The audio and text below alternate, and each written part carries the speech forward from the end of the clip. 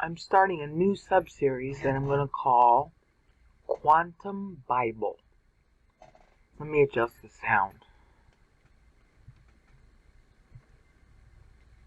There. I'm calling it Quantum Bible. And I'm going to have to define what that is. There's this thing called quantum physics. And the name sounds really intimidating and all that. But all it means is the measurements. Like this is a sentence, okay? And this is a letter, it's the Greek letter N. How does that N relate to the rest of the sentence? That's all quantum physics is. It's looking at pieces of things in our universe and trying to figure out how they relate to each other, which is really no different than putting together a sentence. Now, this sentence is in Greek. If you grew up learning Greek, this wouldn't be hard for you at all. But if you didn't, then even learning that it looks like a V to an English-speaking person, but it's an N. Just learning that much is kind of taxing to the brain, okay? It's the same thing with quantum physics. It's just vocabulary. Once you understand the vocabulary, then it's really pretty simple. Things move.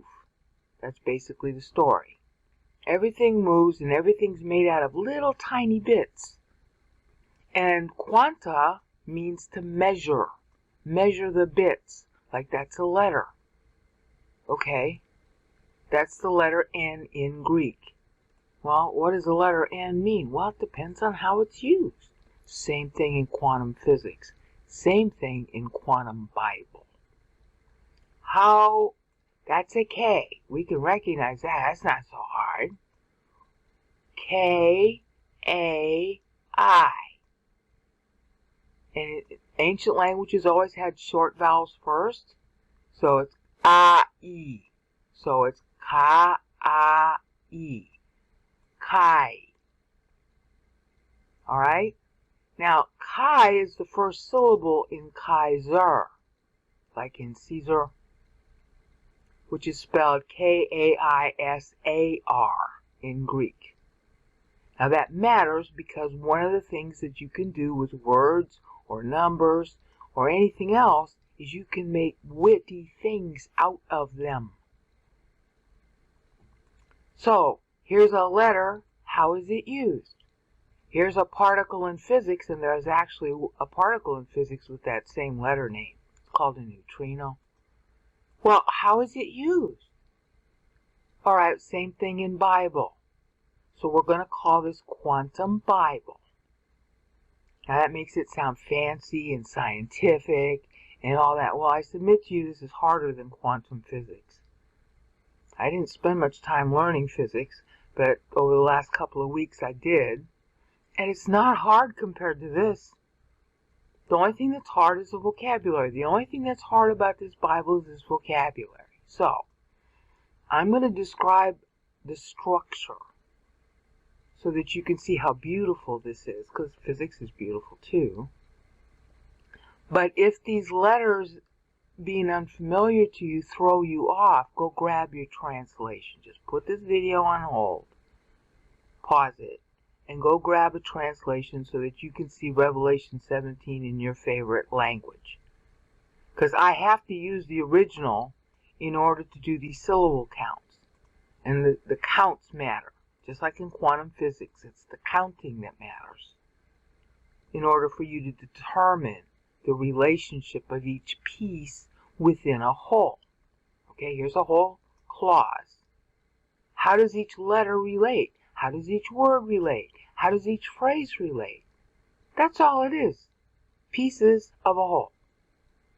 So go grab your favorite translation. Put me on pause. Okay, ready?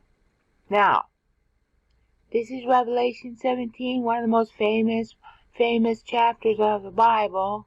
Everybody knows it, nobody knows it. All at the same time. Now, 7 years ago, this technique I'm going to show you, I first learned in the New Testament in Ephesians 1. And in particular, what I learned is that when you have repetitions of words, like this here is the whore, that's what it means in English, the great whore, all right? And it's a nasty word, and it's meant to be nasty. I'm not going to sugarcoat it. Harlot is a nicer word for it, I suppose. When words are repeated in a measured fashion, it's like count one, count two, count three, word. Count one, count two, count three, word. You see, there's a rhythm to that, okay? There's also a significance to it because it makes it easier for you to remember. But here, in our Quantum Bible, it's telling you something about history. This whole purpose of this chapter is to tell you about future history. And everybody thinks, oh, it's about the tribulation. Well, yeah, but that's not its primary purpose.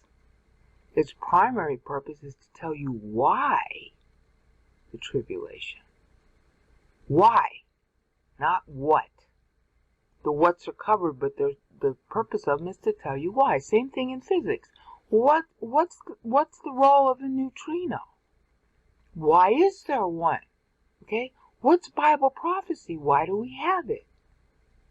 All right?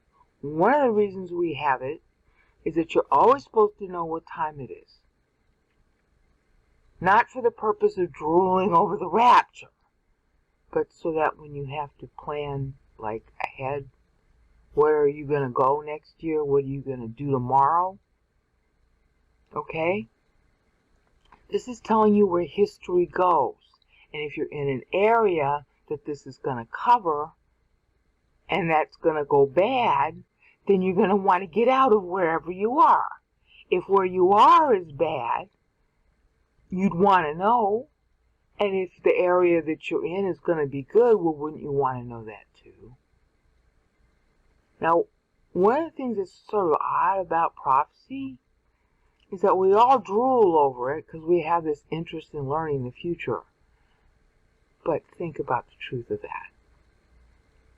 If God came to you in a dream, and you could be sure it was him and not the demon boys who like to give us dreams too, and he told you you were going to die in 15 years, get your house in order, that's not good news to you.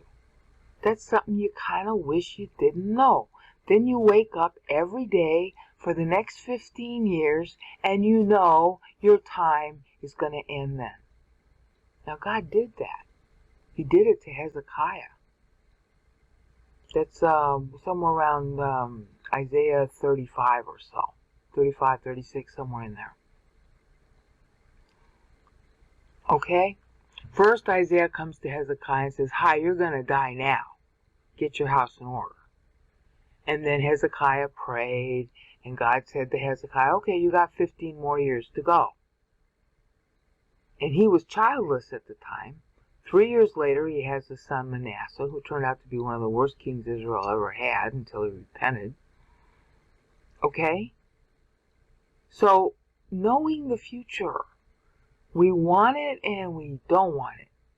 We like playing with it like a toy. But when it comes too close, we don't like it at all. And I'm no different from anybody else. Actually, I hate prophecy. And that's one of the reasons I have to do it, because I hate it. Okay, that's a long story and it's personal, and you don't want to hear that right now. So Quantum Bible is the way to, how do I want to put it, get a precise reading on the prophecy that everybody used to know, and somewhere after the 1st century we lost this ability to know what this syllable counting was. And at the same time, it takes away some of the sting when you get answers that, largely speaking, are not happy answers about the future. Okay, because it's so precise and it's mathematical in a way. You're so busy trying to just figure out what it is, and then because of this precision, you know exactly what it is, and your shock is somewhat bigger, but at the same time, it's somewhat more dispassionate so you can deal with it. Okay, that's what this is really designed to do. Now, this is history of the future year by year. And technically speaking, this first word, Chi, is 88 AD. Okay, it's actually the end of 88 AD. Okay, and therefore the end of Revelation 17 is going to end up ending at 956 AD. Why? Inquiring minds want to know. Notice it's not 1,000. It's not some number that we would expect. Why is it ending there? And why? And how do you know it's 88 AD? Well, I covered why we know it's 88 AD in the Revelation 1 videos. I'm going to have to redo them because there are additional reasons why we know that, which I didn't cover before. But it doesn't kind of matter because you can know the same thing because each chapter has its own way of stating when it was written, because a guy could write a chapter and then put it down for a while and then write another chapter. Okay? So for example, this 56, the first time text sevens, the whole sum total of all the syllables are divisible by 7. The first time that happens, that's called a date line. That's true from Genesis through Revelation. They have the same style. The first date line. Okay, well 56 is the most common date line used in the Bible. Probably the most common. I haven't found one more common. And the easiest way to understand that is the 56th year after Christ died at age 33. Now, I have to head this off at the pass. The reason we have that 4 BC birthday to Christ problem is not the reason that everybody's telling you. It doesn't have anything to do with Dionysius, or Exiguus, I think his last name is. Has nothing to do with him. It has to do with the fact that in the year that Christ was born, they were debating what was the age of Rome. Livy was saying that Rome was 750 years old, and a guy named Varro was saying that Rome was 753 years old. And Augustus had to pick between the two, and he liked Varro. Well, Varro was wrong. Livy was right. So, the actual year that Christ was born was the 750th year that Rome lived. But they called it the 753rd year that Rome lived. So that's why there's a 3-year difference. It's really that simple. It took me like 5 years of research to figure that out. And most scholars don't know that till this day. They've never figured it out.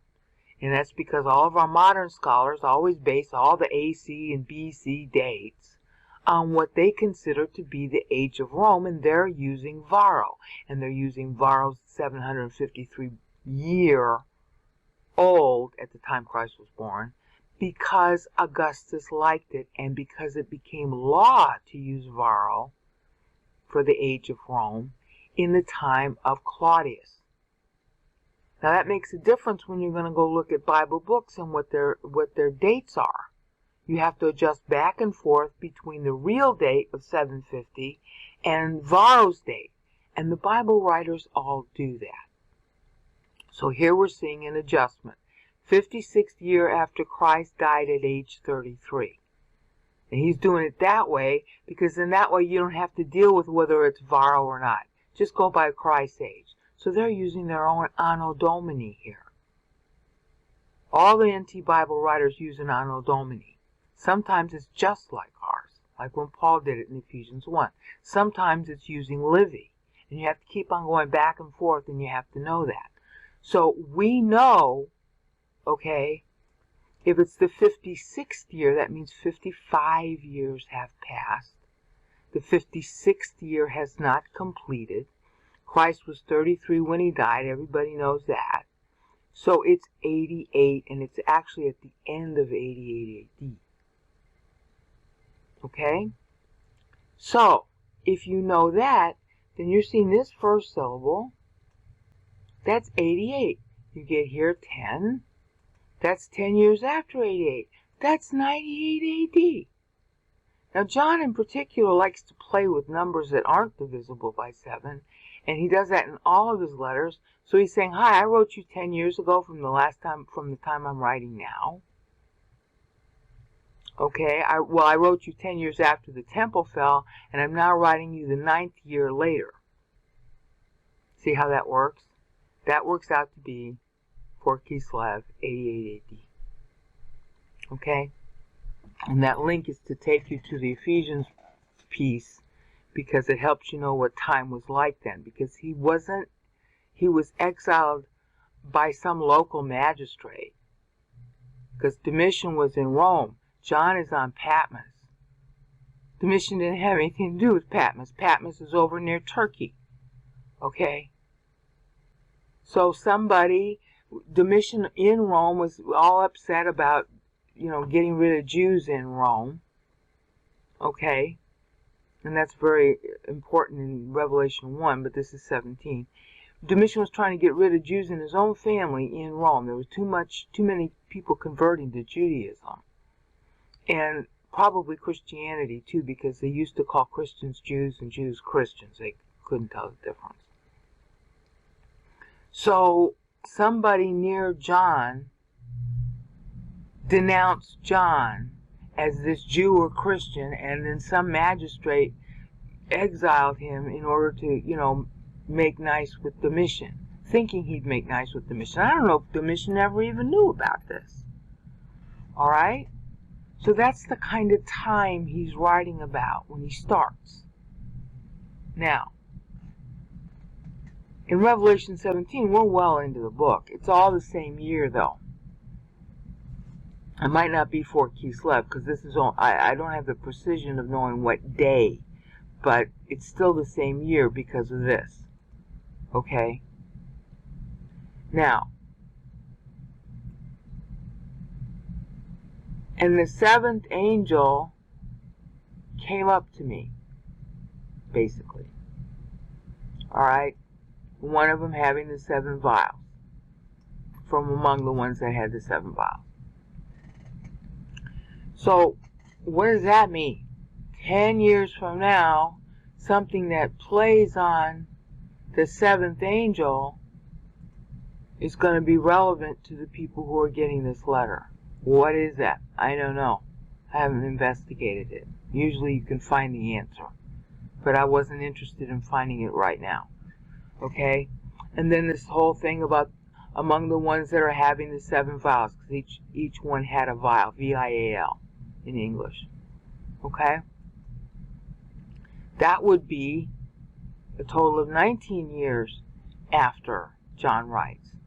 So about roughly 20 years is going to be something that's wittily and sarcastically related to vials.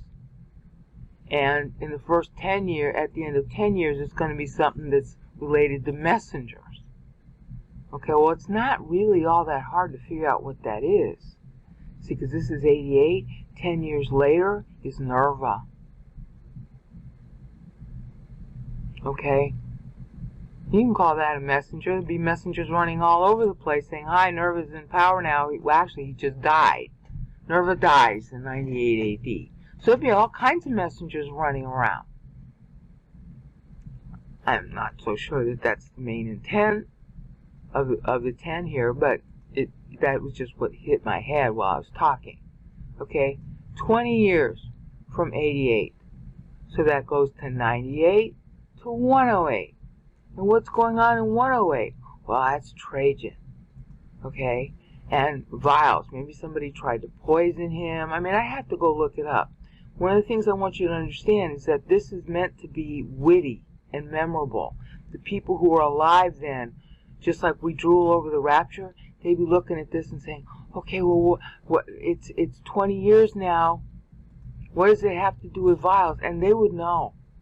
There would be something going on in world affairs that would make this really obvious and witty and informative, so they know how to handle themselves at that time. Okay, that's what this is for. It's an annual tracking mechanism, so you know what to do with your life in light of what's upcoming. And usually, it's like a 10-year window. Sometimes it's so obvious that you don't a longer window is fine. But sometimes vials.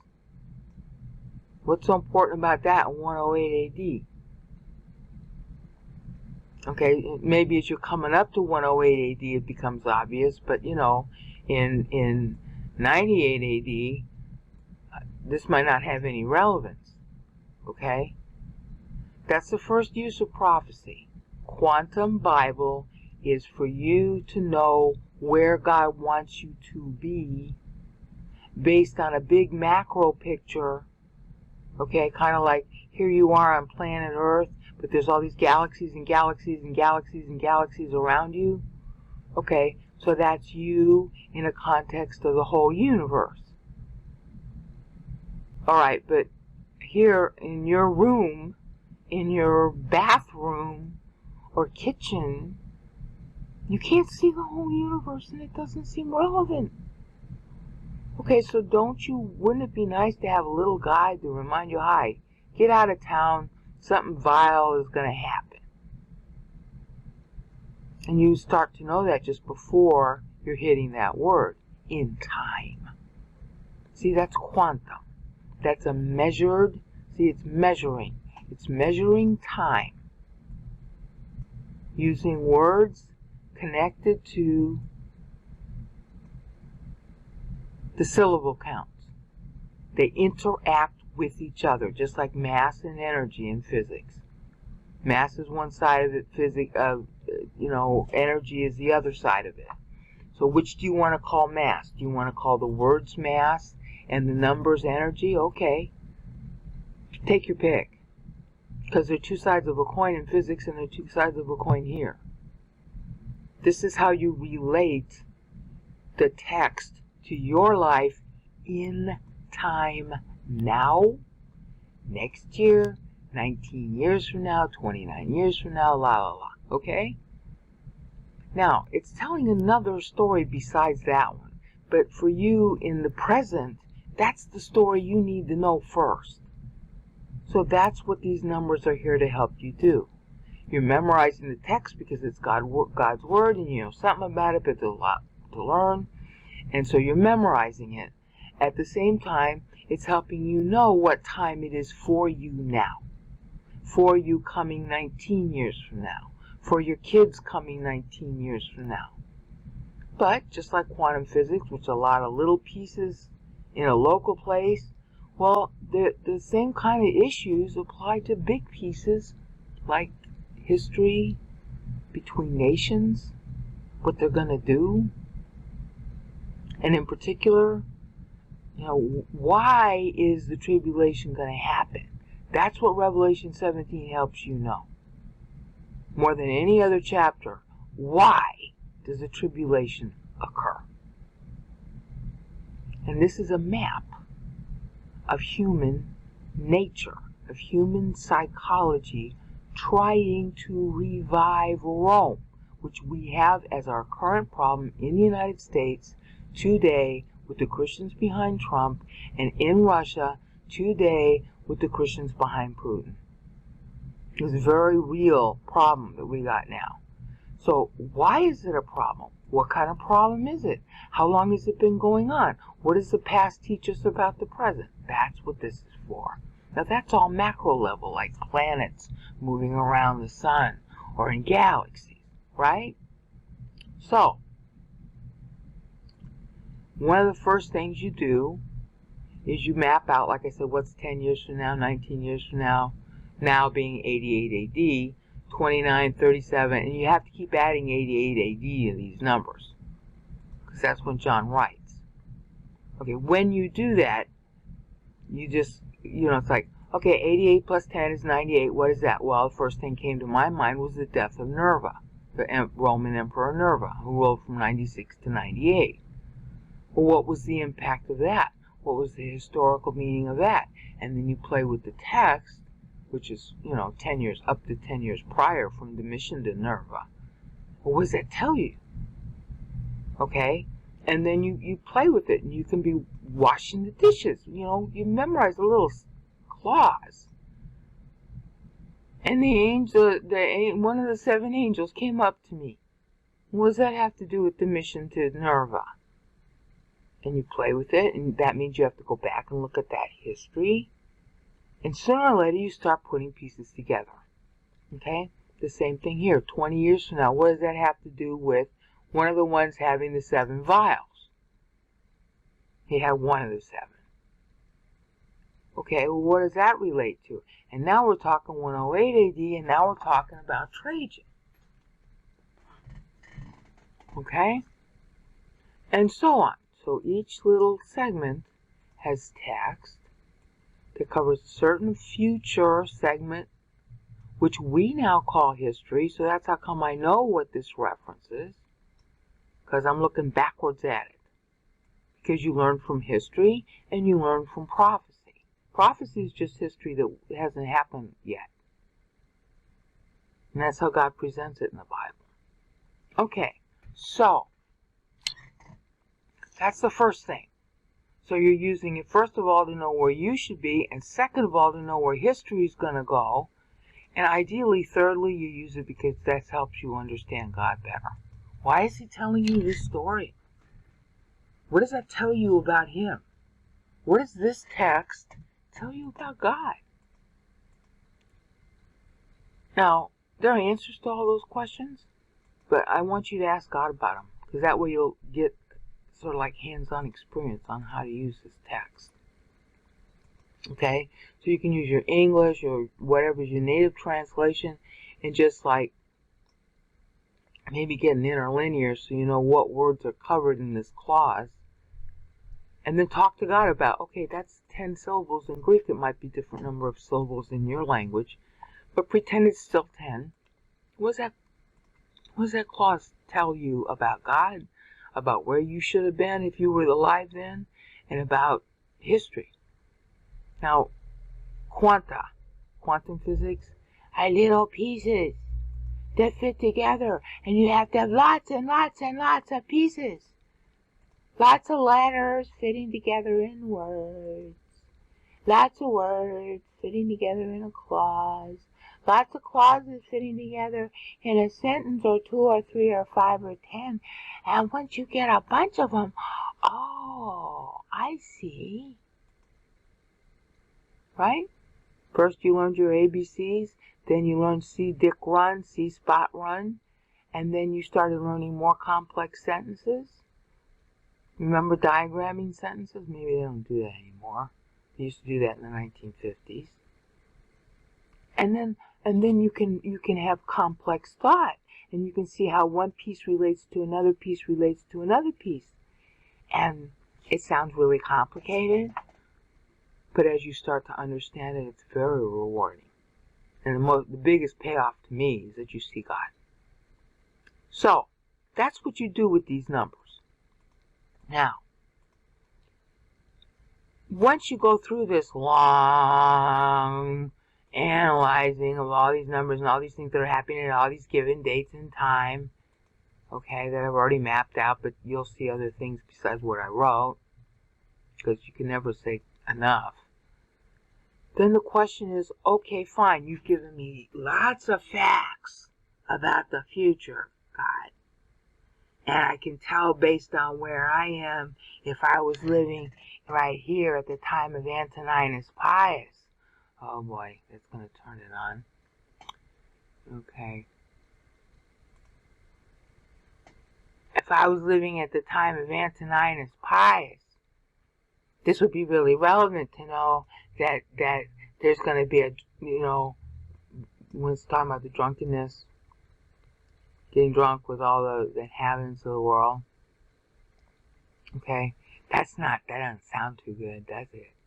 So whatever it is, I don't think I want to be in Rome then, because you would be seeing this stuff starting to happen if you were at the beginning, as it were, in time. Okay? Let's say it was 156 AD, and now you're coming into this and you're trying to figure out, being drunk with all the inhabitants of the earth, that doesn't sound too good. Maybe I want to leave. Yeah, maybe you should. You see? So that tells you geographical will of God for you. That also tells you something about where history's going to go. And it tells you about God because he would bother to warn you. But it tells you something else. It tells you why the rapture. It tells you why the tribulation. But in order to see those whys, you got to go through all this data. And so the question naturally becomes, is there an easier way to understand, how do I sort out all these facts and numbers and stuff? Quantum physics tries to decide the same thing, by the way. So here's the mechanism, and I learned it 7 years ago. And I've talked about it before. It's the anaphoric center. Now, this is strictly mechanical, okay? You first try to figure out what the anaphora are. What are the repeated words? Here's whore, okay? And it's synonym for whore is woman. So you count that one, and that one is the same. And this is the word for seeing. And this is the word for beast. And you see these words repeated over and over. Okay, so first thing you got to do, and it's very mundane. Yeah, map them. Okay, here's the word for whore. Here's the next word for woman. It's like a whore. That's beast. It's like putting together a jigsaw puzzle. And then you count. This is really simple. How many times was the word whore or woman, which is a synonym for whore in this chapter, used? How many times? 1, 2, 3, 4, 5, 6, 7, 8, 9, 10. It's used 10 times. Okay, anaphoric center, then, because each one of these occurrences is an anaphora. The anaphoric center has to be midway. Alright, but if it's an even number, midway has to be a pair. So you got 1, 2, 3, 4 on the right, and 1, 2, 3, 4 on the left. So the anaphoric center of the anaphora for harlot or woman is in verses 6 through 7. Same thing for all the occurrences of the word to see. Horao. And these are different, parts, different expressions of the word horao in different tenses and stuff. Okay? So how many of those are there? 1, 2, 3, 4, 5, 6, 7, 8, 9. Okay, well then that means 1, 2, 3, 4. The fifth one is the center. And you'll notice that I've shaded the centers. Okay, and then what's the other main repeated word? It could be a phrase, but in this case it's just a word. Beast. Here's the word for beast. Therion. Therion. Therion. Depends on how you want to pronounce it. Okay, well there's 1, 2, 3, 4. Ooh, 2 of them in one verse. 4, 5, 6, 7, 8, 9. Okay, so we're going 1, 2, 3, 4, and the fifth one. Oh, that's the same as the number of C verses. Because you got 4 on the left and 4 on the right. So we got 9 of these. We got 9 of these. Whoops. Whoops. Whoops. 9 of these. All the way back to the top, please. Okay, we got 9 and 9. But we got 10 for the woman. What does that matter? I don't know. What I do know is that now you found the center for each pattern of repetition, like a rhythm, like a beat, ba-bum, ba-bum, ba-bum, ba-bum, ba-bum, ba-bum, ba-bum, ba-bum, ba-bum, ba-bum, ba-bum, ba-bum, ba-bum, okay? And anybody who does music, and I don't, can tell you where the center of that music is. It's the same thing. Okay, now, so what happened?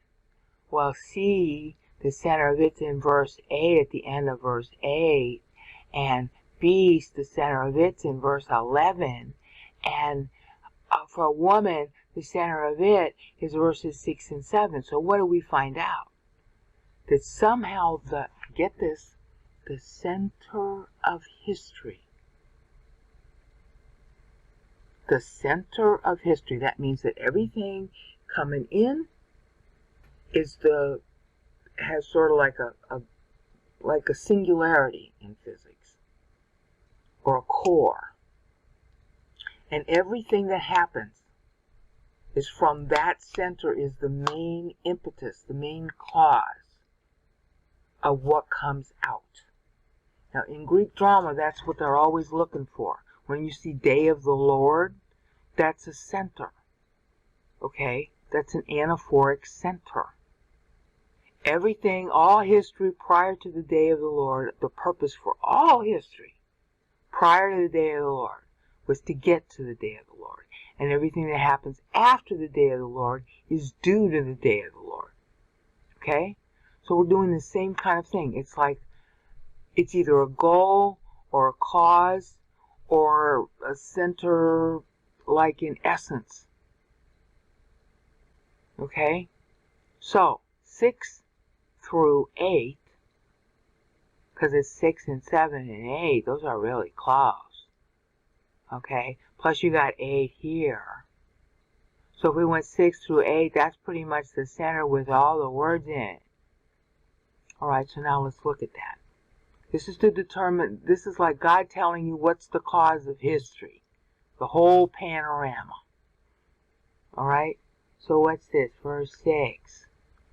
Oh, here's what happened. Constantine had died right here in the middle of abominations. That's what the word means. Delugmaton. That's from Daniel 9. Daniel 7. Is Daniel 7? No. Daniel 9. Daniel 9:27. Okay. Constantine's not getting a good report card from God. Okay? Because he's dying at Ma.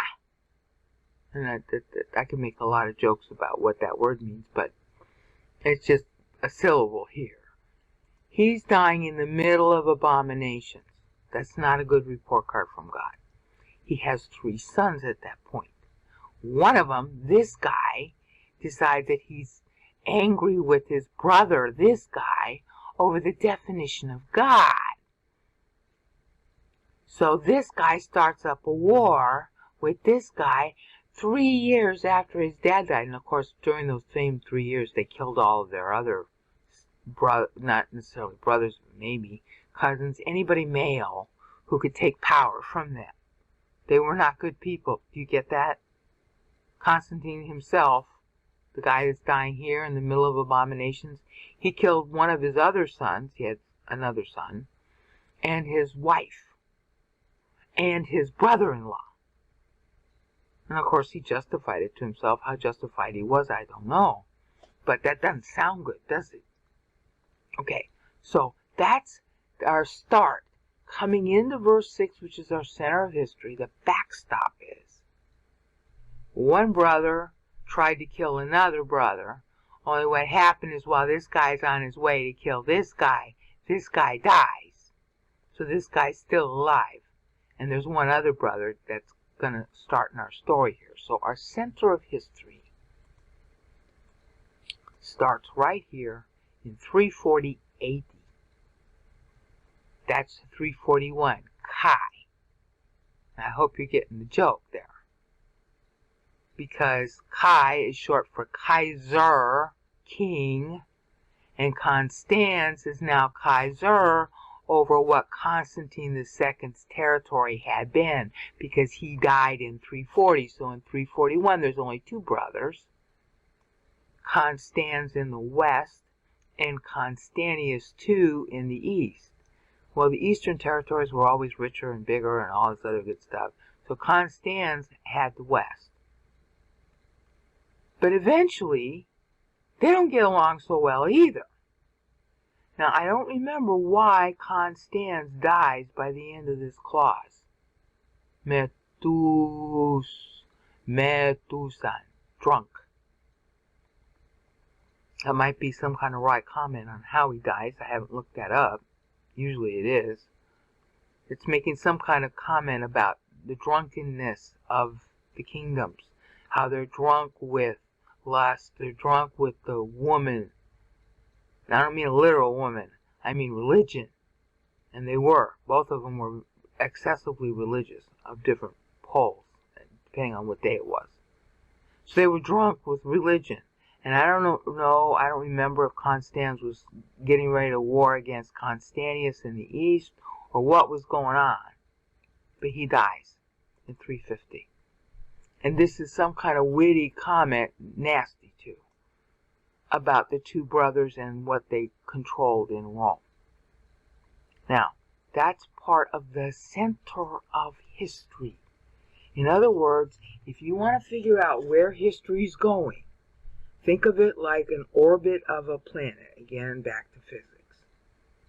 What makes a planet stay around a center? Everything revolves around the center. Okay? Here, the center of history starts, going by the rather mechanical procedure of finding all the anaphora and what is each anaphora's center. And then you look at all of them and say, okay, well, what's like almost like the average? Where do most of the centers fit? Well, it's pretty obvious to say 6, 7, and 8.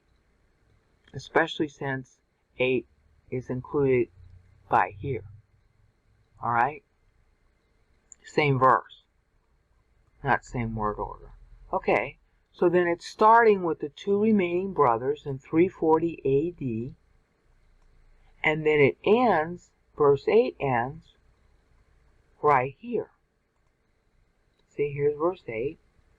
And it's kind of a pregnant verse because you got, it's like bookended. Here we got the beast, which you saw.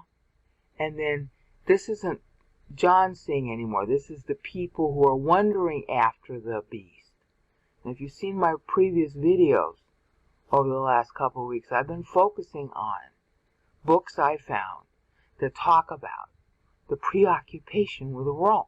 And that's what's going on here.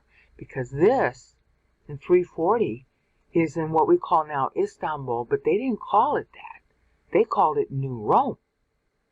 And the Russians today, even though they're in Russia and quite some distance from Istanbul, they don't call them, in their minds, Russian is a part of their name, but they think of themselves as the Third Rome. That when Constantinople fell to the Muslims in 1453, the Russians believed they inherited it. Now, at the time that it fell, there's some debate as to whether the Russians immediately started thinking that. But within 100 years they did. And it's been going on ever since. And it's real relevant now because that's where history is going. Back toward reviving Rome, which is exactly what was going on in 340. So now we're saying, oh, we're still circling around the center of Rome. Okay? You know, you've heard this all your life. Revive Roman Empire. But when you stop to think about it, it's like, well, that doesn't make any sense. Well, yeah, it does. At least right now. Because that's where the American Christians and the Russian Christians are fitting together. They want to revive Rome. And here we got confirmation. Not simply because we've heard it 1,000 times. But we got confirmation from these anaphoric centers. Which is, you know, a little slightly more objective approach. Okay, this is the center starting in 340 AD. And then the other end of the center itself is a kind of center because we've got beast, seeing, seeing, beast. So you got seeing in the middle and beast on either end.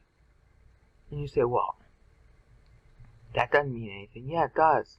Because in Greek, the word order doesn't have to be like this. The meaning does not change if I change the word order.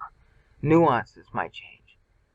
But for them to specifically balance it like this is telling you something. Okay? It's telling you something about the center. All of these occurrences of the words could have been different. But they're not. And Paul was doing the same thing, and Paul too centered Ephesians 1 on Constantine. Okay? In his case, he was centering it on Severus Alexander Severus, Septimius Severus rather, and Constantine.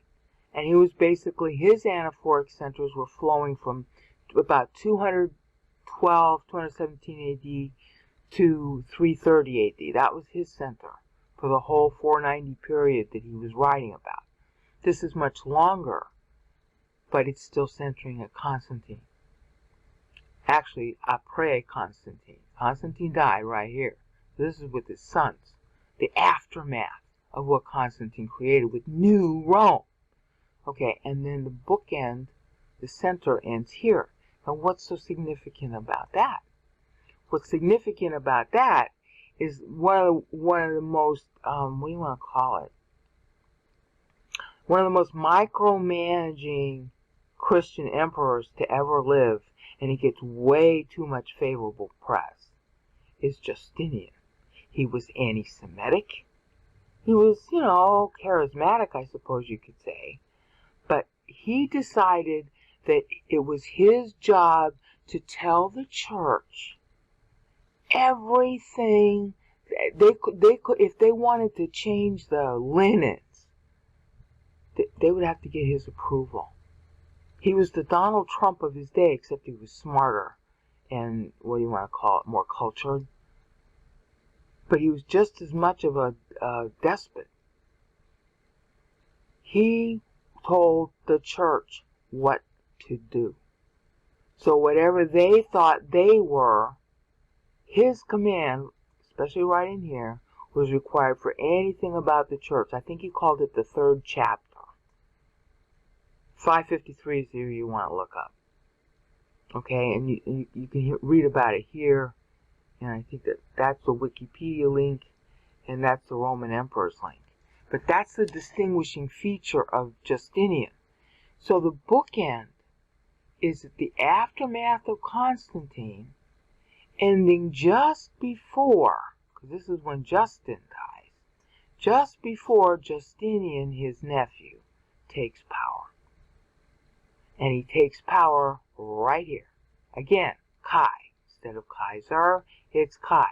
Justinian dies here. And of course, when one emperor dies, a new emperor comes to power.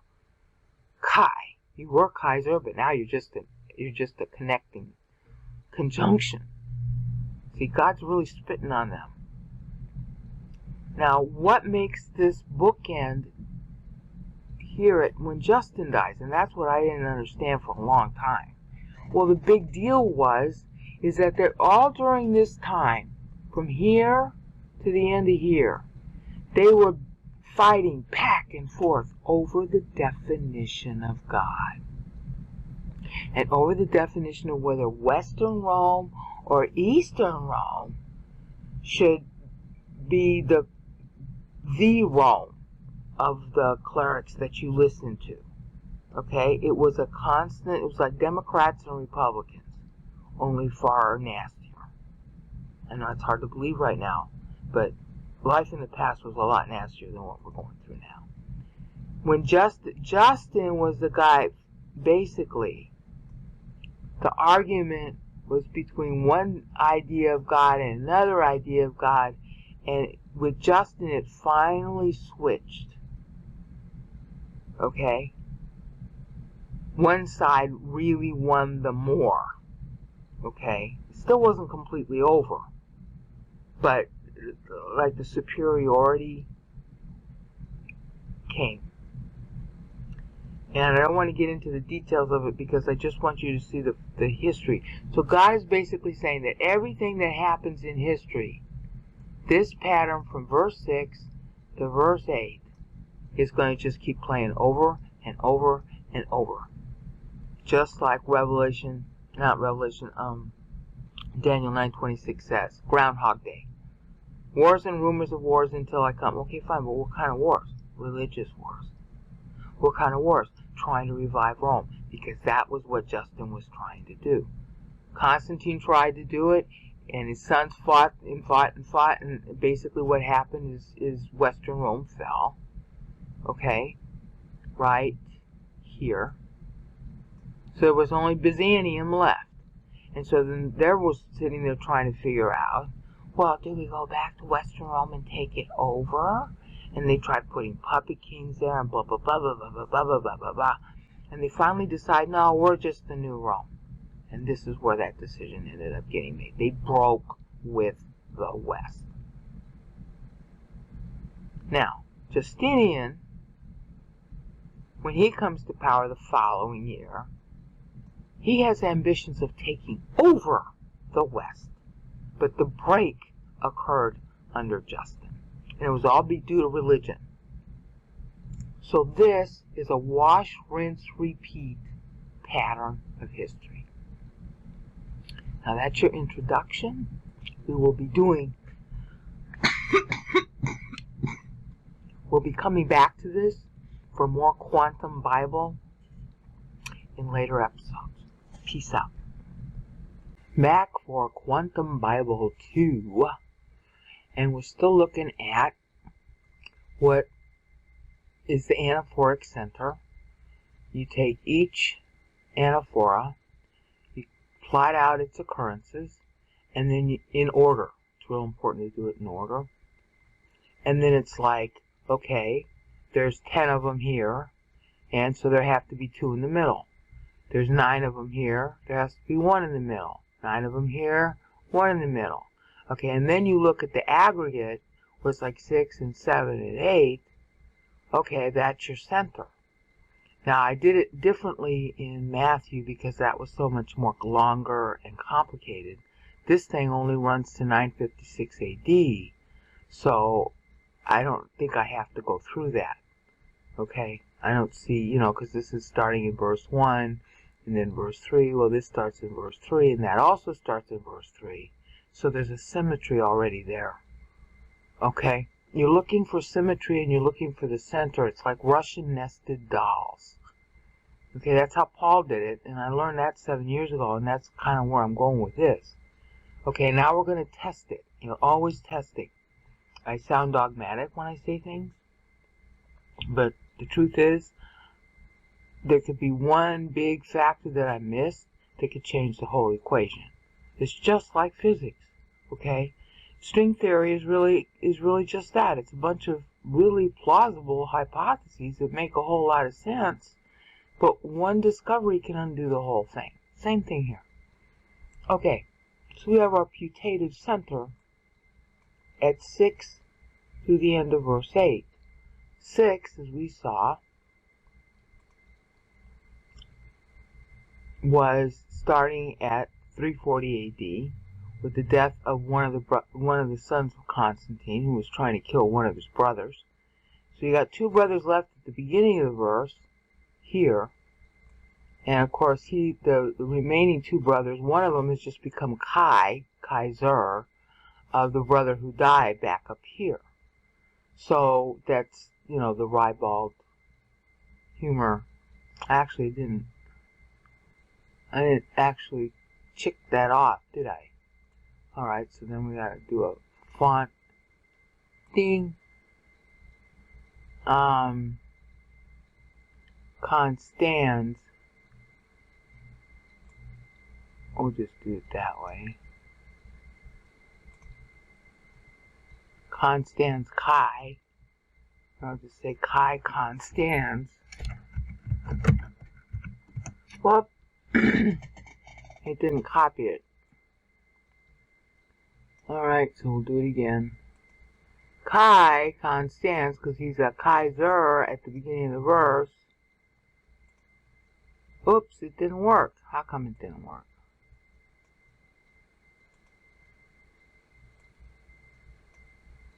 Now it works. Chi Constans ends up dying by the end of the verse. He dies right here. During drunk. Did he die being drunk? Maybe, maybe not. I'd have to go look it up. But the big characteristic of this period is a lot of fighting over the definition of God. It did not stop with this guy trying to kill his brother. It goes on. And so when it says here that, and I saw the woman drunk, and then it goes on with the blood of the saints. Saint just means saved. and with the blood of those who testified witnesses for Jesus. Now these are mature people versus just being saved. This just means saved. It comes from Hebrews 10:14. Okay, it's actually Hebrews chapter 10, verses 5 through 14. We're talking about Christ sanctified everybody for all time on the cross. Sanctifies means set apart. So it has nothing to do with how developed you are spiritually. You're saved, and you're sanctified, therefore, to heaven. But this, the blood of those who are for the testimony of Christ, this is Jesus, okay, Yesu, that means maturity. Okay, it doesn't have to mean maturity.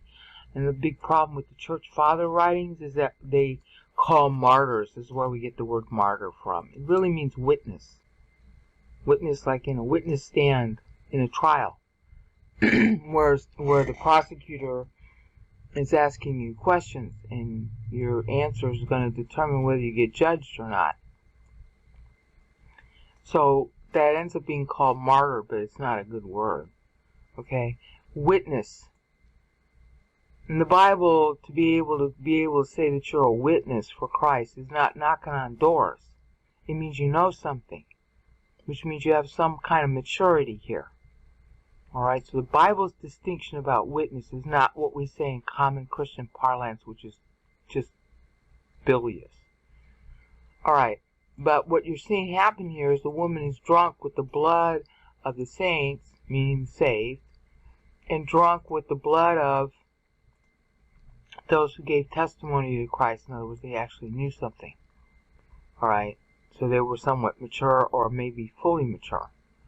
There aren't too many fully mature people here, though. So,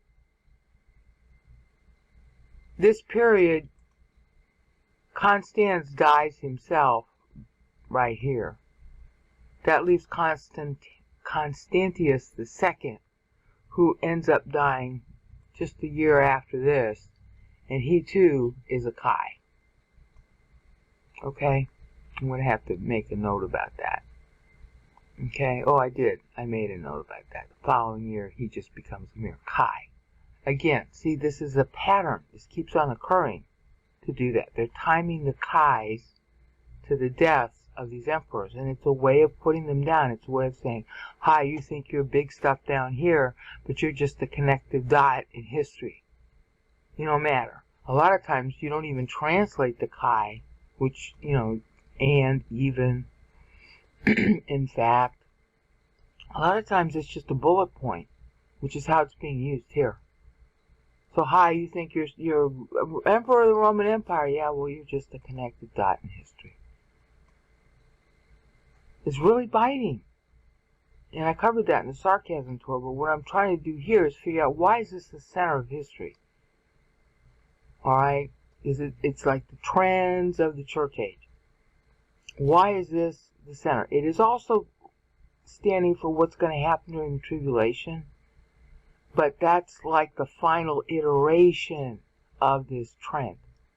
This is what Satan keeps. This is, if you were to give this chapter a title, if you were to give Revelation 17 a title, the title would be Satan's Gambit, or Satan's Plan. All right here. Okay? And then history shows how the plan works, so that when you come to your time, even if it's past 956 AD, you don't need more text to tell you, because you've got so many examples in the past. Past is prologue. So, the center of that past determines, kind of like, I don't know how to put it, the determining set of variables that keep on playing. Okay, one of them is being drunk with the blood of the saints and the martyrs, or, the witnesses. That's a trend that's going to keep on going as a center of history, a repeating like hub. The other thing that's the first thing, because that's here, here, and here. We've now gotten past all the kids. because he dies. Constantius, the last son, dies here. And I think of the 3 sons, there was like 1 daughter. And I think she died childless. They did not have 4 generations of kids, which in the Bible is another way to snub people. Okay, so now we're going into sort of a degrading period of history where it's like fighting over God. That's what these 3 things are. Drunk with the blood of the saints, with the blood of the witnesses. That's trend number 1 at the center. Trend number 2 at the center. And this is John saying it himself. And I'm going to have to explain this. I was dumbstruck when I saw her with great, they translated wonder, and that's not right, with great shock. Let me tell you, this is thaumazo. Whenever you have an azo ending to a Greek verb, it means it's really strong. Okay? Thaumazo. Think of azo, the strength of that sound. Okay? Thaumazo. When you hear about Trump every single day, and you say to yourself, how is that possible? That's with disapproval, of course. Or when you were watching the planes fly into the buildings on 9/11, you're looking at it, you're dumbstruck, and part of you in your mind is saying, I don't believe it, I don't believe it, I can't believe it. So you look again, and then, oh no, it's not possible. And then you look again, and then it's not possible, and you look again. Now, you could be saying that in your mind because of something great that happens. Like if $1 billion showed up on your kitchen floor, you would look at it and, oh no, not. Look at it again, oh no, not. Because you want it to be true, but it's like too much. It's too much. So you go into you're sort of dumbstruck, you're shocked. And they usually translate it like amazed. Well, yeah, but amazed in English is just really too tame. Astonished is better, but dumbstruck would be better. You're open mouthed and like, huh? If you had $1 billion show up on your kitchen floor, you'd just be staring at it with your mouth open. Part of you would be really glad about it, and part of you would be saying, no, I must be dreaming this. There's a disbelief that's an undercurrent, because it's too much to believe. Whether you like it or not, it's too much to believe. This is John's attitude when he's looking at the woman being drunk. He's just like dumbstruck, looking at her. And then when you repeat something like that in Greek like this, he's trying to reinforce it. So I'm dumbstruck, looking at her with a great dumbstruckness, great amazement. Great is mega, and thauma is think of it, open mouth. Alright? And then said to me, the angel, why, for what cause, are you dumbstruck? And then I will tell you. Alright? So that's the completed thought of the second, trend. You're just looking at it and looking at it and looking at it, and part of you can't believe it, and so you keep looking. It's like, is this real? Is this real? So you look. Like every day, most of us in America are like, Trump is really president? And you think, oh no, I must be dreaming, this can't be true, la la la. And you're dumbstruck. Now, what's going on here? The first was the sort of like persecution. And you'll notice that this is when it's mentioned, drunk with the blood of the saints. It's not mentioned back in the pagan days, even though Diocletian did do persecuting. The real persecution doesn't start until Constantine. And all you have to do is look at the laws, see right there, at 4thcentury.com. And you'll be dumbstruck. You'll just be dumbstruck at how bad those laws are. Truly nasty. Okay, So the nasty language about being drunk with the blood of the saints is reserved for Christian rulers. So you can kind of see why John is dumbstruck. It's like, but these are Christians. Why are they killing fellow Christians? It's Christian against Christian. Yeah. We're in that same phase now. That's what's happening in Russia as I talk. Alright, it was happening in Russia for a long time, but it's gone up and it's gone down in severity, and it's starting to go up in severity now. So much so that they're even reaching to France in order to persecute some JWs because they're not Russian Orthodox. Now, JW is a, apostate religion, but so is Russian Orthodox. And why in France? I just read that this morning, and I forget what the complaint was, but it's some kind of legal matter that's going on right now. The point is that this is persecution of Christians by Christians. So no wonder John's going to be standing there looking at the beast, the woman on the beast, dumbstruck that, hi, it's Christian against Christian. How can that be? See, the disbelief. Alright? Now, this is the sort of fallout from after Constantius dies. Constantius died on his way to get rid of Julian. He had appointed Julian co-Caesar, and then Julian was too popular in the west, so Constantius starts running to the west because he was in the east, and he dies on the way. And, I think it's like his deathbed or something. Finally says, okay, Julian, you get to be emperor now.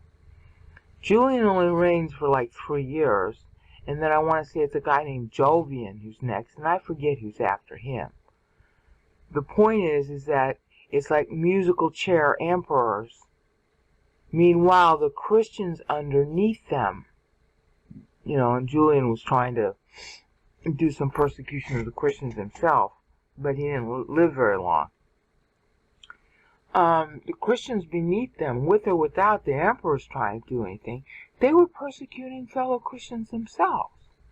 And there's a link where you can sort of like get some detail on it, because I put a lot of links in there. That's in my Ephesians document, because Ephesians made a big stink about that. So the aftermath of Constantine's sons is a sort of power vacuum, and everybody's sort of jockeying around. There's a little bit of stability because there's some relatives that were related to the Constantine's sons, but they don't last too long. And then it starts getting kind of, wacko. Alright? And it's like when general takes over, and then the general takes over. Meanwhile, the Christians are going against each other over who's more holy. And there's this split that's occurring. Okay? I cover it more in the Mark 13 video, so I don't really want to spend a lot of time on this now. The thing I'm trying to get at are the trends that mark this as like paradigmal. So first trend is Christian against Christian. That's these first 3 clauses here. The second is like the shock of it. This can't be true, but it is true. This can't be true, but it is true. And you're looking at it. So one is the sort of shock of the persecution going on, and the other is looking at the persecution going on, or just looking at what's going on. And that's kind of like what everybody's doing with Christians now. It's like, how can you Christians support Trump? Alright, so this is very paradigmal for our time now. Alright, although we're not physically killing each other. Alright? And then you got the third factor. It's like you sort of come to your senses and like, well, why am I so shocked? Alright? And now he's going to explain what's the cause of all this. Alright? And so he says, I will tell you. The mystery. The word mystery is a word that Paul coined in Ephesians 3. And the actual word mysterio means doctrines known. There's nothing mysterious about it. It's doctrines known.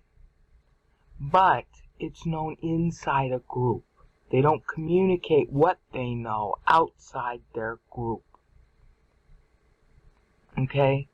So when you hear about the Elysian mysteries, or you hear about the Bacchic mysteries and all that, that means that it's an experience of a group within itself, that they don't communicate to outsiders. Okay, well, in the case of Bible, the information is right out here. You're looking at it. But people look at it and say, well, what is it? Well, what is it? What is it? Well, the answer is, kind of like the Stalmazo, they don't believe what they're looking at. It's not that they don't know. That's the big deal. It's known, but it might as well be a mystery to you, because you're looking at it as if you didn't know. Okay? Or it's available to know, but you don't try to know. Okay? So that's where we get the English word mystery from. Alright? So I will tell you about the mystery. That's church. That's a designation for church. He's going to use it again later. Of the woman and the beast that's carrying her. Alright, bearing, literally. And the beast, now this is about the beast, having, and there's too much made of this, having 7 heads and 10 horns. In the Bible, when they have like metaphors, they're always defined somewhere. So you could search everywhere you want in the Bible for the word head. Head implies thinking, head implies executive authority, head implies, chief, top dog concept. And horn, everywhere it looks, is the idea of force, being able to get your way. Alright? It also has a sexual connotation. I shouldn't have to explain. Okay? Prowess. Force. Ability to get what you want. Because you have this power that others don't have, that you can put over them if you want. And head has something of that same connotation, but here it's more like you're good at what you do, or you're an expert at what you do, or you're a recognized authority at what you do. Here it can just be brute force. Alright, so this is kerata.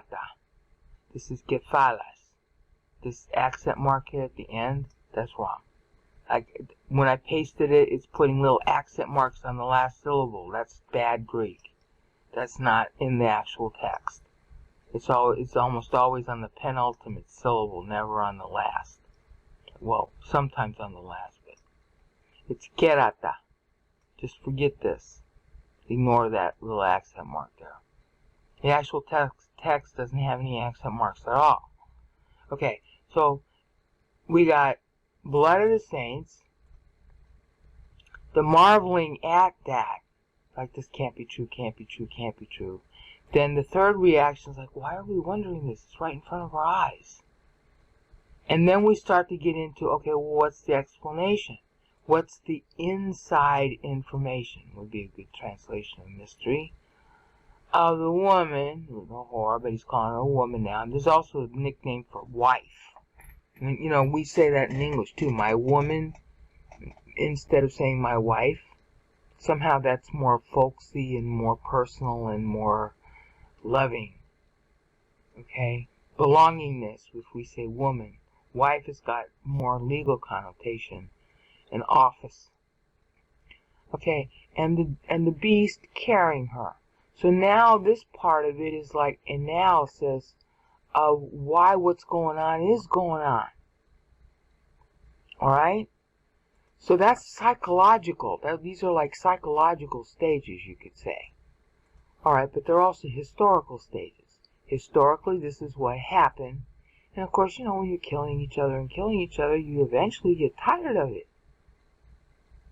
Because you keep on killing each other, there's not going to be anything left to kill each other for. Alright? So then you're just, dumbstruck. Why are we going through this? Okay? So what they started to do is they started to coalesce. Okay? I'm trying to just keep out the people and just talk about the trends here. Okay? But there's a guy, and this is part of the same trend that I'm talking about psychologically, named Theodosius. And he was basically a general, and he comes to power during this time here. Okay? And when he comes to power there, it's because everybody was exhausted from killing each other. And he unites the empire briefly, but not for long. He ends up having 2 kids. And that's when he hasn't. Okay? So he splits the empire for his 2 sons, Arcadius and Honorius, 2 classically bad emperors. Well, dilettantes. And he no sooner does that, splits them between his sons, he dies 2 years later, right on time. Okay? So now we're entering a period here where we're getting, as it were, if you're sitting here saying, well, why? That means you have some time. That means you have some relaxation. Yeah, because you're exhausted from fighting each other for the last 50 years. On top of that, you got 2 really lazy emperors. And they got, their advisors are doing all the work for them. And their advisors, you got one in the west and one in the east. And the advisors that are advising each of the emperors are looking at each other across the land, so to speak. And the guy in the west is looking at the guy in the east. And the guy in the east is looking at the guy in the west. And they're all sort of jealous of each other. Okay? At the same time, the advisors are really, really competent because they've had all this war experience. Meanwhile, the barbarians are at the door. Meanwhile, Jerome is sitting there in Palestine, finishing up. He finished up his Gospels in 398, and in 405 he's finally finished all of his retranslation of what we now call the Vulgate in 405. Which is really good because by this point, the East and West have split a lot. And, because we got Honorius and Arcadius, and, they're brothers, but they really don't, care about each other that much. And their advisors even less. So, if the West didn't have Jerome's Bible, I'm not so sure that there'd have been one. Okay? Still, Joe, in the West, because he's so good at what he does, gets a lot of jealousy from Byzantines, but they're all really weak at this point. And like I said, both emperors are dilettantish. So, why do you wonder? I'll tell you. See, that implies you're sort of like relaxing now. Alright? So we got fight, blood, brother against brother, which you'll see Mark talk about it that way. And then like, what? Why? What's going on here? Dumbstruck. I can't believe it. And then you look again. I can't believe it. And then you look again. That's Stalmazzo. And then there's a break. And that's Theodosius. And now you're sort of taking stock. Well, supposedly, this would be what it'd be good for. And Jerome, in the meantime, has finished his Vulgate. Now, he was commissioned to do that, so there was some interest in Bible going on, which would account for why there's a sort of slowdown here. Okay? And that's why it's so clever about this, because the mystery of the woman, alright, I'm going to get to the pun in a minute, but the mystery of the woman, well, see, religion is the woman. We were introduced to that at the beginning. Okay, so the Vulgate, but that's Bible.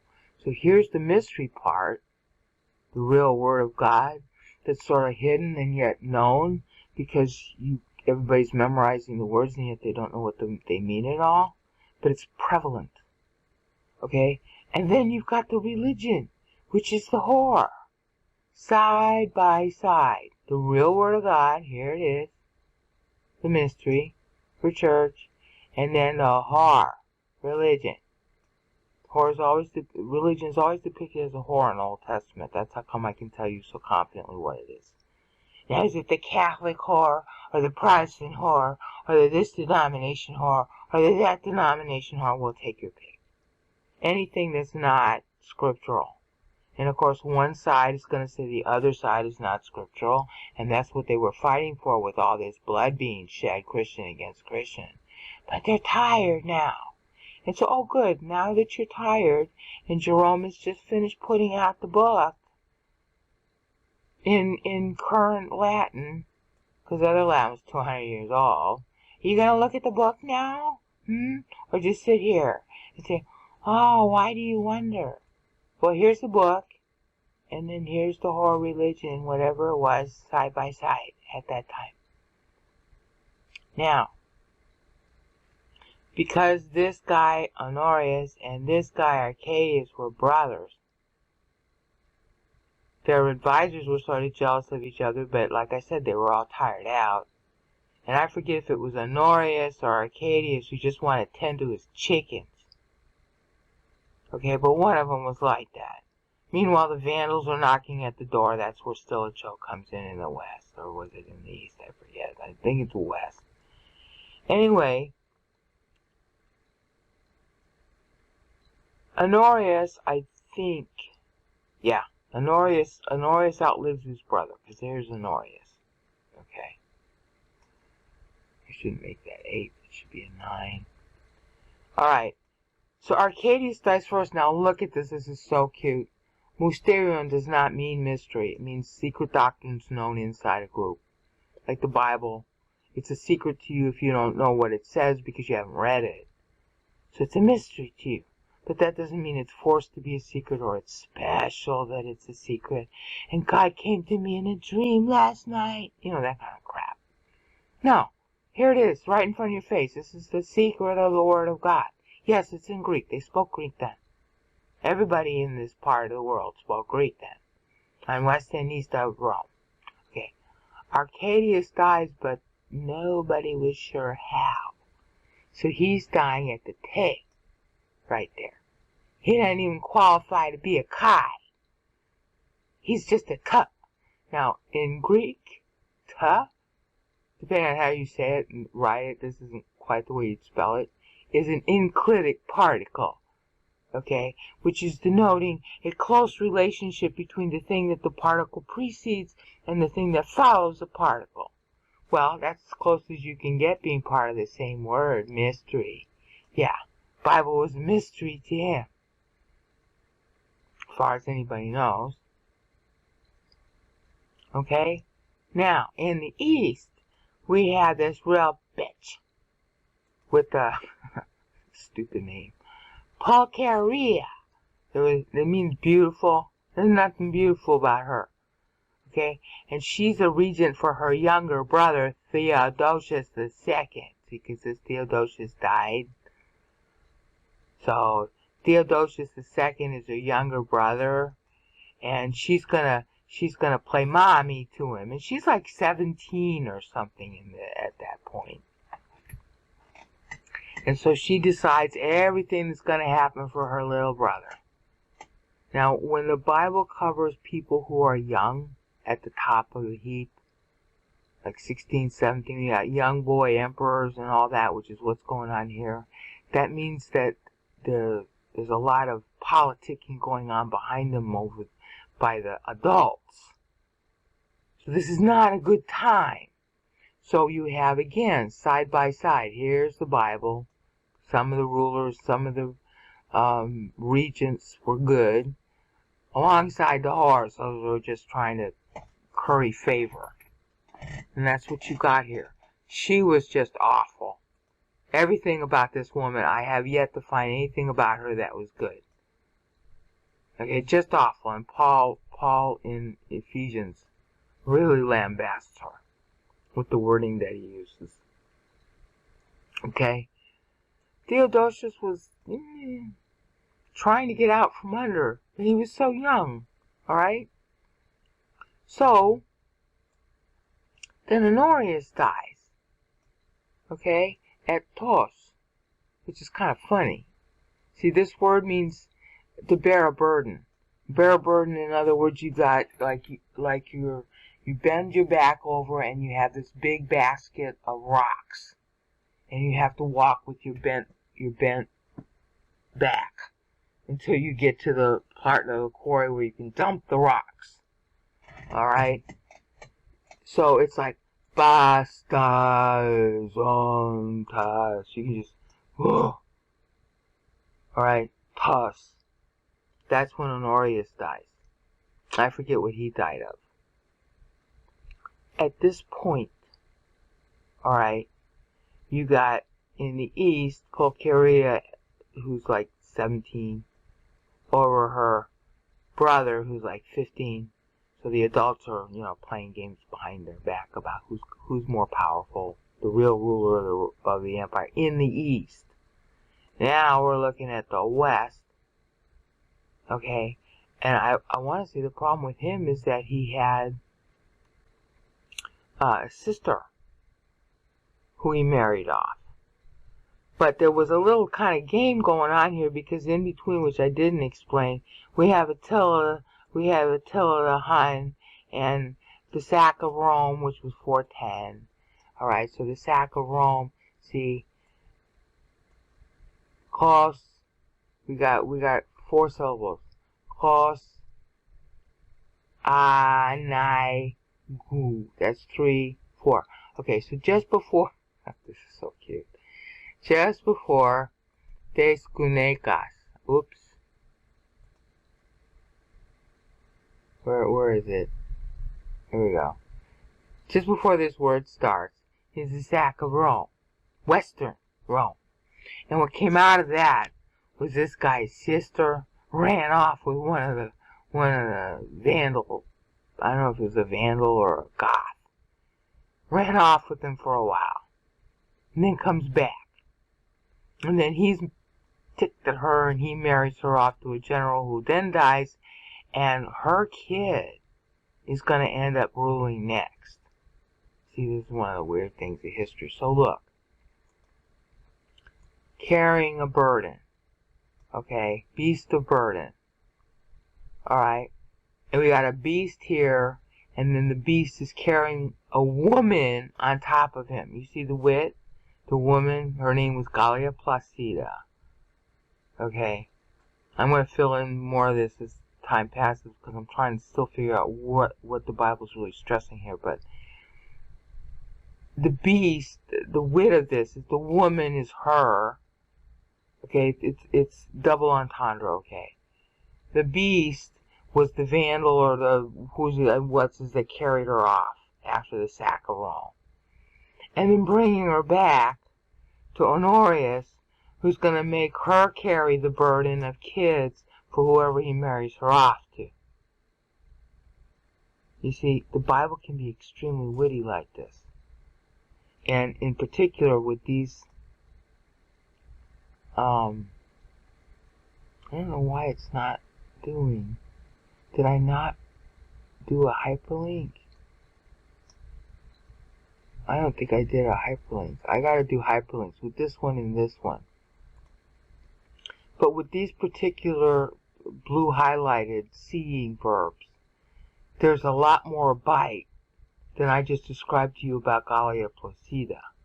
And I'm just trying to figure out how do I condense all the information of wit and sarcasm in these verbs that are specifically about emperors who died, their successors, and then it's like, see, this one is seeing the whore be drunk, and this one is seeing the beast that was, and it's got bite for that period, specific to those years, for those emperors. And I'm trying to figure out, well, what's that telling me? So that's why I'm introducing this thing about Gallia Placida, because she was like the one who was like vaguely related still to Constantinian dynasty that had a kid. Okay? So the upshot then is that by the time you get at the end of verse 7, it's like, okay, then we have a change in the power structure. We got a woman being born by a beast with all that double entendre I just explained. We got the two emperors of the two sections of the empire now dead. Alright? So then it makes sense if you've got a vacuum of power that you're going to have 7 heads and 10 horns. What does that mean? Who does that signify? Because remember, we're still talking about core of history. Everything is supposed to be coming out of this period. So what is it so special about this period? And I'll pick that up in the next increment. This is Q Bible, Quantum Bible 3. Looking at the bits. Measured bits. This being a measure 7. Word 7. Heads. There's so much been made of this. And this is where the meter's going to really make a difference. 10 horns. Now, in classical dispensational theology, and pretty much everybody else, everybody's saying, okay, in the end times, it's going to be a confederation of 7 kings, because we're going to be told that they're kings later. So therefore 7 kingdoms, and the 10 horns imply that sort of like power sources more than just kingdoms. And of course we got Daniel 7, where of the 10 horns, 3 of them consolidate under 1. So it ends up being 8. So it starts out as 7 and it ends up being 8, which we're also going to be told later on. And they're all focusing on the end times.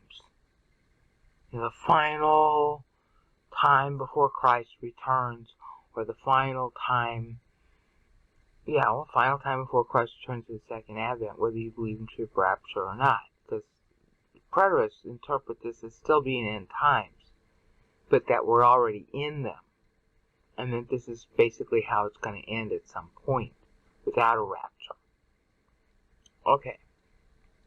But what they don't know, because they don't know the meter, is that since this is the anaphoric center, and it's in the past, that the time that this is set to gives you better information about the meaning of 10 horns and 7 heads.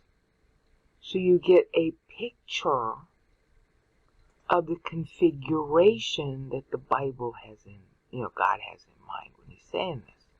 Because it's a past configuration that's going to repeat. Okay?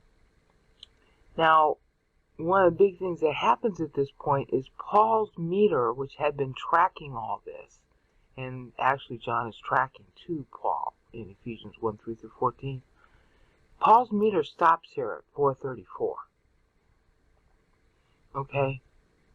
And that's 434 AD. So that's 9 years prior to this. So, kerata dekata kai kefa, or las fa. Alright, so Paul's meter had stopped here. But it's okay that it stopped there, because Paul's stopping at Odovaker, who's coming up real soon. And he's a kid at the point that Paul stops. He's like 15 years old. And that's his age as manhood, and that's a sort of Greek drama technique where you end at a beginning because you already know what's going to happen next.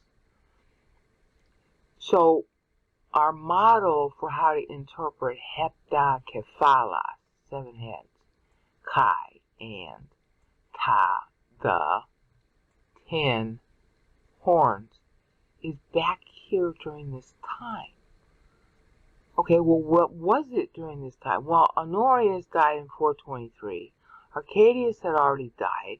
That left 2 teenagers run by their advisors who were adults in the East. In the West, just after, not too long after the sack of Rome, Gallia Placida, the sister of Honorius, had come back. He married her off to, I forget, some wealthy old general or something, in spite of the fact that she'd already been married to a Visigoth or a Vandal chieftain. And she has a kid. Okay? That kid is known to history as Valentinian III. But he's really young. So we got kids in the East, which means adults jockeying with each other behind the scenes, and kids in the West. So what does that tell you? Power vacuum, jockeying for position. And that's exactly what this shows, right here. See? Here we go. This goes all the way back to 395 when these two kids were born. Alright? And now we just talked about Honorius dying in 423. That's him. And look at all these other emperors. Well, they weren't really emperors, they were wannabes. And they all took over certain parts of the Roman Empire and said, okay, I'm emperor now. And for their part of the Roman Empire, since he was too weak, he couldn't stop them. On top of that, there were all the Vandals and the Visigoths, blah, blah, blah, running around. Okay. So we got 1, 2, 3, 4, 5, 6, 7, 8, 9, 10. Well, that qualifies 10 horns. But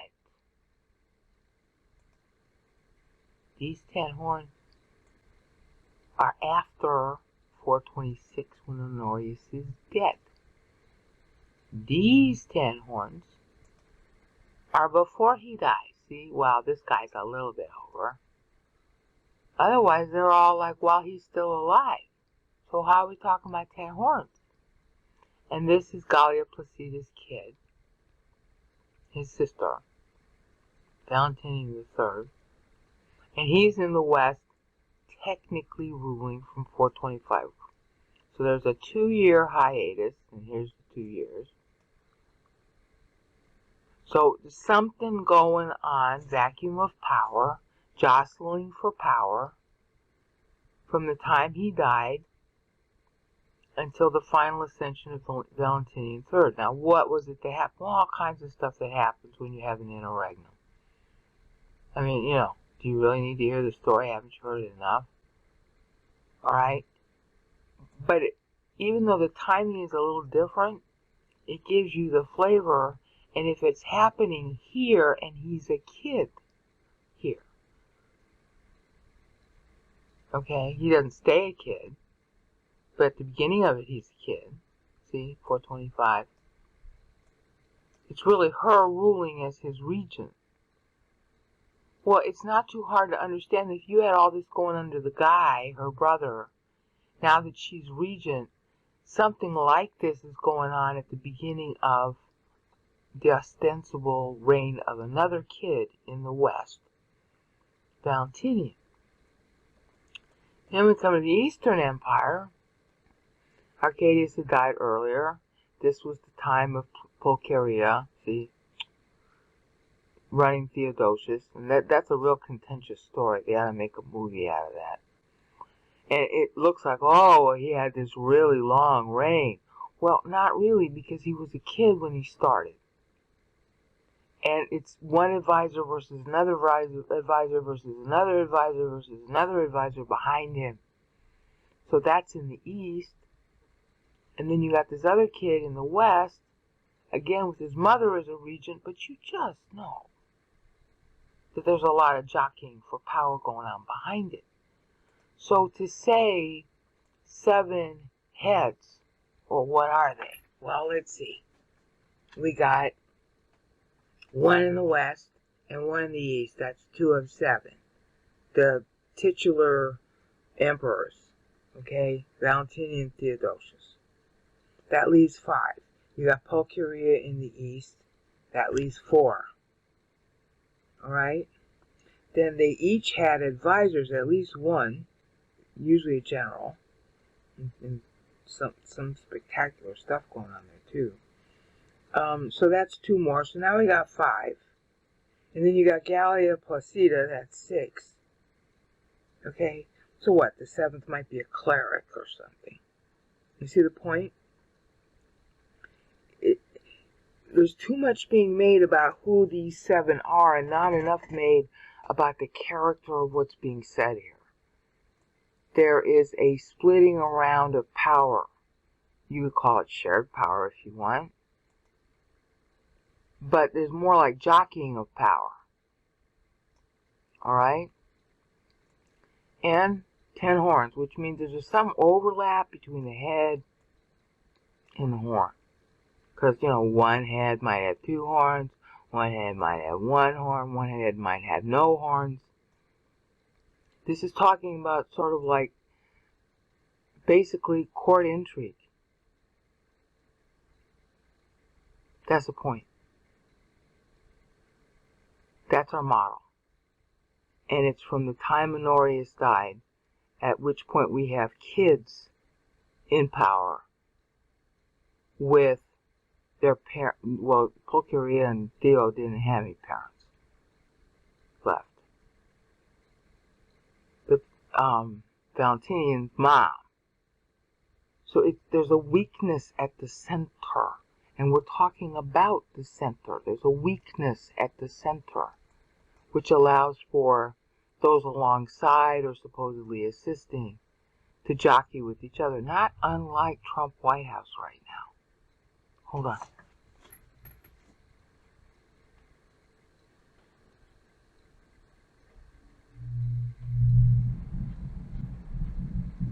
It got really hot in here.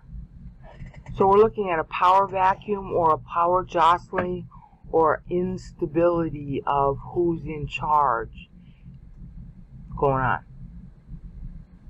Now I mention that because that's a frequent thing in history. Alright, no matter where you look in history, this is very common. And I have to ask, I know that it's like the big topic. Well, which of the 7 nations in the revived Roman Empire confess? Well, maybe that's not the point. Maybe the point is to show the instability due to weakness at the center. So you got lots of shifting alliances within each court, or within one court. Whoever Rome ends up being is going to have a lot of too many cooks in the soup, in the kitchen. You see the point? And that's why Daniel 7 makes a whole lot of sense, because you got this basically the same culture, or one civilization gives way to another civilization, gives way to another civilization, gives way to another civilization, and each one is sort of forming on the backs of the one that's just dying or morphing. And that book that I told you by Dr. Theodore about the myth of the decline and fall of Rome, okay, because of course, we're talking about wondering at the beast that was. See, here's was. I'm going to cover that in a minute. That he poses in his book, starting in chapter 1 of his book. He's like, why are we calling it decline and fall? What if it just morphed? Alright, isn't that the same kind of thing here? Yeah, there's obviously a decline in the sense that we got kids on the throne, but it's a jockeying for power, and the diffuseness or the balance of power is sort of shifting. So it doesn't really matter where it is, it matters what it is. Am I making any sense? Alright, because that is definitely what you see here, look. Alright? While Honorius is alive, we've got all these wannabe emperors, each with their own little territory fighting him. And he's losing a little bit of territory to each of them, and he ends up losing a lot. Okay? Meanwhile, alright, Gallia Placida finally returns from the sack of Rome and her husband who died. And Honorius sends her to this other rich guy, I forget, it might have been one of these guys. And she has Valentinian. And then he's the last kid standing, all the rest of them die out, and he ends up being crowned. Alright? In the East, it's a similar situation. Arcadius died, but there's a little more unity there, and that's due to Pulcheria. She decides to tell everybody she's married Theotokos. Alright, which basically means, I'm going to make myself a virgin, and you have to worship me. And she's just wacko. Anti-Semitic, behind the Council of Chalcedon, had a lot to do with it. I mean, she was probably really smart for her age. Theodosius apparently fell in love with the wife that she picked out for him, and then the wife and her are having at it all this time. So that shifting of power is more particular and concentrated versus what had to be going on up here. Because if you got all this backdrop while Honorius is alive, how much more were there other contestants once he died? Now maybe those contestants weren't worth much, or the guys doing the Rome thing here didn't want to include them, but there have always been a lot of wannabes. And maybe Gallia Placida, because she was related to the Goths and all that for a while, or the Goths or the Vandals. I think it was the Vandals, really. So they were maybe helping her. But you got some kind of jockeying for power going on, and if not that, then within the court. Alright? So why can't this, given that being the history and this being tagged to it, because again, with Greek, you do not have to put this text in this order. He could have put it up here, he could have moved this sentence all around and reversed the order of the sentence, and you still get the same content out of it, but not the same timing. So what if all this means is, well, you see, there's the shifting alliances all the time. That's certainly true in history. And this is the period he's using the market, which we know of the shifting alliances. And of course, if you were living then, you would know about it. It would be on everybody's lips, the gossip. People always talk about the rich and famous and the powerful and the governing. So everybody would have been talking about this. And if you were reading your Bible at this time, it's like, oh, okay, I know what hepta kepalas karata means. Kerata means. Okay, I get it. It's no biggie. But it ends up being an important model for the future tribulation so that you don't misinterpret it. Because what if there are physically 7 nations? Well, it's probably going to be 7 nations, so what, almost 200 now? Why are you busy looking for particular 7 nations when that's not even necessarily what's meant? You see what I'm getting at?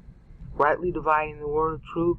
Truth is going to be real important in order for your life to be saved. Okay, so I'm trying to say to you, I don't think this means necessarily, it might, 7 particular nations. And 10, this could be 10 power sources. And they could all be within one court. Alright, you can call them, it's going to say it's 7 kings, but how about 7 wannabe kings? You see the point? So if I'm at court in Western or Eastern Empire, I'm Gallia Placida, I'm 1 head. I got my kid, that's 2 heads. And I'm going to have at least 1 advisor.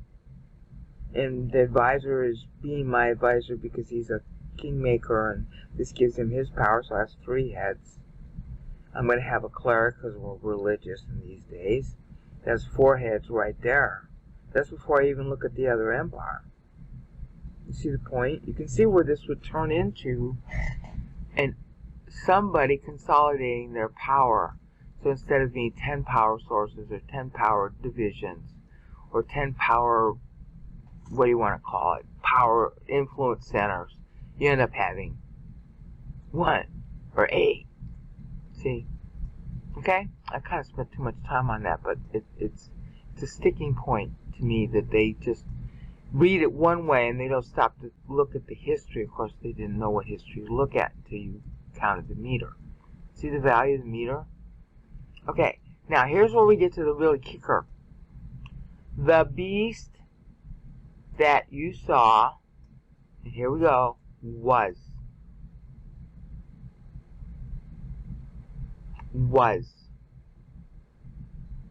This is really, the biting sarcasm here is so much, it's unbelievable.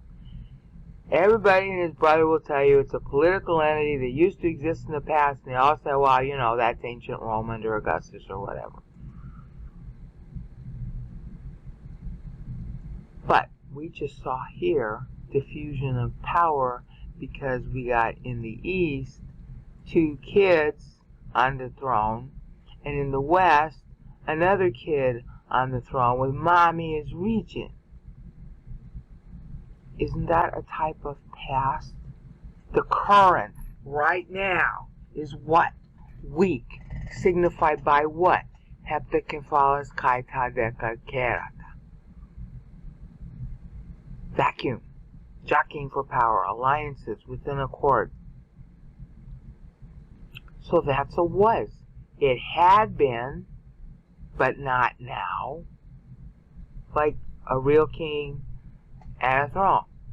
You know, we had Arcadius, who really wasn't much, but at least he had some authority that everybody respected. And we had Honorius. Well, they're both dead. So it was. So when we're talking about the beast that was, we're looking at backwards. We're going backwards. We're looking backwards to a better day, to a better time. Backwards, that's the key. Was. And if things aren't very good now, because you got 7 other heads that you're dealing with and 10 other horns, then was. You look backwards and you say, oh, if only it were like it was. Okay? That's real important. Because one of the biggest things that happens during this period to try to get things back to the way they were is the stinking Council of Chalcedon. And this is going to do more to cause war and trouble for the next 1,000 years than any single thing. Our gal Pulcheria started it with her Mary Theotokos stuff. And she wanted to get them to recognize her. So she was a big agent in this.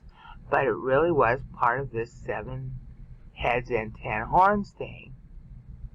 Okay? Where they're all trying to say, okay, if our brand of Christianity versus your brand of Christianity, which is of course how this historical trend started up here with the Constantine's kids, it ain't over yet. Council of Chalcedon is basically trying to say, okay, we're in Latin Rome. Actually, it wasn't even in Rome. It was in Turkey. New Turkey. Anatolia. And we're gonna say, we're gonna put up a list of all of our doctrinal beliefs that we call true. And if you don't adhere to them, you're a heretic. And that means we can confiscate your property, especially if you're a Jew. And Pulcheria wanted to make sure she was queen of it. Which, given what we just saw up here, with the 7 heads and the 10 horns, she probably was jockeying around a lot of different influences that were trying to, take things from her. So she thought, well, I'll go the religious route because I'm a woman and I'm not supposed to want power, so I'll just pretend to be a virgin for the rest of my life. Which she did. And that cemented it for her. But it also cemented, hi, this Chalcedonian thing is going to determine Byzantine history for the next 1,000 years. Well, actually, the whole history for the next 1,000 years. You're a Chalcedonian, you agree with all these things that we put in the Council of Chalcedon, or you're a heretic.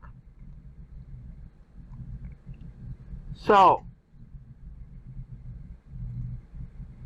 the beast which you saw is no longer. Past tense. So they're trying to get it back to the way it was. And what is that? Well, that's back here when the Constantinian kids were fighting with each other over the same thing, basically. What's the definition of God? Did the Holy Spirit proceed from Father or from Father and Son? And is he one nature or two natures or 16 natures or how many natures? And is he really only God? And is he really only human, or is he just God and just human and sort of mixed in somewhere because of the cross? That whole shtick was made part and parcel of governance. Unity of church and state, which Revelation 17 is making fun of, since Constantine and his kids. Because remember, they had back up here the Council of Nicaea. Right in here. And what did the Bible call that? I didn't even cover that. I skipped over it. Babylon the Great. Mother of harlots. Those were terms used for Constantine and his machinations and the churchy people who was trying to run him, and they were trying to run him, and he was trying to run them, and they were all just the same thing with the 7 horns and the 10 heads. 10 horns and 7 heads. That was all going on up here. So is that the way you want to go back to how it was, Council of Chalcedon, in 451 down at the top of verse 8? You want to go back to how it was in black?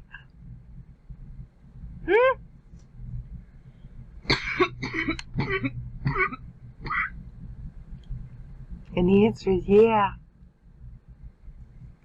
They want to go back to how it was because, see, we're at 451 and we don't really remember what it was like 100 years prior. Whenever it was 100 years prior, we romanticized it.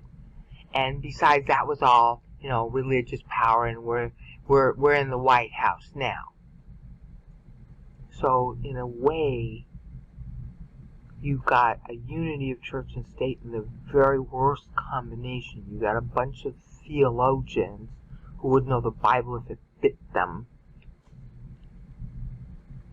faced off with some kind of political splitting.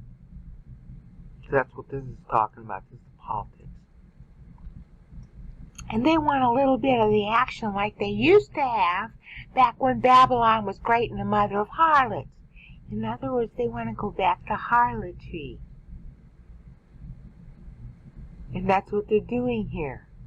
So we can say we're the top Christians and you're the heretics, and then we can take everything you have, especially if you're a Jew. We want to go back to the way it was when it was purely under Constantine. Yeah, forgetting or not remembering or never knowing. That's Babylon the Great, the mother of harlots and of all the abominations of the earth. That's the epitaph of that period of Constantine, which his kids continued, which ends up forming this anaphoric center from verse 6 to 8. See that? Now,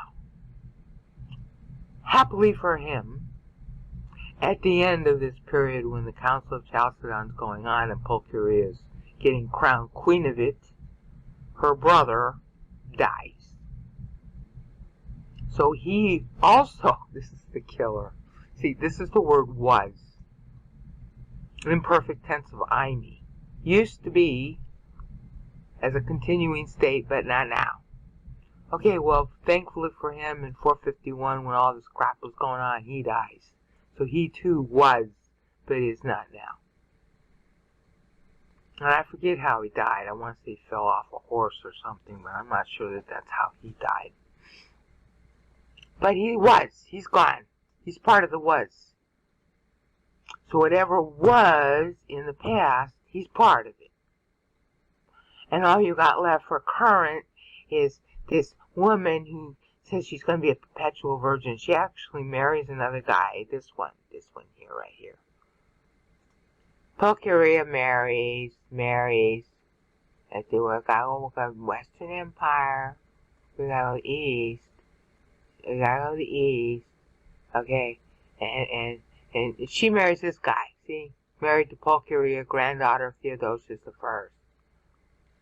And they never have sex.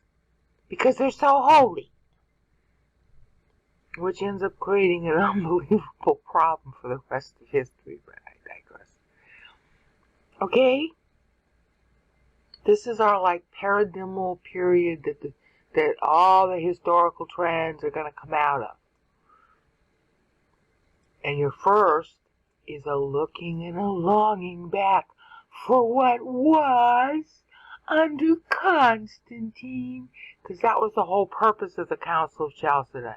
To get back to religious purity.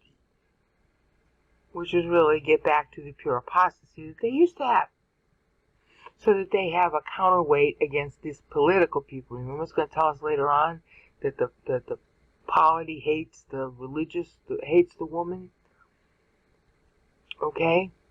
So it's this tension between the religion and the political leaders. Alright? Thankfully for dear Theo, he's out. He was. He ain't there now. So he's a was. He's part of the past. That they claim they want to go back to, but really what they want is political power and say that they're pure. Okay? Now, this is a killer. And is not. Okay. This was 451. I had to break the clause because it's a dramatic separation that the angel's making. It was so cute, I just had to do that. We want to go back to the past, to our pure past, and be pure Christians. Meanwhile, the only guy who actually escapes is Theo the second.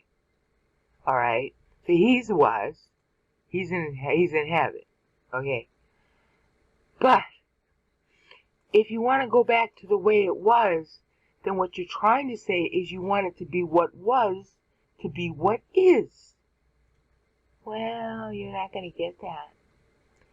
And is not. Now remember, Theo II died. Right here. So here we have another Kai. So who's the new ruler at that point? In 451. Well, let's look. 451? Well, maybe tail end of 450. Depends on the fiscal. Okay? Marcion, who is going to be celibate. Well, he's married to, I don't know, she's got to be in her 40s at this point. Pulcheria, who's declared herself to be Mary Theotokos, Mother of God. I'm so glad I wasn't around. She would have been a female Trump if ever there was. Okay? So he's the new Kai. Okay, but wait a minute. Kai, not Kaiser. Ha ha. Making fun of him. But Kaiser, not. Factual not. Is. Okay, now let's have a look.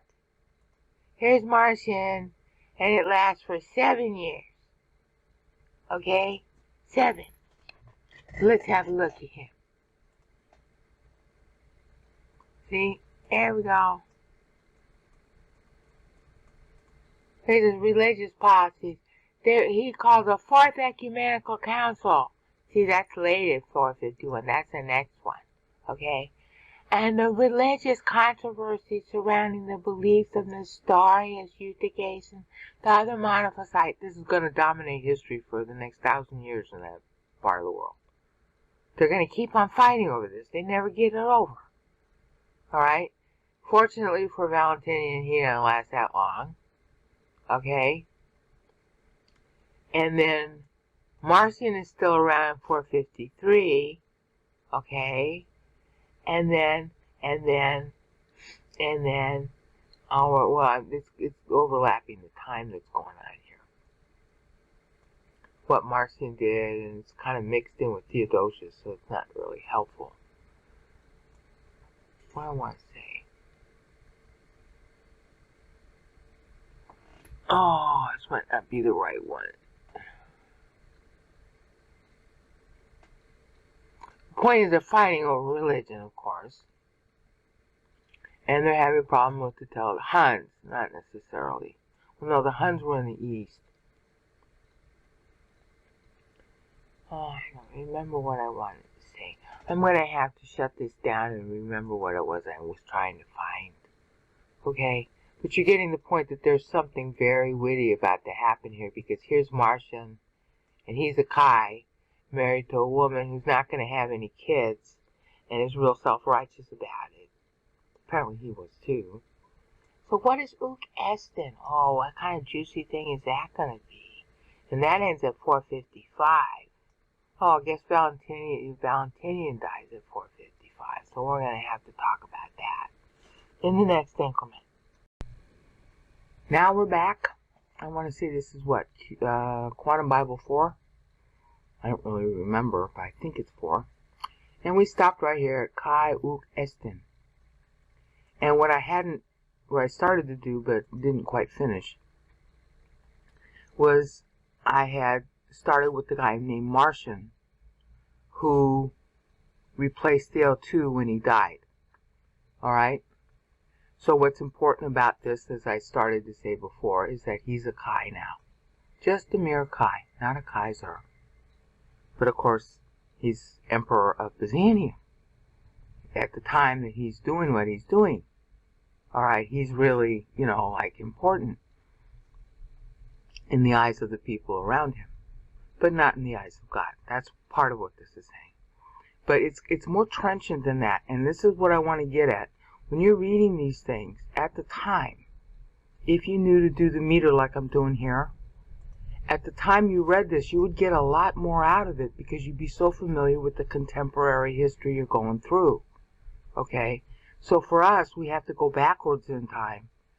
And the thing that's phenomenal about doing that is that God has managed to preserve knowledge of the stuff going on at the time, so that when you read it now, many years hence, you know what he meant then. It's really, I keep, when I'm doing this, I'm like, wow, I'm finding this, I'm finding this, I'm finding this. And sometimes it's really obscure, the information, but yet is quite trenchant. And you'd need it for interpretation, and we still need it for interpretation today. And God not only preserved Scripture, but he preserved the means of interpreting it in light of the history in the past. So what does this signify about the history that was going on then, that a reader, if he knew the meter, would know then, but yet we can still know now?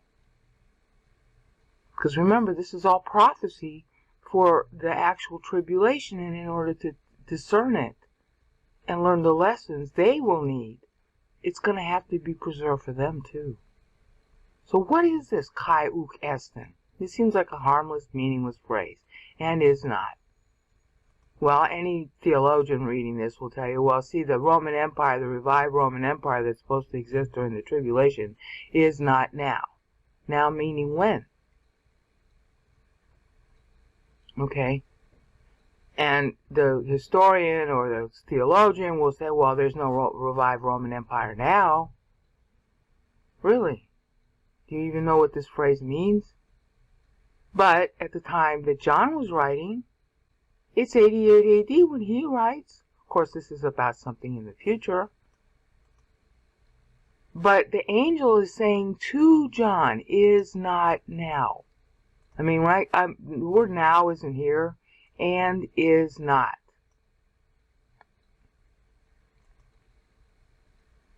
Okay? So the question is with reference to what point in time? Not with reference to what point in time. Because the Roman Empire was very much alive at the time he's talking to John. It's 88 AD. Domitian is on the throne. In Western Rome. Which at that time was the only Rome. So what is this? Okay? Think about that. I've got to take off my sweater. It's getting warm again.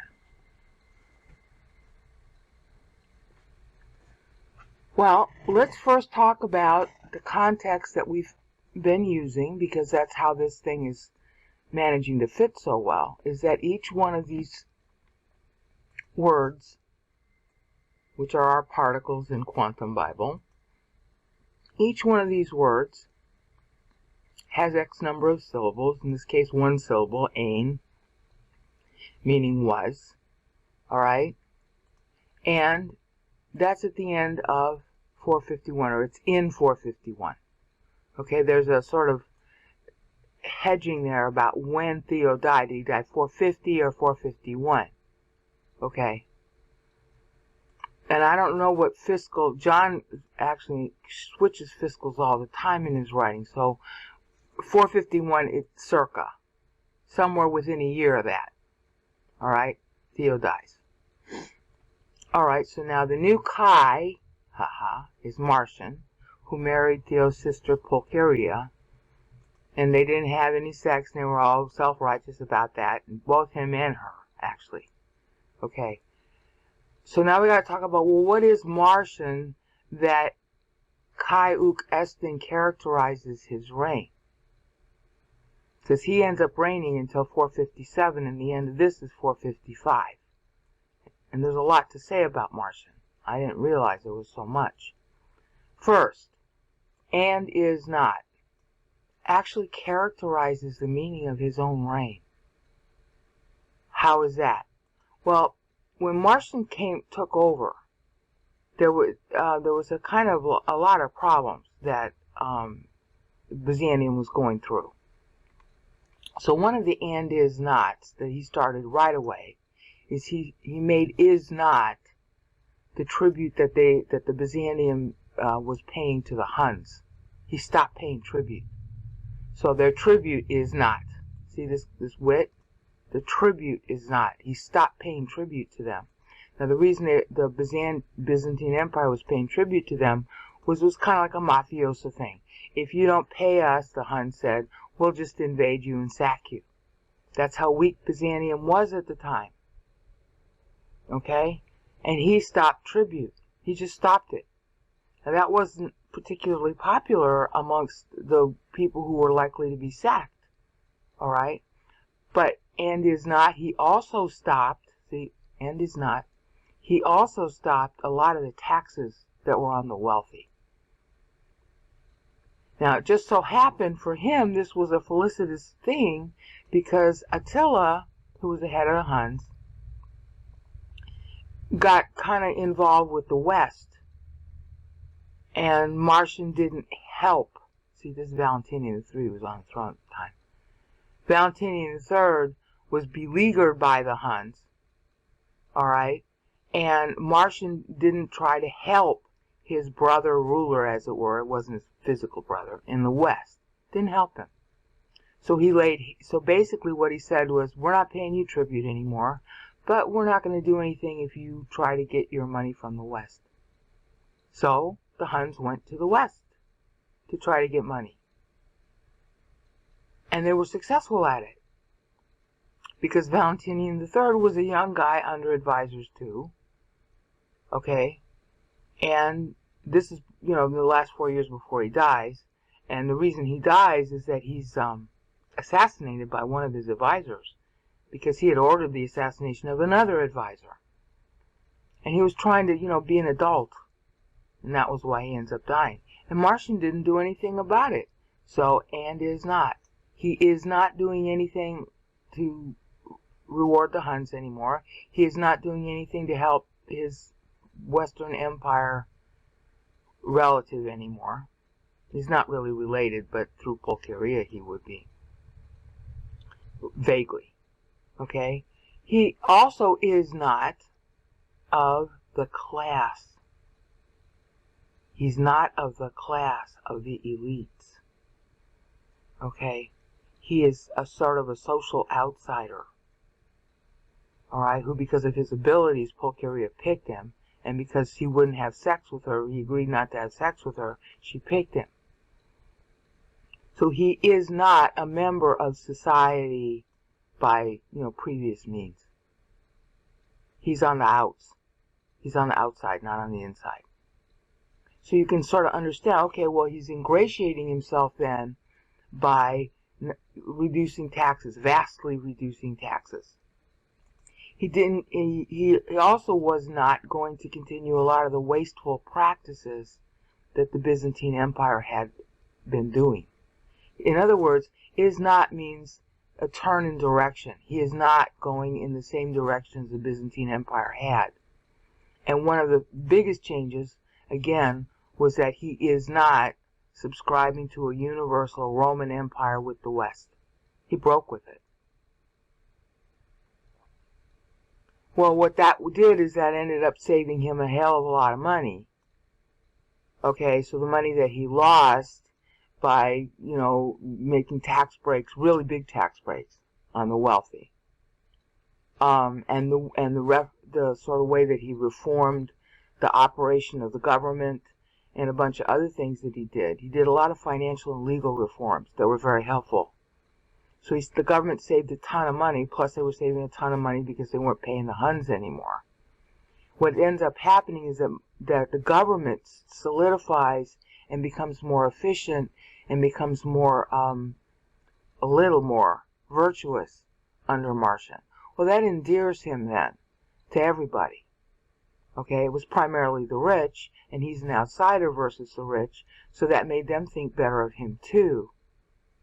Alright, but what you have going on here is a real break from prior Byzantine government practices, taxation practices, what do you want to call it, bribing practices. Because one of the things he also tried to end, he didn't succeed in it completely, but to some extent, was that then as now, I don't know how aware you are of this, but government offices were purchased. That was always true in the Roman Empire. Okay, you were supposed to be appointed based on your merit, and Augustus tried to do some of that. But basically what had happened most of the time for many offices is that you purchased it. You paid money to the government, and then you got an office, and that would give you the right to rape whatever people were under your office for whatever government job you had, so long as that you kept the peace. That's always been true, and it's still true today. I mean, it's really marked and obvious under Trump. That's how Russia operates. That's how a lot of the world operates. And they're more surreptitious about it today. But that's pretty much how government operates, is that you get your position in a government post based on, some kind of quid pro quo. And then you're free to make money on it or do whatever benefits you on it out of the post that you have afterwards. Now, how does that work? Well, in the U.S., what it does is it means you establish connections with various corporations and whatever, and then you make sure that the laws that you make benefit them. That was going on under the Democrats, too. It goes on under either party. It's just the Democrats are smoother about it, so you don't know as much. Government has been that way. I'm not saying it's good, it's bad. But Marcian actually tried, and of course since he's claiming a sort of holiness with his wife, he actually tried to reform and had some success at reforming government. So now it's not strictly you buy your government office. Now you actually have to do something good for the people that you're supposed to serve. And it wasn't a lot, but it was some. Okay? The other ook estin about him was that, especially after his wife died, he backed off of, our form of religion is the only form of religion, and if you have another form of religion, you're a heretic and we confiscate your property, la la la. He backed off a lot of that. Okay, so he is not the raving lunatic that his wife was, but, mostly after she died. I mean, she modified a little bit as she got older, but she was a raving lunatic about, her version of Christianity, and you had to adhere to it. That's what this thing was all about, Council of Chalcedon. Alright? So he backs off that. The other thing that is not, basically, the most important thing, is that he is not, what do you want to call it? He's viewing the Byzantine Empire as a secular thing. In other words, there's something that you're supposed to take good care of. All right, you take good care of it because it's a government for a people. Old-fashioned notion, right? But that's a sort of virtue that was pretty largely absent and is still absent today in Russia. That was absent in the Byzantine Empire. They were appointed by God and they could do whatever they wanted. They were absolute rulers. Marcion didn't really approach the position of being an emperor that way. Now what that does then is that introduces the idea, which we consider as modern today, that government is an entity that is there to exist to serve the people, not something that you do because, oh, you're number one top dog and you can do whatever you want. The old school of you're top dog and you can do whatever you want is something Marcion was dispensing with, and what Donald Trump is attempting to revive. Everything about Trump is I'm on top and you have to do whatever I want. That's the way Byzantine government was run, pretty much. So everybody was trying to curry favor with the top dogs so that they could get what they wanted, and then they could lord it over. Which is totally anti-Christian, of course. Alright? So, is not means a significant departure from the past. It doesn't just mean that, oh, this future beast that was does not exist now. Well, yeah, it doesn't exist now, especially trenchant meaning, because Marcion was changing it.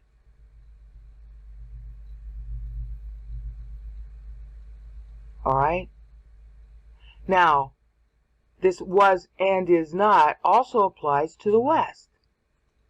And is not also applies to Valentinian III. Valentinian III was a young kid. He was under Gallia Placida, his mother, and he was under his advisors, and they were always fighting with each other. And he, chafed under it. He wanted to be his own man. And during this time, he tries to be his own man. So, and is not means he is not going to give in to his mother, his advisors, la-di-la. So this marks the 4-year struggle, and kai uk estin, 4-year struggle of him trying to be his own guy. I am not. I will not. I do not. That's what he was trying to do. I do not want to be like what you say. I do not want to be under your control. I want to be my own person. And that really characterizes his life during these 4 years. Now that characterization, and you have to understand how emperorship worked, it was distant from the people. It was turned into this sort of mystical, high-value, quasi-god-like status, which, had long been one of the myths about the Roman Empire that everybody subscribed to and laughed at. Okay, so to see your own emperor, to the extent very few people knew about this, but they were influential, to see your own emperor fighting against his own advisors will give you, the non-emperor courtier, or the non-emperor, somebody related close enough to the court that you know this stuff, will give you the same urge, because if some rich person is doing it, you want to do it too. So there is a in the higher circles who knew about this, they would talk to their wives, to their kids, and their servants would hear it, and then the servants would talk, and it would trickle down through the empire. And it's like, wow, maybe it's okay to rebel against these elites at the top. So in the East, you got Marcion doing it as an institutional thing in the name of virtue and economy, and he was really good at it. But in the West, you also got Valentinian doing it, and he's the emperor. And while you're hoi polloi in the streets buying their whatever they got, wouldn't necessarily know about it. There'd be going on. So it would be gossip, but it was an idea. So the idea of rebelling against the elites. Now, during the same time, and is not. The Western Empire is not free from the Vandals, the Huns, the Ostrogoths. This is when Attila is busy attacking the West.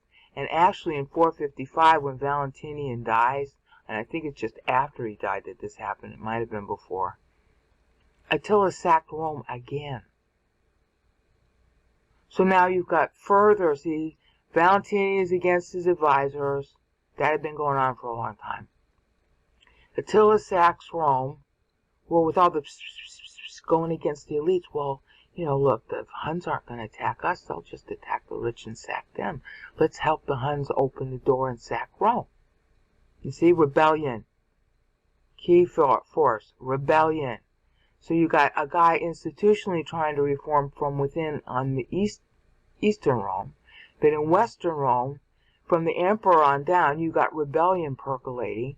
And so, of course, it would be easy for Attila and his Huns to sack Rome. But see, whenever you see something like one group comes in and attacks and wins over another group, don't ever assume that it's just the strength of the group attacking. There's always somebody within who's helping. And that's going on here. So Kai Ukesten, and there is not. There's not coalescence, there's not agreement, there is not harmony, okay, amongst the rulers, amongst the elites. And there's not harmony in the people, therefore, either. And therefore there is, see, what is not is peace, so what is rebellion. So see how trenchant? It's just 4 words, Kai Ukesten. And okay, the Kai, well, see, he's Kai now. Marcian is newly Kai. But Valentinian was already Kaiser. Not. Yeah, by the end of word 4, Valentinian is not. He was a Kaiser at the beginning, but he's not at the end, because he dies at the end of this. You see how clever this is? Now, doesn't that give you a whole lot more meaning about the future because of how it's associated with the past? Okay? Because what this is painting, and it's going to get into more detail about this later, is that the beast was, is not, and is about to go into destruction, which I'll cover in the next increment. But that's also the future of the beast. The beast wasn't, oh yeah, he's on stage for a little while, and then he's not. And he's going to come back and then go down to destruction again. In other words, this massive empire of the past is not and already went to destruction. But the people are going to want to resurrect it, and it'll have the same result. Soon, one day, it's going to be a was, and is not, and went or will go into destruction. Mankind never learns the lessons from the past, which is why it's so important to know that this is a timeline tagging the past. So that if you're reading this just for the doctrine of it, it's like, okay, there's going to be all this huff and puff like we got in the U.S. now about what we're doing today and how great we are and yada, yada, yada, yada, and everybody in the news and all the pundits and all the politicians are all blah, blah, blah, blah, blah, blah, blah, blah, blah. They're so important. But it's not going to last. It too was, like yesterday, okay, and is not by the end of today, and will go into destruction by the end of today. So, obviously, the point is, why do you waste your time on those things? Don't worry about the beast to come. See, this is the thing that the trap for people who drool over prophecy. Oh, who's the beast? Who's the beast? Is it this 7-nation confederacy in Europe? And who are the 10 horns? And blue, blue, blue, blue, blue. Honey, the biggest point to know about the 7 heads and the 10 horns is that they ain't going to last. Whatever they are, they're going to be. You'll be here or not. Likely not. And they're going to be a new beast. And it's going to have a time when it becomes a was.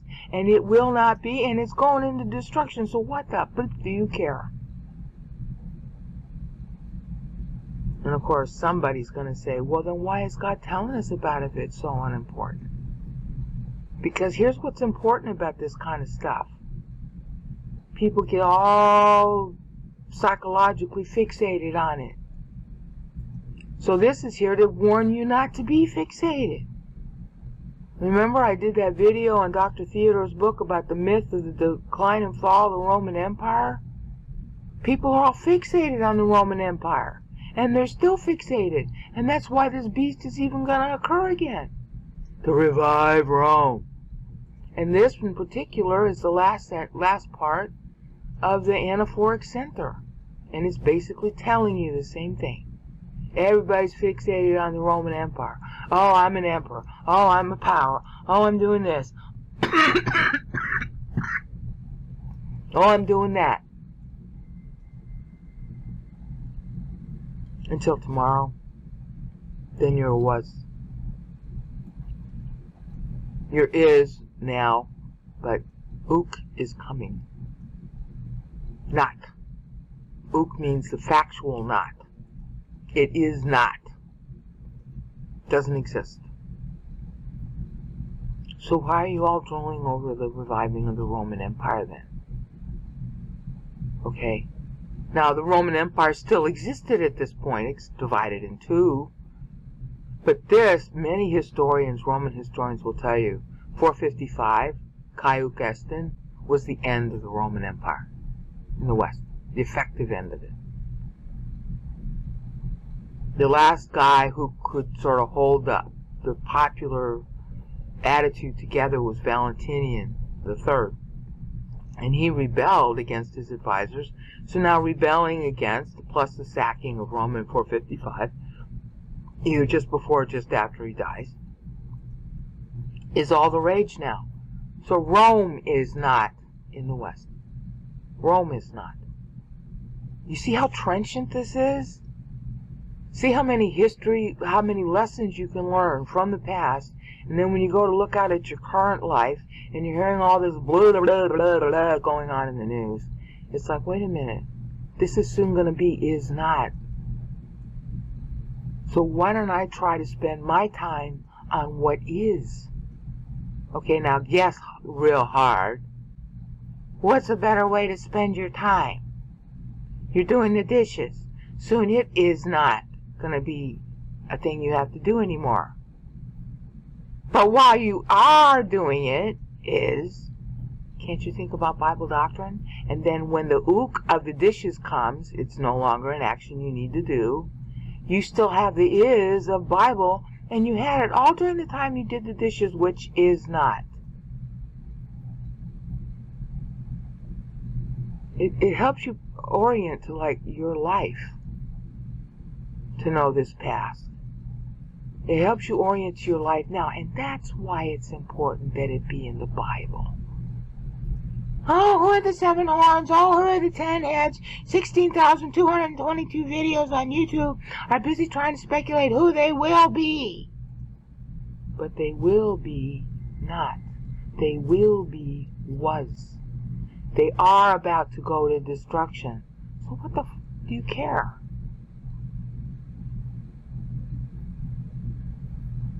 And then, well, what is? Well, God is. How about learning Him? That's an interesting idea, because isn't most of your life boring anyway? How can God be boring? And is He boring when He's sitting here spending time with such wit? Look at the trouble He went to. He preserved these 4 words. And then He preserved the information about Marcion and Valentinian III and Pulcheria and all this stuff, so that I could say what those 4 words mean. And you didn't need me to be able to say them, but I wouldn't be able to say them if He didn't preserve this information. And He preserved this information, though billions upon and billions of people never learn it. Now, what does that tell you about God? Remember I said, well, okay, forget about the 7 heads and 10 horns. How about what is? Well, how about learning God? Well, what does that tell you about it?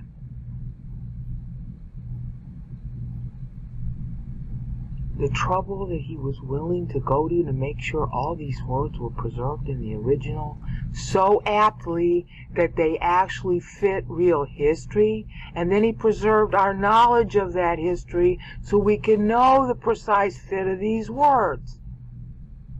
What does it tell you about him? And not to put too fine a point on it, but Kai instead of Kaiser, that's pretty biting. Those are God's words. That's God's opinion, isn't it? So now you're learning about him. And what are you learning? Oh, a Kaiser is just a Kai.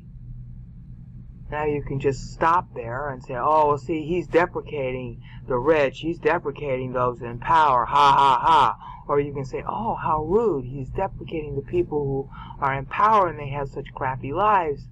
You know, because nobody has a worse life than a ruler. And then that makes you want to think negatively of God. But then now look at yourself. If you're a ruler, and this is in James, you just threw that at my mind. Where was that in James? James 3. Oh, rulers. Maybe it's not James 3. It might be in James 2. Oh, rulers, or James 1, actually. Oh, rulers, glorify in your humiliation. Oh, poor, glorify in your wealth. In other words, you're not a Kaiser, maybe. If you are, glorify in the fact that that's not what makes you important to God. Glorifying the fact that if you're not a Kaiser and you're just a nobody in society, that it doesn't matter to God that you're a nobody.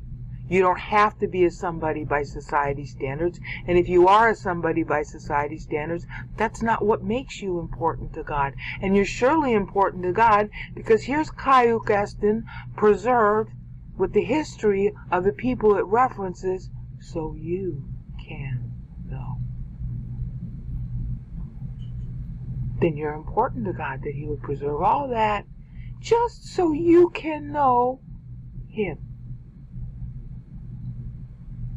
Think about it. So now we're in Quantum Bible 5.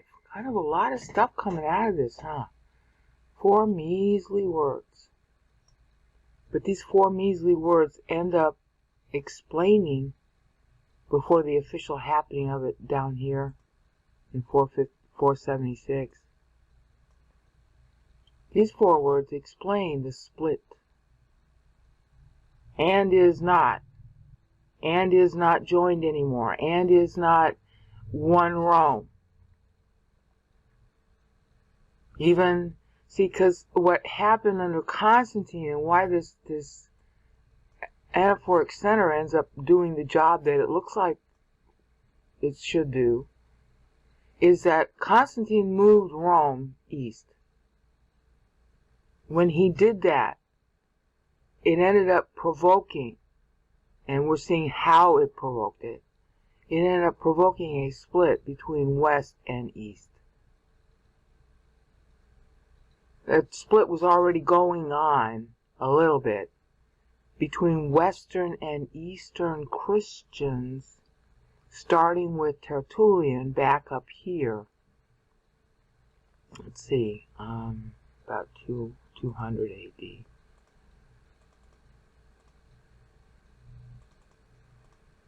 About 112. Okay, so starting, let's say, around here, around Severance, around the time of the Severance, there was a shift between West and East Christianity that started.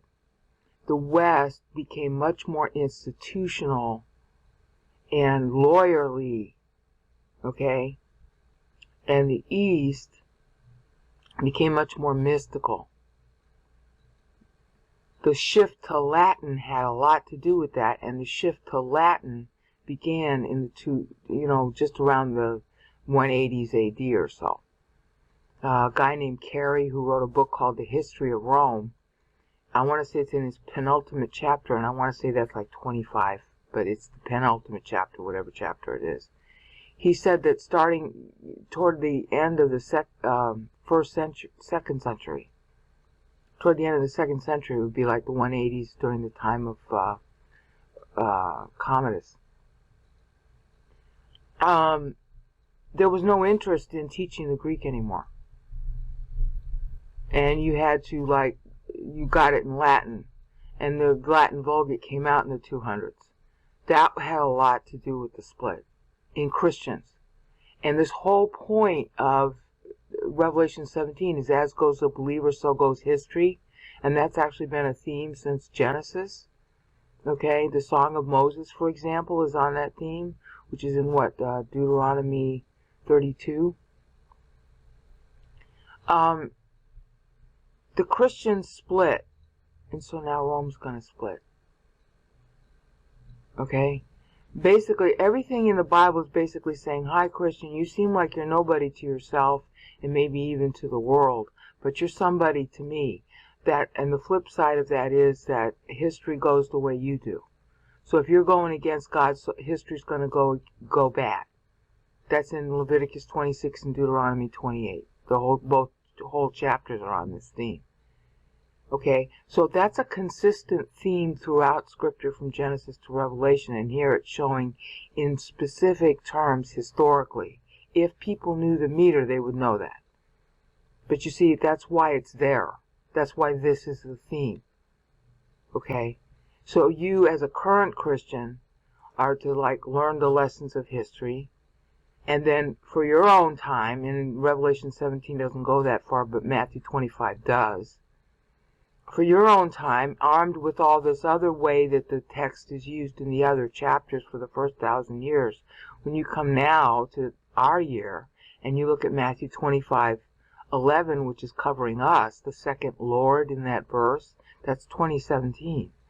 With all this behind it, because it's, written in the past to tie into Matthew 24, then you know how to read your time.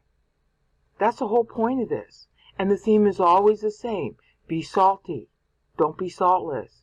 Well, how can you know what salty and saltless even mean if you don't have a history to back up the words so you know what the Bible is trying to warn you about? Because Christians are all big politicking today. It's the worst thing they can do. We're coming into a really, really bad period of history. I've already done the videos on that because of the Christians politicking, and that's precisely what Matthew 25 verses 11 and 12 tell us. And verse 12 starts in 2023, future of us. And what I've been doing is showing why that's true by going back to all the chapters that tie to Matthew 24 and the history that they tell. And the history that they tell is about Constantine Christianizing. And the Christianizing of Constantine led to what? Being drunk with the blood of the saints. Not the pagans doing it. Being drunk with the mature testimonies about Jesus, because they got persecuted for that.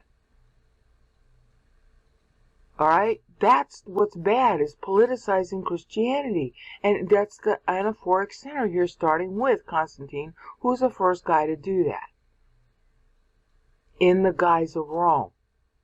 And so reviving Rome, which is Satan's tactic, is to revive it as a Christianizing nation that politicizes its Christianity. And that's exactly what's going on right now in Russia. That they're grooming Putin to be the next emperor. That's what the Russian clerics want. Because to them that revives their myth of the last emperor, which came out of Constantine's Rome. And the Seven Mountains Christian, calling themselves Seven Mountains, could it be more obvious that it's Revelation 17? Calling themselves Seven Mountains, they think the same way of Trump. And sooner or later, they're both going to do that, and if they succeed at it, then it's going to be USSA, and then the Christians in the U.S. and the Christians in Russia are going to fight each other, just like Constantine's kids fought each other. That's where history's going, honey. Right now. That's why I'm spending so much time on this. And I had no idea until Anno Ninominon brought Matthew 24 and said, you know what, this is a timeline. And I didn't believe him. Well, I'm wrong, he's right. And he didn't know enough to, at that point, because he was new to all this, to know why he was right. But I'm trying to explain why he was right. Due diligence, call it that. So here's our anaphoric center, starting with Constantine's sons. And at this point, we're at here with Marcion having created the and is not. Because on a religious level, remember I said that it was, with the split with the Latin thing started about here. Split between Latin and Greek in Bible. Therefore split between Latin Christians and Greek Christians. And therefore split in the way they think of God and they worship and all the rest of it. With the Latins going more into like legality, legalism. And the Greeks going more into mysticism. Okay, and that's pretty much, it was already going in that direction. But this break with how you read your Bible, what language it's in, ended up really causing a bigger split. And so they were still reading Greek in Constantine's day. But Latin was more important. When Constantine therefore moves to the east, it goes back to Greek, where most of the Greek manuscripts were. And so that severs the ties between them functionally even more. All right? And finally, with Marcion, you have a split with the religion owing to Council of Chalcedon. Now, Council of Chalcedon is regarded as a Latin Christian thing, but it had two facets to it, not just one. Yeah, it had the Latin Christian doctrine versus Monophysitism, which was very popular in the Middle East and in Byzantium. It is a split against that. So you think, oh, see, it's going toward Latin, but it wasn't. Okay, the other thing about Council of Chalcedon that Evil Pulcheria, of course, was the star of. The whole Mary Theotokos movement is essentially Byzantine more than it is Latin. But the biggest thing about Council of Chalcedon is that it asserted the Eastern clerics' right to determine doctrine themselves, and it's essentially snubbing the Pope of Latin West of Rome, Western Rome. It's essentially snubbing the Pope from that point forward. Okay? So it's a split in who gets to speak for God. And then you have all these other splits, with Marcion not helping the West politically when the Huns invade, and not paying off the Huns, which basically ensures that they'll invade the West. And then he makes nice with the rich. And so now you got this, and is not together anymore on religion, on politics, on money, on anything. This is the real split of Rome. Officially, Rome split geographically with Honorius and, with Honorius when he was born, and Arcadius. That was a legal split, but these two are brothers under Theodosius I. Okay? They're brothers, but they were dilettantes. Alright, so now they're each of the two geographically separated groups have their own advisors, and they tend to want to keep their own way. Alright? Religious-wise, there had already been a big separation, even by 414, simply because Constantine moved to Rome. Alright? So this exacerbated the split. But Arcadius and Honorius didn't war with each other. Their advisors were fighting with each other. A big rivalry between the advisors of Arcadius and the advisors of Honorius. Okay? Because, see, this is one of the problems. The sack of Rome occurred here, or 410. And Arcadius didn't help much with that. He didn't help his brother much with that. Wrung his hands a lot. Some of the royal family moved over to the east a little bit. you know, but that was about it. Okay, he didn't do much. All right, well, the break, the real, like, underneath the geography break is here at Council of Chalcedon, where the Eastern clerics are saying, you don't have any authority over us, Pope. And the Pope was so weak at that point, he just let it go. Marcion orchestrated that, along with Pulcheria. And she dies just 2 years later after this. This is 451. She dies in 453. But he was a big actor in that. So, and is not any more connection, except, like, you know, lip service, between East and West. And Valentinian is assassinated by one of his advisors, but there's a lot to argue that the Eastern advisors had a hand in that. Because they didn't want, see, the big threat to them in the East was that some guy in the West, Valentinian in particular, was going to finally rise up and be somebody. They didn't want that. Because then that would just, all their stuff that they said in Chalcedon and all the stuff that Marcion is doing, that would be really bad in their eyes. Because then it would look like, well, God is not on the side of the Byzantines. So they didn't cry too much or do anything when Valentinian III was murdered. And they might have even had a hand in it. Okay? They certainly didn't do anything. Okay? So historians will tell you, Roman historians, today's, you know, that that's the effective end of the West, not in 476, but right here. So, and is not, that perceptiveness, that precision, that biting, trenchant, incisive statement about history, all in these 4 syllables. Okay? Now, what you should be getting out of this by now, besides the personal point that I left with on the last increment about, gee, God must really love you that he'd go to all this trouble and then cause you to know. The other point about it is that God cares about being accurate. I mean, it's really hard for people when they look at Bible, especially in translation, and it sounds all muddled and syrupy or weird.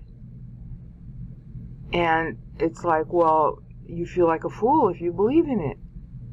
Well, do you need to feel like a fool now? Isn't this heartening to know that God will take this much precision, not only to preserve everything so that you can know that's the personal relationship, intimacy, you don't need to feel intimidated by God kind of thing, but also with history particularly. He's paying the same attention to telling you the history rightly as he's paying attention to you personally. So it's not a compromise that he cares for you. Because it's going to be real easy to say, oh, well, God cares for me, and then you're either going to be tempted to want to, you know, do something you shouldn't do, or you're going to be tempted to think, well, you know, maybe God's not being objective. There's no sacrifice of punctiliar objectivity here. In other words, it is not a compromise to righteousness or justice that God loves you.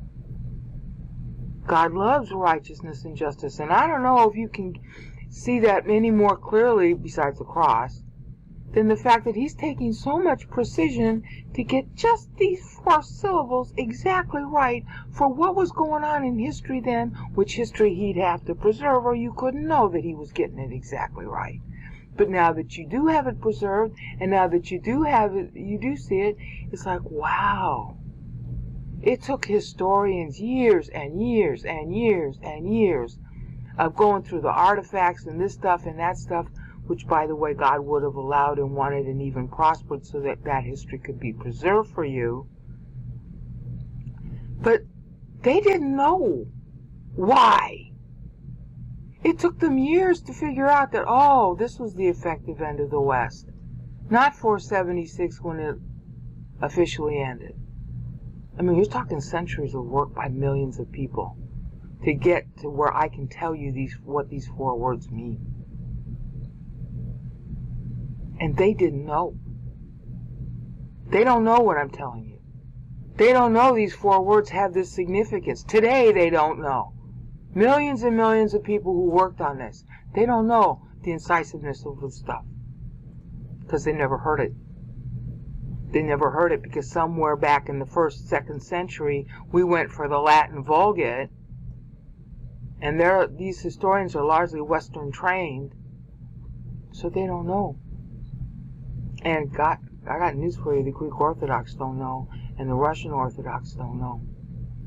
And the Jews who should know, since they're the people to whom God gave this meter in the first place, they don't know. I've already done the videos on that. Since the Reformation, at least we can prove it that far back. The West has known that the Hebrew and Greek in the Bible were metered. But every time they've gone to translate it for it is 600 years or more. Because they're still talking about it today. For 600 years or more, every time they go to translate it, they don't bother to translate it with the same number of syllables? Kai uk esten. And is not is the quickest English translation, but that's 3 syllables. Okay? Therefore, that's 2 syllables. Is not. Therefore is not. That's 4 syllables. Well, kayaks is a therefore. And it is a conclusion. It was. And therefore, because it was, meaning that's past tense, past imperfect. Therefore is not now. Or, and is not now. Which is my preferred translation. Because it's making a play on the break in history between West and East that takes place here. Because that's what it's stressing. The break in history between the 2 Romes. You got 2 Romes. And, that officially started under Theodosius in 395 when he died. But officially he pronounced it in 393. But for all practical purposes, they were still dealing with each other on lesser and lesser ways. But here, when Valentinian dies, it's over. And is not. Which took scholars a long time to figure out. And a lot of work to preserve the history so they could figure it out. And now you know. Okay? So obviously the split. You got Christian going against Christian up here. You got everybody standing in wonder at it. Okay, wonder and approving because they hate Christians, or wonder and shock and disapproving because they can't believe the Christians will go against Christians. And then you got the beast with the, if you got Christian going against Christian, that's like Civil War sort of. So now, of course, you're going to have jockeying for power amongst here listed as 7 heads and 10 horns. Which 7 and which 10, who cares? The point is that they're all arguing with each other. Okay, shifting of power, dissension, civil war, you name it. All those kinds of jockeying around. And as a result, the beast that was united is not. Now these are supposed to be trends of history as well as what's going to officially happen during the official tribulation. Now, fortunately, a lot of scholars know that Revelation 17 is supposed to be trends of history too. That's a big teaching in the preterists. And those who are dispes, they teach it that way too, but not as commonly. They're more focused on this is how it's going to be in the future, and so they obsess over who are the 7 heads and the 10 horns. Forget that. Get the message in the middle. Alright? So, this is a trend of history. Go brother against brother. And then a whole bunch of people marveling at it, liking it, not liking it. And then, because it's brother against brother, you have all this jockeying for power politically. which results in whatever unity there was no longer. See, it's a sequence of history. And this particular history is used so that you get a better sense of what happened. So you get a better sense of what these words are talking about. It's paradigmal. Alright? And then, of course, since you're going brother against brother and everybody's taking sides, wondering negatively or positively at all the bloodshed, and now we've got all this jockeying for position, that which was a unity, some kind of semblance of virtue, is not, because now there's a split. Then what is going to go into destruction. And that's exactly where I said I'd pick up in the next increment. But I've taken so much of this increment to do it, I think I'll reserve it and stop now and pick up with Antiphanes, who's a puppet put there by the Byzantine emperor who replaces Marcian when he dies. That's what this is about. So I'll pick that up in the next increment. Now we're at episode 6 of Quantum Bible. And this is so tremendous of a phrase that I don't know if I'm going to be able to cover all the things I need to say about it properly, but I'm going to try. Greek means and. Of course, now our boy Antiphanes is the new Kai. It's April 12th that he's crowned. So if John is using in his Jewish sacred year accounting, this would be the next year. Okay? And about to go down into the abyss. Now the abyss is a whole doctrine in itself. You see it earlier in Revelation when it's talking about it in Revelation 9. There's a lot of debate about exactly what it means. But considering what Revelation 9 says, a lot of that debate doesn't need to really be there. Literal demons. 200 million of them. Demons, not humans. So it's not a human army, it's a demon army. Come up out of the abyss. Now the abyss, the problem is, where is this abyss? Underneath the Tigris and Euphrates, apparently. Okay? And a lot of the debate theologians have had about it is, well, are those the Genesis 6 demons who change their bodies are made of light so they can change themselves into matter. Who turned themselves, as it were, into human form and copulated with the humans, such that there were only 6 pure humans left. Okay, 8, actually. Is that where the abyss is? And were they jailed there because of that? Because we know angels were jailed there. That's in Peter. But it's not clear whether abyss is the same place. Okay, well, it's a prison of some kind. Somewhere deep underneath the earth. Okay, that's the most important thing to know about it. And I say deep underneath the earth because abusas is also used for depths of water. Okay, so somewhere way underneath the earth. And, how could angels be chained there? I don't know. But we do know that a black hole chains light. I mean, we could spend years just speculating on what that means. But I need to stick to current history, current as it is in the time of this verse. The point is that it's, by using the term abyss, which goes all the way back to Old Testament, but it's a Greek word for it. By using the word abyss, the idea is a prison for the most bad. Okay? And of course, this term will come up again, at the Second Advent and at the end of history when the millennium completes, the books are open, and the devil and his angels, are cast again into prison, but this time it's an abyss that becomes a nuclear fission or fusion for a new universe. But see, that all of what I just said would take like a whole year to explain where you find it in the Bible, how do you know that that's reasonably true in the Bible, blah, blah, blah, blah, blah, blah, blah. So ask God for the verses and the concepts if you feel like you need to cover this. The basic idea here is that it is a metaphor of prison. It is also quite literal because Revelation says it's going to actually happen to the actual beast that's there during the tribulation at the end.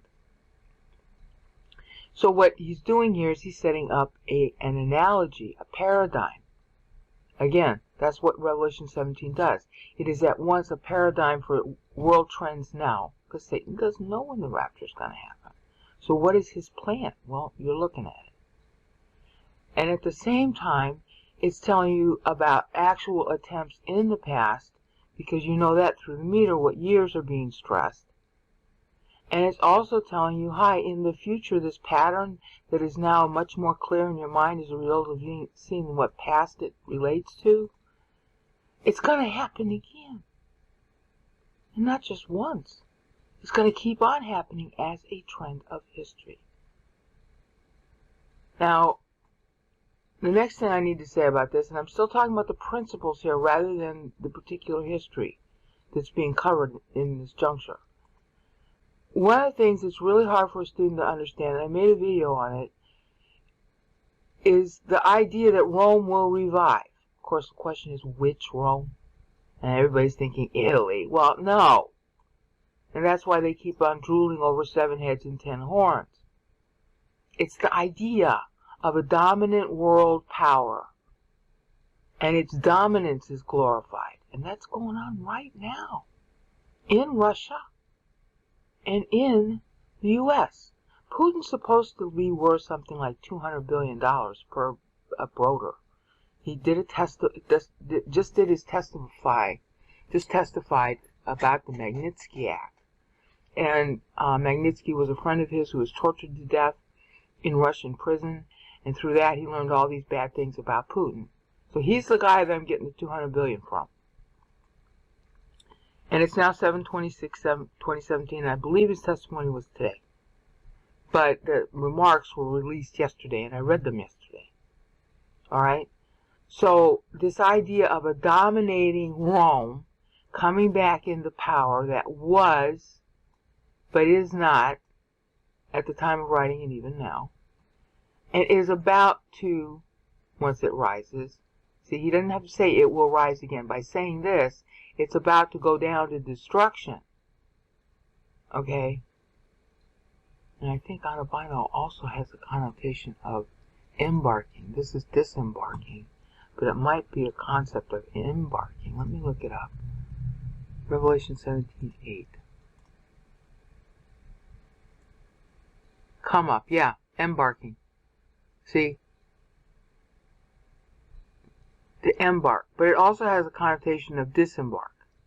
So the thing that's so ironic about this particular phrase is that they're embarking onto the world in order to go down, okay, to destruction. Now I forget what the word for, I think katabino is what's going down. The opposite of katabino. But he's using anabino because it's not alive yet. It's going to come up to the world and then go down. Usually BDAG has something about antonyms. See? Making an ascent. Because it is not, so it's got to make an ascent. But he's sort of like concatenating the whole thing by saying, yeah, it's going to make an ascent from the abyss. That's literal for Revelation 9. But it's also figurative because it's going to go down later to destruction. Abusas is a down movement. It's down. And of course the fact that it's going to go to destruction is right here. Which I got to get to in another increment because I still got to cover this one. So the point you're supposed to get from this is that, oh, we saw up here, everybody's wondering at the beast, it's Christians versus Christians. And they're all just standing there and looking at it. Oh, I don't believe this. And they look at it again. Oh, I don't believe this. And they look at it again. Some of them are saying that because they're really glad of the persecution of Christians by Christians. And some are really shocked about it. How can it be possible that Christians will persecute Christians? Alright? So there ends up being, that's what the beast was, prior to this clause. And people are in wonder and amazement at it, positive and negative. So there is an urge for it to come back. So it's about to rise from the abyss. But implicit in that, because abyss is low, and that's where they were, because it's the demon army, literal, in Revelation 9. Sorry, you can believe in demons or not, but that's what the text says. Alright, it's about to go up in order to what? Go down. Because it's coming from down. It shouldn't have gone up. But Satan lobbied God for the key in Revelation 9. And then his pal Apollyon, aka Abaddon, and all of his 200 million demons come up with him. Alright? And it is about to go into, be led away into destruction. In other words, because they come up, they're going to go down. So when I'm talking about something that's going into destruction, something that rises in order to die, that's what's going on here. And why does that rising occur? It's occurring because everybody's all wondering at the beast, which we'll get more of by the end of this verse, by the end of verse 8, explaining that. Now, what's hardest to grasp, as I started to say, is why would everybody wonder after this beast? Why would anybody, Christian or non-Christian, be thrilled by the idea of the blood of the saints being, Christians going against Christians, Christian civil war? Why would that thrill anybody? I can see why it would horrify a person enough to just keep looking at it. But where this anaphoric center is going to end is basically saying everybody wants it. And, when I heard this in Bible class, because my pastor exegeted Revelation verse by verse for 4 freaking years, 7 times a week at 90-minute classes, I hated all this. I'm going to tell you right now. I hate prophecy. I hated it then. I hate it now. And I got punished for it. I don't hate it so much now. What I wanted then and what I wanted now was to know God better. Okay, well, you just saw in the last 2 increments how this does help you know God better. But like many intellectuals, and unfortunately I was born with a high IQ, so that forces me to be one, which is worthless, actually. I didn't want to accept this emotional drooling over the rapture and prophecy and all that. To me, only stupid people do that. Well, obviously I'm wrong. And to heighten the proof that this is what people are going to do, and they keep trying to do throughout history, tying to this very verse, and the guy who wrote the book didn't mean to do that, is Dr. Theodore's decline of the myth of the decline and fall of the Roman Empire. And his big stress in his book, which I did a video on and urge anybody who's willing to buy it, buy it.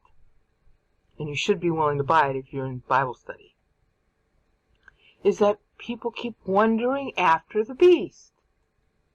They keep watching the beast in just shock and awe, and they just stand there and watch and watch and watch and watch. So now that the beast is gone, they want it back. So it's going to come back out of the abyss. See, this is all fitting together. And the guy's book, which has nothing to do with this, as far as I could tell, although he admits that the preoccupation with reviving Rome is theological in nature. Yeah, here's why. But his big point is, the scholars, mostly pagan, or at least not, they have no love for the Bible, they're all hung up on and praising the old Rome that died. So what would happen if someone started it up again? They're going to praise that. You see the point? So it's about to come up out of the abyss is actually a historical trend. And we're going to see here how that historical trend plays. Because this was like the first instance of a fall. The fall of Rome is the focus of this phrase. The fall of it. And yet the word anabino is used to come up. Okay? Literally to ascend. Satan said, I will be like the Most High. Isaiah 14, haha. Okay. So again, think of this as prison. And this is going up, but it's really going down. You think you're rising, but you're just getting prepared for a fall. And is about to. Hasn't happened yet. Is about to. In other words, it's the next event. When mellow means something that's about to be.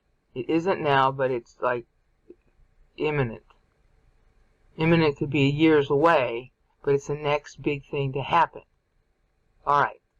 So now I've sort of introduced you to theological concepts behind this. And the big point to know is that the fall of Rome is a big drool factor with the scholars of Roman history, with pretty much everybody. And the book that Dr. Theodore wrote was trying to figure out why. First of all, was it really a decline? Was it really a fall? And why is everybody in love with it? And basically what he ends up showing you is that everybody is in love with Rome the way Gibbon was. Gibbon, who wrote The Decline and Fall of the Roman Empire, ever since him, in 1776 is when he wrote it, everybody's been in love with the whole story and fascinated Dalmatia with Rome. So if you keep on being fascinated with something, there's going to be an urge to recreate it. So therefore, coming up out of the abyss, out of the prison of the past, coming up again, but it's coming up only so that it's going to die again. Alright? And why is that so apt a phrase? Just incredibly apt a phrase for this time period. Well, when Valentinian died in 455, there was no successor. The closest successors that could have been were his daughters, who were married to Gothic princes. Basically what happens during this period is an interregnum from 455 to 467, when Anthemius is made emperor of Western Rome by the guy who replaces Marcian. That's Marcian. His successor is Leo I. Now Leo is related to Anthemius because Leo's daughter is married to Anthemius' son. At the same time, Anthemius is married to the daughter of Marcian. Marcian had kids before he married Pulcheria. So Anthemius is, as it were, part of the family. And he is finally, they have to do a lot of fighting with the Goths during this 12-year increment. At the end of it, Anthemius comes up, as it were, ascends to emperorship of Western Rome. You're starting to get the hint here? And it's about to come up out of the abyss. Out of what? The prison of Byzantine unity of church and state, which Marcion did a lot to encourage and solidify by the Council of Chalcedon. Okay? Leo ends up being the successor, and he furthers all that along. And part of what he does, first of all, like I said, they got 12 years of fighting, literally 12 years. This is the year that Anthemius ascends to the throne. Okay? Leo does a lot to consolidate his easternness. And then because of the fall of Valentinian and the Goths in the west, they're fighting the Goths. And then Anthemius is essentially a plant by Leo in order to restore the west. So coming up out of the prison, being locked up, as it were, underneath the Goths. Okay? I mean, see how many, the wit here and the sort of theoretical play on history is just phenomenal. And they're marking exactly, okay, from the fall of Valentinian, okay, which is the same year Rome was sacked and Attila had just died prior, or The actual sacking started in 454. I don't know which. I have to look it up.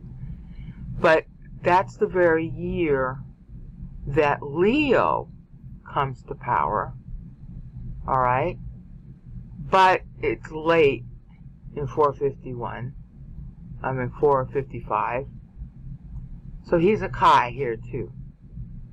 I didn't make a Chi reference to Leo because I haven't looked up exactly what month he came into power, because there was a little fight that went on in the Byzantines after Marcian died. It wasn't automatic that it would have been him, because he was like a general or a tribune or something under Marcian.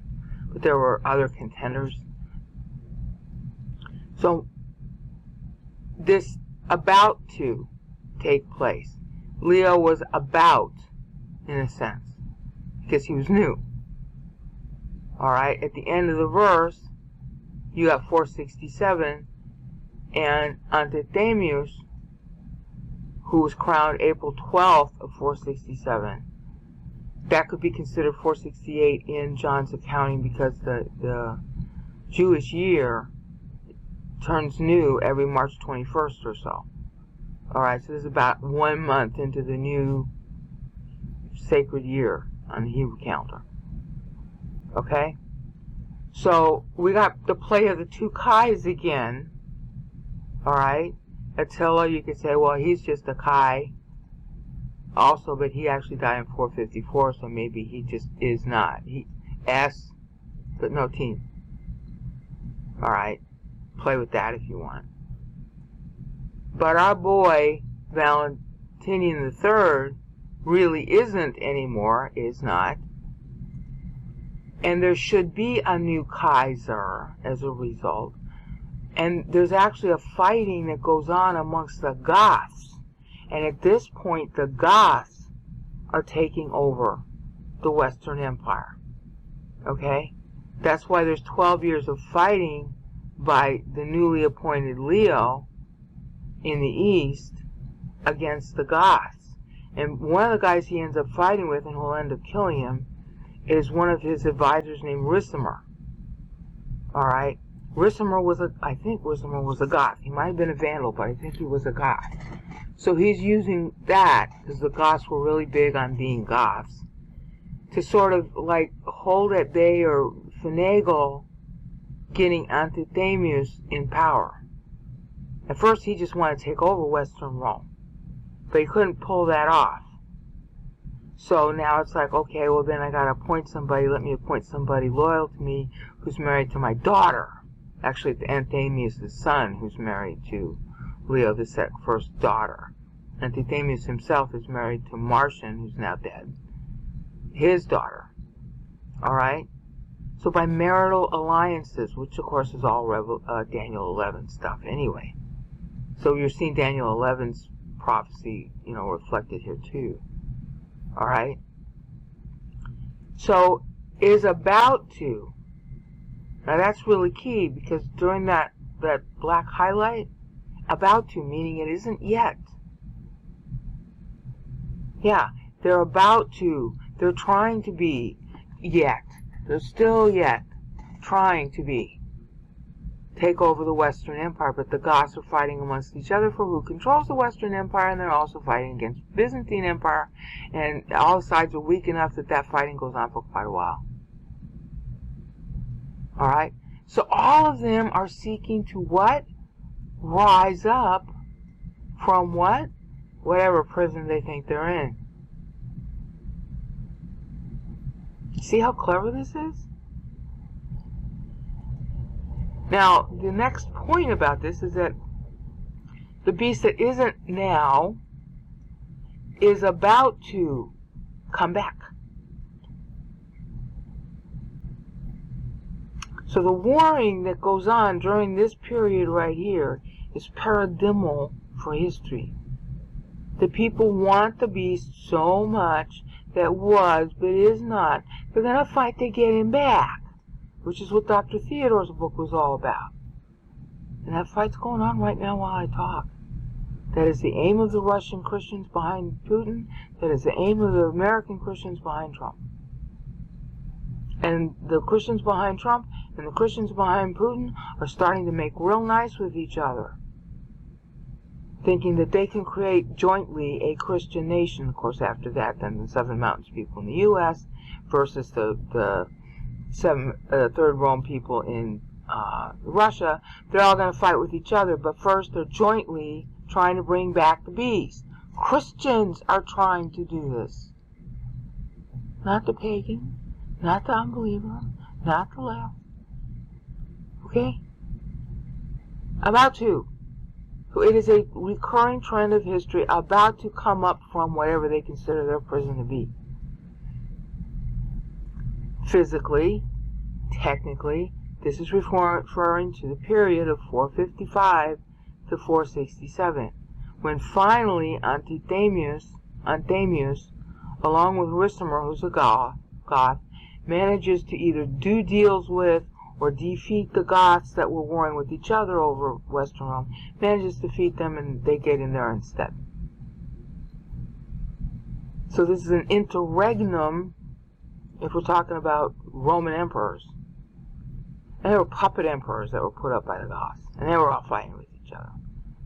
But from the standpoint of the way we look at things, right or wrong, it's an interregnum of 12 years. Okay? And also against the Vandals. Goths, Vandals, Visigoths, there's a whole bunch of them that are kind of fighting during this time. Okay? Now, we got to get into a little bit more.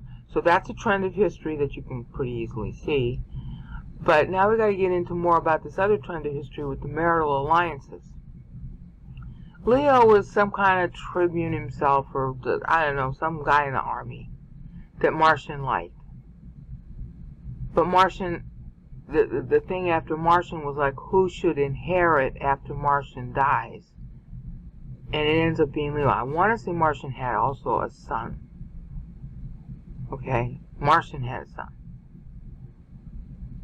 Alright? It wasn't just Antichrist. Alright? It's some other kind of connection that I don't remember off the top of my head. But Leo was not actually part of the family. So what he seeks to do when he finally wins, because the others are fighting themselves too much, so he ends up succeeding, is he starts marrying his family into Antichrists' family, and then sends Antichrists to be emperor in the West. But it takes 12 years for all that to occur. Okay? Now, at this point, Leo is sort of beleaguered. He spends the 12 years consolidating both his own rule amongst his enemies within and consolidating from the usurpers or attackers from without. So by the time this comes to 467, Leo himself, who was in other ways a capable ruler, he's sitting kind of pretty at this point. Alright? He's won his goals. He's better off financially, although he spent an awful lot of money fighting those wars, than would have been expected. But a lot of that is because Marcian left a treasury full when he died. So actually more than all the money that Marcian left got used by Leo to do the fighting. But it made him win stability by 467, therefore appointing Antichrists. So now think about this. And is about to come up out of the abyss. So by the end of the verse, the abyss that the West was in is supposedly solved by Antichrists coming to the throne in the West. The prison that he was in the East, not being able to do anything about it. The prison Western Rome was in, not being able to forestall the Goths or stop them when they were fighting with the Visigoths or the Vandals. Well, we got a savior now, coming up out of the abyss.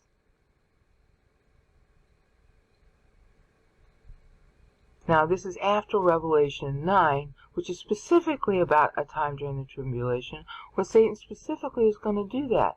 And yet here you see the reflection in the past, which is still future versus John, but is past relative to Revelation 9. So this tells you Satan's tactics. It also tells you how they'll turn out. Not good. Because your next phrase is, and will be led away to destruction. This is destruction, apolumi. Apollyon, you get the play that John is making on Revelation 9. Okay? And this is to lead away. This is famously used in Isaiah 53. I want to say 53:9. Okay? He was led away in silence. He didn't open his mouth. Alright? So now this is being led to destruction. Yeah, as soon as you come up out of your prison, you're just going into a new prison.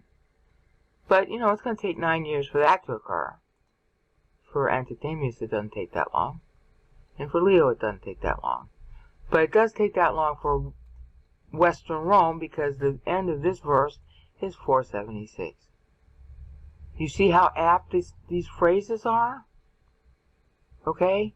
It's timed so that it ends at 476, which is the official Odovaker taking over, the official end of the Roman Empire, which is 2 years after Anthemius dies. Anthemius dies right here. Isn't that clever? In the middle of apolumi, which means to destroy. Okay, like you destroy a building. It means it goes into ruins. It doesn't mean that destroy in the sense of no longer exists. It means that it's in pieces now. Okay, like Dresden after the bombing. Dresden still existed, but it was yet destroyed. You see the point? You gotta make that distinction in Scripture, because Christ makes that distinction in Matthew 25:41. Okay, and elsewhere. Your soul being destroyed. That doesn't mean your soul ceases to exist. It means it's in ruins. Alright? So Antichrists' body is in ruins. So physically he dies. There. And then our boy Leo, who appointed him, physically dies here. And 2 years later, Rome physically dies at the end of Hupage. You see the cleverness of this? Now, one of the questions is going to come up, so I ought to address it at the moment, is, well, brain out, you're breaking the clauses that way to get those results. Honey, I didn't know what the results were going to be when I did this. It's a rule that is somehow a rhetorical style in all the Bible writers, from Genesis to Revelation, to mark historical meaning. We call it historical, they would call it prophetical, because it's before their time, at the end of a clause. So in order to find out what the Bible is benchmarking, I have to break it by clause.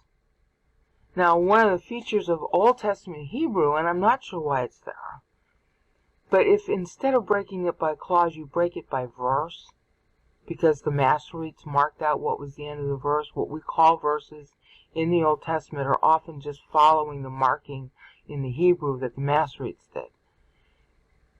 If you break it by verse rather than by clause in Old Testament meters, you get meaningful things. So I don't know, and I would imagine that he did, I don't know that Moses, for example, broke down by clauses the Hebrew, or any of the other writers. But they do break it down by verse. It does break every time meaningfully in history, or for what they're saying, by verse. This doesn't. This only works if you break it by clause, and it's sort of subjective. Okay? And is about to go up out of the abyss. That's a clause.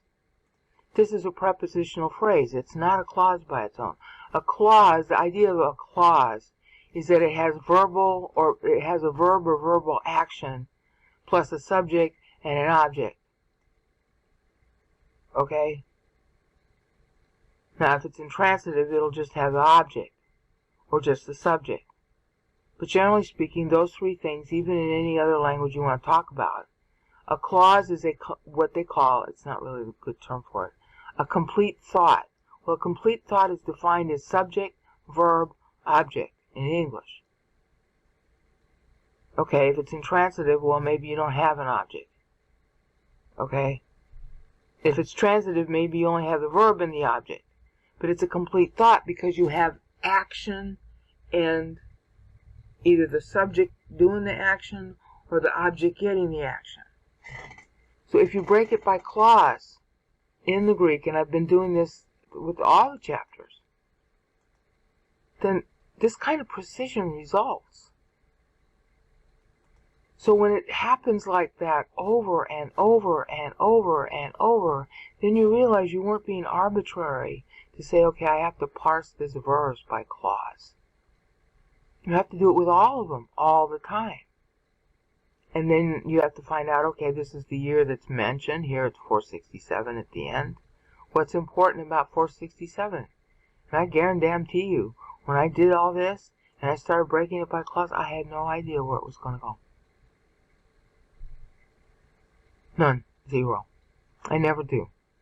When I do this meter, my whole objective is, okay, here's the rule on how to set up the meter, and then we count the syllables, and then we go look on the internet or through history, some way, to find out why is it this year that's benchmarked. So that's what you're seeing. I didn't orchestrate these clauses. I didn't write them. I didn't put the words in the order in which they are. All I did was tally them up. That's all this is. And then I'm like, well, 467, what happened then? I'm not a walking history book. I sound like one right now. But I'm not. I'm like everybody else. Okay.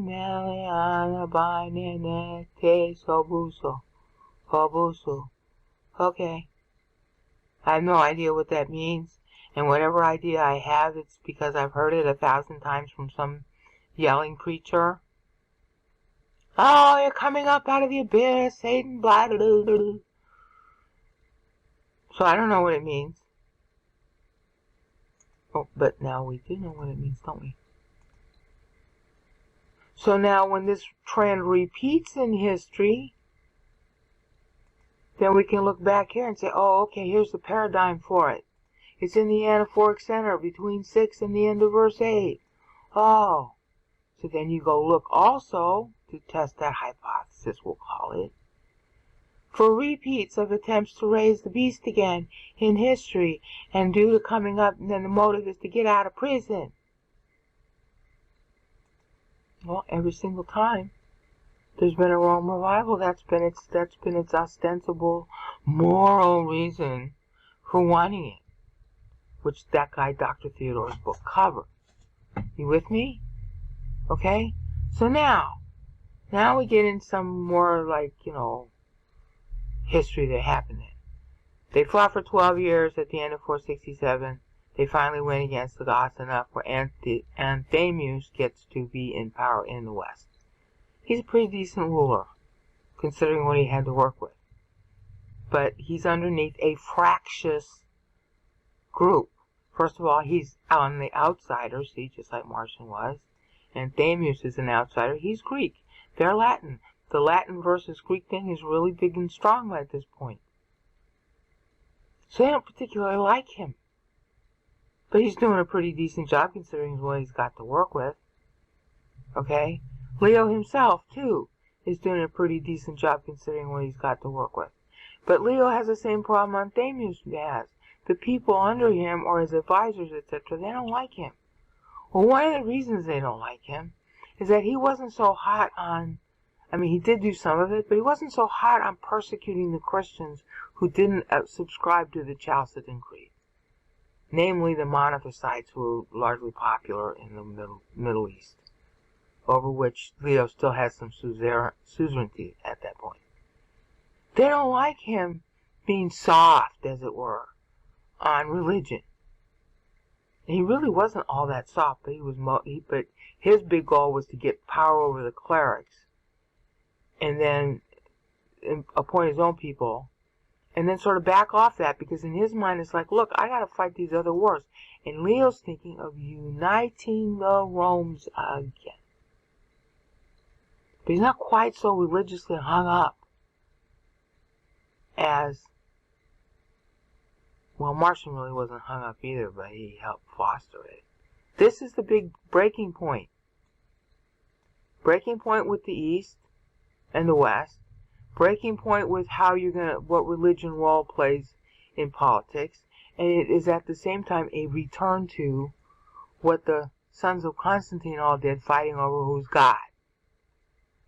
See? So we're starting to see a repeat trend going backwards to history. Well, what better text would explain this than, well, the beast is not, and he's coming. What? Because people want him. And then when he comes again, he's just going to die again. And they mark that at the official end of the Roman Empire. So you got two guys who are pretty good at governing, considering what they got to work with. In the West here, Anthemius, and he's related to Leo's daughter. His son married Leo's daughter. And Leo.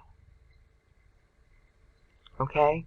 And then he himself, Anthemius, is married to Marcian's daughter.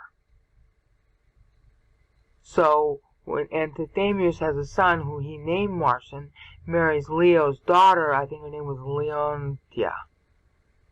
Okay? Then they're tied by, relation to each other. Which is a Daniel 11 kind of thing. Alright? Marital alliances in order to foster a political alliance. Okay, well, they were all about to come up out of the abyss, their own prison of not being able to control history too. And so by the end of it, they think, oh, we arrived now. We have come up out of our prison. Yeah, but you're just about to go into destruction. And the Kai here represents Anthemius taking power at that point. Alright, because he's a Kaiser, but he's really just a Kai. And he goes to destruction himself in the middle of the word for destruction. You get the wit. This God is saying, you guys, you thought you were one thing and you're not. It's God's disapproval showing. And then whoop, that's what's really funny, because Greek preposition hupo means to stand under. To be under. Okay? Hypostasis, one thing standing under another thing. One nature standing under another thing. Well, he's just playing hoop. He's just playing hoop. And who in Hebrew, of course, means he. Third person singular. See how clever all this is? If you were a Greek reader steeped in Bible, and you knew the Hebrew, therefore, you would see what I just showed you. And you start laughing. So, when our boy Anthemius dies in 472, anybody reading scripture would see that and go, oh, he's just a la now. La. Okay? He's nobody. He's just a la. He's not even a Kai anymore. He's a la. In the middle of destruction. And our boy Leo in 474, he's just a oop, oop, who, yeah. He's not even a hoopo. He's just a who. Alright? Hupage, of course, means to be led away, and both of them were led away to death. Rome herself is led away to death by the end of the clause, 476. And again, I want to stress this. It's a rule to parse by clauses. That's how the Bible writers do it. So if it lines up so perfectly with history, then that means God intended these clauses to have this result. But when you're parsing it, and you'll go through the same thing if you parse any section of Scripture. Parse it by clause, see what happens. Usually the meter is only used in prophecy passages, but it's also used to dateline a book to say, hi, this is what I'm writing. But pick any passage of Scripture you want and do this. Parse it by clause. See what happens. Here's what happens. Because it's a prophecy, of course. Timeline. Not all Scripture is prophecy, and not all Scripture offers timelines. Okay, so, and all the inhabitants of the earth wondered at the beast. See, same clause. First, the Thaumasa, is John himself wondering at the sight of the beast. Yeah, like, how could Christians kill Christians? He's being shown a vision of Christians killing Christians. And they're using politics to do it. And they're whoring, religion, of course, is a whore, to do it. And he's just like, huh? Huh? Huh? Your mouth open, just staring at it. Okay, but now it's not. This verb is not covering John. This verb is covering all of the inhabitants of the earth. Hoi, the, but it ends up having a significance of all. Katoi kuntes, epi, tes, kes.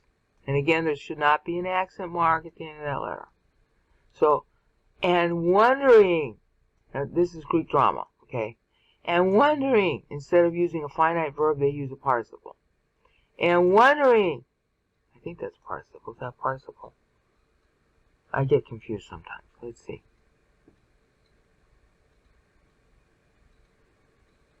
Indicative future active. I'm wrong. It's a finite verb. Okay. And they will be wondering. All the inhabitants of the earth will be staring and wondering at the beast. Before it's gone to destruction, after it's come up out of the abyss. Okay, so that's what happens here too. And I'll cover that in the next increment.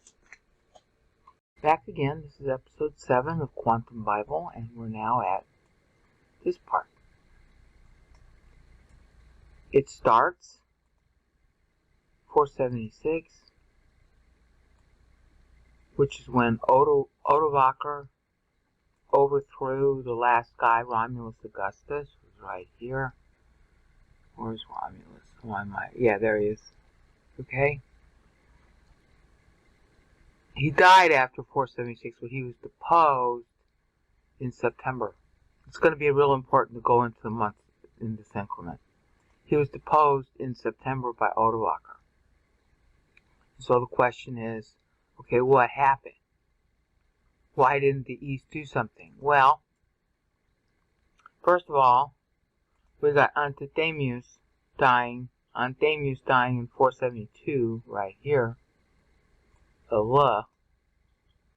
Leo, who was in the East. Antichriст was his, related because his son married Leo's daughter. Okay? I don't know what kind of relationship you call that between these two. And Leo was emperor of Byzantine. He dies right here. So when Antichriст dies in the West, there's a power vacuum and a lot of jockeying around musical chairs. Leo, for his part, was not feeling real well. He ends up dying of dysentery, or possibly some other kind of ailment 2 years later. So he's not really well enough to do a lot about it. Plus, he didn't actually want to do a lot about it. But they tried. Not very hard. Mainly because Leo was always facing some kind of opposition himself. Not a lot, but some. And his own wife was kind of trying to instigate things too. So when he dies right here, the next 2 years, 475, 476, when Rome actually falls because Odovaker takes it over, the people in the East were not really doing a whole lot because they were busy fighting over dynastic succession. So they really didn't bother a whole lot about the same dynastic succession arguments that were going on here. They tried to do a few things, but not enough. Okay? So Leo finally dies right here. And that dynastic succession fighting that was going on at the lower levels, remember? This is setting the tone. 7 heads and 10 horns. Okay? Head means like you've got authority. Horn means you got power. So you can have authority and power, or just power. Or you can have just authority, but no power. Alright? That's why I said, don't focus on who are the 7 and who are the 10. First of all, you're not going to know for the real tribulation. Secondly, and actually more importantly, he's giving you a paradigm of history here. So learn the idea. The idea is that when Christians are busy fighting with each other, see, hamatos means blood. When they're busy having their little civil wars with each other, then the whole world goes to hell in a handbasket. And instead of anybody doing anything, everybody's just standing around like John talking about himself here. He's just standing there looking shocked. And we're all busy wringing our hands over all these things that are happening. Meanwhile, that provokes a sort of civil war amongst those who aren't Christians, who are usually in power. Okay, here's the thing for power. Here's the thing for authority. And so there, as it were, it's contagious. When we fight amongst ourselves, it's contagious to those who aren't Christians. Alright? And so they're fighting with each other. And that's really why we got what we got going on in the U.S. right now. Okay? Seriously. It's the same thing happening now. That's why I'm stressing, don't worry about who the 7 are or who the 10 are. Learn the bigger lesson about the fact of them. And that fact of them permeates what happens in here. And especially at this point, when there's nobody heading. 75, 76. What's going on in the West is musical chairs who's going to be emperor next. And one guy gets it, and then he gets deposed, and another guy gets it, and he gets deposed. Well, the same thing is happening in the East. So we have another power vacuum. And it's really fascinating that God uses this word to describe it. Hupo means under, truncated to hoop here. Ago, here's age, third person, singular, means to lead. And when you combine the preposition hupo with the ago, meaning to lead, you get someone leading somebody else. Okay? This is famously used for Christ in, I want to say it's Isaiah 53:9. He's led away. It's also used very significantly by John. I want to say that's in 2 John. And it's also used about Peter, how Peter's going to be led away as a signification of how he's going to end his life at the end of 2 Peter. Or it's in 2 Peter. I don't know if it's at the end of 2 Peter. It might be at the beginning. So to be led away by somebody else. Okay? Here led to destruction. Into ace, is how I should pronounce it. Apoleon, destruction. Accusative case. Hupage, somebody else, it's single, third person, whoever it is, doing the leading. Okay? In the tribulation, it means that God is that what this beast is going to be is going to lead to his own destruction, and he's going to be led away himself, of course, by God, bound and fettered, thrown into the lake of fire. Okay, that's at the very end of history. Now, so it's making a play on that because all of this stuff I just said is already in Scripture by the time John writes this. Okay. So these words have a pregnant meaning to the reader. Alright? So what happens when one thing is led to destruction? Well, there's a kind of chaos because if you don't have a stable who's going to come next succession, then there's a sort of chaos where everybody's trying to be the successor. And that's what happens here. Right in here. Age, who's going to lead? You see the cleverness of this? You have to know the etymology of the word hupago in order to get the joke. Hoop means under. Okay, well now both this guy and this guy are under. 6 feet under to be specific. And who's now going to lead? That's the battle that's going on during the very time the word lead is outlined in black for 2 years. Finally, at the end of those 2 years, specifically in September, Odovaker comes and says to Romulus Augustus, "Hi, you don't exist anymore." However, in that same year, there was another guy who rose in the East due to the game of musical chairs, a guy named Zeno. Now, technically speaking, as soon as Leo died, or very, very close to that, there's a little bit of an argument that goes on over who's to rule next. But it's basically his son, because he's married into the family. But his son gets sick, and there's a lot of problem there. But it's like almost, the same year. Zeno comes to take over for his son, technically. But, and this is the point about 7 heads and 10 horns, and all those marital alliances that started, with Pulcheria being the granddaughter of Theodosius I, and Marcian, and then Gallia Placida, who's related to Honorius, being the mother of Valentinian III, and all their advisors, and there's all this cross-marrying between the advisors and relatives of the royal family, the imperial family. That's where you're getting the 7 heads and 10 horns, and they're all fighting with each other because by marriage or by blood or by some other connection, they're all related to the imperial family for succession. Poor Zeno ends up being, as it were, a sort of apogee of that. And there's so many people who he ends up being related to by one means or another, and they think they deserve the crown instead of him. So yeah, his son comes to power, but it doesn't last. And then he takes the power over his son, but there's all these other relatives or advisors who have married into the family or some kind of claim or another kind of claim. So this poor guy, from 476, when he sort of consolidates his power over his internal relatives for a little while,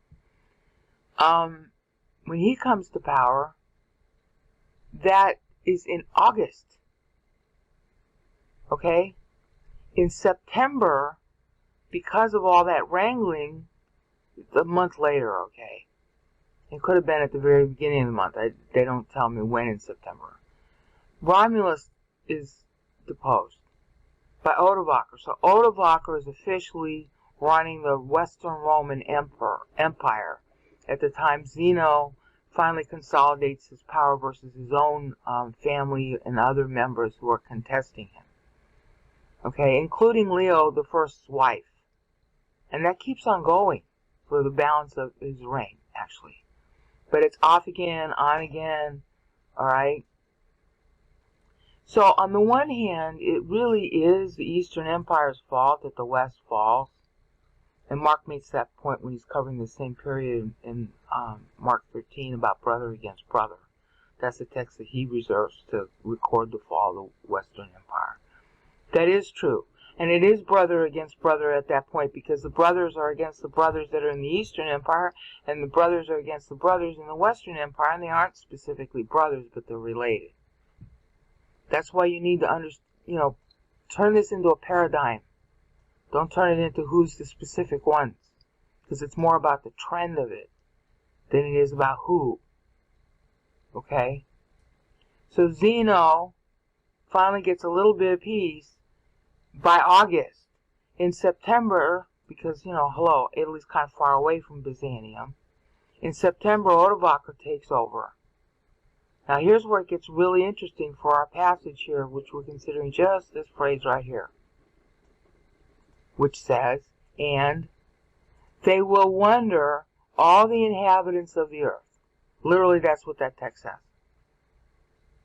I'm not saying what they're wondering at. You get that in the next couple of phrases, but they will be dumbstruck is a better phrase. Dumbstruck, in amazement, astonished. All the inhabitants of the earth. And it's real important that this phrase is used. In order to understand that, you first have to understand that there was a game of musical chairs which has just been resolved at the end of 476, or last quarter of it, by Zeno consolidating his power at home in August, and by Odovaker consolidating himself, deposing Romulus Augustus in September. Now what's really amazing about that is that this next phrase, you got two guys represented by Chi here who are newly enthroned, as it were. Okay? And it's we have to get into fiscal years with this because John is really being very coy here the way he's using the syllable count. But you got two guys who are now Kai. You got Odovaker in the west, and you got Zeno in the east. And until that point, August, September, and of course in August the temple was taken down, so it's going to have a lot of meaning to the Jewish reader. In September, which is the beginning of the, well, it's September, October, it depends on when the autumnal equinox occurs. The beginning of the regnal year, okay, the civil calendar. These guys are in power. New. Two Kais. Okay, Xenos technically came into power in 474, but he didn't consolidate it, and he actually got deposed in the middle, and then he comes back. So, for all intents and purposes, his solidified power takes place in 476 in August. Odovaker, September. So now, you got two rulers again. But Odovaker abolished the office of emperor. Okay, that's what he did. So now we got oh boy, Goth running Western Rome. And the question in Eastern Rome, which is, what can they do about it? Eastern Rome is, well, do we assert control or not?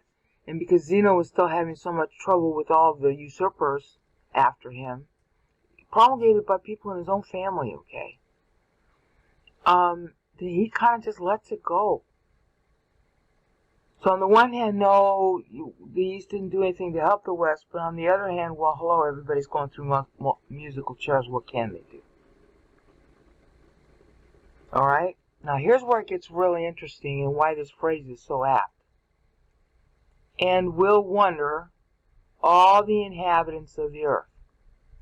Now when it says all the inhabitants of the earth, that was a catchphrase used by Romans, specifically Western Romans, but not only them. When the capital was moved to Byzantium, the New Rome people considered themselves all the inhabitants of the earth too. Okay, but it's a catchphrase that's used specifically by Romans about Rome. In other words, if you're part of the Roman Empire, you count. If you're not part of the Roman Empire, you don't count.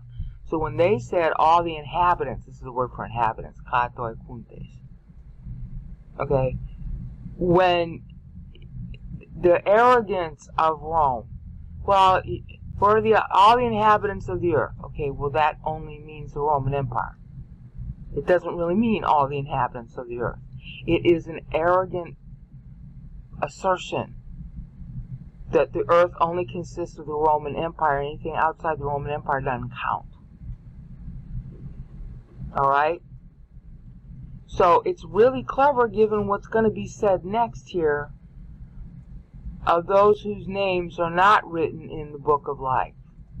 Okay? Of those not written names. In the book of life is here, Biblion tes zois. And that gives rise to a whole other theological debate that I don't even want to discuss right now. The point is that the people who are deceived, all the people who are deceived, you'll notice the angel is very careful to not make the mistake of saying all the inhabitants of the earth and just leave it like that. It's all the inhabitants of the earth who, which makes them a subset of factually all the inhabitants on earth at that time. Okay? Whose names are not written. In other words, yeah, there are a whole bunch of people whose names who are living on the earth besides these people.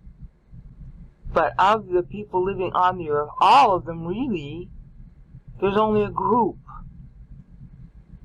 who are going to wonder.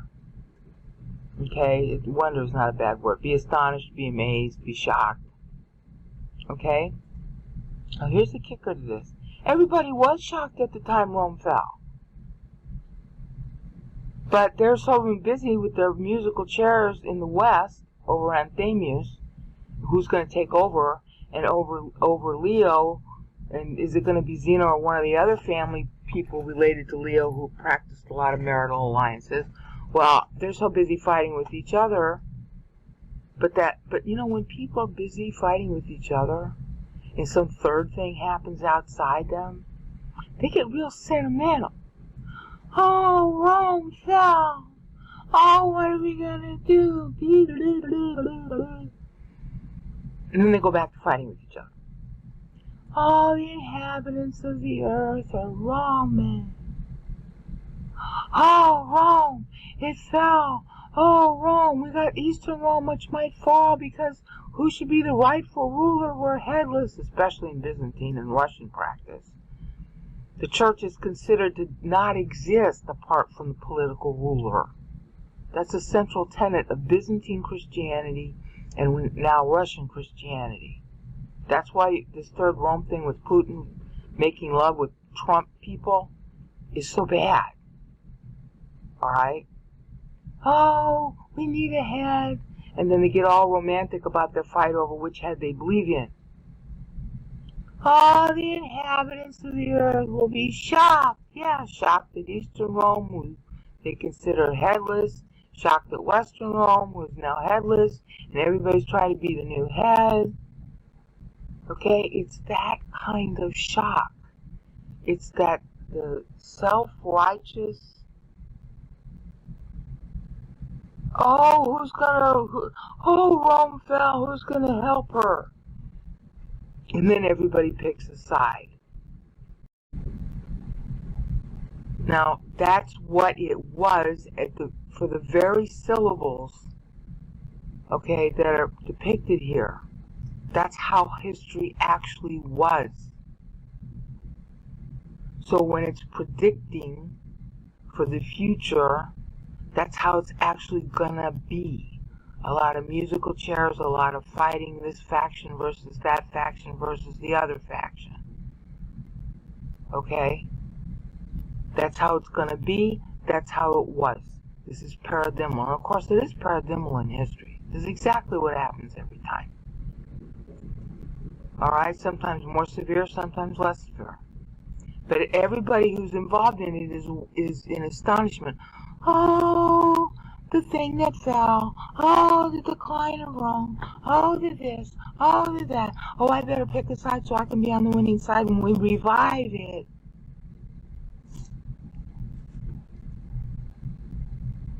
See, that's the psychology behind this. Now, everything that ends up happening between 476 and 491, which is the period of Zenos' semi-stable reign. He doesn't get deposed again during that time.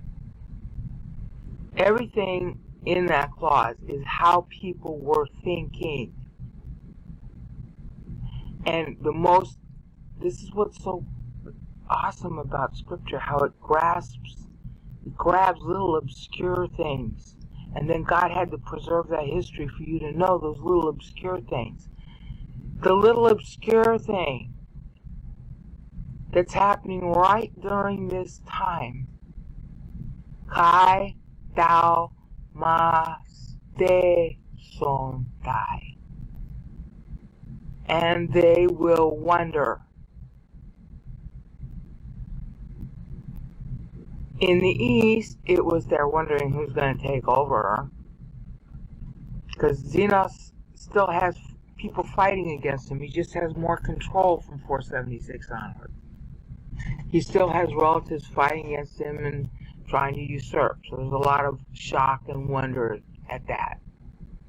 Okay, see, because remember the context of the word shock, okay, is over the Civil War. Christian against Christian by John here, and now by all the inhabitants of the world. Yeah, all the inhabitants of the world who count are going to be shocked and wondering. Well, what are they shocking and wondering about in the East? Well, I just said that. But in the West, here Odovaker is Chi. Now there is still a Senate in the West. They got two separate governments now, two separate emperors now. Now Odovaker is taken over, and I don't know how he decided to do it, or maybe it was just he liked the West or whatever. But Odovaker sends an embassy to Zeno in 476, wanting, looking for, out of shock, will you please rule over us? Now the Senate had instigated that, and Odovaker went along with it, and he argued against it, and he argued for it. He sort of went back and forth. He just didn't want Romulus or some of the guys that Zeno wanted appointed. Okay? He wasn't totally adverse to it. Zenos would propose one guy, and Odovaker would say no, and then there'd be another guy, and finally what ended up happening, and this is taking like until, I don't know, 780, maybe it's not quite that long. This is 782 by the time we get to the end of it. Okay. All that more shock and all that more arguing and all that more musical chairs, but it's by embassy, it's by discussion, it's not by war.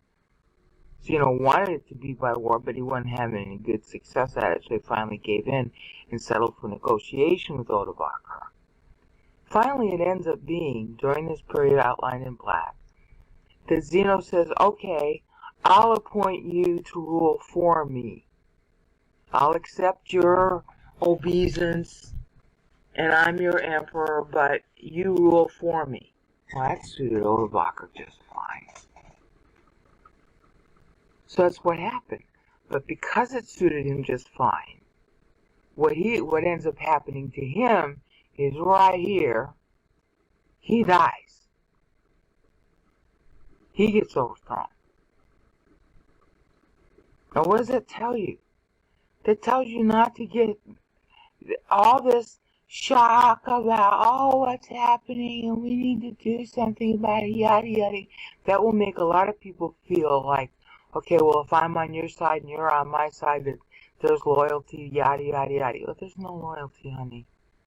Because Odovaker finally gives into the Senate, which is probably what he wanted in the first place. And Zeno has him be the effective ruler, and as soon as that happens, well, they kill him. Okay? So Odovaker's gone.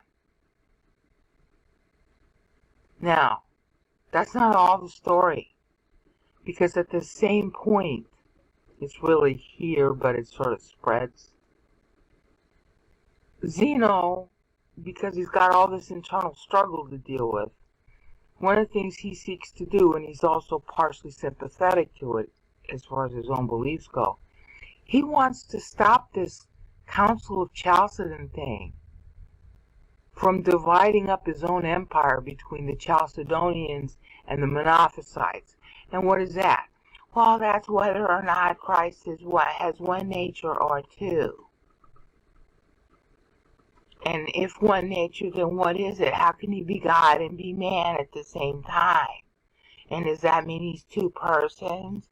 You know what? That argument keeps on going on until today. For no good reason whatsoever. The Bible tells you flat. He's God, he's man, he's one guy. But they argue, well, is it one will or two? How can you be God and have only one will? And yet be human at the same time? So are you less than human or less than God? I mean, hello. God can do anything. What's so hard to understand here? The Hebrews 1 lays all that out real clearly, so I never have understood why people are so confused by this. But they were. It was the kind of battle was going on right back up here with Constantine's sons. And it didn't stop. Alright? The Council of Chalcedon in part was a way to say, well, we're going to take a side on this argument, and if you're not on our side, you're a heretic. Well, what Zeno wanted to do was stop that kind of divisiveness, because half of his reign was Monophysite or Miaphysite, believing that Christ was just like one nature, that somehow Godness was magical in it or whatever. And versus the Latin, which was saying that Christ is two natures in one person. Okay? But both sides' definitions were goofball. And Zenos was saying, well, forget it. We don't want to deal with this anymore. And so he issued something at this point that he had his Patriarch of Constantinople draw up, not the Pope in the West, called the Henoticon. That's this thing. The Henoticon. Henos means unity. Henotes is used by Paul in Ephesians 4:5. It's usually mistranslated unity. The right meaning of it, which this happily enforces, means unity with God, not people. It means a harmonious union with God, henotes. And it was used by Plato in the Philebus, through Socrates' voice, okay? All right? It's a really pregnant word in Greek lit. And to say unity, it strips it from all the God meaning. And see, it was promulgated in 482, but he had it written up by his Patriarch of Constantinople, Acacius.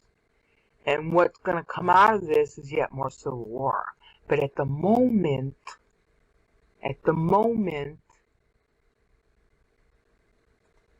everybody's wondering how to resolve the issue, and Zeno gets Acacius to write it up. So they're shocked and amazed that the West falls. They're shocked and amazed about one guy usurping, and well, who's going to be the next usurper? And they're shocked and amazed at who takes over, and then they're shocked and amazed and taking sides to get somebody else to be ruling, and they're shocked and amazed at this Christian war of blood against blood. Okay? And so here's an attempt to unify all the inhabitants of the earth by basically saying, okay, Christ is God, he's man, he's begotten of God, that's it. No comment on how that works, why that works, or whether it's one or two natures or anything else. Just let's not talk about that. Now, of course, the problem is that Zeno is not the prelate. Zeno is the ruler of Byzantine Empire, a political position. Okay? So everybody got pissed off that the ruler of the empire, even though there's no such thing as church without the ruler of the empire, they got pissed off that he did it. So the people who wanted to sign off on this Henoticon, on either side of whether they were Chalcedonian or they were Miaphysite, they all got their fellows who believed in the same doctrine got mad at them for essentially caving into the emperor. So there's schisms. More hymatos against hymatos. Blood against blood. There's more schism. And there's more shock. See, that's why it's at the tail end. Tai hoi. The people are all shocked at each other and all warring with each other and all wondering, Dalmate Zontai, who's gonna win? All the inhabitants of the earth, yes, in both Romes, are engaging in this. See that? Now, the most pregnant point to make about this phrase is the way John assigns it. Or, I mean, the angel told him all this stuff. I'm sure those are the real words the angel used. But did the angel put this stuff in this order? And John just, writes it down as dictation? Or is John repackaging what the angel said at the behest of the Holy Spirit or at the direction of the Holy Spirit, because it's also got to align with actual historical events that help you understand what's meant by these words? I don't know. Okay? It could be that the way the angel said it the first time, John's just writing it in order. And of course, the angel would know what the words would mean, how they're going to relate to future history, or whether John was given to repackage it based on future history, and did John know that future history? I don't know. But it is deliberate. And how do you know? Because, and this goes back to something you'd have to already know. Everybody's heard of 490 in Daniel 9. But what people don't know, and as far as I can tell, I'm the first one to discover it, at least in Western Christendom, what they don't know is that God has measured time in 490 plus 70 plus 490 year increments ever since the fall of Adam. Now, hopefully it's going to turn out that my so-called discovery is really something that a lot of people knew prior. And the only way that's going to be known is if we find more manuscripts or something. I'm desperately trying to find who knew this prior to me. Obviously, they knew it in Bible times because they're using the very meter that ties with Daniel. And I've already done so many videos showing how you can see it in the Bible. But once you see it, whether you see it through me or through somebody else who's later going to find stuff, because, I'm not a scholar. I have to be a scholar to count syllables. But once you see that it's done, you see that's deliberate. And why is he tagging 490 from Christ's birth? Because 403 plus 88 is 491. And I'm going to explain why 491, not 490. But that is tagging 490 years from Christ's birth. Christ was born at the end of the Roman year. Okay? So if John is using a fiscal year that's based on September or April, well, really late September and late March, then that would be considered 491 on that calendar, not 490. The beginning of 491. Which is the same thing as saying the end of 490, but you can't split a syllable. And if he uses 491, if he adds one syllable, like he could have taken out this. Instead of saying epitesges, although that's a common way to say it, he could have just said epiges, and it would have been exactly 490. But see, Zeno's reign ends in 491. Okay? Ends in 491. So he's coupling the 490 tag, which I'm going to explain in a minute, with Zeno's reign.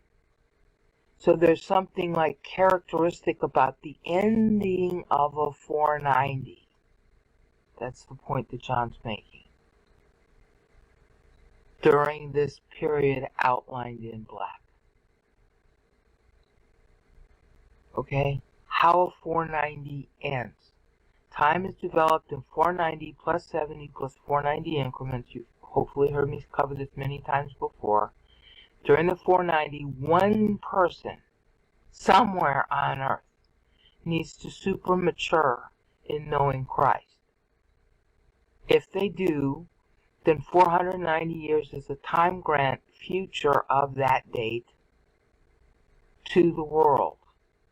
They also have to super mature during a current 490 that somebody else won for the same reason prior.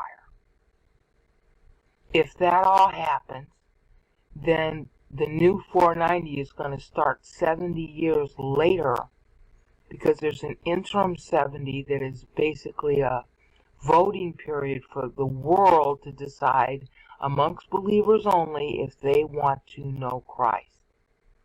This is the whole origin of the sabbatical years in Judaism. The whole origin of why God ordered sabbatical years for Israel.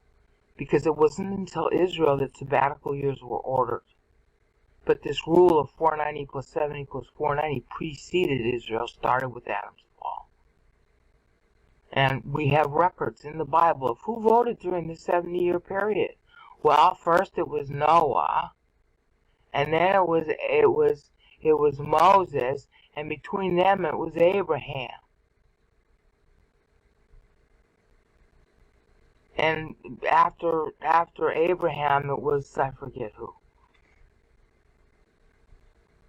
Okay? But actually, it probably was Moses. I'd have to go back and look. But I mapped it. I mapped it in genius.xls. So you can see who voted during the 70-year periods per Bible. Because when they give you the years, you just plot the years based on 490, 70, and 490, and you see the pattern very clearly. Very dramatic. Okay, so the trenchant statement John, or the angel in John recording, makes is, hi, your 490, your first 490 does not end well.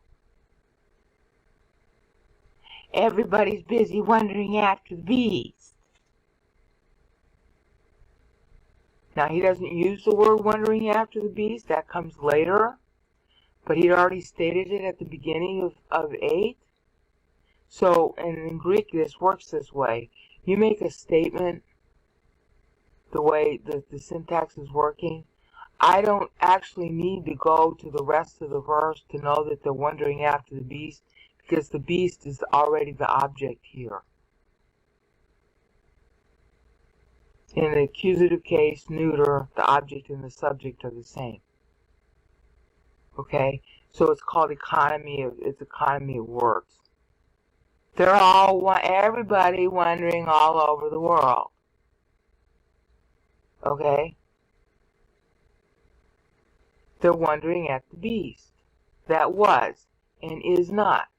And then poetically he's going to repeat the phrase. But he's already said it the first time. And is about to come out of the pit. And everybody's going to be in awe and amazement and wonder. And I've just explained some of the kinds of awe and amazement and wonder and shock that take place during the years highlighted in black. But the bigger point to get from this is that's how the 490 ends. Now, why is that important to know? Well, first of all, because it means it's a historical trend. Secondly, because that historical trend is here verified with actual history. Because this is 491 AD, measured from Christ's birth. There's another 490 that's measured from his death. But we're just talking about the one measured from his birth, because Paul did the same thing, measuring the 490 from Christ's birth. Okay, but the third thing, it's also a historical trend, because it's in our anaphoric center. It's also a historical trend that recurs. Now, how relevant is that to you? Well, that'd be really relevant to you, because our 490 ends in 2130 AD. And one of the trends that is not yet stated, but I could probably back into it when I look at all the rest of this, is that prior to the 490's end, there's a 120-year period that's analogous to the flood, with all kinds of warring and splitting and civil war between believers in particular that occurs, because God's cleaning house, because it's the end of a time increment. He's preparing the world for their mass voting period that's the next 70 years. And if there's nobody who super matures during this time, the world dies. That's true right now, too. See, the rapture doctrine has a precedent, and the precedent was always, hello, if nobody super matures, the world dies. Because Satan's busy saying, why are you keeping man alive on the planet if he's not interested in you? And Satan's big deal is to present the world that doesn't want God. That's been his goal from the beginning. And he was real successful at it in the Old Testament. And the idea then was to not only be successful at a world that wants no God, but if it wants no God, then there's going to be no Christ. And first he tried the genetic approach by, weeding out the human race, the human genes. But 8 people wouldn't give up on Christ, and he was called God then, the older names for God. 8 people wouldn't give up on that. So they were saved and everybody else drowned. That sets the precedent for history. Okay, so they couldn't stop the humanity of Christ from coming to exist. But now that he's come, they tried to, the demon boys and everybody tried to stop him from getting to the cross and dying properly on it. They weren't able to fix that. So now the next best thing, let's get all the inhabitants of the earth to wander after the beast. And every 490 years, that's what they're doing.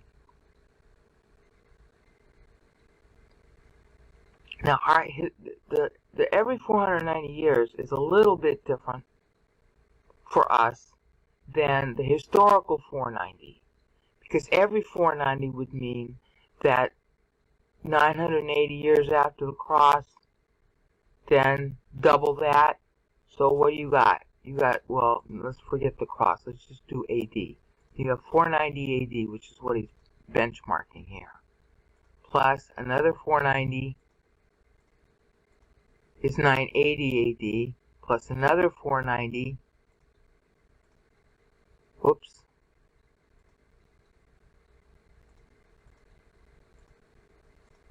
is 1470 AD, plus another 490 is 1960 AD. That's where Matthew 25, 10 started. With all that apostatization of the 5 foolish virgins going to buy oil. And that's why Donald Trump is in office now, because those same people put him in office. It took them 56 years to do it, but they did it.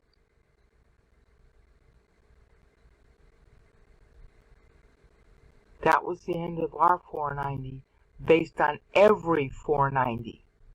Okay, that's a qualifying period. So by 1960, somebody in the United States or some other country, somebody super matured, or we'd not be here right now to talk about it. Now, if instead you measure it from the cross, that would be 1990, because 1960 plus 30 AD when he died would be 1990. If it's 1990, I think I know who it was who matured. Because my pastor had more doctrine in him than anybody else I can find. So I would vote for him. But it could be somebody else. It could be a charwoman. It could be somebody who was paralyzed and in a hospital for his or her life. And they really, really learned Bible, because what else were they going to do with their body? And it turned out that they made it. Could be. Could be somebody rich. Could be somebody poor. Could be somebody sick or well, or a washerwoman, or a janitor, or a CEO. You don't know. If somebody did, or I'd not be here to talk about it. Okay? So, do you say that our 490 ended at 1960? From his birth? Contiguous now, 1490, which is what John is measuring here. Or do we call it from his death, which is 30 years later? Or, here's the third version, historical. Okay, so historical from his birth or historical from his death. But John's not addressing that here. He does address it, but not here. In any event, however you measure this, and this one is measured contiguous from Christ's birth. This is the first 490. Okay, from his birth. Because Ephesians 1 is also using his birth. So John is tagging Ephesians 1:3 here. He's saying, hi, this is a trend in history that everybody's going to wander after the beast by the end. Okay, now when I said our historical 490 was occurring in 2130, here's how I got that. 2130 minus 490 was 1640, that was the end of the English Reformation, minus 70 is 1570, that's the beginning of the English Reformation. You're beginning to see the connection to believers determine history. Minus 490, that's 1080, and that was the big rise of the Cloonies.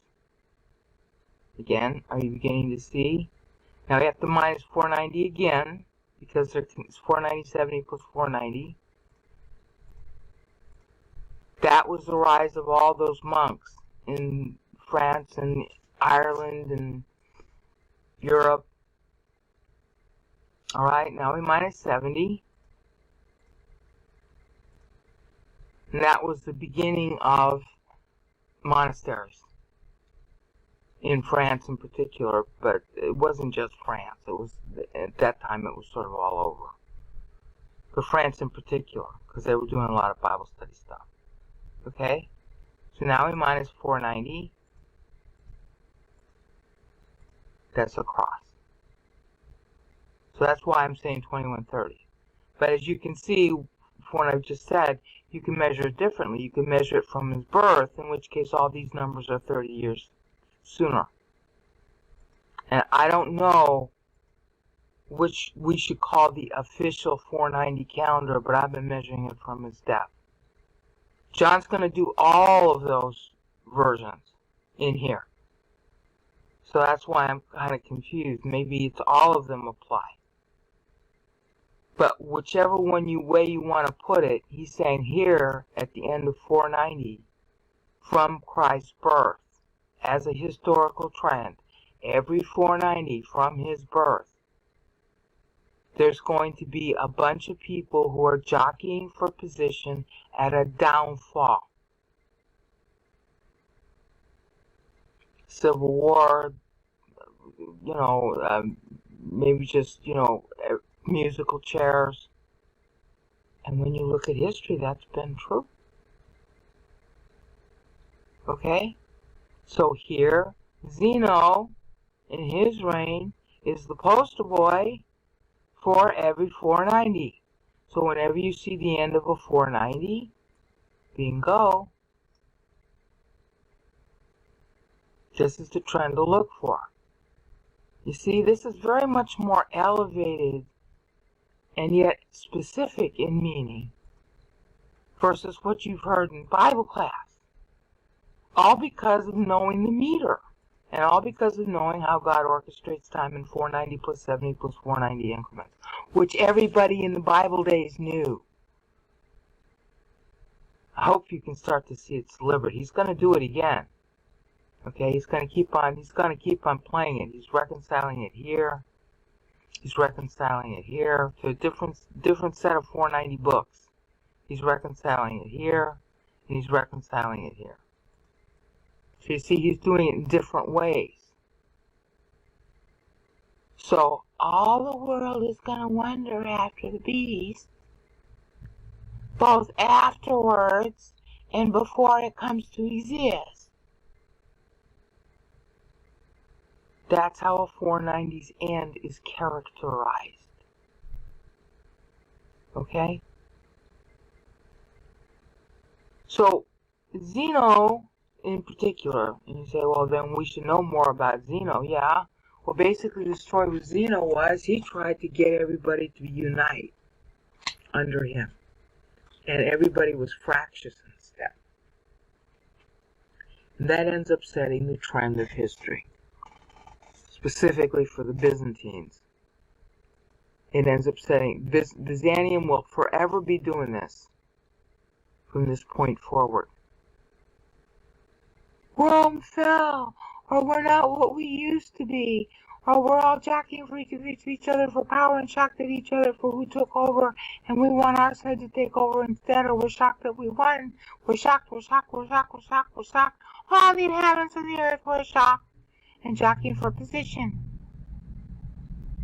Now you'll notice that if everybody's busy doing that, what are they not doing? Looking at God. And that's where we'll pick up the next increment.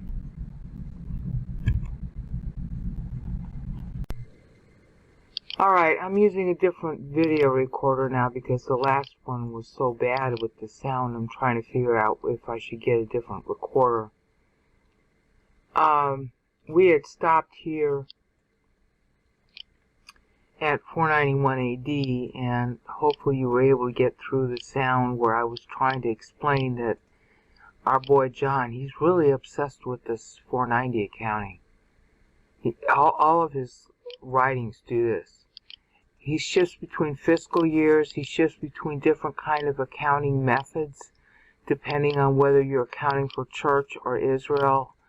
And, you know, we saw that already in Matthew 24, how the Lord shifts between both accounting methods, pre-church and post-church. But John is just like anal about it. It's a feature of his, and I don't know if, you know, I saw Moses sort of do it in Genesis 1, but I haven't seen other writers do it until John. Now, he's basically making something out of every single one of these numbers. Is functioning in some kind of dateline fashion, not just the ones that is typical. Typically, you only do them when they're divisible by 7. Now, Moses did that in Genesis 1 when he was playing on each one of the numbers. And Daniel did it only for the first couple of lines that I could see. But John is doing it all the time. And I have no idea. I mean, I know why he's benchmarking it for the history, but I don't know what doctrinal meaning he's using here. I mean, some of them are obvious, 44, 37, you know, 19, 10. I mean, but when he gets here, when he's reconciling to the 490s, here and here and here and here, he's just going, excuse the expression, apeshit. And the history is that important, but I haven't seen other writers reconcile like this, so I don't really know what to say about it, to add to the last increment where the sound was bad. Now, where we have to go now is really kind of pregnant too, and it's going to be hard to talk about this. Who not written names? And of course, down here is in the book of life. There's a lot of doctrine I have to explain about that first. There's this doctrine about being in the book of life, and it's variantly taught and usually poorly taught. But if you go look at katalepo, and see, most people don't even read the Greek, so they don't even know how to tell this. If you go look at katalepo, which is a Greek verb, and you search it Pan Bible, it's not hard to understand what this is saying. What it's basically saying is that when you're born, that's when you're a human being, not before. Genesis 2:7, that's clear even in English. The pro-lifers, of course, can't read the Bible in any language, so they miss that. But you shouldn't. Just go read Genesis 2:7. When you're born, you're breathing on your own. God breathes the soul of you into your nostrils at birth when the body is out and on the ground. And at that moment, you are written in the book of life. Okay? Now maybe they pre-set it up because of foreknowledge, but I don't think so. I think they wait until you're born. You have to be born first to be in the book of life. But, and Moses talks about this to God all the time, especially in like Numbers 14.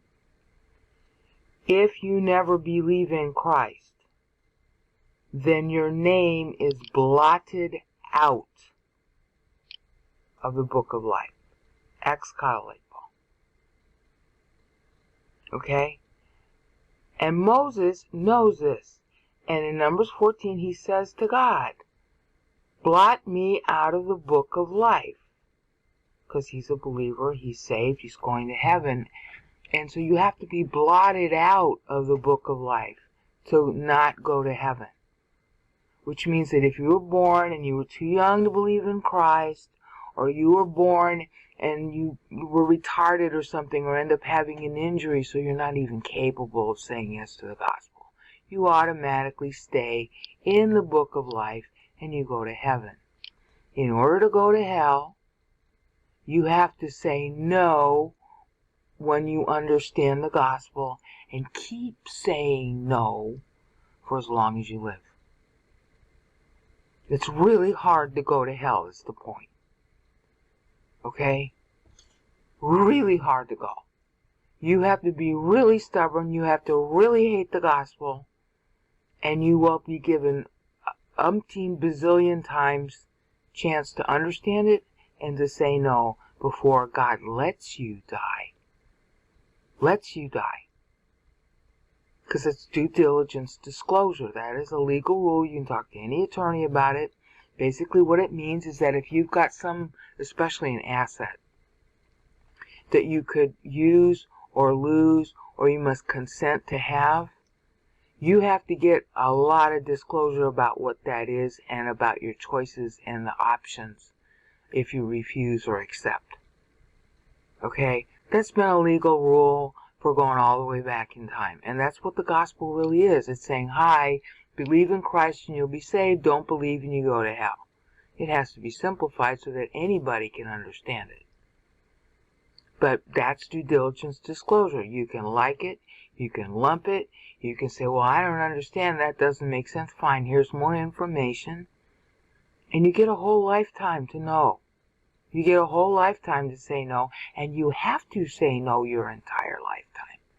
So if God catches you at a moment when you've just been on a bender and you lost your girlfriend and you feel, really low, and you suddenly remember, because he uses moments like that, the Holy Spirit recalls to your mind, that's John 14:26, he recalls to your mind what the gospel is, and at that moment it just sounds good and it makes you feel good and you believe in Christ. And then, 5 minutes later it's like, what was I doing believing in this stupid gospel?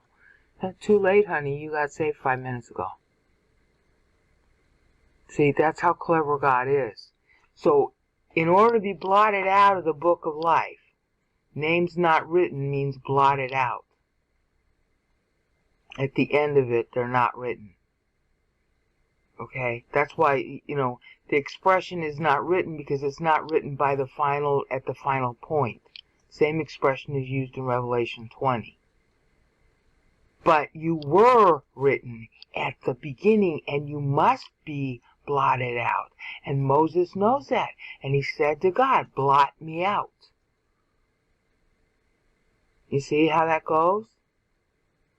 Now, it's real important to say that because what this is going to cover is basically saying is everybody whose names were not written in the book of life from the foundation of the world. Okay, so they're not written when you're born. It's written from the foundation of the world, which actually is much smarter. See, God's always right. I'm always wrong. That's much smarter because if it's written from the foundation of the world when Christ paid for all the sins on the cross, okay, then Satan could check off the people paid for on the list to make sure that everybody on the list got paid for. And then he's also going to use that to make sure that everybody who's on the list gets born. And if one person doesn't get born, it's a mistrial. Satan wins.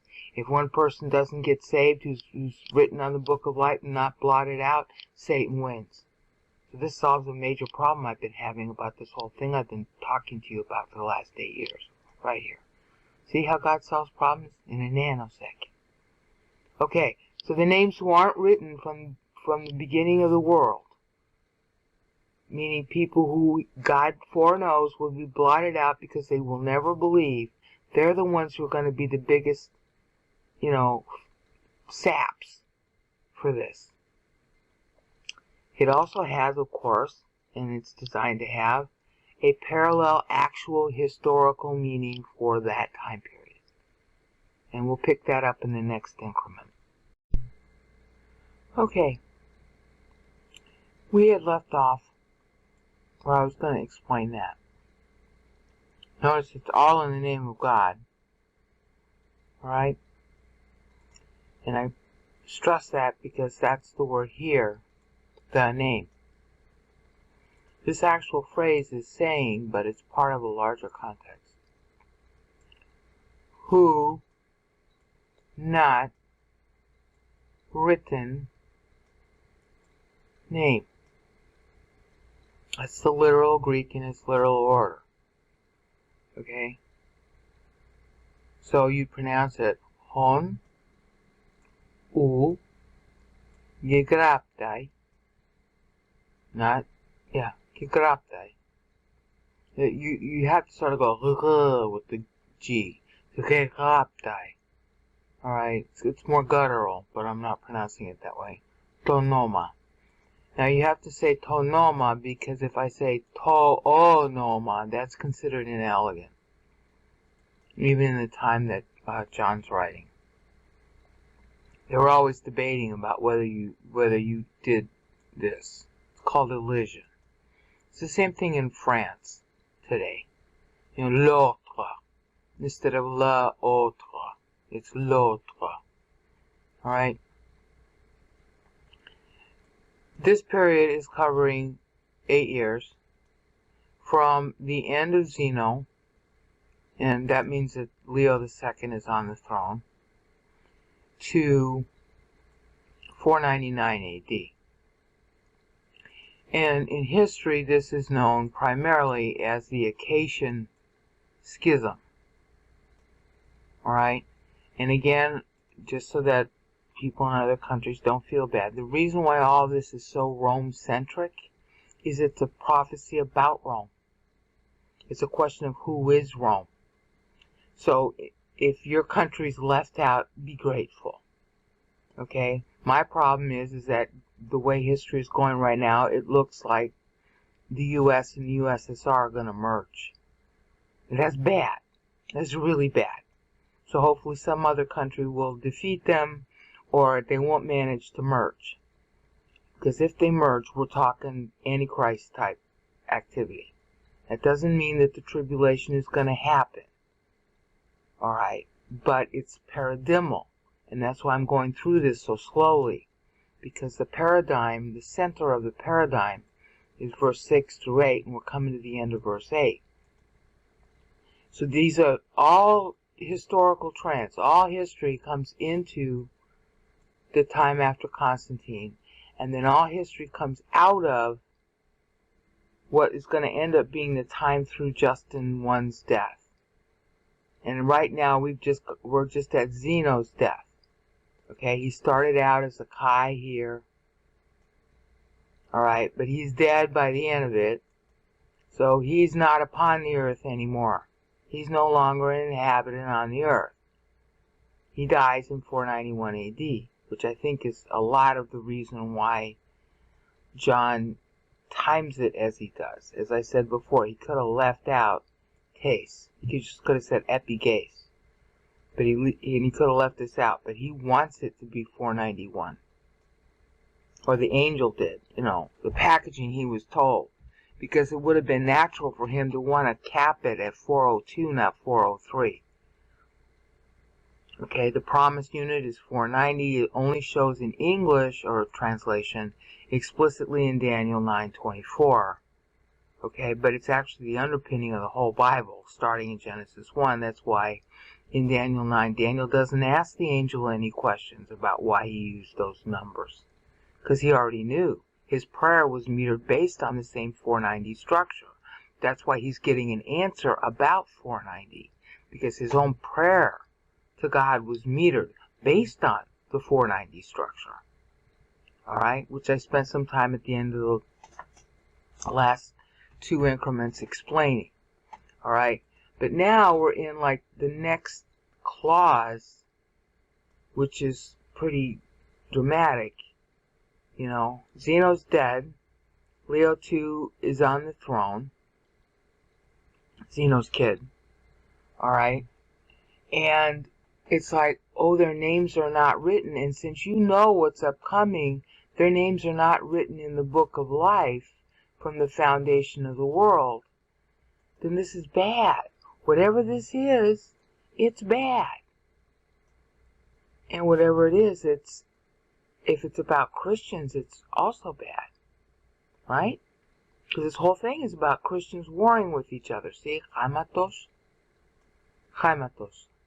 Blood against blood. Christians doing this.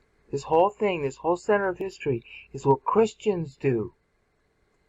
The unbeliever is not blamed for anything that goes wrong. We are. So again, if you're not in the United States, or related to Rome in any way, be happy, because this isn't about you, and that you want it not to be about you. All right. If by contrast, also you're not a believer, well, be very happy, because this is a condemnation of believers in Christ. It's not a condemnation of you. All right. Now, it is true that if you never once believed Jesus Christ paid for your sins, between the time you're born and the time you die, you will be blotted out of the book of life and you will go to hell. So just believe He paid for your sins. That's all you need to do. And it has to be that easy so anybody can do it. All of us have a lot of handicaps in our life.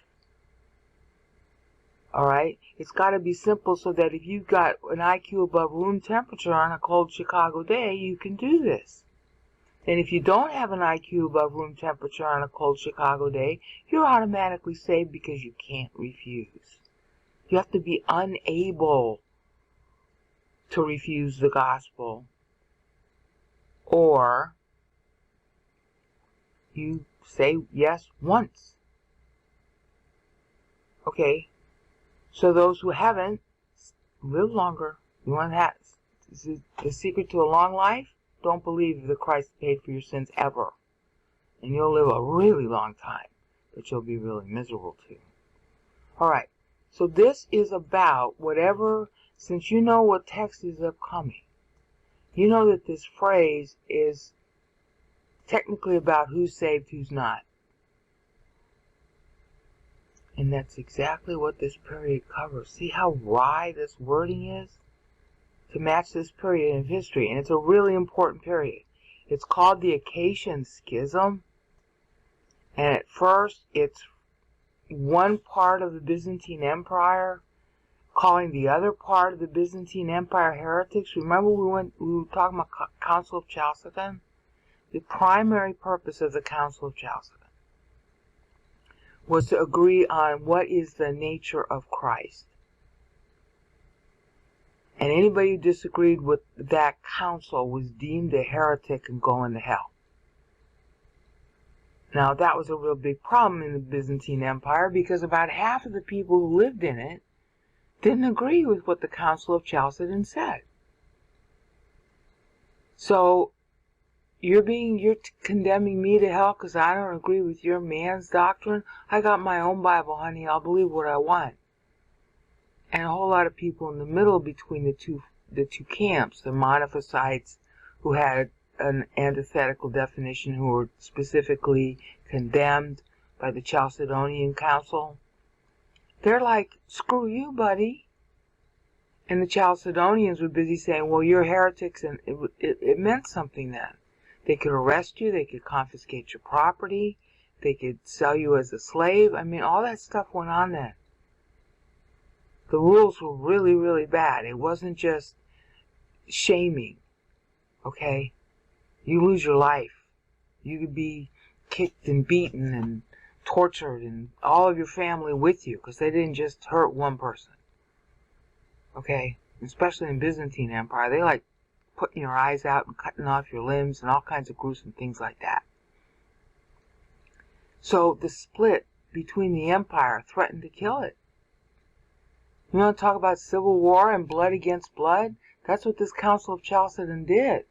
And so all this was, earlier in the text because it started under the Constantine's sons. But it reached a sort of apex here. Now the other thing Council of Chalcedon did was that it basically said, hi, whoever you are in Rome, whatever pope you think you are in Rome, we don't recognize you. You do what you want and you're with your own people, but you're not part of us. And so the rift between the West and the East got really bad here. They became enemies, essentially. Now that really mattered because that meant that the flow of the original Greek texts to the West would be down to a trickle. Because the Byzantines wouldn't want them getting those texts.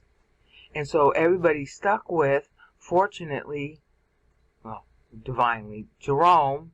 God hired Jerome and made sure that at least a current Latin version was around. And I'm sure Jerome, sent out the manuscripts that he got. He had people copy them and stuff to the West at the time he did it so they could compare it for translation. Alright, because everybody could read Greek and Latin and Hebrew in those days. And Jerome was kind of bookish about that. And the people he knew were also bookish, and he sent copies of what he did to France and Germany and parts of Germany. They didn't call it Germany then. And England. Okay? But those were very few texts by comparison. So when Council of Chalcedon happens, you're talking civil war amongst Christians, vertically in the Byzantine Empire, and horizontally between Byzantium and Italy's Rome. Okay? So, in here, the so-called Acacian Schism occurs. And it occurs because Zeno, who had just died, he had a guy named Acacia. He was they didn't call him popes, but the Metropolitan of Constantinople, a patriarch. It was Acacia that he had write up the Henoticon, which I covered 2 increments ago. The Henoticon, Henotes means unity with God, harmony with God, being in line with God. It was famously used as a Greek term in Plato's Philebus. So everybody knew about that. Okay, so that's why Zeno calls it the Henoticon. Alright, specifically using a Greek word, not a Latin word, but it basically was trying to say, the Latins who subscribed to the Chalcedonian view of Christ's nature, it was sort of a, concession to them. And at the same time, Zeno was seeking not to deal with the Monophysites, who were, populated most of the Middle East as part of his territory. So that if you were a Monophysite, fine, be a Monophysite. If you're a Chalcedonian, fine, be a Chalcedonian. But the basic Henoticon was just saying, yes, Jesus Christ was born begotten of God. That's it. Monogenes is the actual word, and it doesn't really mean begotten. It means uniquely born, which in the context is a lot clearer. Christ is uniquely born. Yes, he's God-man. Nobody's born like him. There's nobody like him. Alright? And that's in John 3:16, and, it says begotten in your English translations. That's not what it means. The Greek term is monogenes, and it means uniquely born. And that's what the Henoticon was about, without defining what uniquely born means. Now, that's smart. It was bad that a political guy promulgates a religious view and all the realm is supposed to abide by it. But at least he's trying to not interfere with whether you're Chalcedonian or Miaphysite, okay? Acacia was the guy who wrote it up for him. And nobody liked what the Henoticon said. They all wanted to force the other guy to define it their way about what Christ's nature was. Now that's the same problem that was going on under Constantine's sons. There was this joke that ran around in New Rome, aka Constantinople, now called Istanbul, that when you went to get your shoes shined, there was a debate about Christ's nature, whether he was God and man, or really just God, or really just man, or some magical combination of the two. And then when you went to eat in a restaurant and you were served by your waiter, the waiter would ask you questions about whether Christ's nature was this or that or the other. In other words, it was the main topic of conversation in Constantinople during the time these kids of Constantine were there, and it would keep on being true.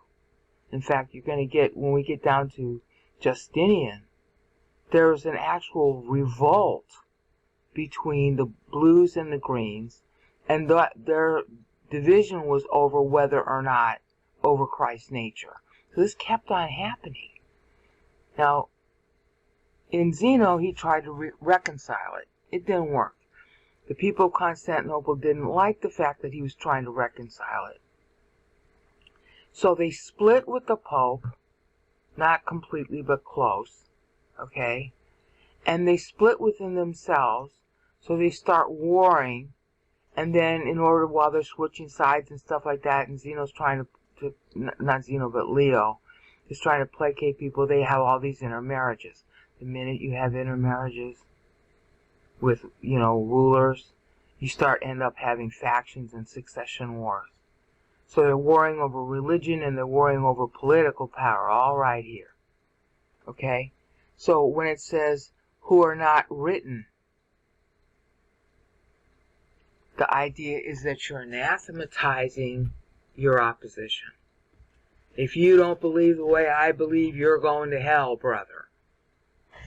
So you see why it was clever for the angel or God telling John to park these words here, because John could have put these words in any order he wanted.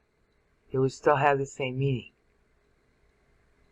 These words do not have to be in this position for you to derive the same meaning. So all in the name of God, okay, they're anathematizing each other as if they had the power to cast anybody into hell. That's how bad it was. Okay? So, by the end of 499, we're talking everybody's at war over whether or not their views agreed with whoever. And that's going on right now in Christendom and especially in Russia right now. Russia thinks it's the inheritor of the Greeks.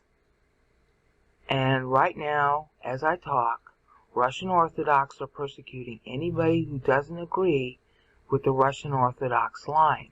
So this schism thing has not ended even until now.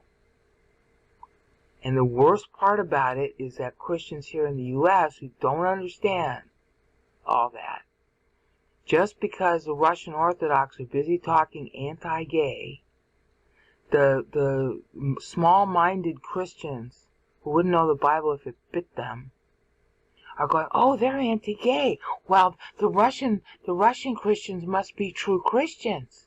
Yeah. Until they all get together and then one side wipes out the other side over who's really the true Christian. That was what was going on here. And like I said, this whole thing is about paradigms. It's paradigmal of history, and honey, it's going on right now. The Russian Orthodox just managed to do some of their own persecution of, I don't know who they did it to, but non-Orthodox Jehovah's Witness, they did their persecution in France of an organization backed by the French government. And this is just a couple of days old. You can just Google on this. Russian Orthodox persecution, France. Jehovah's Witness. Read it yourself. So you see this stuff has a real current meaning. And it all started back here. Okay? Now, I'll cover more about, in the book of life from the foundation of the world next time. Peace out. Alright, I'm still using my new recorder and I'm not used to it. So hopefully this is recording. We'll find out. That's supposed to be the recorder marker. Yeah, it seems to be working. We're back again in Revelation 17, and we had stopped at 8b with the end of our anaphoric center, which, remember, see, that's what these highlights are, 6 through 8, which you determine in a purely mechanical process. And I learned that from 7 years ago when I did Ephesians 1. And it turns out the whole New Testament, all the prophetical passages in the New Testament follow the same procedure. So we're following it here. I've done prior videos already on how Matthew does it. Matthew 24:25. And then after that, Ephesians 1 comes, because that shows me where Ephesians got it from. And then after that, published in the same year, was Luke's Gospel, and chapter 21 of that Gospel is parallel passage to Matthew 24:25. And then Mark 13 does it too. And Mark is doing the prophecy for the Byzantine Empire. And it turns out, I didn't know this at the time I started those videos, it turns out that the Byzantines consider Mark to be their apostle. Okay? So Mark is playing on Ephesians and Luke prior, and on Matthew 24:25 prior when he builds his timeline. And he's the guy who started, that I noticed, he's the guy who started this business of truncating Kai to Kaiser to Kai. And now we're seeing Revelation playing on Mark 13 do the same thing. Alright, so there's a consistency here. That means it's deliberate. It's not brain out. It's not, what do you want to call it? A coincidence. It's a coincidence when it happens twice. Alright? It's deliberate when it happens over and over again. Okay? And the other thing that Mark does, that actually is done also in Matthew and in Luke, but mostly in Matthew, because Luke kind of avoids the anaphoric keywords. This, Idon. It means I saw. Alright? It's the Greek verb in the vocabulary form is horao, and it means I see. Alright? And this is traced, all these blue highlights is the tracing of the use of the word, and just like all these other anaphoric keywords like harlot and beast, the distance between each one of these blues in syllable counts is divisible by 7. So just like I was saying before, the syllable count for each occurrence of woman or whore, the distance between the first and the second and the third, la la la, or the distance between beast 1, occurrence, beast 2, occurrence, beast 3, occurrence, and so forth, they're each divisible by 7 in the syllable counts. That tells you, again, it's deliberate. It also tells you that we've got the same text that the writer wrote. So all these people busy telling you the Bible is corrupted, and all the stupid King James only people who say that God couldn't get it right until 1611, well, they're proved foolish and wrong and liars. But what you prove better is that, yeah, these are the real words that John wrote. Everything's timed. The prophecies are all timed. The same thing is true in the Old Testament. We just haven't gone through all the prophecies yet. But there are fewer prophetic passages in the New Testament. But every time you find them, they're timed in the same way that Moses did it, starting in Genesis 1. All the prophetical passages in the Old Testament are timed. Alright, it's just a question of, doing the grunt work of parsing out by clause or verse and counting up the syllables. You don't have to be a doctor or a Bible scholar to do that. You have to know a few things about syllable counts. What constitutes a syllable? Well, see, here's a consonant, another consonant, and vowel. Cree. That's one syllable. It's true in pretty much any language. Ma. That's pretty much true in any language. In fact, in Mandarin Chinese, you got 4 different words that come out of that one word. That's one sound in English, but it's got 4 different tones. Ma means mother.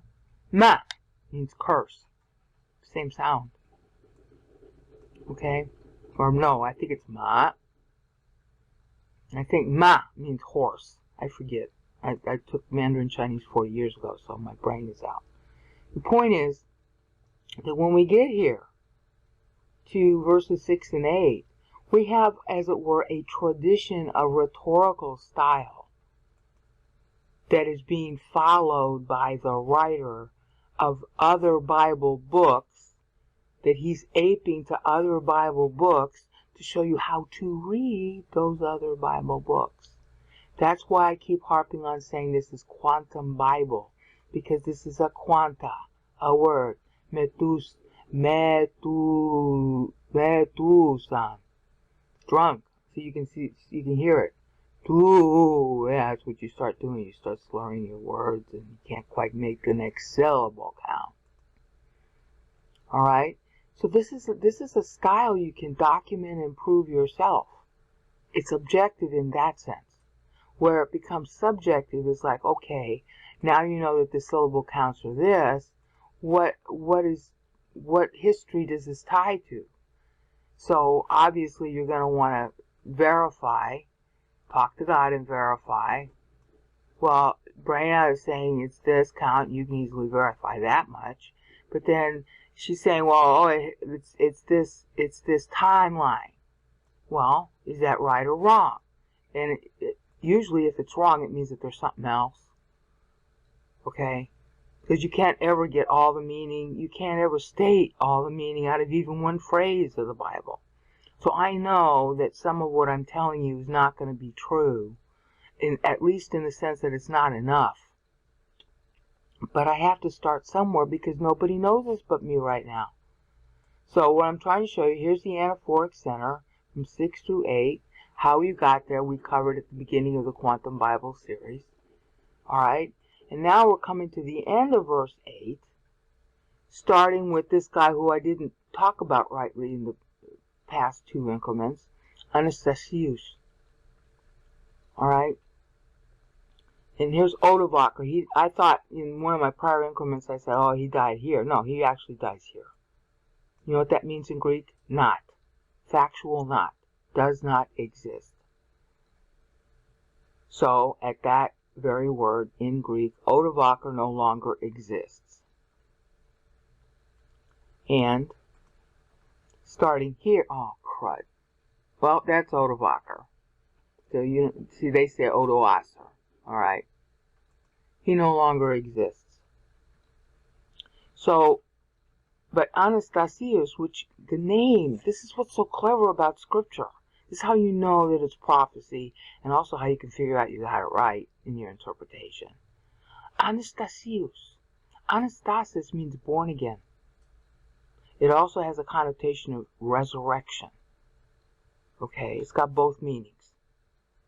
Okay, more resurrection. But born again would be the same idea when you stop to think about it. Alright? So resurrection.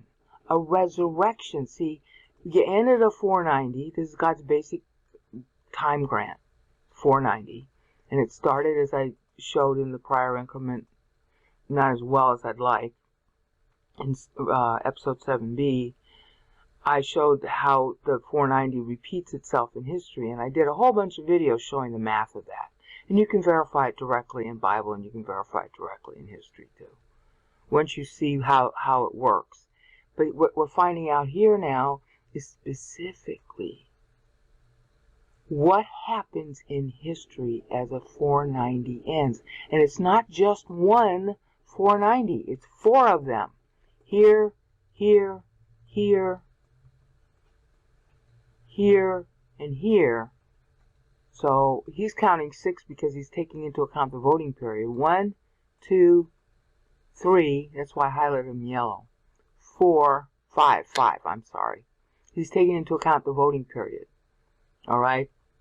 Start of a new 490 after the voting period is the 5th one. Alright, the first one, he's plotting it out based like Paul did, and this has been bothering me now for about, 7 years. Paul tags the 490 from Christ's birth in Ephesians 1 when he does his timeline, his prophetic timeline, which to you in translation looks like a mere doxology, but it's not. It's a prophetical timeline. And he stops it at 490 because he's basically saying, and I knew this at the time, he's basically saying, hi, it's wash, rinse, repeat. He's giving you a paradigmal outline of history. That's why it's phrased as a doxology, because it will just keep on recurring as a trend of history. Alright, that's why he wrote it that way. And I knew that at the time, but I didn't understand what I know now, because of what John is writing here, playing on Paul. playing on Paul. See, because John is the guy who's anal about reconciling all the timelines, because he's the last writer of the Bible. I guess that should be his job. So he's saying here, hi, your first 1090, think of them as a series of 1090, like a mini-series in 4 parts. And they're each 30 years long. Well, not quite. Let's go through it. The first 490 ends at 490 AD. That's 490 from Christ's birth. And we have to call it that. It's really, he was really born 4 BC, at the end of 4 BC. But that's due to an error. We have to say it that way because there's an error by a guy named Varro, who was alive at the time Christ was born. And Augustus liked the way he said how old Rome was, but Varro was wrong by 3 years. Livy was right in saying that Rome was only 750 years old at the time. So if you use the Livy calendar, you'd be calling this 33 AD when Christ died instead of 30. But you can't really do that and reconcile to the past AD, and you can't reconcile the Bible. So we just have to live with the end of 4 BC birthday. And that's what they're doing here. That's what John is doing here. That's what all the writers do. They say, okay, fine, it's all screwed up because of Varro. We're just going to treat the last 30 years as Christ's birth, because that's essentially what you have to do to reconcile the Varro. In those days, when Paul was alive, when Christ was alive, that's what they all had to do. So this is their Anno Domini accounting, but they're doing it in more than one way. The second is that they're going to reconcile based on Christ's death, because he dies in 30 AD. Okay, what's 490 after that? It's 420.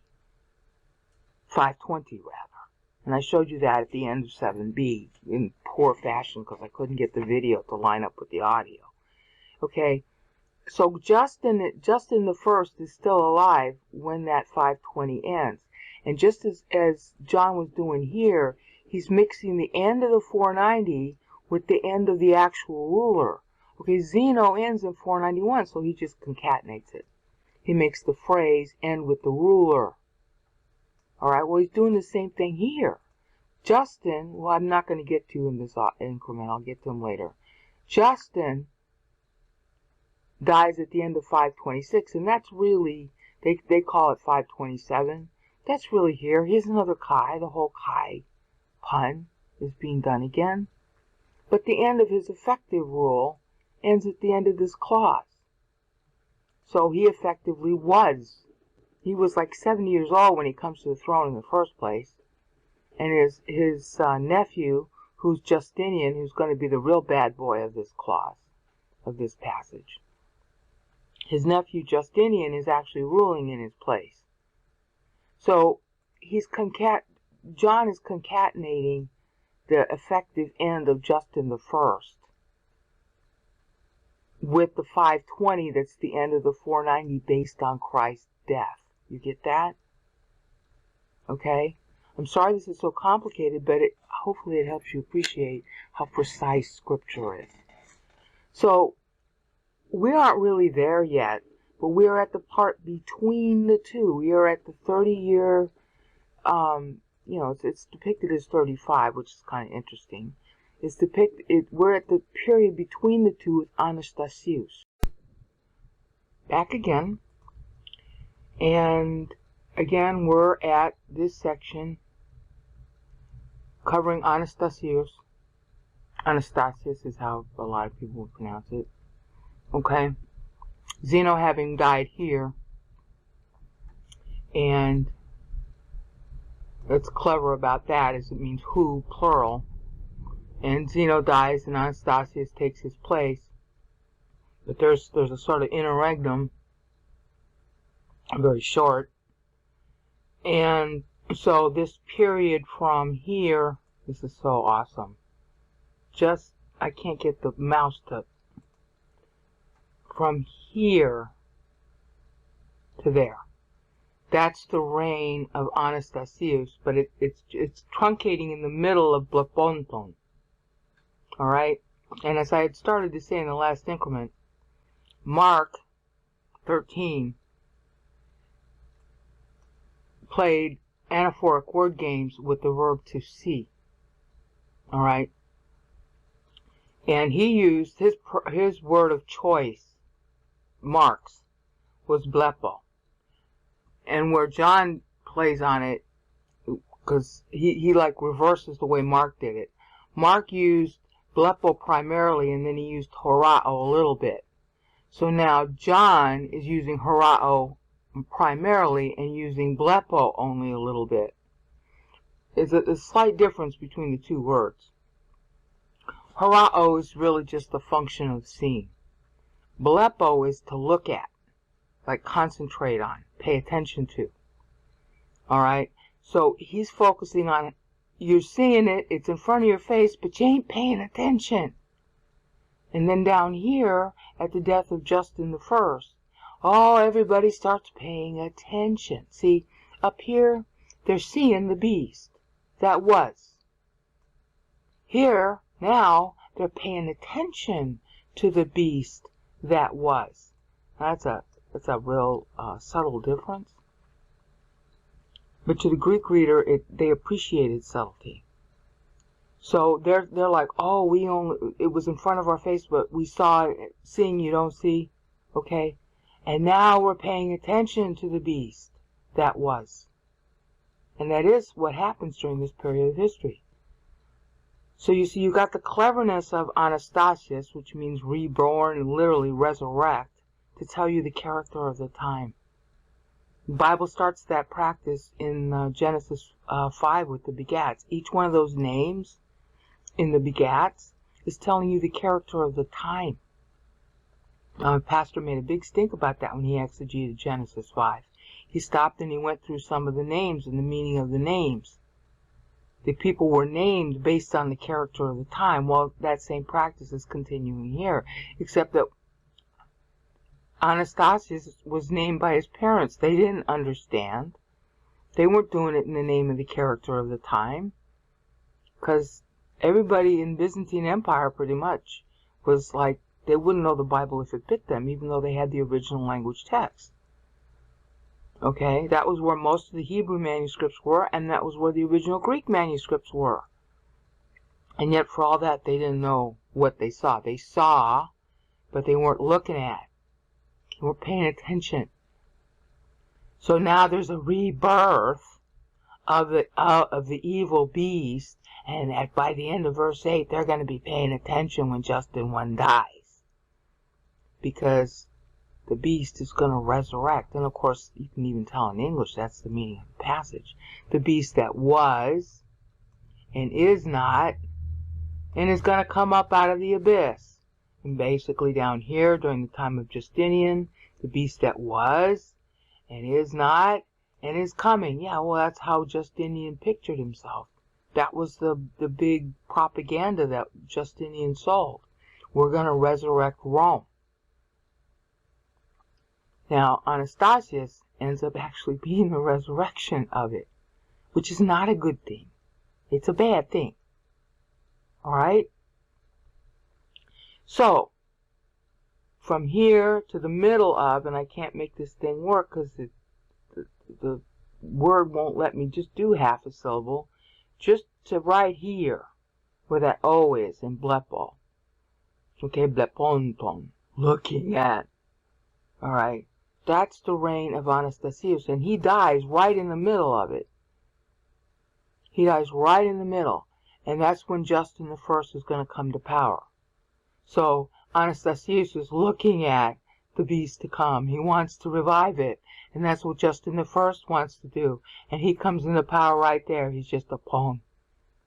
Of course, pon is the first syllable in poneros, which means whore. Get the joke?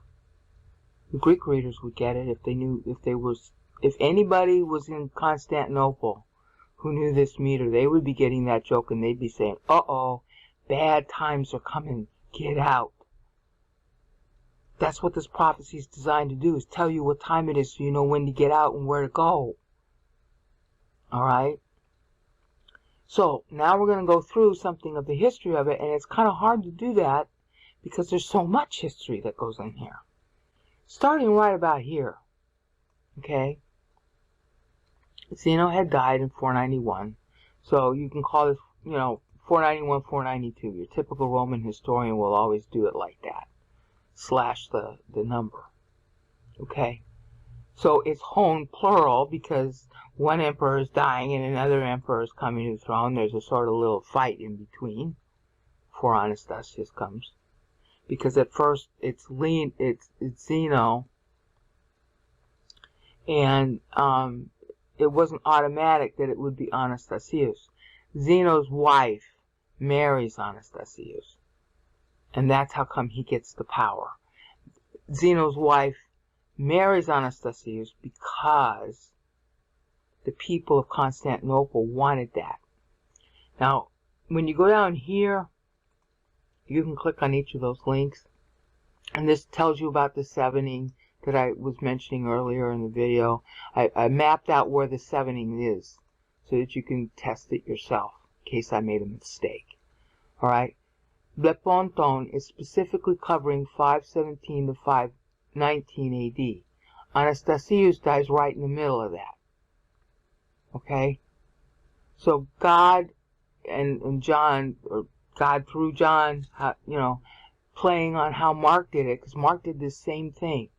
And Mark is playing on Ephesians 1, which did it in the middle of telematos. So Mark does it every time there's a C verb, primarily blepo.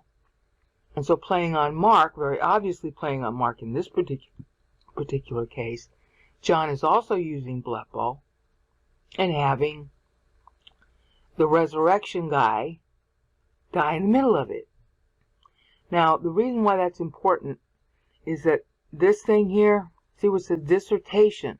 There's a dissertation I just found yesterday on Anastasius. It was written in 1998, and if you click on this link here, you'll go to it. This is the dissertation itself. I'm in the middle of reading it. I haven't finished reading it yet. But it's by a gal named Fiona Lewis. I think, or no, Cricks. Let me look.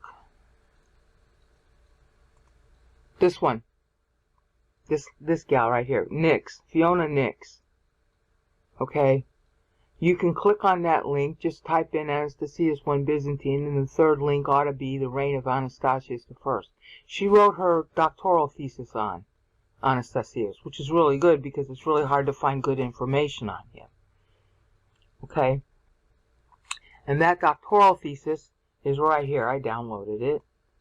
And I'm in the middle of its chapter 4, which is talking about the religious policy of Anastasius. It's long. It's good. It's got source material in it. So I just linked to it so you can read more and check to see if what I'm telling you is right or not. And, you can check other sources too. So what I'm going to say in this video is obviously going to be very truncated. So you're going to want to, look into it more. Because what John is doing is he's explaining what happens between the 490 ending at Christ's birth and the 490 ending at his death. And it's this guy. Okay? At least up to here, to the middle of blepo. So, the thing that's really bothering me, and what I got trouble explaining, is that the words who, not, written, name, each name, individually, into the book of life, from the source of, the foundation of, the world. And this means the world with people on it. So that's not talking, that's from Adam's creation forward. Alright? Cosmos means civilization. It means people. It's not just talking about the ground. Alright? And then in the middle of seeing the beast, which was, he dies. The rebirth dies. The resurrection dies. Because Anastasis means resurrection. Anastasius means of the resurrection. Like child of the resurrection, really. Alright, so if the words are saying not written in the book of life from the foundation of the world for this whole period, the natural question is going to be, well, does that mean that everybody in Rome, both Romes at this point, because now the actual war between the Christians is escalated from Gaul, all the way west in Gaul, to all the way east in Persia, because it's going to include wars with Persia over this same thing, related to the same thing. Does that mean that everybody who was fighting is an unbeliever, unsaved, by the time they die? Well, logically you have to say, well, that can't be true. But they're sure acting as if they are. If you believe in Christ, you're supposed to want to learn Him. And if you don't learn Him, then you're going to act and think and do just like anybody who's part of Cosmos. You're going to just be like all the inhabitants of the earth and the Romans thinking, oh, well, we're Roman and we count and everybody doesn't. And the word hoi here is just a definite article, but it's used in a way that makes it exclusive. The inhabitants of the earth are just the people who live in Rome. You don't live in Rome. Of course, what's the definition of Rome? You don't live in Rome, you're not an inhabitant of the earth, you don't count. That's why I've always translated it all. Because they're all the inhabitants who count. Okay? It's like saying the inhabitants in English, as if there were no others. It's excluding any others. We're in the USA, America first, America first. We're the country of the earth. You've heard that disgusting thing before, haven't you?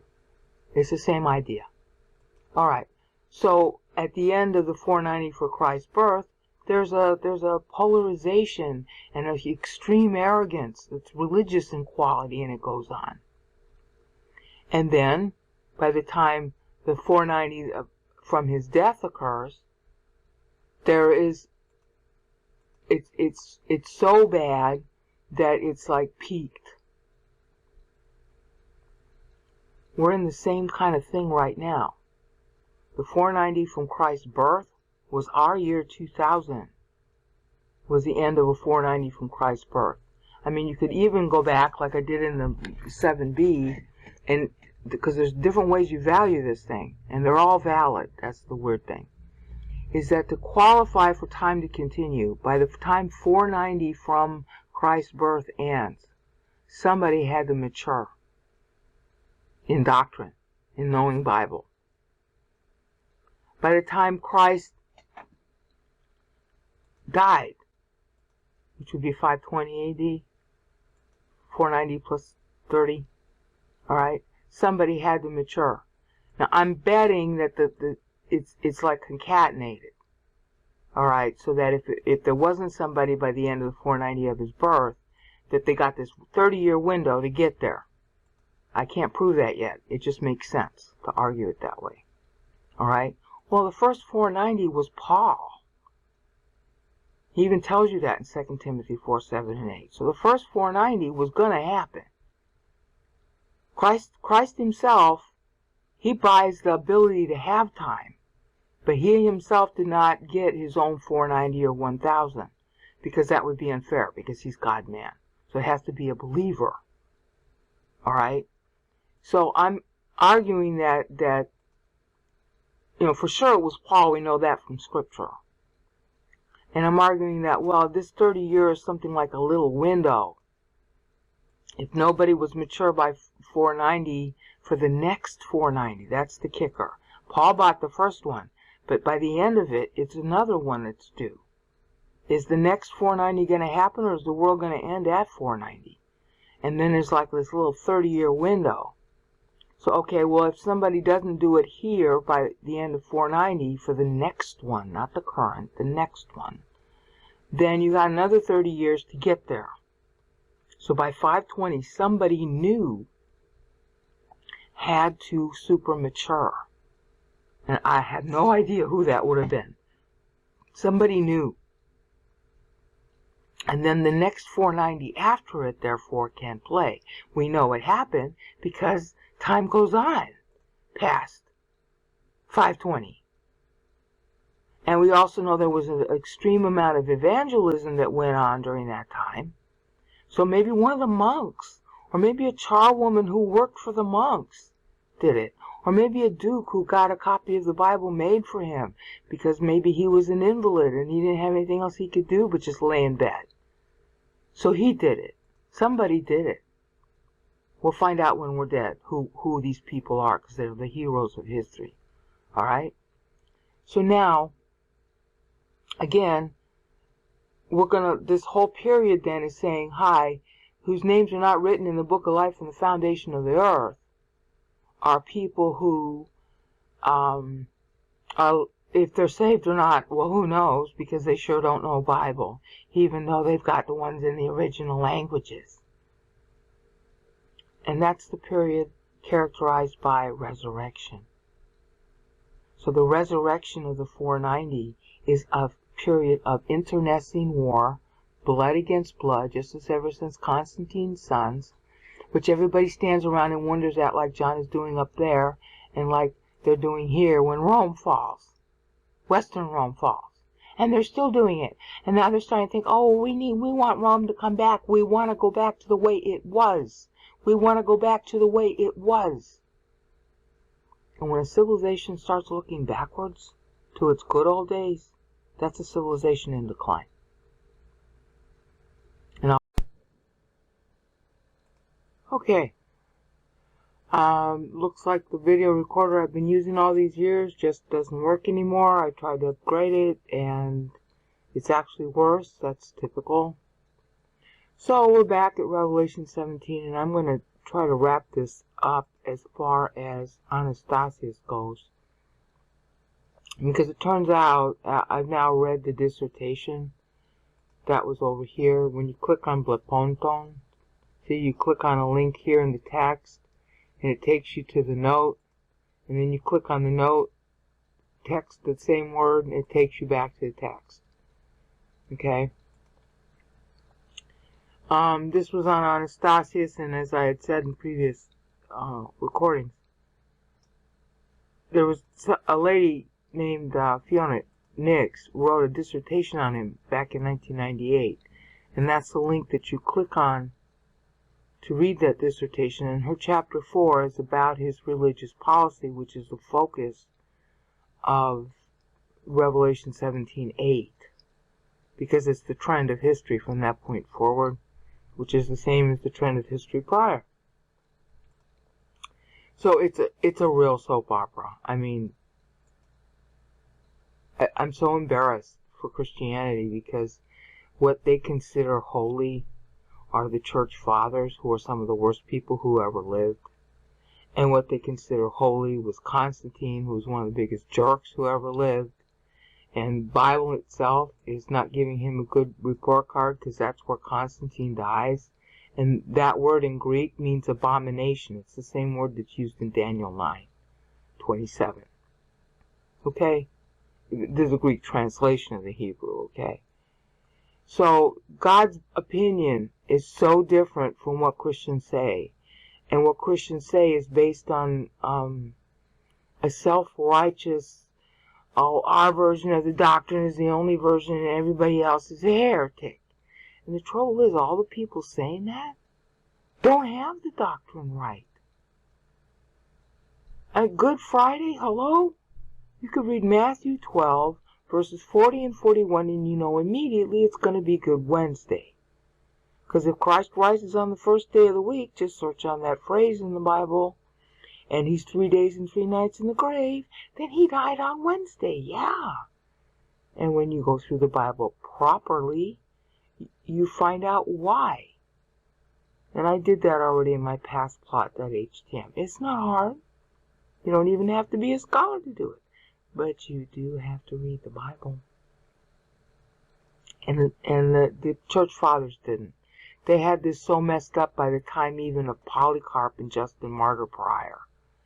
You have Justin Martyr, who was a total jerk.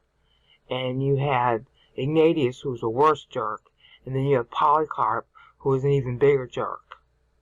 I mean, I'm not even sure that those three people's names are the real people who wrote the so-called church father writings we got.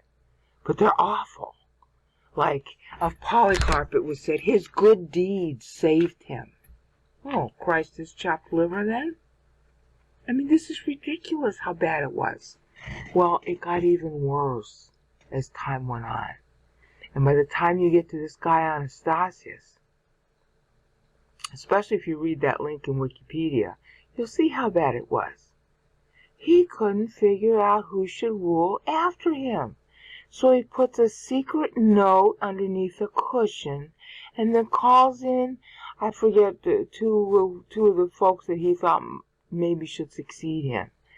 And he made a secret pact with God that if one of them sat on the cushion where he put the note, that's supposed to be who God wants to rule. So what did God have him do? Neither one of the kids sat on that cushion. He says, oh, well, I'm going to put, this is like Gideon with the fleece, okay? Gideon was a real jerk. That's what the purpose of that story of Gideon with the fleece was, is because he was a real jerk. He was a real jerk. He finally became a good believer, and then he went back to being a real jerk. That's the story of Gideon in the Bible. Read it yourself.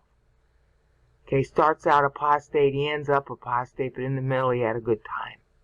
Well, Anastasius is like this too. And when he didn't get the right answer from God, which he could have known if he actually read the Bible what to do, he didn't get the right answer with God the first time, then he goes and does some other cockamamie thing. And it's in this Wikipedia article. I don't know where else to find it. I'm sure that it's probably in Theophanes, because Theophanes wouldn't have liked Anastasius. So it might be in Theophanes, it might be in one of the other contemporary writers. I have to go look it up. But you can at least find more detail in that dissertation, which is right here. Alright? So, what am I going to say now to close this out about Anastasius? Well, not much. Because if you read that dissertation, chapter 4, you'll know more than you want to know about how screwball Christians were. The basic upshot is this. Think of a world map where you've got Europe on the left and Russia on the right, and sort of the Mediterranean down at the bottom is the underbelly. Okay? At the time of Anastasius, because of all of the sectarian nonsense that went on, and because Odovaker has died here, Anastasius ends up being the only, for a little while, he ends up being the only emperor of the Roman Empire. But by this point, you're looking at between 491 AD and 518 AD, where our boy dies right in the middle. At that point, there was growing in the West, starting with Clovis, but you can maybe even posit it before then, the Gallic tribes. And then you got the Ostrogoths and the Visigoths and the Huns in the east, and the Vandals, which are sort of like between them. Okay? They all got Romanized, and they all got Christianized. And so there's an actual counter to Anastasius, but it's not really all that developed. Like you had Theodoric in the Balkans, and he really kind of wanted to curry favor with both the Pope and Anastasius. Because what happened to the so-called barbarian tribes is as they rubbed shoulders and elbows and sometimes invaded and raided Rome, they became like Rome.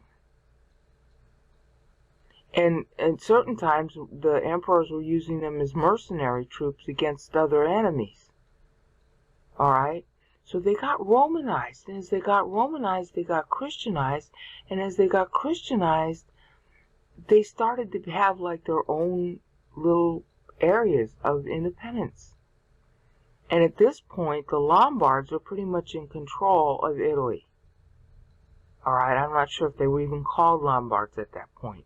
But they were technically speaking barbarian tribes. And they were really pretty civilized because they were pro-Roman. But they didn't want to have Rome rule over them. But they were kind of pro-Pope in Italy. Pro, con, it went back and forth, and will keep going back and forth from here on out. So Anastasius, you have to think of that whole, again, close your eyes and think of a map where you got Europe on the left, and you got Russia on the right, and you got the whole underbelly of the mat in between. In Anastasius' mind, that's his kingdom. But it really isn't. He doesn't really have that kind of power. Hold on. He doesn't really have that kind of power. And he knows that he's got to curry alliances with Theodoric in the north of him. Because, he's right there on that isthmus, on the Bosporus there. Where Turkey and the Middle East meet, all right, and Europe meet. So, that's at that little narrow lip at the Black Sea, where the Black Sea is. And Russia then, as now, always wanted a warm water port, so they've always been interested in Constantinople. Now, Russia doesn't yet exist as Russia. There were some tribes there. They were basically Viking nomads who were just starting up around that area. So in 300 years, they'll actually be a force, but at this point, they're not. They're just starting to experiment. And so Anastasius is looking really at the Balkans, where the Goths are, and where the Vandals are, and the Huns are. And he's like, okay, I got to make deals with these people.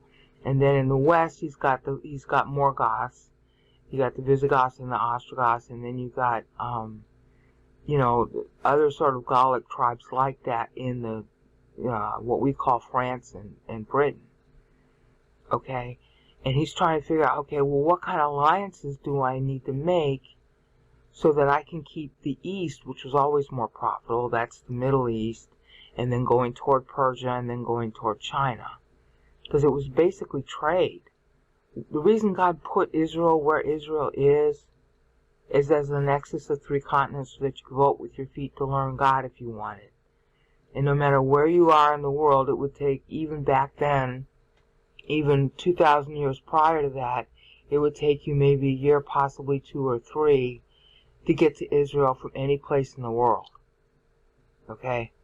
They've done experiments. Alan Alda used to have I forget what his series was, but Alan Alda used to have a series about ancient peoples. And, when I grew up, it was, the experiments of Thor Heyerdahl, because that was back in the 40s and 50s. And Alan Alda played with that. He said, oh, if you took a canoe and you left, say, North Carolina and you hugged the coast, how long would it take you to reach France? And I think it was like 5 months. From North Carolina, hugging the coast, going all the way north and coming back down to France, how long would it take? About 5 months. Okay? So Israel was stuck there in the middle of 3 continents so people could vote with their feet. And that made Israel a very rich area. Well, Anastasius controls that area really well. Well, except for the religion problem, which is what we're going to deal with. He controls that area really well, and he controls most of the Middle East really well. Okay, and he's got some control over just the coastline pretty much everywhere else. And if you go look this up in Wikipedia, you'll see the maps and stuff. I'm trusting you to do some of this stuff on your own. So the reason why this is such a terrible time, that basically it's talking about everybody as if they're all unsaved, because they're living as if they're unsaved. The Bible is a mystery to them. Okay?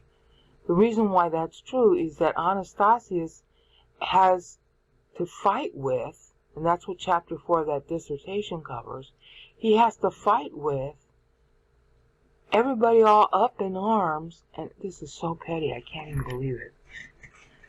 Everybody's up in arms over what is the definition of Jesus. And remember I said this is in the anaphoric center? Everything comes out of it. Everything goes into it, and it determines history. Yeah, well, see, that's what this boy was doing, fighting against his own brother.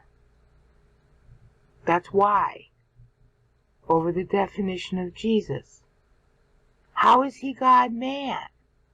Well, I can understand that's a really important question to understand, but why would you go to war over it? With another human?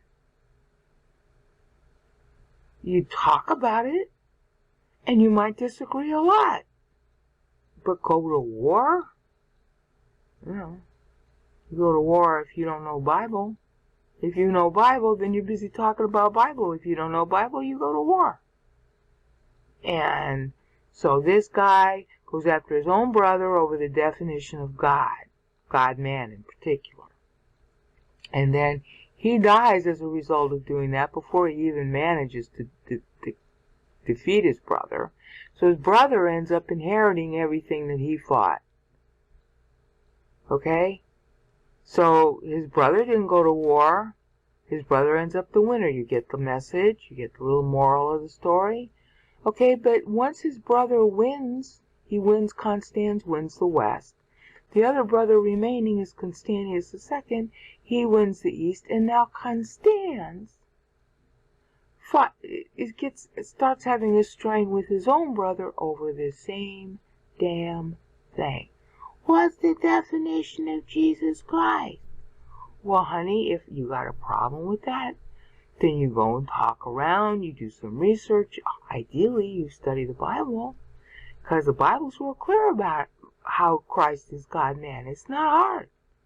It's all displayed right there for you, if you read it.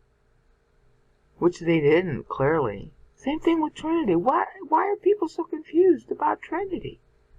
I've never understood those arguments as being so... I mean, the arguments don't make sense. The problems they have with the idea of God-man and God as Trinity doesn't make any sense. And the definitions they come up with are goofball on both sides. Alright, so Constans is going to fight with his brother Constantius II over the definition of Jesus Christ, and he's going to commit troops and going to anathematize each other and blah, blah, blah, blah. It didn't quite get that far, but it was going in that direction. So, now God takes out Constans before he has a chance. And then 10 years later, Constantius II, he dies because he was also on his way to kill his cousin, Julian, who was in the West, because when Constans died in the West, there had to be a replacement. So that replacement was Julian, who was a Christian but didn't believe in Christ anymore, okay? And the troops around him liked Julian better than they liked Constantius. Yeah, who likes a religious person? They're dour. They're annoying. And they're stupid. Who wouldn't know Bible if it fit them? But they're all romantically enamored of their own definition of the right thing. And if you don't agree with them, oh, you're a heretic. And then they feel real holy if they fight you. Now, fighting with words is a good thing. Fighting with weapons? What? Hello? The purpose of that is what? We're talking about definitions of God, how to worship God. What does the Bible say? There's no need, place, value to fighting with weapons over some idea about the Bible or God. Do you get that? Fight with the Word. So if you're a Calvinist and the other one's a Catholic, instead of beating each other up like those two are going to end up doing later in history, same as going on here, then just argue the words with each other. That's iron sharpens iron, and that's good. But commit troops and then use a sword? You're supposed to use the Bible, the sword of the Word, not the sword that's made of steel. Hello. This is how dumb these people were, and it started back here. And it keeps on going. So as we get into our Day of the Lord Center, It's not really the day of the Lord, is it? But they think it is. Now, it's really important to keep harping on this. What I'm talking to you about right now happened back in the 350s AD, but it's still happening as I talk. The current version of what I'm talking about is happening right now in Russia. The people, the religious clerics who are backing Putin, this is what they want. It's the same deal. They're thinking the same way. They're a little more sophisticated about it now, but this is what they want, world domination for their version of Christianity. And the people behind Donald Trump are thinking the same way. The ones in Russia call themselves ThirdRome. The ones behind Trump call themselves Seven Mountains. And I only see one organization that's exposing all this. And even they're not fully aware of how bad it is. And that's a group called rightwingwatch.org. And they think all Christianity is bupkis. Okay, fine. But they're exposing the Seven Mountains people, and they're exposing the Trump Russia people, the ThirdRome. You can Google on this. Better yet, go into YouTube and type in those things and hear those people talk in their own words. It's a takeover of the world plan, just as it was back here. It hasn't changed. The names of the people have changed. The goals have not. And the stupidity and the ignorance of the Bible has not changed. And we're talking now in 2017. And we've had the Bible all this time and we haven't learned anything till yet. And if you talk to anybody, especially the Catholics or the Calvinists, or anybody in mainstream Christianity about the so-called church fathers and about Constantine himself, they praise him. But God didn't. Abominations. Constantine died in the midst of the word abominations. And Paul, and John is playing on Paul. Paul had Constantine die in the middle of proelpikotas in Ephesians 1:12, which means first fruits. And Constantine died on Pentecost, which in the Bible is called first fruits. 50th day of the Omer, which the Jews don't count right today. Alright, that's first fruits. Christ our first fruits, because he rose on the first day of first fruits. That's when you start counting the Omer. And on the 50th day, that's supposed to represent Jubilee.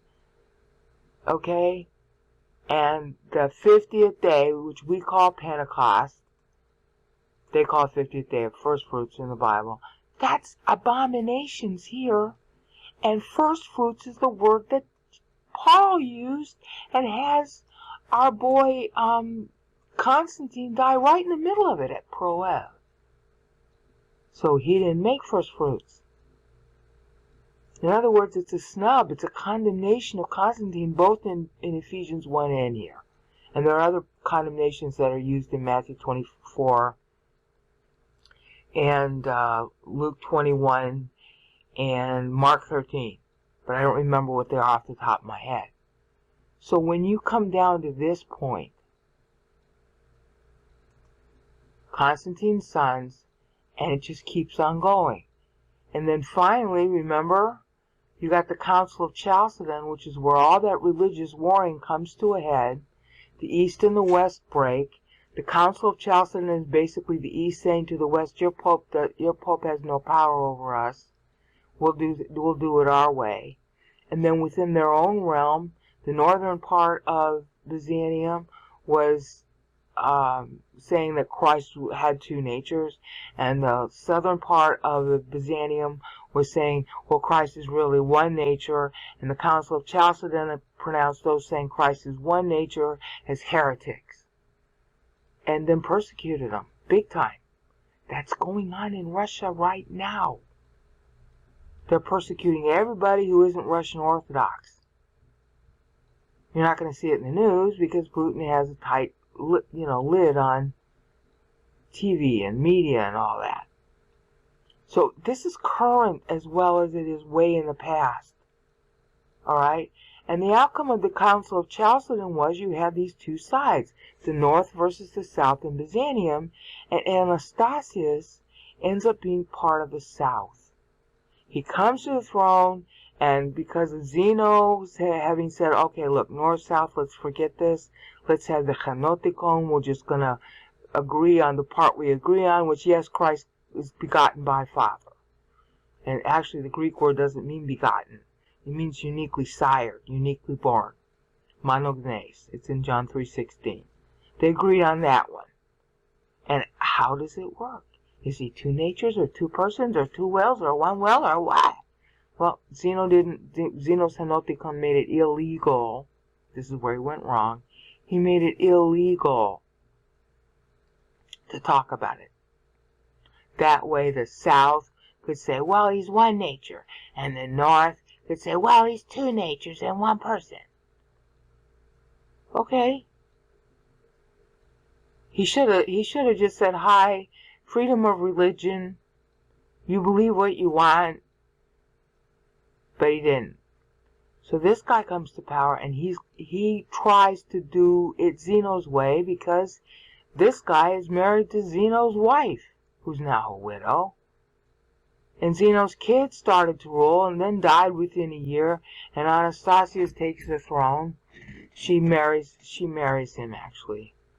It wasn't Zeno's kid, I'm sorry. It was Zeno died, and she was married to Zeno, and the next guy would have been Zeno's brother, and the people didn't like him, so they picked Anastasius instead. But Anastasius was part of the crowd that believed in the southern idea of Christ, which is that he's one nature, and he was really human, but he somehow magically God all at the same time. And then they all differed within each other as to how he was magically God, and then they called it monophysite or miaphysite.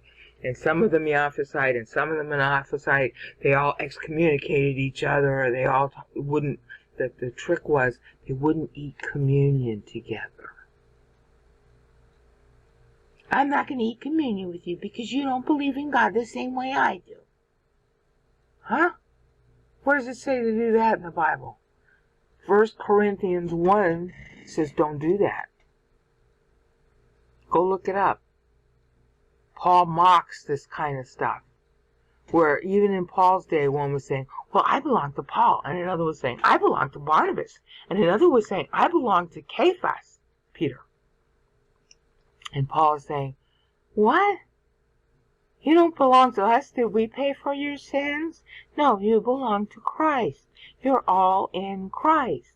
Are there right doctrines and wrong doctrines? Of course. But you're a believer. Because you believed he paid for your sins. And whatever else you believe, honey, that's right or wrong. It's something to learn and something to get corrected on. But you're a believer. I'm a believer. Do we agree with each other? No. Do we have to agree with each other? No. And the person who converted me to Christ versus the person who converted you to Christ, can you be more stupid than that to differentiate? That's what's going on here. Well, Anastasius was with the crowd that said, well, Christ is one nature. So he didn't like the Council of Chalcedon, but now he's emperor and he's got to try to unite the whole Byzantine Empire, and he wants to sort of get along with the Pope in Italy too, because half of his empire likes that Pope. So he tries to hold it together. Now think again of that map. In the west you got what we call France and Britain, they called it Gaul. And a bunch of other names. Okay, based on the old Roman names. And in the east, you got at your border Persia. Alright? Persia is Zoroastrianism or whatever else they are. They're not Christian. They got Christians living in it, but they're not Christian. So at this point, and it's particularly bad right in here, Anastasius doesn't want to alienate the southern believers who happen to believe the same way he does anyhow. But he also doesn't want to alienate the northern believers, because if he does, then that's going to encourage the Goths or the Huns or the Vandals or somebody to come and attack him. At the same time, if he alienates the southern believers, no matter what he believes, then that's going to encourage, and it did, the Persians to attack him. So this whole period is about all of the clerics on both sides fighting with each other and trying to get Anastasius in the middle. And one side, either whether it's the Pope or somebody else, calling him a heretic, and the other side is calling those who called him a heretic. And this poor guy is stuck here in the middle. What kind of rebirth is that? What kind of resurrection is that? That's the characteristic of what happens between two 490 benchmarks. This one being the benchmark 490 from his birth, and this being the benchmark and the 490 from his death. And honey, that is exactly where we are today. Today. The 490 from his birth. Remember, I did this? I didn't do it as cleanly as I should have, but I'm doing it now. 490 from his birth is 490. That's obviously once. We're now in 2000. So if I multiply it 4 times, 1960 was the fourth 490 from his birth. Okay? That is when the Christians became the foolish virgins in Matthew 25:10. I've already done the videos on that earlier in the playlist. That's the exact year that they did that. Alright? 490 times 12 again. 4 again. Plus 30, the benchmark at his death, is 1990. And that's when Russia fell. You beginning to understand where we are? It's the same damn thing. And we're going through religious war now. We're just not yet fighting with weapons, and hopefully we won't.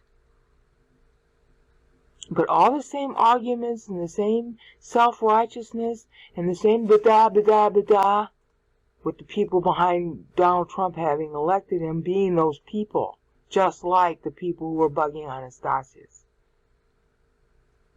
Except Trump couldn't care less. He doesn't even know how to spell Bible. Alright, but they got him in power.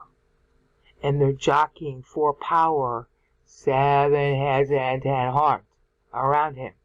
Same thing with Putin. So this, what you've just seen, is going through what happens in a 490. When you're between the 490 after Christ's birth and the 490 after Christ's death. And in our case, contiguous, that's 1990. Alright? And remember I said there's more reconciliation than that? Because John's doing it 4 different ways, 5 different ways. He's got this one, which I haven't explained yet fully, this one, and this one. And I'll explain more about that in the next increment. But as far as Anastasius goes, just know that the whole time, from here all the way to like halfway through Blepo, if I could get it to just go halfway through, to that point, his whole life was characterized by the battle of the fighting prelates all over the place, from the west in Gaul all the way through Persia and all at the underbelly of northern Africa and the Middle East. That was his life.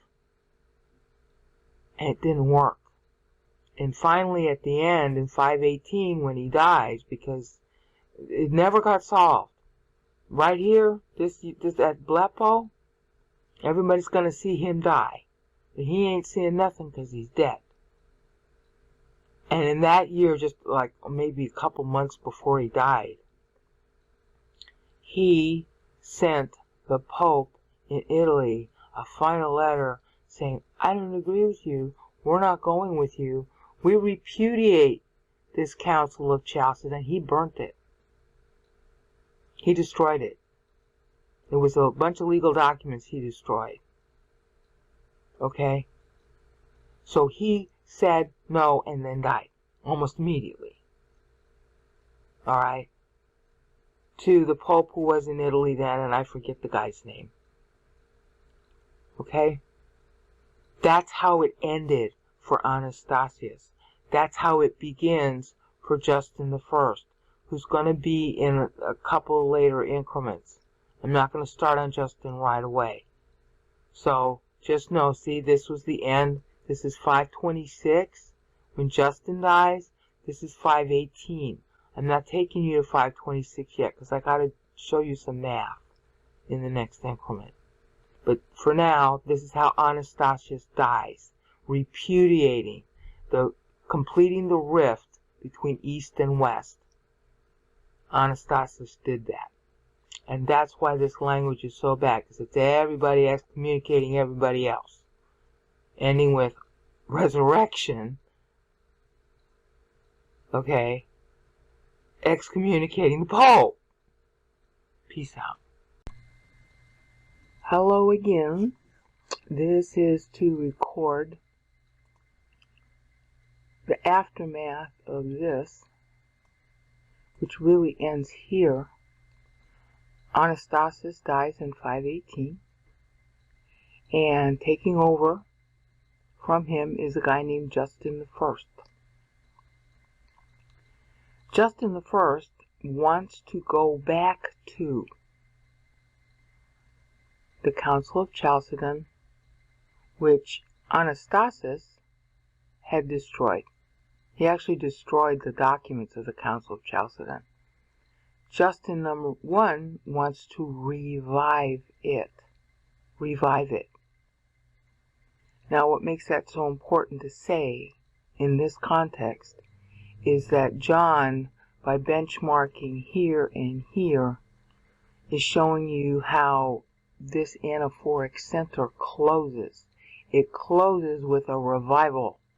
It closes, technically speaking, with a revival of time. In other words, Paul won the first 490 from Christ's birth and from his death.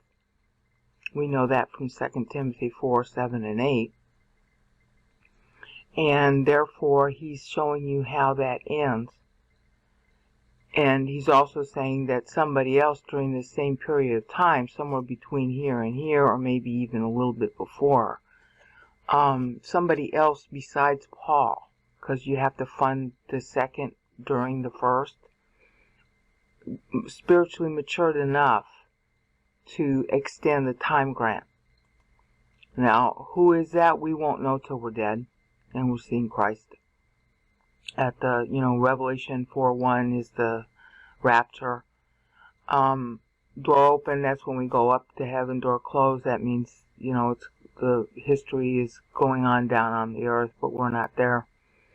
So that's when we'll know who this is, but John in particular is benchmarking it based again on when he writes, and he's also concatenating the ruler with it.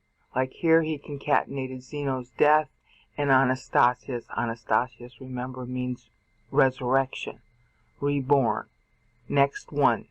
So that's why he's playing on the time grant. Did John personally know that this wit about the name of the guy who would be ruling? I don't know, but God sure knew it, and so God had him write this. Okay, so at the time that the resurrection of the 490 is going to occur, a guy named Resurrection comes to the throne. Alright? And then you have this little 30-year window, because there's a 490 measure from Christ's death also. I thought that was the only one, but Paul in Ephesians 1:3 used it from Christ's birth also. So for those few pastors who thought that there was a new dispensation at Christ's birth, well, this is your confirmation that it is. But there's also a new dispensation from Christ's death. Okay, which everybody knows. They're looking at Pentecost 30 AD as the beginning of the church age. So John is benchmarking both of them. And here, just before the 526, in 518 is when Anastasius dies and Justin I comes. Justin I reverses, get the play. He reverses to rebirth the Council of Chalcedon, which Anastasius at death revoked. Okay, if you read that dissertation, remember? Oh, is it not gonna? Remember I told you, read the dissertation here? If you read that dissertation, you would know about that. Okay, because she traced it out. Fiona Nix, it's in her chapter 4 of her dissertation. So, Anastasius' resurrection is dead, and this guy therefore aims to resurrect and reverse everything Anastasius wanted by resurrecting the Council of Chalcedon, whose documents were destroyed. But of course, you know, Rome would have a copy, which means it's a turning back to, Rome in Italy. Alright? So, that's what's so trenchant about the wit here, the satire. Looking at or beholding, paying attention to is a better phrase. The beast, that.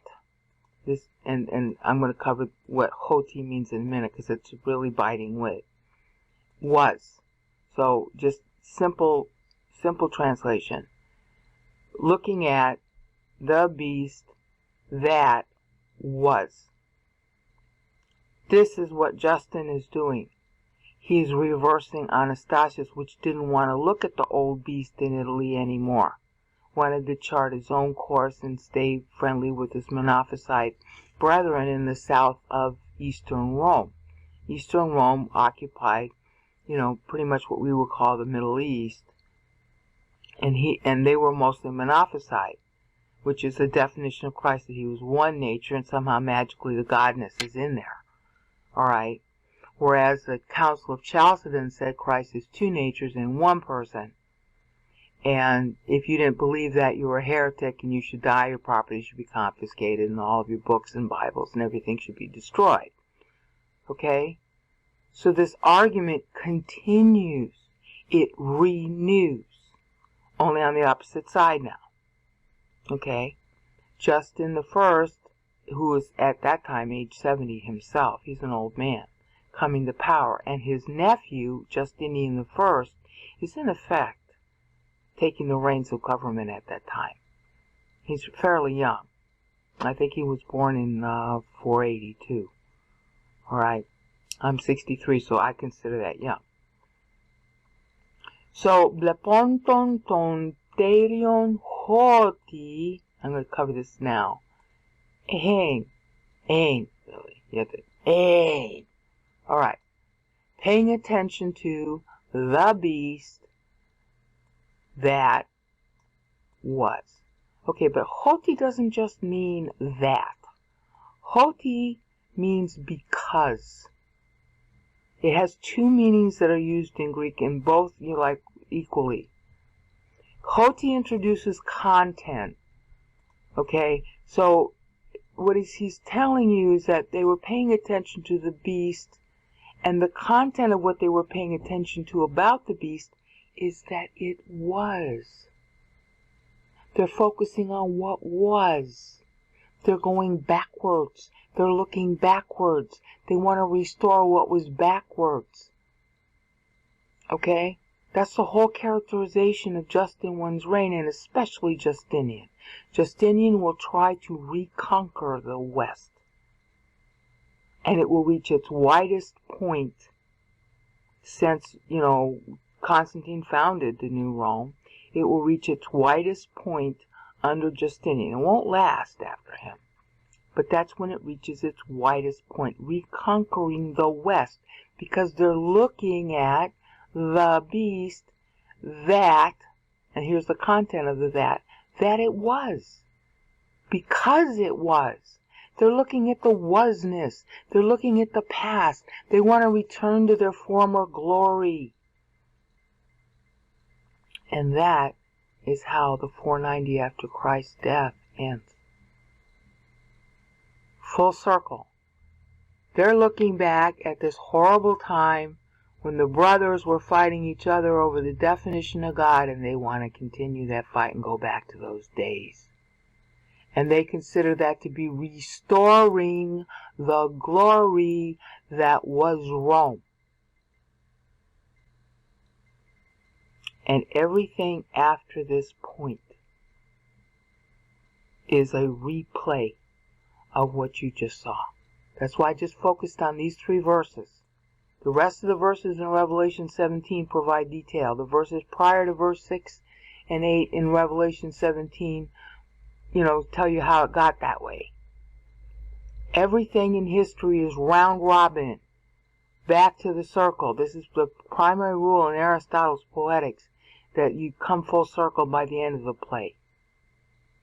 And by the end of the play of the 490, whether it's measured from Christ's birth or Christ's death, this is how history goes. That's exactly what Ephesians 1 said in its own meter. And I did those videos 7 years ago, so you can gorge yourself on them if you want in Vimeo. It's in Paul Meter GGS 10 and Paul Meter GGS 11. Those are the channel names. Okay?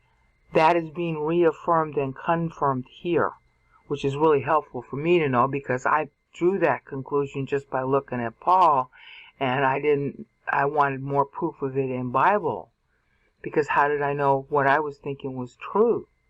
Okay, well, here's your confirmation. It's as bald as it gets, because we got the history. We know what the history was. We know what they thought. We know what they did. And all you needed was to, combine it with the 490s. It's going full circle. And that's why John marks it this way. Now, I bet when you heard Revelation 17 taught, you didn't know any of this stuff. Why? Because the scholars don't know to do the meter. Why? Well, I don't know why they don't know the meter, because they knew of it since John Knox during the Reformation, if not before. And obviously the Jews used to know it, and the Christians used to know it, because look at how deftly John is doing the meter on purpose. And the other thing, of course, that you know is the words that we got in front of your face are the actual words that John wrote. And I think I'm going to end on that dramatic note, because I myself am in a state of shock. We're back again. This is the introduction to episode 9. It's going to be multi-part because I have so much to cover. Again, we're at Revelation 17, verses 1 through 18 is the meter, which is the whole chapter. The anaphoric center is verses 6 through verses 8. And verse 8 ends here, which is at 534. And verse 9 starts here, ending at 544 AD, 456, and then the final end of it is at 567. The final end of the time that's covering the guy who comes to power, Justinian, versus Justin. Justin technically dies. See, here's Justin. He technically dies, and there's all kinds of talk about this. He technically dies in August 1 of 527, in which case, depending on what fiscal year John is using, he would be another Kaiser, satirically and, unfavorably truncated to a mere Kai, a mere connective of history. Kai uk esten then is satirical against Justin the First, that he's not, specifically the Kai. This is where Justinian technically starts. Now, depending on who you talk to, and there's a lot of debate about this still, when Justin came to power right here at the middle, at that O in Bleponton, that was when Anastasius died, and that was when Justin the First came to power. Depending on who you look at and who you talk to, Justinian was still the power behind the throne at that time. There is some debate about that. It is certain that he had a great deal of power soon after Justin the First took over. Exactly when it flipped to Justinian is hard to say. He wasn't actually named co-emperor until the last 4 months of Justin's life. And if John is using the sacred Hebrew calendar for his fiscal year, that new year could have started right here anyhow.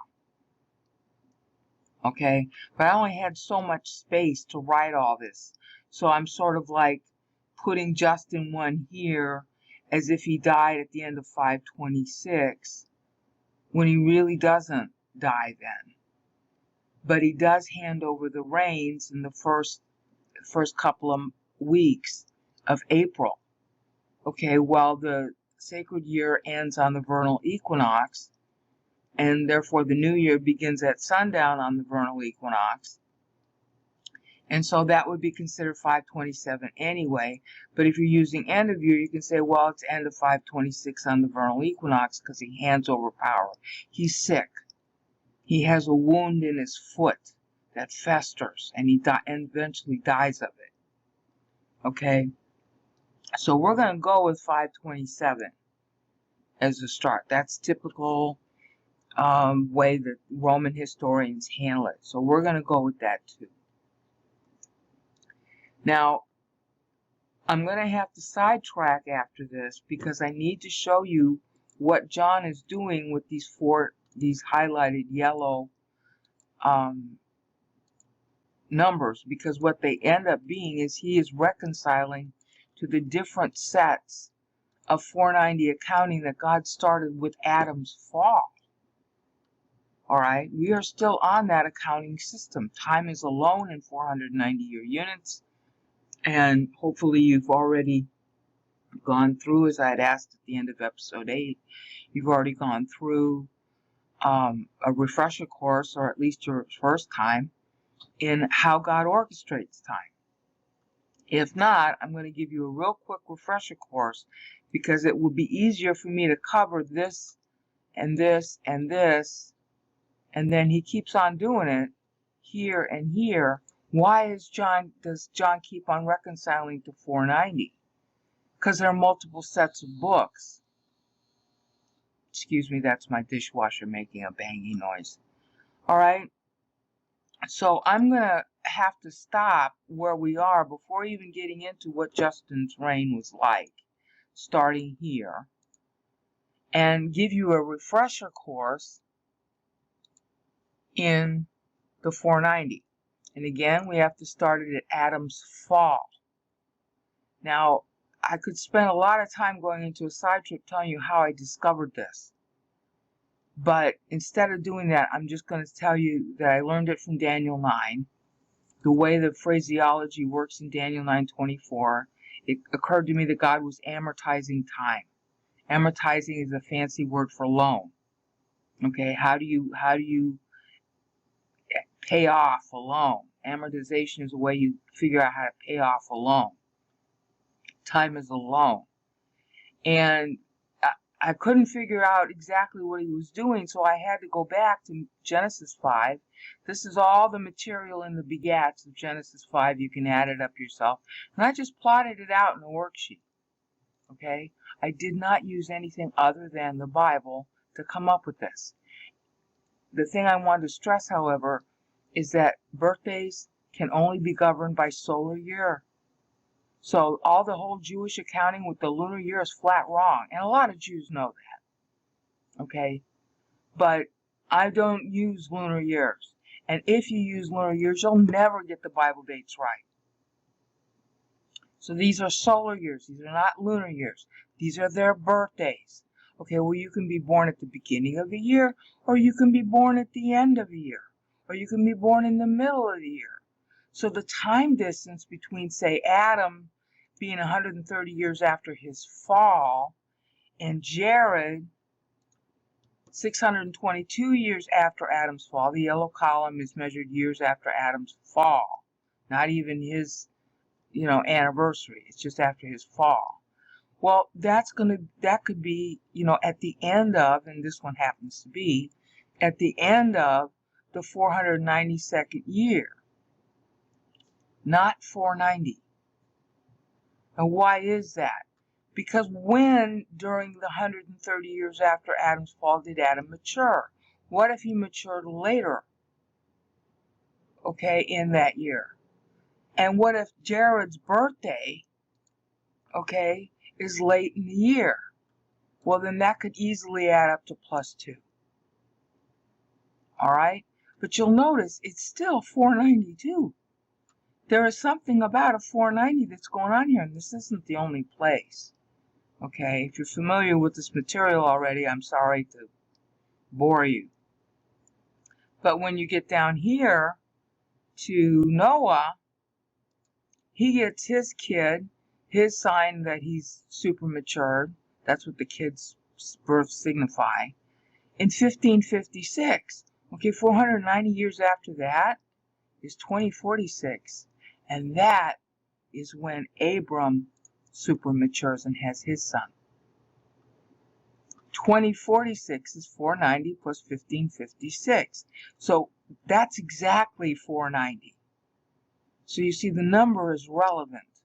And this kind of convergence keeps on happening in the timeline.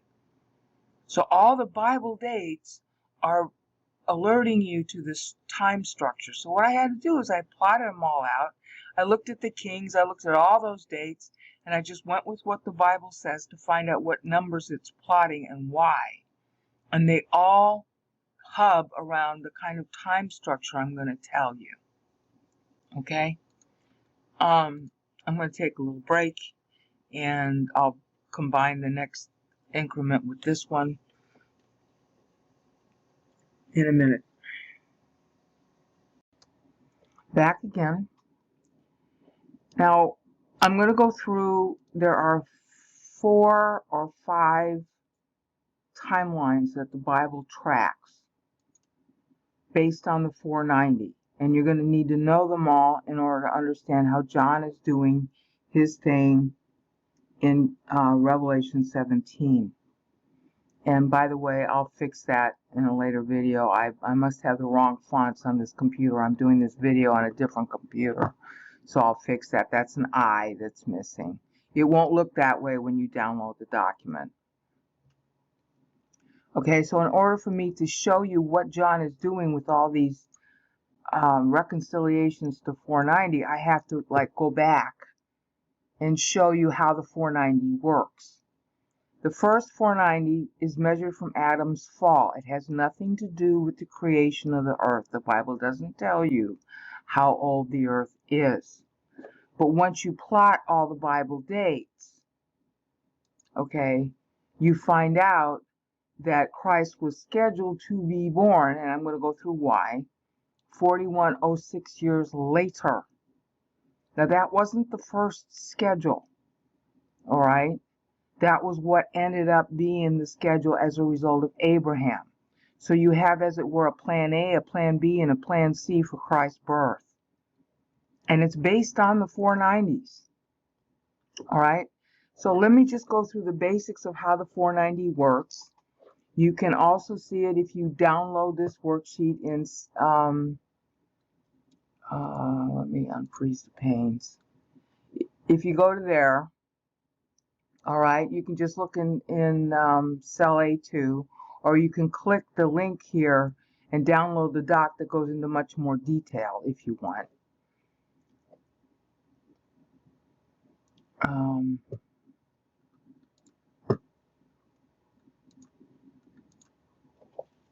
But the basic idea is that time didn't start until Adam fell. And that's in Genesis 3:22. Number your days. Adam didn't have days numbered until he fell. All right, so that's why in Genesis 3:22 you have this cute min preposition, which is the preposition the Bible uses for birth. It's usually translated from the womb, which is dead wrong. It means from birth. The Greek preposition min means beyond, literally. Beyond, outside, out from. And you can find that in pretty much any lexicon you want. It's just that politically they mistranslated in the Bible in order to succumb to, the apostate desire to say that abortion is murder. But they don't always translate it that way, so that's how you can tell it's politically motivated. I cover that in my pro-life blasphemy series. The point you need to know is that Adam is deemed to be born in sin as of the date he sinned. We do not know how old he was then, but time starts to be counted then. So we say year, I'm saying year of the world. If you got a better name, use it, but I don't want to use the other names that people currently use. Year of the world or FAF, from Adam's fall. I use both of those expressions. So 490 years after Adam fell is the first benchmark. The rule is, and you're going to have to go through all the other videos to see why this is true, but the rule is somebody's got to super mature by that 490 or the world ends. This is the precedence for the rapture doctrine. And nobody seems to know it. The Jews used to know, obviously, because the Bible is metered like this, based on this. And there are lots of verses that talk about it, specifically the begats. That's what they're there for. So he was 130 years after his fall, he super matured and had Seth. In other words, he had other kids. But this is the mark of his super maturation. Seth himself super matured when he was age 105. And so he had Enosh. And then Enosh super matured when he was 90, and he had Kenan. And then Kenan super matured when he was 70. You notice that the time's getting shorter. And he had Mahalel. Okay? And that basically ends your 490. So each one of these guys super matured, but time is alone. Adam didn't super mature the very first year. So his date supersedes all of these. All right? He also lived longer than well, he didn't live longer than all of them. But his super maturation continued. All right? And their dates might have made the time better, but it didn't make it longer. And how do we know that? Because here's Jared 492 years later, the 492nd year later. Okay, so again, because of the beginning of the year versus ending of the year, you got a rounding that looks like it's +2. He has Enoch. So Jared super matured in age 162. Now, was he a late birthday? Because if he was a late birthday, that would account for, like, if God is accounting from the beginning of Adam's fall, which would be considered the beginning of the year, which the year in those days began at fall, autumnal equinox. Then if Jared is maturing at the end of his birthday, or he's maturing at the end of a year versus the beginning here, then you can see where the +2 is coming from. Okay? So, but notice, that's historical. You got 130, and then there's the total 490, which includes the 130 in here. Okay? Then there's a 70-year voting window, and that will become important when we talk about Noah and Moses. That's a 70-year voting window. It's a mass voting window. It's the origin of the sabbatical year in the Mosaic Law. There's a mathematical relationship there between the 70 and the 50 years for the Goyim. They have their own voting period of 50 years after 1,000, which I'll cover. But just, pretend that this is true until you vetted it. Because I got to just show you what the structure is. So you got 490, 70, 560. That's history. That's the historical pattern. And then you got another 490, okay? And that takes you to 1050. 490 plus 70. Can I make this better than that? Let's do it 150. There, now you can see more. Not enough. 490 plus 70 plus 490. See, because it's 560 plus 490 is 1050. And it's 1050 because it's 490 plus 70 plus 490. That 490, that second 490, buys the extra 50 years for the, when I say Goyim, I mean the unbeliever, to vote. Big gospel, big intensification of the gospel going out occurs during the last 50 years of the 1050. Now you'll notice in between is 1,000. Before I explain the 1,000, notice the next thing. Here's 490, and then look, 490 years after it is 980. See, because the rule was, this is the crux of this story. The rule was that there's 490 years allotted at the beginning, at Adam's fall, to grow, to spiritually mature enough to be considered supermaturation, kingly maturation. Give it the name you want. I call it supermature, which means supermature in knowing God. All right? Somebody's got to do it by then or time ends. Not only that, but now we got a second 490 beginning after this one completes. So by 980, someone who super matured in the first 490 makes it okay to have a second one. But before that second one ends, before 980, a second person has to super mature. The same thing is true for the next one. The next one is going to be 1470. And then the next one is going to be 1540. No, 1470. And then the next one is going to be 1960. So what you should understand out of this is every 490 years, someone has to super mature or time ends. No matter what the voting is here in the 70, no matter what the voting is here in the 50. Every 490. And the Bible actually tracks that. That's how I learned about it, is by noticing the relationships of the numbers. I mean, that's how physics works. It's all math. And then they try to test the math conclusions they got. Well, that's what we're doing here. We're testing it with actual history. And the test shows up much more clearly in Bible and in post-cross once you know what to look for. So we got 490, 980. So a second person. And we know from the Genesis 5 who they were. See, like he's born between, he's sires between 560 and 980. So Jared did it. Well, he wasn't the only one. Enoch was so good that God just took him. He didn't even die. Okay, and Methuselah therefore must have gotten it twice because the flood doesn't occur until here.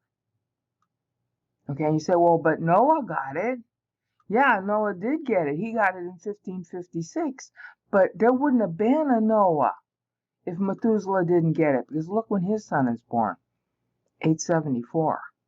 Well, between 874 and 1556 is more than 490 years. You see the point? So Methuselah had to get two 490-year time grants. So just understand, the first thing you need to know is it's 490, 490. It's without regard to the other timelines. 490, 490, well, that's 980 is the second one. 1470 is the third one. And then 1960 would be the fourth one. And that keeps on going. All right, that's the first rule of time, every 490 years. Now there's a reset with Christ, but I'm not going to go through that yet. But it's still the same rule. The number of 490s that have to occur are reset at Christ's birth and reset at Christ's death. All right, which is what John is actually accounting. See, we have to go down here. I guess I have to talk about it now. Because Christ is God-man, and he's paying on the cross, on the one hand, you can't credit the 490s, and I'll explain why he's born in 4103 rather than 4106 in a later increment. Because he's God-man, and at the same time, because he's paying for sins, there's got to be some kind of credit. for him successfully paying for sins. And what my pastor and many other pastors speculated, who are dispensationalists, and they said, you know what? When he was born, a new dispensation began. And yeah, it did. Paul measures time from Christ's birth as a new dispensation in Ephesians 1. So does John, measuring it right here. Okay, so John is harking you back to Ephesians 1:3, which is doing the same thing. All of the meter in Ephesians 1 is based on Christ being the start of a new 490, all right, at his birth. Okay, at the same time, you have to say that there's a new 490 at his death because that's the beginning of the church age. And everybody knows the church age began on Pentecost 30 AD, yada, yada. Okay, and that is also confirmed right here by John in Revelation. So he's on two accounting tracks for the consecutive 490. It's a consecutive 490. Consecutive. Every 490 years, somebody's got to super mature. But consecutive from what point? Well, that point gets reset at Christ's birth, and there's another tracking at his death. All right, which makes the 30 years in between, even though he's 33, that's a whole nother story to explain. I've done it before. It has to do with an ancient Roman guy named Varro. This is why we have to say 4 BC for Christ's birth. But that interim 30 years, and you can say it's really 33 years, is like a very intense period of history. And if you go through history, all right, which I started to do, all right, here we're at 490 years. Where is it? I was going, from the 3 BC thing. Say 490 years from Christ's birth. All right, that's the end of it. Well, what happened? Well, what happened was just massive evangelism, massive migrations, massive flurry of Bibles being copied, okay? Massive persecution by Christians of Christians. All the things that have happened in the other 490s of the past, except now it's Christian on Christian. Particularly Constantine, which is what I've been covering for a while now. All right? And that didn't just stop there. Now we go to 980. Sorry I'm covering so much ground, but I need you to see the pattern of the numbers. Now we go to 980, which is right here. This is from his birth now. We're just using birth, not death. Okay? That was even more of the same. Wider geographical area. Okay? And I mean, you can fill in your own dates. This worksheet is editable. You can fill in your own dates about what the history was. I was trying to compute it in a hurry so I could just see what the overall trends were. But you can bear this out in history. All right? Now, that's the topic that John in particular is focusing on. He's saying, hi, I'm plotting out the end of the first 490. And it ends with a desire to revive the Roman Empire under Constantine. That is explicitly what Justinian set out to do. If you read the Bury history book that I linked at the end of episode 8F, I gave you a link to Bury's history of Justin and Justinian, because Bury's considered one of the most premier Roman historians. Okay, well, he quotes Justinian saying he wants to revive Constantine's empire. Quotes him. All right, and of course, they know how to read the Latin and the Greek. That's why they're Roman historians, okay? Justinian aimed to do that, and yet 438 years before Justinian even came to power, John is telling you what he's going to do. And he's telling you with really biting wit. They're busy paying attention to the beast because, Hoti, it was. Which means they want to go back. And it's not now, which is what we're going to cover. It wasn't under Justinian, didn't, in those years, he hadn't yet conquered anything. He was trying to get everything ready to conquer. He was busy still fighting the Persians. Okay. And then, and will come. Yeah, the and will come. That's what he was trying to make it happen. All right, but he still hadn't made it happen by 534. It wasn't until about in here that he started to get what he wanted. Okay. And that's why this language is going to become very biting, and it'll have to be in future episodes. You see where I'm going with this? John is tracing out a historical trend at the end of a 490 that is going to renew, because time grant renews. And before it renews, and Satan doesn't want time to continue, then there's all this fighting that goes on, and it's among Christians. Okay? So here we go. You can call that 980 if you want. Second contiguous 490 from his birth. I'm using the N3 BC birth date. Okay, N4 BC rather. Birth date. Okay, but the other thing is that you can go, and the Bible does this also, you can go from Christ's death. Everybody says, Pentecost. Well, yeah. Okay, so then I also plotted it from Christ's death. What would be, that would end up being 520, because 30 plus 490 is 520. So 520, that's the 490 from his death. Now with 520 then, you're adding 490 to that. And do I have my calculator here somewhere? There it is. Yay! Here's my calculator. Okay, so 520 plus 490 means the next consecutive 490 is 1010. And that was the rise of the Cloonies, and it was a very big, important time too. And it also gave rise to the Crusades. This is when talk of the Crusades was really starting to heat up. All right? And then after 1010 would be 1500. You know what that was? That was the Reformation. Beginning to notice it's got all the same characteristics. All right? The same characteristics. See, there's 1500. It's contiguous. The 490s are contiguous. That's the important thing about this timeline. Contiguous 490s. And they were contiguous from Adam's fall until Christ came. And now they're contiguous from either his death or his birth. And it looks like that 30-year window is like the most concentrated time. In other words, if somebody super matures, not quite at the 490 from his birth, but before the 490 of his death, it counts. And time gets to continue. So this would be 1990 next, and that's our time, right here.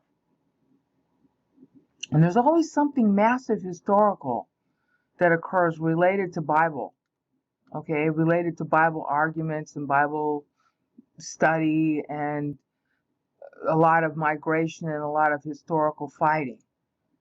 But it's really the same trend that goes on from here, from Adam's fall. And I'll cover more about that in the next episode. Back again. Hopefully at this point you get the main number one contiguous qualifying 490 every 490 years. Every 490 years from what? Well, Old Testament, it was every 490 years from Adam's fall. Okay? When Christ comes, we have a new 490 beginning at his birth, and a second 490 for church age beginning at his death. So it's one 490, but somehow this is a special intense window of time. Okay, to echo the intense window of time that was his own time. But it's every 490 years after 30 AD, or every 490 years from what is really the end of 4 BC, but we're calling it 1 AD just to keep it simple. Okay? So I track them here as consecutives. All right? They're tracked as consecutives, but the birth one, I didn't know.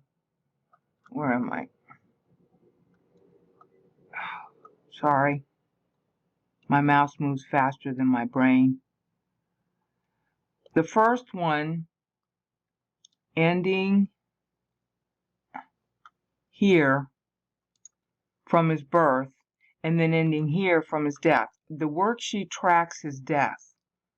You're gonna see little gold markers with the sort of stripes tracking from his death.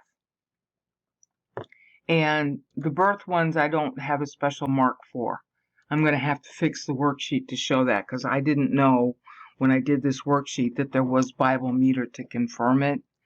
So I was guessing. I knew the death one had to be true, but I didn't know that the birth one had to be true. It's both. Okay, so it's every 490 years from his birth and every 490 years from his death. They're contiguous, and it's a qualifying period. Somebody's got to super mature. And we'll just say for shorthand, by the 490 after his death. But the most intense period of that super maturation is going to be between his birth and death. So it's almost like here's the start of the final round of super maturation, and if it's not done by here, time ends. Now, we have church age and we have rapture, and that can happen in spite of this. So there are two ways time can end. When I say time, I mean time as we know it. First, the rapture, which can happen today, tomorrow, 1,000 years from now. Second, and more frightening, if you really want to think about it, is somebody doesn't super mature. And it only has to be one person, but it has to be at least one person, or we're all gone. Because that's a rule that goes back to Adam. Christ is the last Adam. So that rule didn't change. All right? So mankind has always been under this gun. And you never know who the super maturation people are now, post-cross. We know Paul did it in first, was it 2 Timothy 4, verses 7 and 8. We know he did it, but that was only for the first 490. Christ, because he's God-man, cannot be allowed to, be credited with that. Come on, where is it? Christ cannot be allowed because he's God-man. See, the rules are different. So the 490 starts over. And that's a major doctrine in the New Testament. And the rapture is just like another layer of it. And understand that rapture, the reason why rapture it needs to be understood as a doctrine is that the church can die due to apostasy. And it can also complete due to maturation. So if church dies due to apostasy, and it can, if we're too apostate, God has to recall us. It's a failure. If church is too apostate, time ends. If church matures, time ends. The rapture that's talked about in the Bible covers both. And you never hear anybody talk about that. They should, because Christ did. When he said, you're the salt of the earth, that tells you. What does salt do? It preserves time.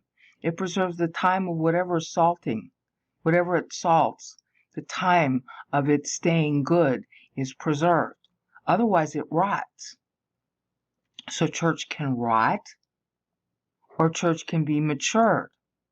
All right? So this is a really important doctrine that goes all the way back to Adam. It didn't change. At the same time, if church matures, well, it can be rapture for that reason. Okay? And church isn't maturing if at least one person doesn't super mature every 490. Same rule as since Adam. So now we go back. Hopefully you've got the idea. Every 490 years. That's timeline 1. 490, 980, 1470, 1960, and so on. Okay? That is one timeline that the Bible accounts. And John is doing that in Revelation 17. So you got to know about it. The question is, at Christ's birth, the 490 start point is Christ's birth and Christ's death. Okay? So it's got a double meaning for us because, of course, we're the firstborn. He's the firstborn. He's resurrected. He's first fruits. Okay? That's what Pentecost means. That's the Bible's name for Easter. Okay? So that's us. That's why we have, as it were, a double portion as church. All right. The second contiguous rule is not merely the 490. The second contiguous rule, and you've heard about this so often, but what does it mean? 1,000. The day of the Lord is 1,000 years. Everybody misuses that verse. Okay, well, it's a time grant.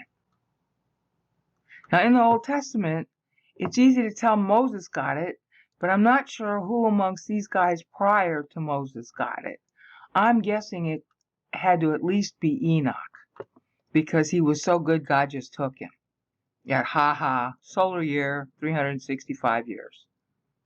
God just took him. He didn't even die. God just took him home.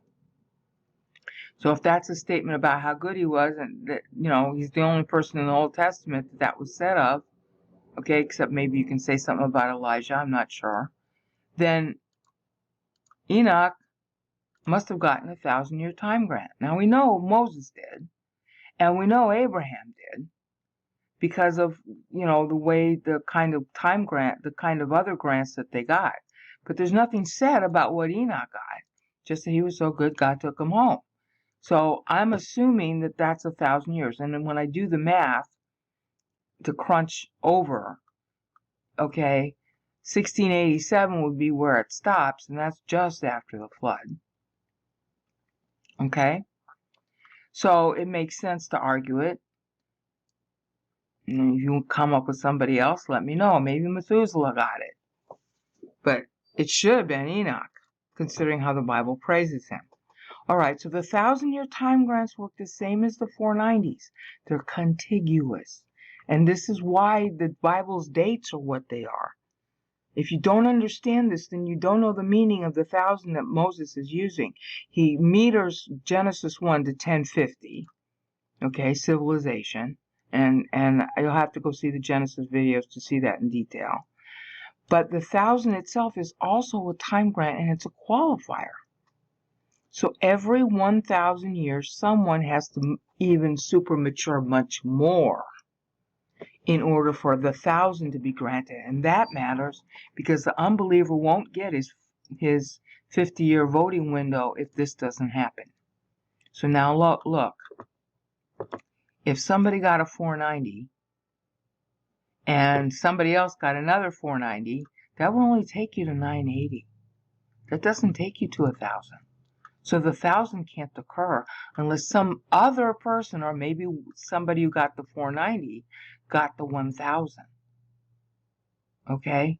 So one of these guys had to get the 1,000 by here. Somebody had to. I'm saying it's Enoch. Now maybe it was somebody else. Maybe you'll find a verse that'll show that it's really somebody else. But I couldn't find any, so I just picked him. Somebody has to get a 1,000-year time grant, which means much more mature than merely to get the 490. I'm assuming that Enoch got it, and then I'm assuming that Noah got it, because the numbers work if I make that assumption. I'm assuming that Moses got it. I'm assuming that Abraham got it, because the numbers all work with that assumption. Certain deadlines in history make sense with those assumptions. Okay? So every 1,000 years, now I shouldn't have to roll through the worksheet to show 1,000, 2,000, 3,000, 4,000, 5,000. You should figure that out by now. Okay, now, with a 1,000-year time grant, however, this 4106 becomes relevant. 1,000. Okay, the next person to get the 1,000 that we know of would be Noah. His 1,000 will run out 2556. Okay, because he gets his son when he's 500 years old. That's 1556 after Adam's fall. So his will run out 2556. All right, that is 100 years before when the Exodus is going to occur. So somebody after him and before 2556 had to get it. Had to get in 1,000. All right, so who would that be? Well, it's real obvious who it was. Abraham. Now, I mean, think about what the Bible text says about these people. It says a lot about Noah, more than it says about other people. It says that the whole world is going to get destroyed, and him and his family get in the boat, and they're going to be, as it were, the new Adam. Okay? So maybe Adam got the first 1,000 also, not just Enoch. But the point is, for sure, Noah had to. You see why? Because everything is based on Noah from this point forward. So he must have gotten both a 490 and a 1,000. Did he get more than one 490? Well, not really, because he dies at 950, or maybe he did, but I can't prove that. For sure he got at least one, and for sure he got a 1,000, because the whole human race is credited to him. So wouldn't that have to include a credit of time? And if it's the whole human race, believers and unbelievers alike, doesn't that have to be a 1,000 credit? Sure. Okay, and then you can say the same thing for Abraham. And 2046 is exactly, let's see if I can shrink this. See if you can see. I'm sorry this looks so small. But, see, here's Noah at 1556. And then here's Abraham in the same year that Noah's 490 runs out. Just in time. That's the point that the Bible's making. In the very year that the 490 for Noah occurs, Abram makes it. Now, why is that important? Well, because 490 is less than. 490 is less than 1,000. See? That's the second thing you need to know. It's the earliest of the deadlines that governs. In other words, you know, you can go back up here and say, and given the arguments that I made, it's reasonable to say, okay, Noah got a 490-year time grant, and he got a 1,000-year time grant because all civilization comes from him, and the 1,000 is a grant for civilization. Okay? All right, but that only takes you to 2556. And the worst part of it is the 490, someone's still going to mature every 490 years.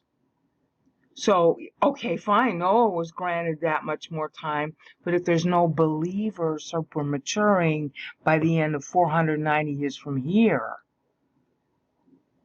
then that 2,000 can't play. All right, well, actually, it gets extended because it's 490 years from the supermaturation of Noah. So notice that thing, okay? Just like down here, we had Adam at 130. 490 years after that is beyond 490 and beyond 560 historically. So it extended the deadline. We have it happen here again. The deadline of the 490 from Noah was 2046. And Abram supermatured that year. Yeah, because if he didn't, it wouldn't matter that there was also a time grant of 1,000 to Noah, because there had to be a believer supermaturing on the earlier of the two. But the earlier of the two, notice, is still beyond 2,000 because it's based on the date when Noah supermatured. Okay? So there's an extension past the historical 2,000 based on the earlier of the 490 or the 1,000. Now, as you go through this, I mean, you're going to have to look at it. The green, I marked the thousands off with green, and I marked the 490s with gold. And I'm sorry it's so busy, but that helps you track it. You'll notice there are sometimes when the 490 occurs before the next 1,000. And it's like, whoa. In other words, time almost ended. Well, here's another instance where the 490 goes past the 1,000. Okay. Remember, Noah got it at 1556, so there's 556 years more beyond that deadline that he got it.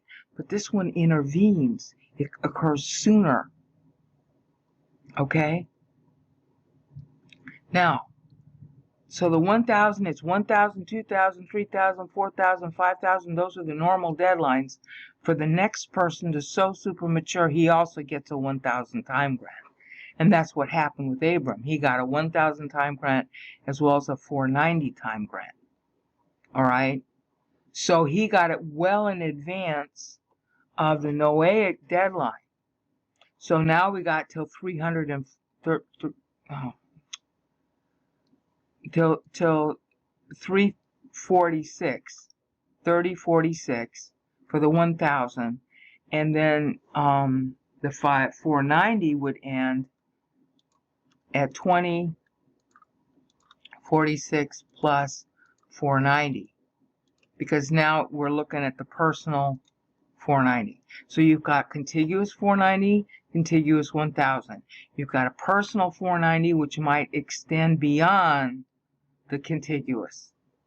Okay, and also we've got the historical. So see, Abram's 490 would end at 2536, which I'll come back to in a minute. So you've got contiguous 490, that's one time track.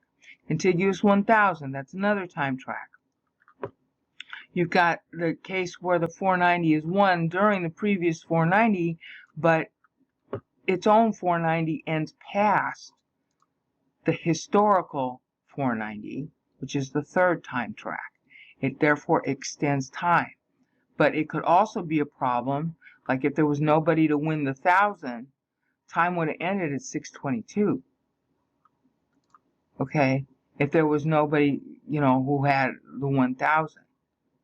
But Enoch won it within 65 years. So before the first 1,000 ended, Enoch won it.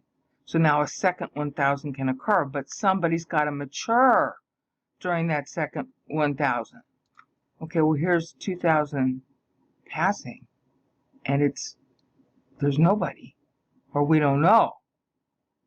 Okay, but because the 490 extended to 2046, the deadline for both the 1,000 and the 490 ends up being 2046. You see how that works?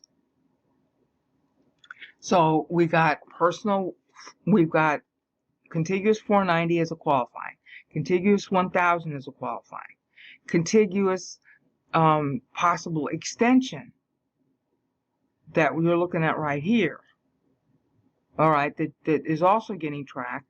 And then, of course, above all of them, or like underlying all of them, I guess you could say instead, is the historical. Here's a 490, here's a 70, here's 560, here's 1050. I can't get the mouse to slow down. Here's the 1050. That's 490 plus 70 plus 490. So you have 4 time tracks. That's before we even get to Christ. There's 4 time tracks. Now, because Abram super matures here, he's getting a 490 and he's getting a 1,000. But he's getting it prior to the end of 2 1050s. Now this is really important because the Bible tracks this also, the 5th time track. Sorry it's so complicated.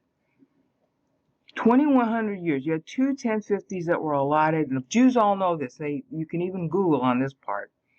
The Jews have a sort of truncated expression of this. They call 2,000 years for the Goyim, 2,000 years for the Jews, then Messiah comes. Yeah, he does, and I've got to explain that. That you can just Google on those terms.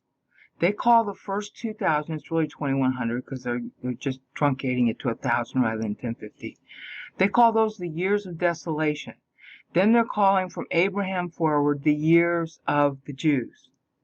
Okay, because Abraham's the father of the Jews genetically. Okay?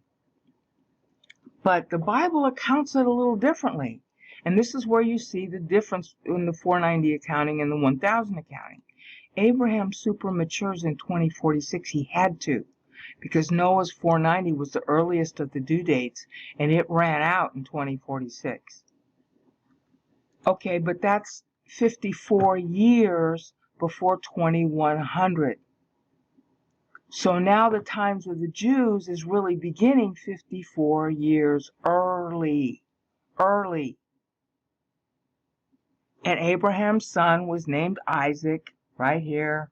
Here's Isaac's birth, 2046 from Adam's fall, which we call 2060 AD.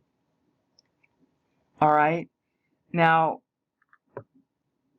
in order to reconcile this 54-year credit, therefore, and Bible tracks it assiduously, in order to accommodate the credit that says that we're owed to the Gentiles because the times of the Jews are becoming, it's really 53.5 years early. Because of that, the deadline for Christ's birth ends up changing. All right?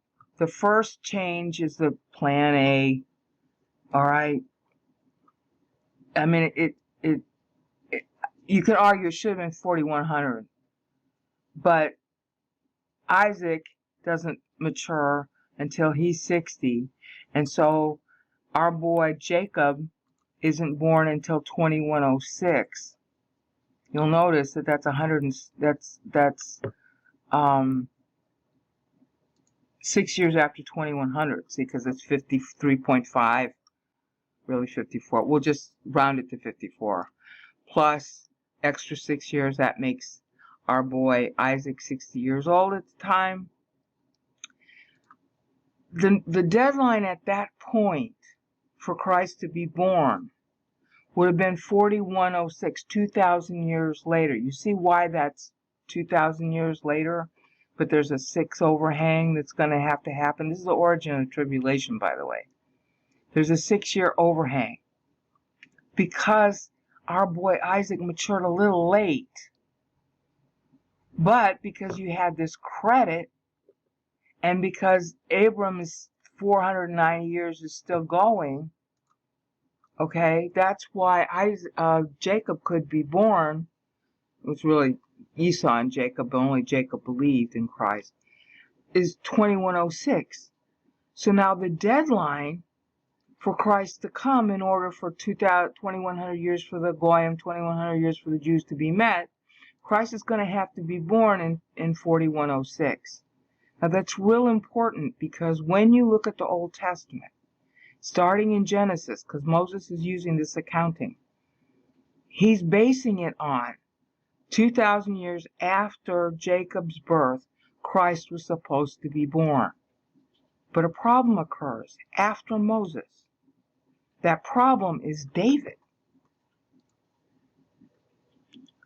David, Abram's personal 1000, remember, 3046. His personal 490 ended here at 2536. Noah's personal 1000 ends at 2556. Okay, that's short of the Exodus, which is 2666. Where is it? Right here. So now we have to have Moses super mature earlier, or in time, so that these two dates don't interfere. And that's where I'll pick up at the next increment. Back again. And now we're looking at, I have to explain before I get to David what's the origin of the problem. See where I'm moving the calculator? Our boy Abram, 490 years after 2046 is only 2536. But the Exodus is going to take place in 2666. So how does God bridge that? That's what we're getting into. All right? There's somebody between Abram and Moses who had to get a 490 extending the time, or there wouldn't have been an Exodus. There couldn't have been an Exodus because time would have ended. Not only that, but because he super matures in 2046, then 2100 plus 2046, because that's the whole time allotment for the Jews, takes you to 4146. Okay? Messiah has to come and die by then. Come and die by then. Because that's the end of the time allotment for the Jews. Now there's a 54-year credit owed the Gentiles. So now we have to add, it's really 53.5, but round it to 54. That gets you to 4200. That is the end of time when the millennium was supposed to start. At the time of Abram and even at the time of Moses. That was the schedule. So the question was, okay, if Messiah has to come and die by then, when is he born? Well, the other problem is that you got our boy Jacob being born 2106, which is right here, the right line for it, being born 2106 in the 60th year when Isaac was 60 years old. Jacob is born. Jacob and Esau, but Jacob is the one carrying the line of Messiah. So that deadline there was 2000. Okay, so now it's not too hard to figure this out, and it actually is in the Talmud too. 4146 was supposed to be the end of Jewish time before the Gentile credit had to play in order for the millennium to begin on time at 4200 from Adam's fall. You get all that from Psalm 90. I've already done the Psalm 90 videos in Vimeo. Just look at the Psalm 90 channel by Bray now. Okay? In order, therefore, to get to the end of Jewish time in those days, if he has to be born in 4106, which you're always going to use to convert to our BCAD, the Messiah is going to be 40 years old when he dies. That was the schedule. That schedule is actually preserved in the Talmud. It's in Sanhedrin 97 through 99. So the Jews did used to know this. Okay, I don't know when those portions of the Sanhedrin were first written, but that's where it is. This whole business about 2100 being truncated to 2000 is also in that same section. So they did used to know what I'm telling you, they just got it garbled. All right? And it's based on the fact that Jacob is born 2106, not 2100. Which would be okay because Isaac was born the year that Abram super matured. So we're just going to start from that. That's okay. But there's only 40 years left after that. After you add 2000 to it, there's only 40 years left after that. And that's the end of Jewish time. Because our boy, I'm sorry, I'm on the wrong line. Jacob is born then. Jacob was born the same year that Mentuhotep started. Okay? These are the BC dates that on the left, and then the year of the world dates are on the right. Birth and death. So, what we call BC in the Old Testament always has to subtract. You go down this column, and if you always want to convert it to BC, you go down that column and you subtract 4106 to get BC. Because the Bible uses that as its schedule until David, and then it changes the schedule because something happened during David's life to change that schedule. So first Okay, it probably should have been 4100, and scholars in the Middle Ages were using that. All right, but it's not based on that. It's based on this time credit that the scholars don't know about even until now, of Abraham maturing 54 years early. All right, and 2,000 years after he super matures, 2,100 years after he super matures is 4146. And at the same time, Christ has to be born 2,000 years in order to go and pay and die and make up the credit. He has to be born 2,000 years after Jacob. And the Bible dates track to this. That's how I learned it. Okay? And, you can play with the numbers all you want. The worksheet shows you all the calculations, and you can do what you want with them. All right, so now we come into the problem of Egypt. Because if Abram's maturing here in 2536, his 490 runs out. Time will end.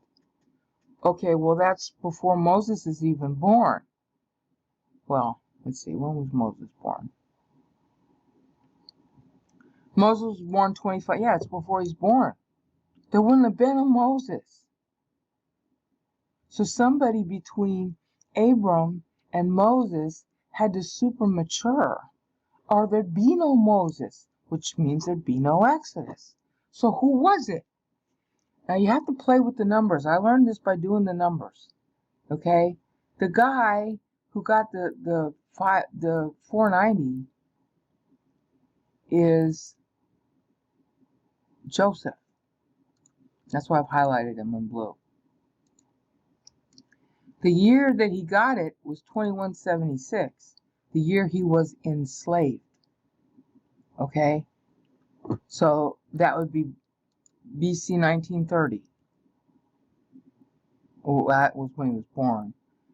2176. So in 2176, from Adam's fall, Joseph got a 490. And if you take your calculator, all right, he was born 2160. So he's only 17. He's just barely 17 here. All right, because you can see he was born 2160. When Jacob was 60. Yeah. Well, not quite. Jacob was 54. Okay, so Joseph, if you take 2176 and you add 490 to it, that takes you to the year of the Exodus, which is right here.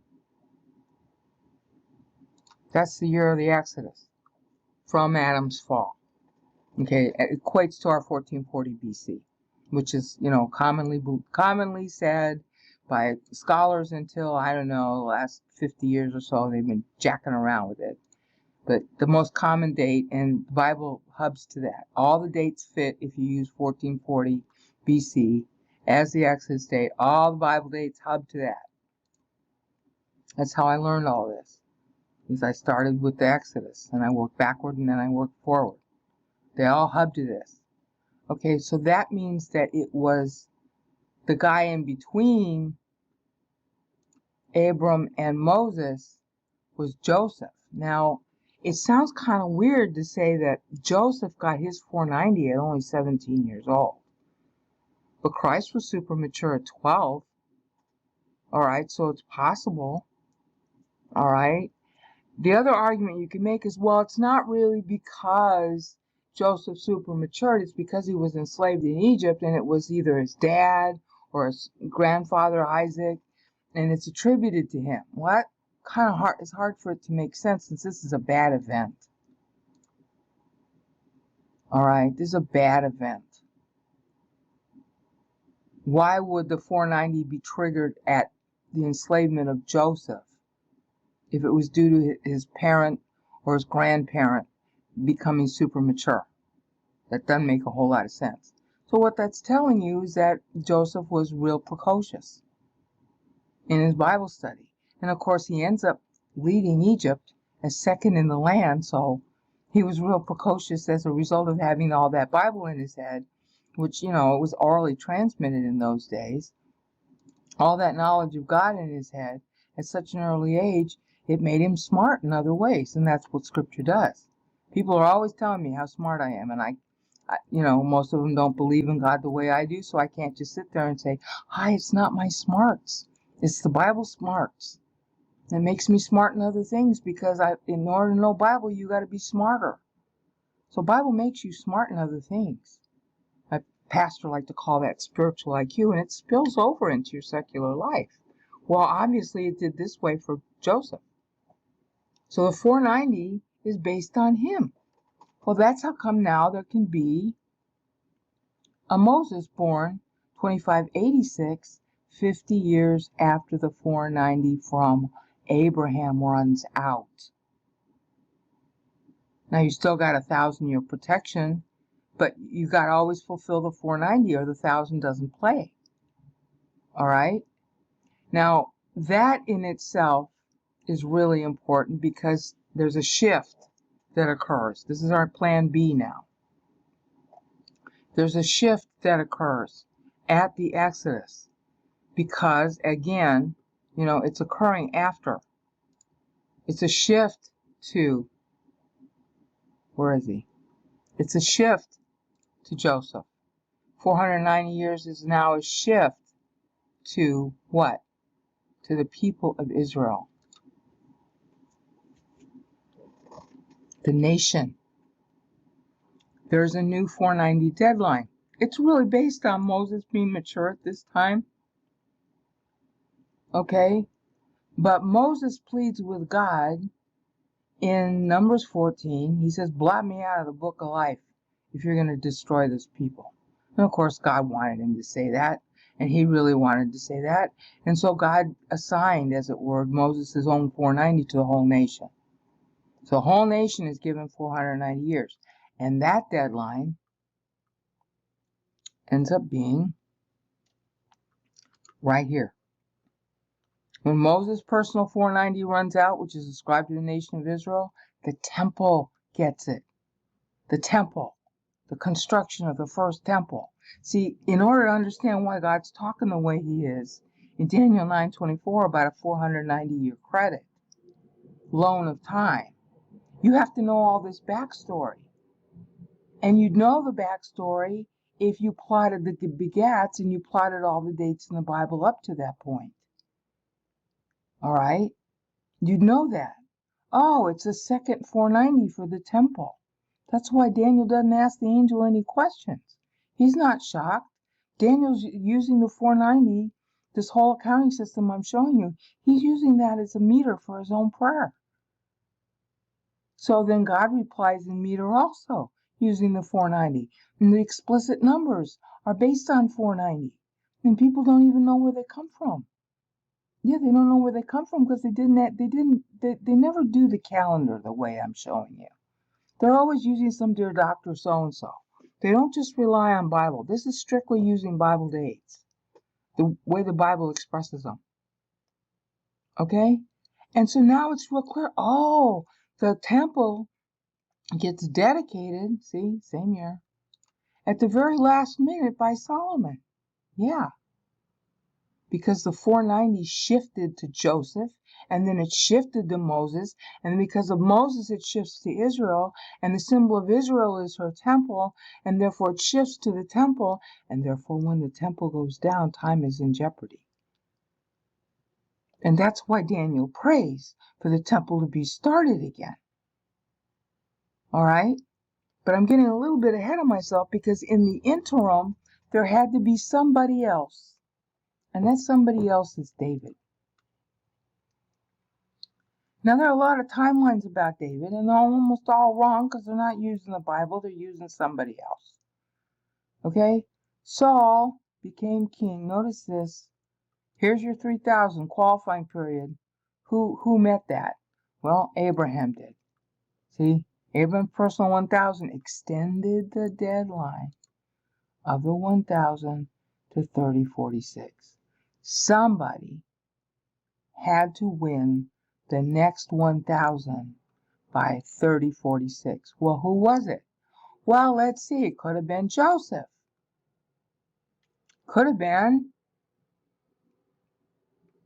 after Abram. Okay, where are we going?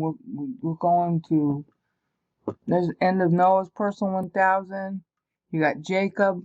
Could have been Jacob that he matured and got the 1,000. Okay, because here's the end of Noah's 1,000. All right. Can't have been Moses, because that's not until 2666. So it's somebody like, could have been Jacob, could have been somebody else. We don't know. Or maybe we do know and it's in scripture, but I can't find it yet. All right, the point is that by 3046 after Adam's fall, somebody else won 1,000. But they would have had to have won it by then. You see the point? Here's the contiguous 490 is ending in 2940. So somebody had to win it. We have the 490 continuing to 2666, so we don't worry about that because that was Joseph's extension. Joseph extends the deadline to 2666. But then what about after 2666? Who won it after? Well, you could say Moses did. You can say Moses won the next 490, which I'm assuming in this worksheet. Okay. You can also assume, if you want, that in 2666 Moses won a 1,000, which I'm also assuming. But it could have been somebody else. At any point, the deadline for that 1,000, the deadline for the 490 was here. You could say Moses won it in 2666. That's why he led the Exodus, because he got a special covenant from God. All right? And therefore, 2940 is covered because that's before 490. And then the 1,000 of Abraham ran out. And you can say, well, Moses would have gotten it until 3666, which is what I assume in the worksheet. But it could have been somebody else. Now, what does that do? That buys time for this boy to be born. His name is David. He was born 3066 from Adam's fall, which you can prove in Bible directly. But people don't pay attention to how the Bible's numbers work. And specifically, in 1 Kings 6:1, it tells you David would have been 80 years old. So he was born 400 years after the Exodus. David super matured by the time he was 30.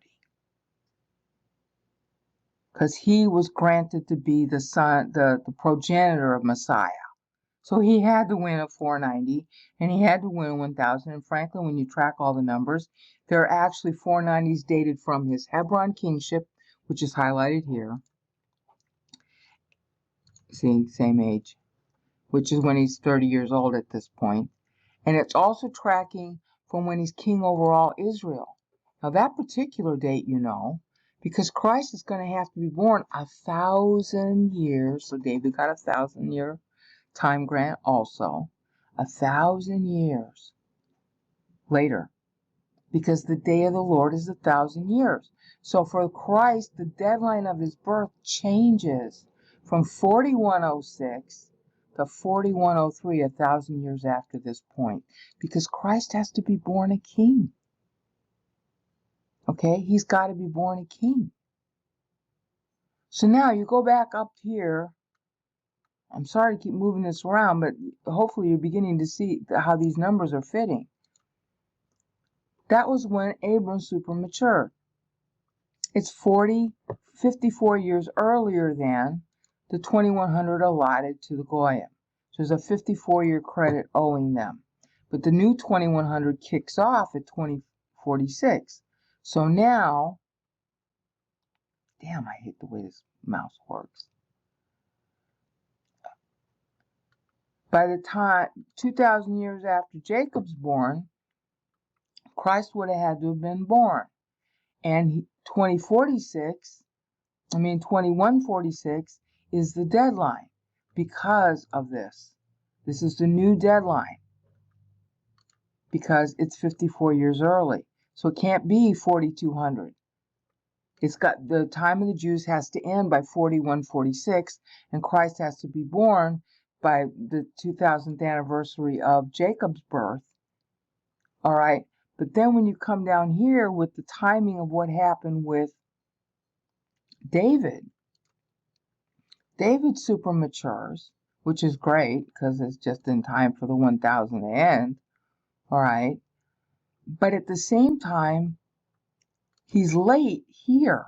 He's late becoming king of all Israel because there's a 7-year civil war between the time in Israel. Israel was at civil war from when he's crowned at age 30 at Hebron to when he's king of all Israel at the end of 1004 BC. I say 1003 because the math works the same way.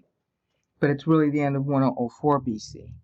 So now Christ has to be born at a different date. This is our plan C. Christ has to be born at a different date. He has to be born by 1,000 years after David's crowning so Christ can be born a king. So now the 54-year credit that was here is increased, all right, because of David's becoming king of all Israel. Now we got extra 3.5 years early that Christ has to be born, not 4106 now, but 4103. And it's gonna be Hanukkah. That's in Haggai 2.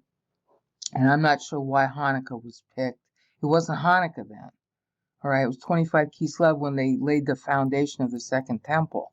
And it's like, why did they pick that date to lay the foundation of the second temple? So it has some date, that particular date is related to David somehow.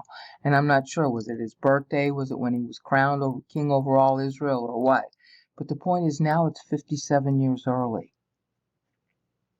This is where we're getting the peace for the tribulation. Okay? Before, it was 50 years. Remember, we got this 50 thing going on in here? Between 3100, I can't show it all on the screen at once. 3100 was when the civilization, the 3000 qualifying period ended. And then we got 3150.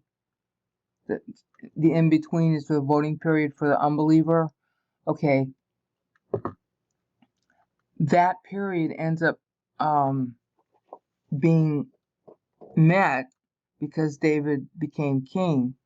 But at the same time, it's the same problem we got here. It's early because David is king before that deadline.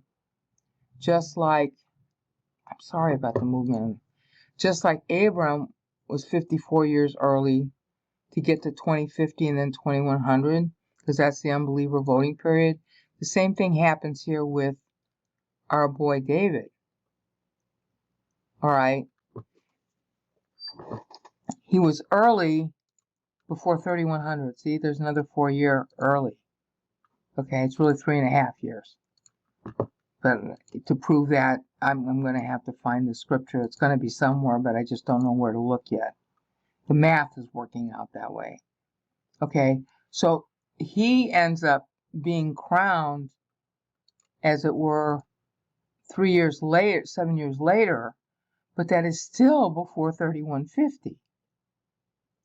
So we end up having, after all, you do the pluses and the minuses and the credits and the debits, because there's a 7-year debit here, and then you have to cancel it out with another thing that gets credited, blah, blah, blah. Bottom line is that we now have 57 years instead of 54 as our credit. So now you take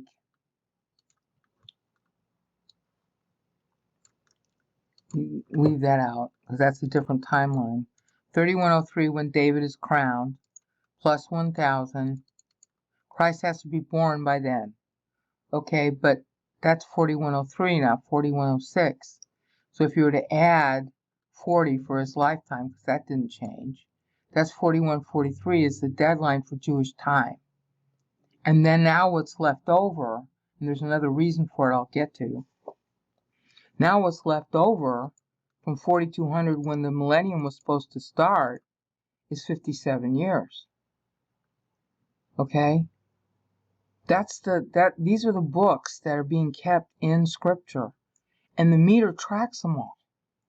And some of the verses track them too, but you have to know what you're looking for in order to see that. And I learned all this before I learned the meter. The meter makes it conclusive. All right, it won't be conclusive to you until you actually do the homework too, but it's conclusive in my mind because I've done the homework. Okay, so that's the deadline. So now we come to Christ, and sure enough, he's born. Oh, I can't get this mouse to work.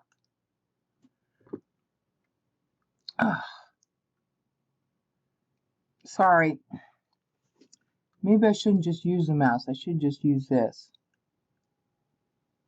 He's born in 4103, which is exactly 1,000 years after David's personal 1,000, based on David's birth, because David has a 1,000 based on his birth, based on his kingship, based on his death, based on his two kingships, actually, one at Hebron and one at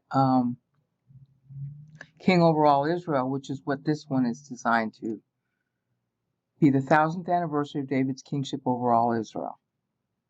You see, God's accounting the time. And so is John when he's doing this. All right? So the 1,000s are contiguous. The 490s are contiguous. They also take into account whether or not they go past. Let's go all the way back to Adam. That's a 490 historical. That's a 70 historical. That's a 560 historical. But if someone during the 490 want a personal 490, it can extend the time like it does here with Adam. The same thing is true for the 1,000. Because our boy Enoch, we have to say that he won a 1,000. Okay, so that would take us to 1687, which is just past the flood. The flood occurs in 1656. Okay, so it's covered. But it wouldn't be covered if Noah in 1556 didn't win a 490. And Noah couldn't have existed to win a 490 if it wasn't Methuselah who won a 490 twice. Because 1874 doesn't take you to 1556 if you add 490. So he had to win it a second time. Because he's the last guy alive. All right, you have Lamech, okay, but see, he dies in 1651. And maybe he got a 490, but it would be measured from 1056, which is when Noah was born. See, Noah was born here. Okay, well, that ain't going to take you far enough. Nobody else's 490s go far enough, and they all died before the flood. Except for Methuselah, and that's when his 490, second 490, is terminated by his death. So it's really terminated even earlier, because he dies. But Noah, in the meantime, got developed, and you'll notice he's getting developed during the 70-year human voting period. This is the mass voting period, the 70 years, 1540 to 1610 from Adam's fall. Noah voted. He matured during that time, so time can go on. Same thing with Moses. Okay? Get to Moses. Couldn't have been a Moses if there wasn't a Jacob. Couldn't have been a Moses, couldn't have been a Jacob. If there wasn't a Joseph. Couldn't have been a Joseph if there wasn't a Jacob. So you see, it's like a relay race. You're running, you win the time award, and then you got to pass the baton to somebody else before your time runs out. And is there going to be somebody that's there to take the baton from you, the time baton? In this case, yeah, Moses. And how do we know that? Because here's 2590 to 2660. That's the 7-year voting window. And Moses leaves Egypt when he's 40. So he matured when he was 40. Joseph did by the time he was 17. Moses by the time he was 40. And then we come down to David. And David does it by the time he's 30. Or these time periods, these deadlines wouldn't exist. We'd all be dead. There wouldn't be any future history. So you see, when it says in Galatians 4:4 that Christ is the fullness of time, now you know what he's talking about. Okay? I can't get this. I don't know why I can't get this mouse to. Christ is the fullness of time. That's why he had to be born 4103. Now his death deadline was supposed to be 43. Because he was supposed to live 40 years. That again is in the Talmud itself. And that's part of the schedule didn't change from Abram to Moses to David. He still had 40 years allotted to him, but he doesn't die in 4143, which is the 1000th anniversary of David's death. No, Christ ends up dying 4136 when he is 33. 7 years early. 7 years early. You see that? Now, if I hope I've been clearer, or I hope this makes sense, that you can see that these timelines interlock. All right? There's series of deadlines. You got 490, 490, 490, 490. Then you got 1000, 1000, 1000, 1000. Each one of those iterations, somebody's got a super mature, and the super maturation required to get a 1000 is obviously higher than for the 490. At the same time, the year you get it can extend the deadline beyond the 490 scheduled ending. But the 490 scheduled ending is based on the actual history, which is 490 plus 70 plus 490 equals 1050. And there were two 1050s allotted to the Gentiles, two 1050s allotted to the Jews, but then our boy Abram matured 54 years early, which he had to do because Noah's personal 490 was running out. So because he did, the new 2100 for the Jews starts 54 years early. So time cannot end and the millennium begin at the scheduled 4200. That's the first change. The second change is that instead of being born 2,000 years after Jacob, Christ is going to have to be born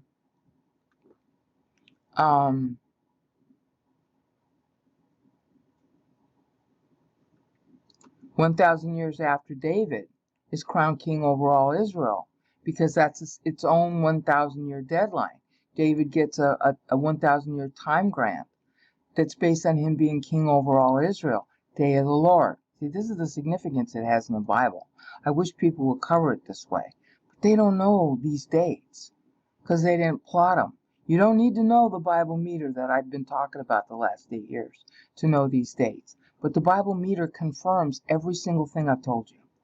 That's the shocking thing to me. Because as soon as I got these dates, I did all this in like 2004, 14 years ago now, right? It's 2017, 13 years ago. I learned all this just from the Bible dates. But I said to God, I said, well, I need proof in Scripture. And there were like a handful, maybe 20, 30, 40 verses that fit what I was plotting as far as the meaning of the 490 and the 70 and the 1000.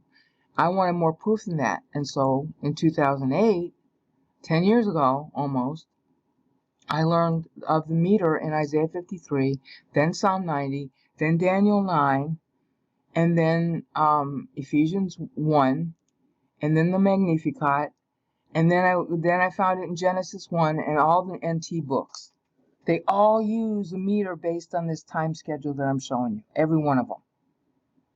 Now, I haven't covered every single book in the Bible and every chapter in the Bible. But you can pick any chapter you want once you know these numbers and count the syllables and see where it fits for you. Look at the prophetical passages in Old Testament or New. They use the same scheduling.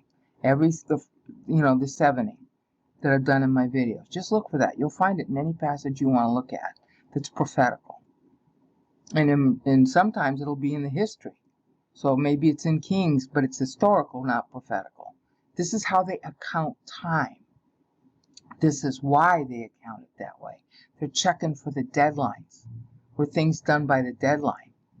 Like, for example, when you get to Daniel 9, the temple is destroyed 126 years before it was supposed to end. It had a 490-year time grant, remember? Okay, the temple was dedicated 3156. So it had its own 490, not a human being anymore. Well, David's 490s continue.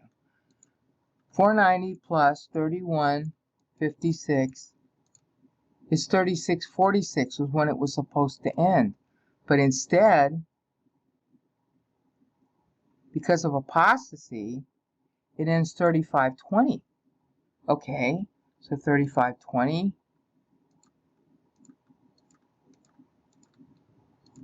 There's your 126 that's in Daniel 920. What is it? 926. It's 49 plus 70, and then the last 7 is in Daniel 927. This is where it comes from. And Isaiah 53 meters his Hebrew syllable counts to this accounting.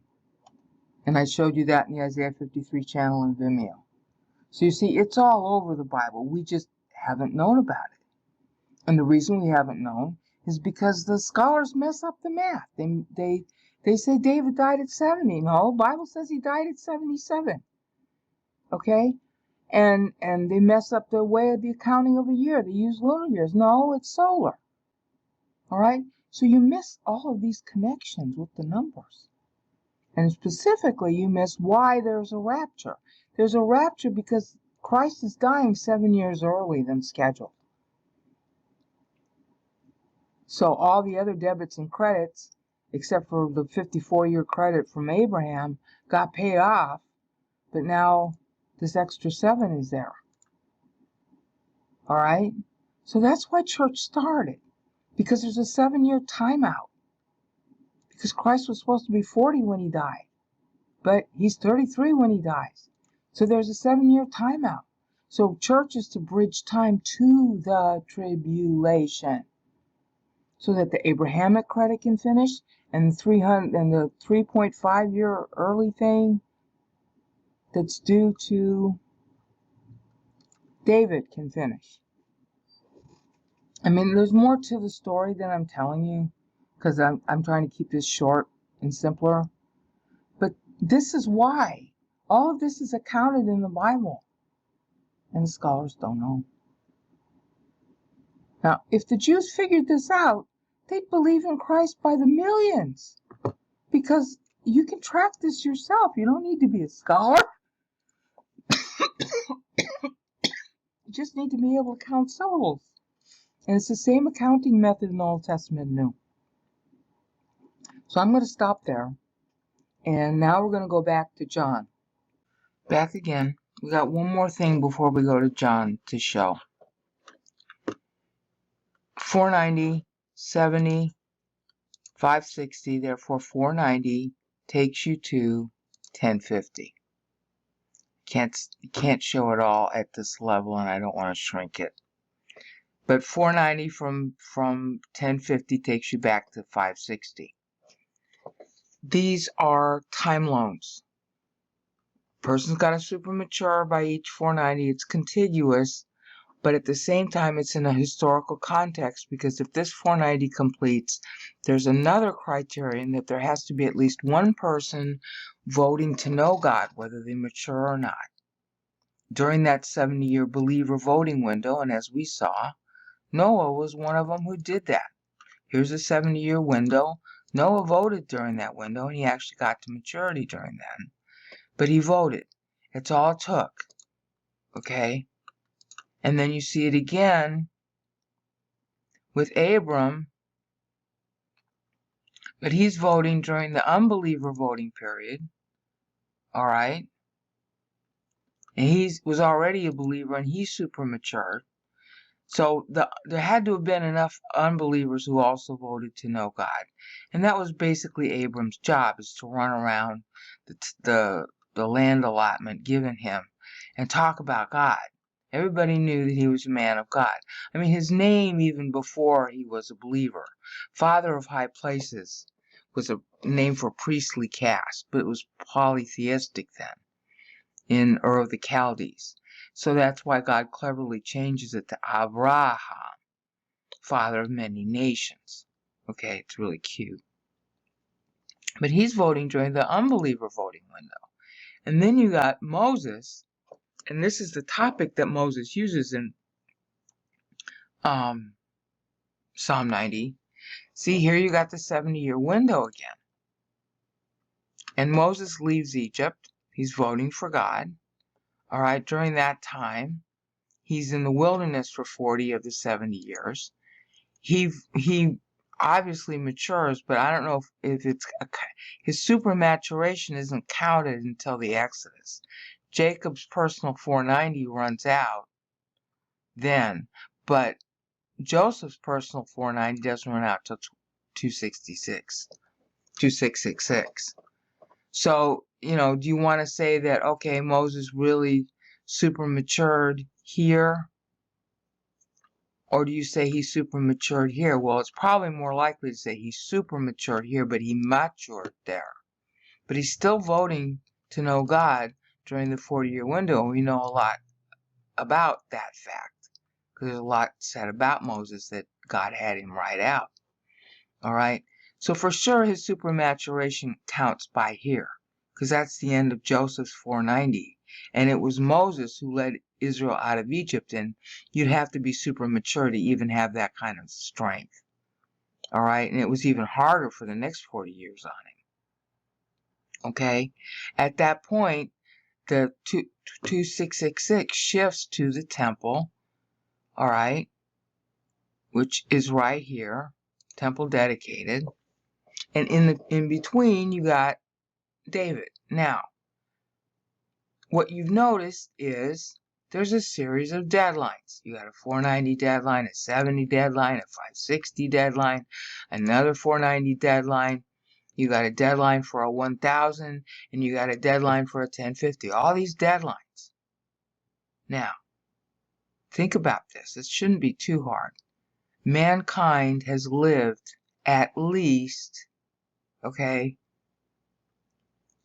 from Adam's fall, which is when God measures time, because we don't know how long Adam lived before, has lived for, we know we have recorded civilization going back 6,000 years, not really prior to that.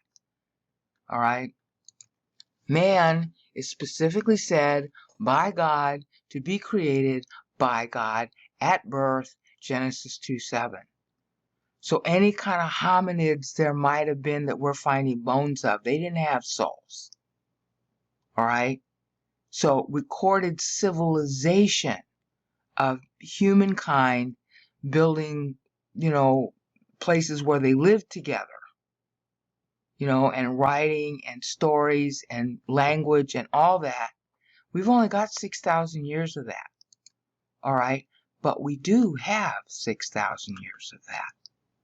So here's mankind with these deadlines obviously being communicated because they're in the Bible, so people knew of them year after year after year, especially the 1000, the 1050.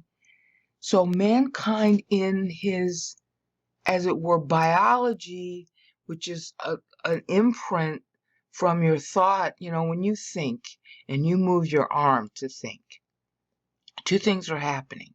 You got a thought in your soul that desires to move your arm. But that sends a signal biologically to your arm so it can move in response to your thought. So therefore there is as it were, a biological memory of the sort of biological process that enables your thought to control your arm, your hand. Well, by the same token, there's going to be a biological imprint, biological memory.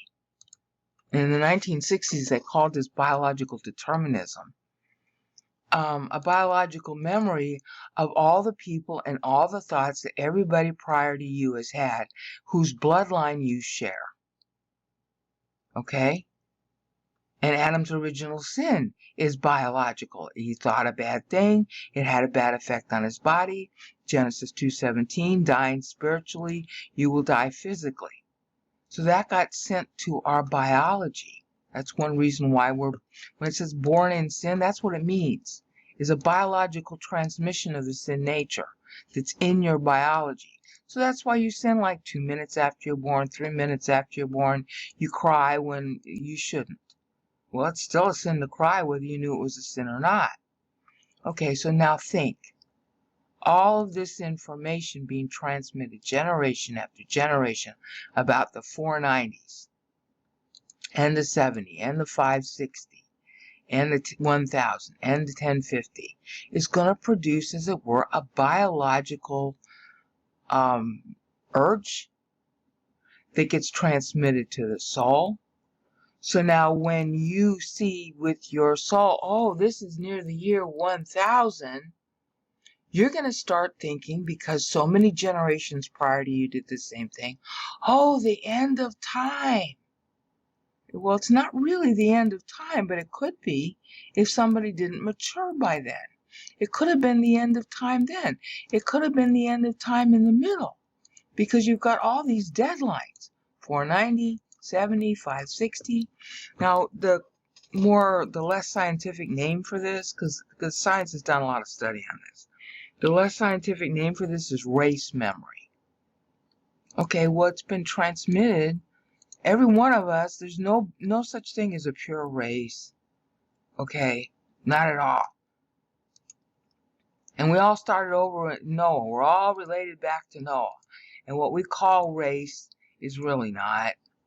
You know, if you're sitting here trying to say that you're a different race because of your skin color, you're too dumb to live. Okay, because race has nothing to do with skin color.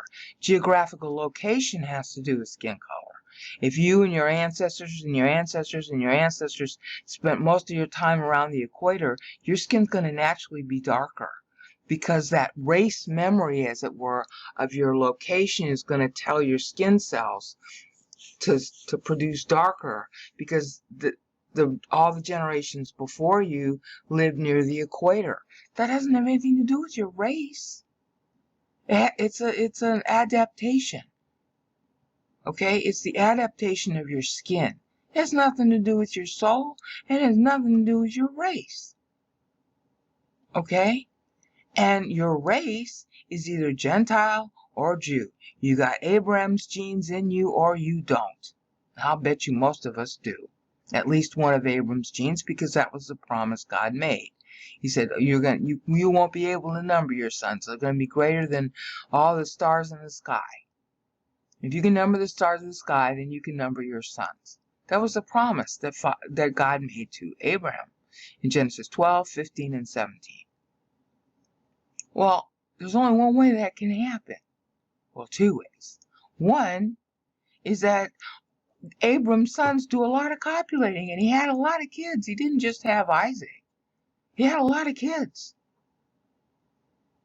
The heir of the promise was Isaac, but the number of stars in the sky, he had after Sarah died, he had another wife. I think it was I forget her name. I think he had another wife, but he had Ishmael, and then Ishmael had a lot of kids, and then they all intermarried, and then he had, of course, Jacob also his brother was Esau, and Esau had a lot of kids. So you got this thing going on with Abram. How many kids are kids of Abram? Well, if they're prolific, it could be a lot. Now, it doesn't even have to just be that. If you do what Abram did and you believe in Adonai Eloheinu, Adonai Echad, Genesis 15:6, then you're a son of Abram, and that's Paul's big point in the book of Galatians. All right? In the Old Testament, you became a Jew if you believed in Adonai Echad. It's Deuteronomy 6:4. If you believed in the same God that Abram believed in, Genesis 15:6, that made you a Jew. And then if you were male, you symbolized it by getting circumcised. But it wasn't your physical circumcision that made you a Jew. It was believing the way Abram believed. Okay, well, that could be anybody then. It wouldn't matter if you had a genetic connection or not. Okay, so, but this story about all these deadlines, 1000, 2000, 1470, 1540, that all would have been communicated over all of these thousands of years. You with me on that? And then, of course, now we come down to Christ. And that was like, well, David, that was a really big deal. Day of the Lord, all that 1,000-year stuff talked ever since Moses wrote it. But now you come down to Christ, and at the time that Christ is born, the sort of Messiah story is all over. Everybody knows it. There are records of similar stories that are often mistaken as being like prior. But there's similar stories known all over the world. I mean, literally all over the world. Everybody's got a flood story and everybody's got a Messiah story. So now think. 4200 was supposed to be when the millennium was supposed to come. So everybody was expecting the second advent of Christ right here. And that's why John has to write in Revelation. To say, hi, the tribulation was supposed to start at the end of 87, but it didn't. And I'm writing you at the end of 88 to tell you why it didn't. So everybody was expecting the end of the world. They were also expecting the end of the world when the second temple happened. That's why Paul is talking about it in Philippians 3:14, long before it even happened. Paul died in 68 AD. So when Paul died, and then Nero died within a few months afterwards, everybody's all, the temple's got to fall. And they knew the temple was going to fall at the end of 40 years. All right. So then, well, is the end of the world going to be then? Uh-oh. My backup started. Is the end of the world going to be then? So just the thing that I want to stress here is that you always hear at certain junctures that are tied to these deadlines that aren't necessarily the end of the world. They're just the end of deadline periods for somebody to super mature. But since they're so ingrained in the human psyche, people start thinking, oh, the end of the world. Yeah, well, let's see, that's 4170, that's 30 years away from 4200. Oh, the end of the world. Yeah, that's 4200 exactly. 87 is 7 years prior. Oh, the end of the world is coming. And that's what they thought. But that wasn't the only time they thought it. Okay? You have right in here, starting at this point, because Rome was coming up on its own 1000th anniversary by misaccounting by Varro, you have between 193 and 235 AD, you have a whole bunch of Christians in Rome thinking the end of the world was going to come because Rome was about to have its own 1000th anniversary. You see how that's a morphing? All people think of is, 1000. Well, 1000 measured from what? So they grabbed the nearest 1000 they got. And there was an actual riot that took place in about between 217 and 220 in Rome. And what basically happened was there was a guy named Hippolytus. There were two Hippolytuses then. And one of them started playing with the numbers based on the 1000 with Rome, saying, oh, no, really, Christ died. It was totally wrong. Okay? He's saying, well, Christ died in 5500. But that's not right. See? This is when he died. From Adam. 4136. So 5500 has nothing to do with that. He pulled that number out of the air. And he's saying, well, because of that, then the end of the world, the second coming, because they didn't believe in the rapture by then. They'd forgotten the whole accounting. Oh, well, it's 5500 and the second coming of Christ is 500 years away. And then they started mucking with the dates ever since. All right? So every time mankind comes up on 1000, and that was really a big deal here. And that's a genuine 1000. it's like, well, this is actually 1,000 years from his death. You know, qualifying 1,000. It's really 490 from his death. It's really 980 plus 30. But it looks like 1,000. It's 1,000 years after he was born. Well, he's going to come now. And there was a huge outcry. And actually, it even started earlier than that. It started with Charlemagne. And you can, in certain cases, you can argue even before that. This is when Charlemagne is deemed to be crowned Holy Roman Emperor. There's much more to the story than that, which we'll be seeing in Revelation 17. But he actually thought, based on the accounting that they were using in his day, that the 1,000 was coming, and that he was going to be the last emperor. And if he revived Rome, that somehow Christ was going to come back magically, and he'd hand his crown to Christ. That's the last emperor myth, and Russia believes it to this day. Only they think they're the ones to do it. Okay?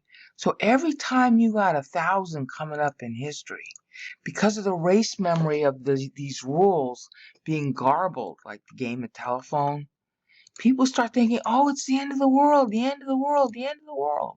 So are you surprised that now we come up on the year 2000? Remember all that, oh, the world's going to end in 2000.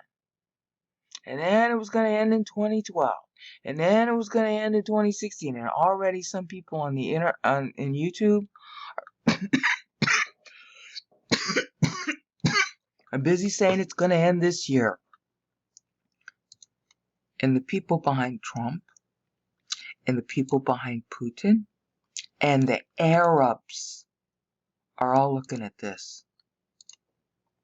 2,000 years after Christ's death, what's not often known is that the Arabs think Christ is going to come back too, but they think he's Muslim, and he's going to come and convert the world to Islam. And their deadline is 1500 after the Hijra, which was 622. So they're really looking at about 2076 or so. Where's the 622 is the Hijra. That just means that's their version of the Exodus. It's a long story. I'm not going to cover it right now. There is this goofball statement in their traditions that says that the people won't last longer than 1,500 years. All right. Well, that's 2120. Is it 622 plus 1,500? That's 2122. But somehow it gets truncated, and I don't know why, to 2076. So there's a shortage of 46 years. I don't know. Oh, I know what that is. Jesus is supposed to come back to them in 2076 because he's supposed to live 40 years, remember? They got the same basic story as the Talmud. He's supposed to live 40 years, and then there's supposed to be 6 or 7, and some say 13 years after that, that there's this big fight to convert everybody to Islam. So everybody and his brother is real hung up on 2030, 2080, 2130. Now, those actually conform to real timelines that are real deadlines in God's schedule, but it's for supermaturation.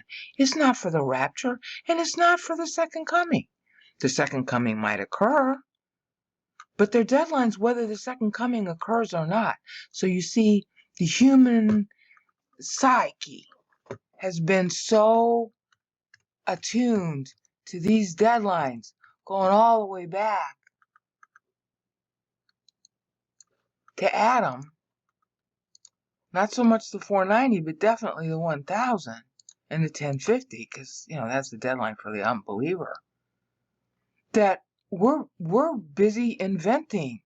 Oh, it's the end of the world because. Okay, well, it's the end of something, but it isn't necessarily the end of the world in the sense of, the end of time as we know it, and the rapture's going to happen, the end of time as we know it, and the second advent's going to happen. It isn't necessarily that kind of ending. It is the ending of a voting period. Okay? See? That's what they thought during the Crusades. Why? Because, Jerusalem was taken, that's 1071. Oh, okay, well, that's a little later than 1030, 1,000 years after Christ's death. But it's close. Well, maybe the end is going to come now. And then maybe they're measuring it from when the temple fell in 70 AD. And here, exactly 1,000 years later almost, Jerusalem is taken again by the Seljuks. Oh, well, maybe the second advent's going to occur. Well, there was. See, here's the historical 490. The second one. There was a deadline coming up. It just wasn't the one they expected. But that's why they went to war. That's really important to say, because this is why they're trying to go to war again now. This is what Trump's people and the Russians are getting together on. The Trump Christians and the Russian Christians backing Putin, they're suddenly real friendly with each other. It isn't just Trump that's Trump Russia. It's 63 million minus however many are the Christians in it who voted for him. All of your head guys, your fancy guys on Christian TV and radio, they're busy saying, oh, 7 mountains. Well, that's Revelation 17. We got to bring Christ back. This is the deadline they got in mind.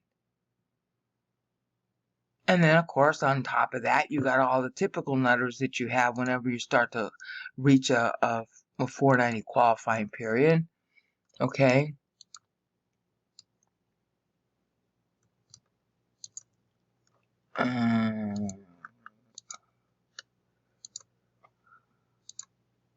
That didn't do it.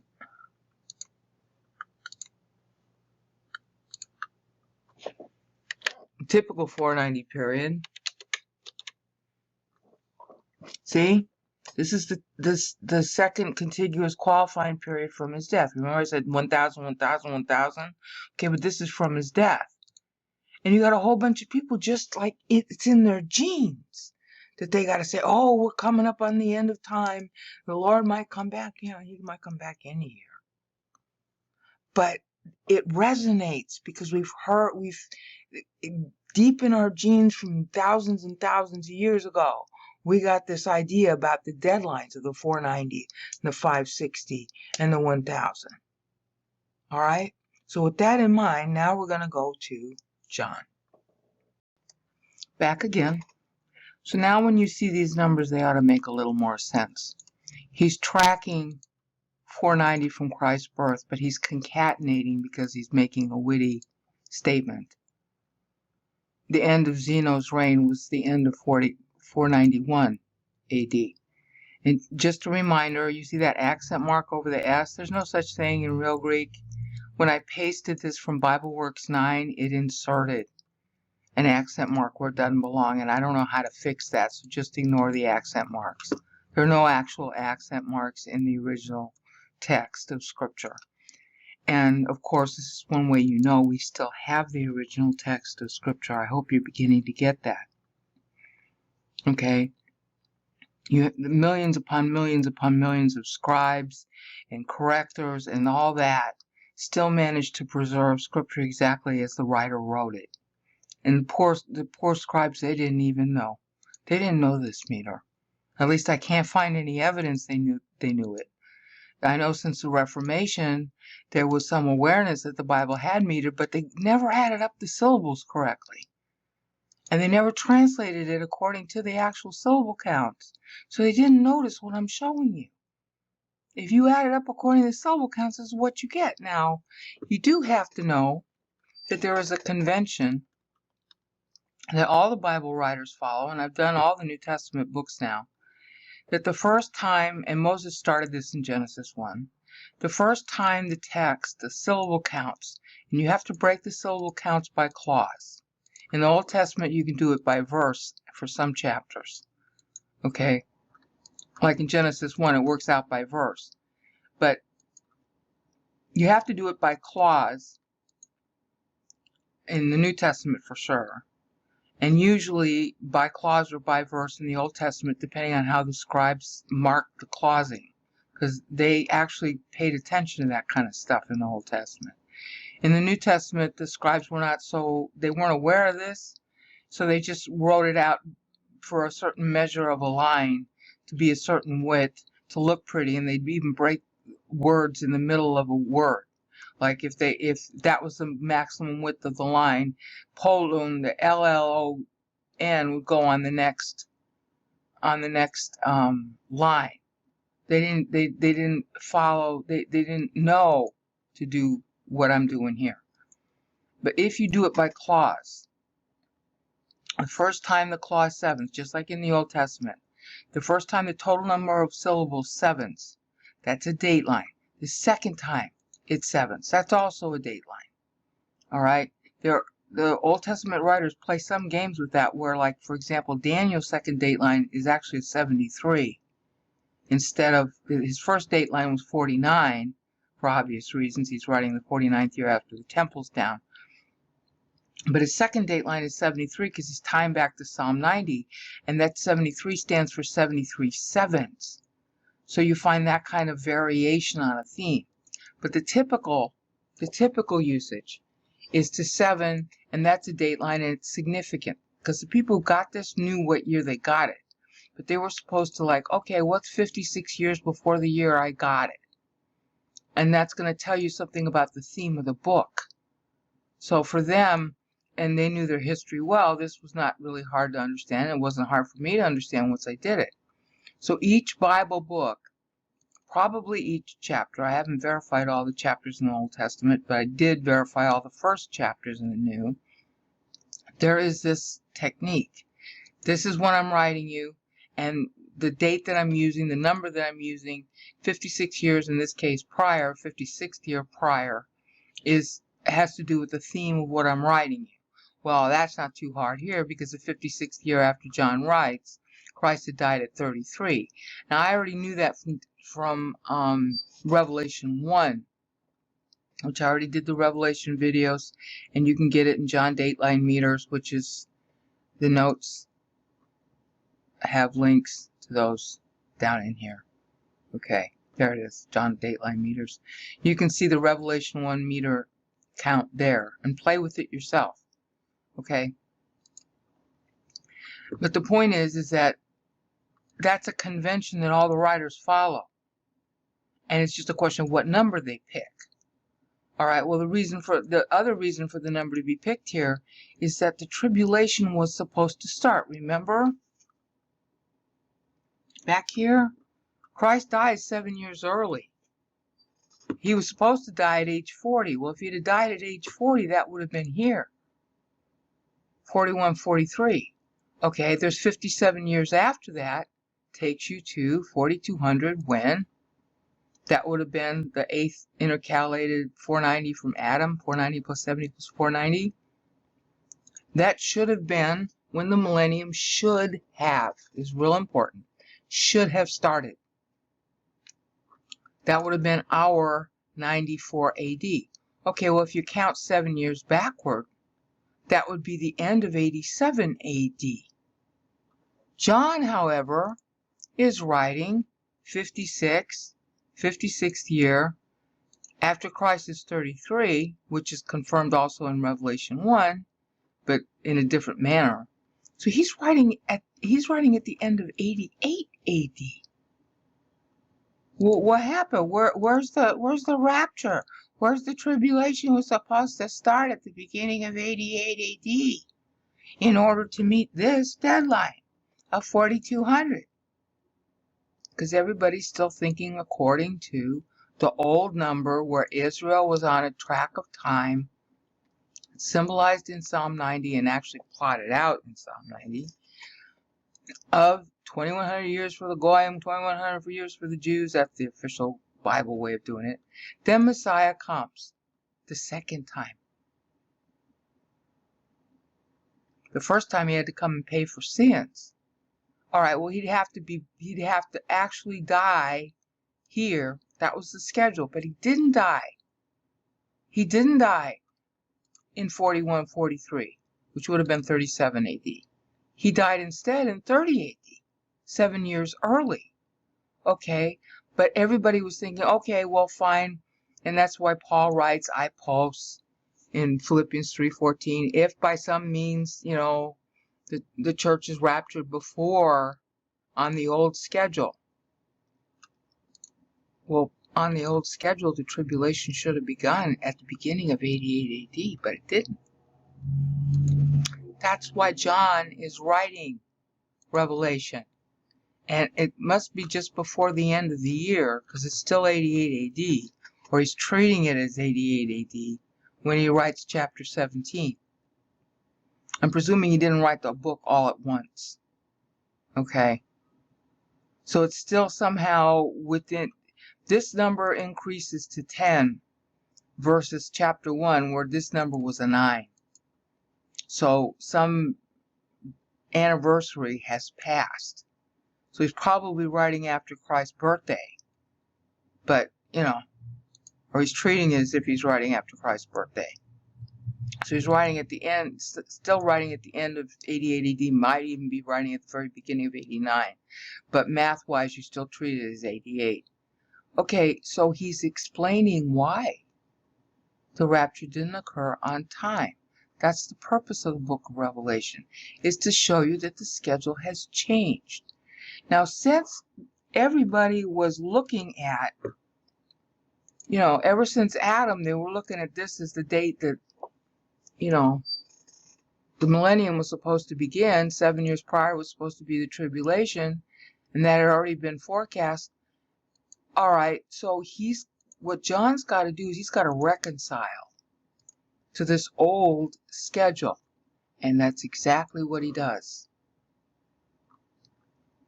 This is reconciling 490 years from Christ's birth. 88 plus 403 is 491. You see that. Here, he's reconciling to 490 years from Christ's death in 30 AD. Okay? Now, he's doing really two things that are kind of clever here. For rounding purposes, he's ending Justin at the end of 526, because this would be at the beginning of 527.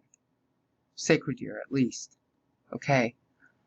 Plus, the guy was sick for a long time due to an old wound. Okay? So, in order to make the chi work, it's at the beginning of the year. So, he's saying 526 rather than 520. You get that. But there's another reason why. If John is writing in 88 AD, and he is, and he's writing at the end, 94, which is the old date that the millennium was supposed to begin, minus when he writes, is 6. You see that? He's reconciling to the old schedule here. He's reconciling to the old schedule by saying, hi, I'm writing 6 years prior to 4200.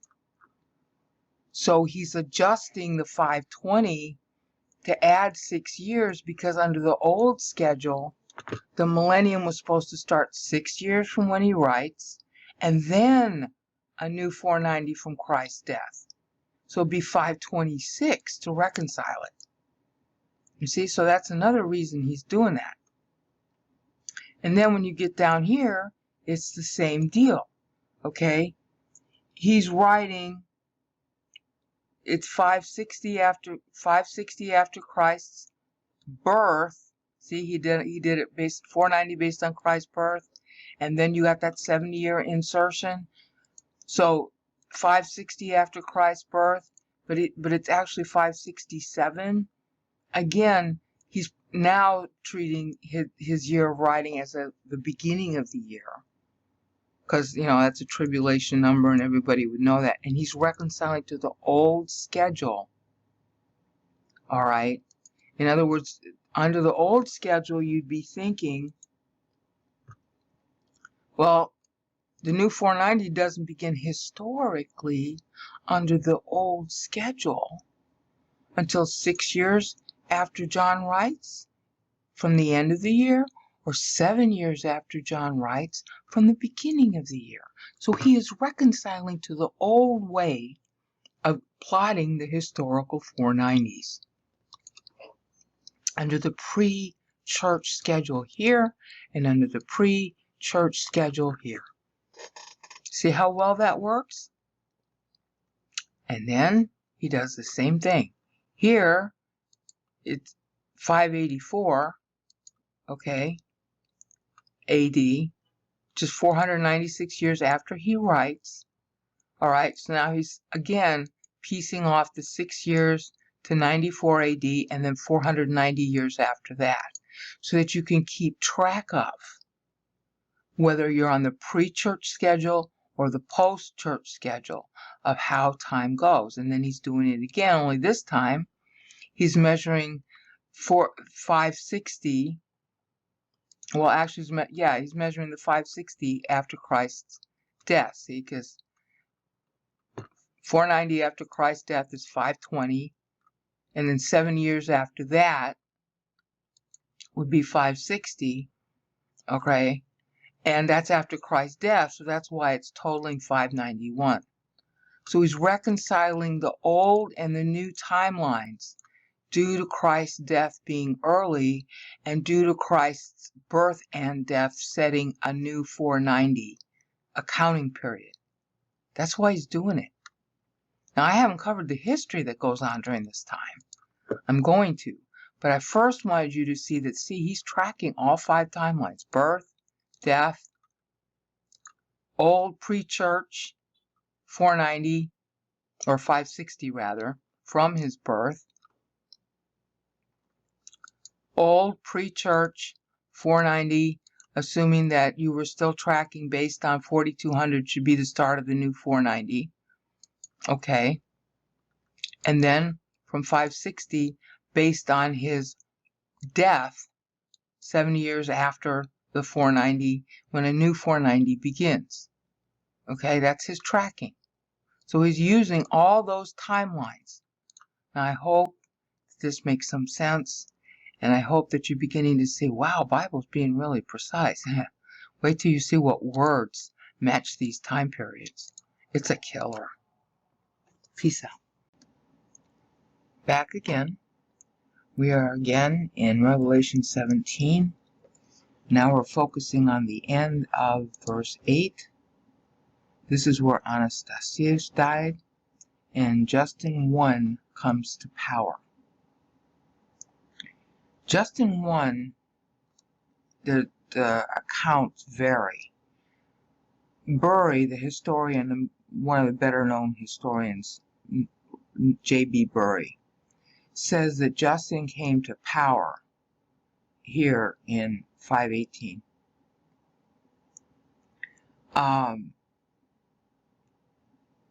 As a result of Anastasius' death, but it wasn't quite immediate. There was a sort of scuffle about who to appoint. He ends up getting appointed, maybe because he bribed some soldiers. It was the typical thing from ancient Roman history, where the soldiers make you king. That was going on in Constantinople too. But some of the other biographies and stuff I've read of him say that he was 70 years old at this point, at the Blepon and Bleponton. But Bury says he was 66, so I'm going to go with Bury for this. He stays in power until 520, at the end of 526, which is the beginning of 527, because at the beginning of, in the early part of April, which is the beginning of the Hebrew sacred year, and that might be what John is using, he gets uncontrollably ill. Okay, he's really dying here, and he's dying in August, but he gets really sick in April, which is the beginning of the Hebrew sacred year. And at that point, Justinian finally takes over the reins, is appointed co-emperor. But it was like Justin didn't really want to have Justinian take over. There's sort of like an uncertainty. Okay, so it's not until the last 4 months of Justin's life that Justinian really starts to have emperor power. Okay, but at the same time, and again, it depends on who you talk to. The accounts of Justinian's reign are really polarized. That's the problem that we're going to have when talking about this. A lot of the accounts maintain that Justin was sort of like a figurehead, and it was really Justinian who started the reigns. And again, we got a difference of the birth dates.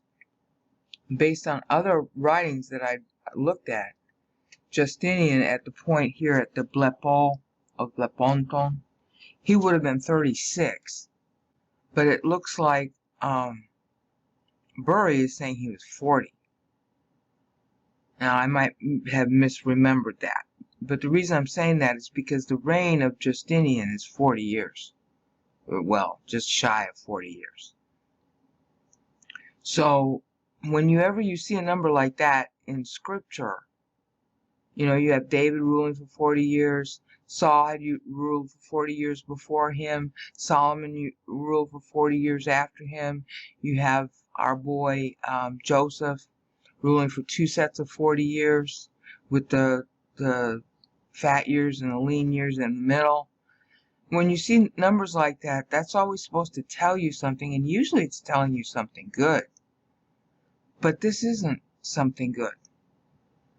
Justinian is the poster boy for the Antichrist. And since the accounts of him are so polarized, that tells you something about how an Antichrist is going to be perceived. It's a very different idea of all the movies that you've seen about what the Antichrist is. Most of our movies, we portray the Antichrist as being charismatic. But almost all the movies that are about Bible are really bad. They're two-dimensional, they're syrupy, they're shallow, okay? So we have to go through both sides, and what I'm trying to introduce here is that when a person is charismatic, people really like you or they really hate you. I was told that when I was 13 by my history teacher. I didn't know what charisma was. He told me I had it. I'm not so sure I do. But he thought so when I was 13 anyway. And that's when I learned what the word meant. Well, that's what this guy had to be. He had to be charismatic. And the Antichrist has to be charismatic. But one of the things that charisma does is it produces very strong reactions, either positive or negative. So the accounts that we have of Justinian's reign are drooling, even by one of his arch critics, a guy named Procopius, are either drooling or vitriolic. And Procopius does both. Procopius is the primary historian of this period, him and Theophanes. But Procopius actually lived during these years and was an adjutant to Belisarius, who was the main general that Justinian used. And you have Procopius writing a reasonably dry, not uninteresting history of the wars that he accompanied Belisarius on. And he was trying to be a little Herodotus there. And then during that time, sometime before he wrote his last book, which is called The Buildings, which is just drooling panegyric in favor of Justinian. In the middle, and Bury didn't know why, but I think I do. In the middle, he writes this so-called secret history of Justinian and Theodora, which is just scathing. And so Bury, like pretty much any normal Roman historian, gets real skeptical of that secret history book because it's so nasty. All right? But when you start to match up the timeline, and that's where we're going to be spending a lot of time on Justinian because of the timeline. When you start matching up the timeline, that middle book, The Secret History, which is so scathing and basically treats our boy Justinian like he's the devil incarnate, that book is basically written after Belisarius, who Procopius really liked, after Belisarius started to be treated badly by Justinian. So in the middle, Belisarius, who really saved Rome in many ways, all these major campaigns you're going to start hearing about when I cover this. Belisarius was basically in charge of them. He would basically send Belisarius to the Africa, then he'd send him to Italy, then he'd send him to Persia, and back and forth, and sometimes up to the Balkans. And, Belisarius was his go-to general. And for no good reason, Justinian gets jealous and basically, what do you want to call it, sacks Belisarius from all of his wealth. And Theodora has a hand in it, supposedly, and she gives the money to Belisarius' wife, who's always cheating on him. And so Belisarius is disgraced. So much so that it remained a sort of myth about Belisarius that he was reduced to being a beggar in the streets, which wasn't true. But he was disgraced toward the end of his time being of service to Justinian. So you got droolers, because it's not just Procopius, but primarily him. You got droolers, and you got people who absolutely hated him. Okay? The Bible is looking at this, however, from a very different perspective. So what I'm going to try to do is weave the history with the biblical perspective. We saw the biblical perspective before we even got to Justin. The people will be paying attention to the beast because it was, meaning they want to go back. And as soon as Justinian comes to power, and maybe even somehow with Justin's blessing, they state their purpose is to regain the glory of Rome that was, see, here's the word was in Greek, under Constantine.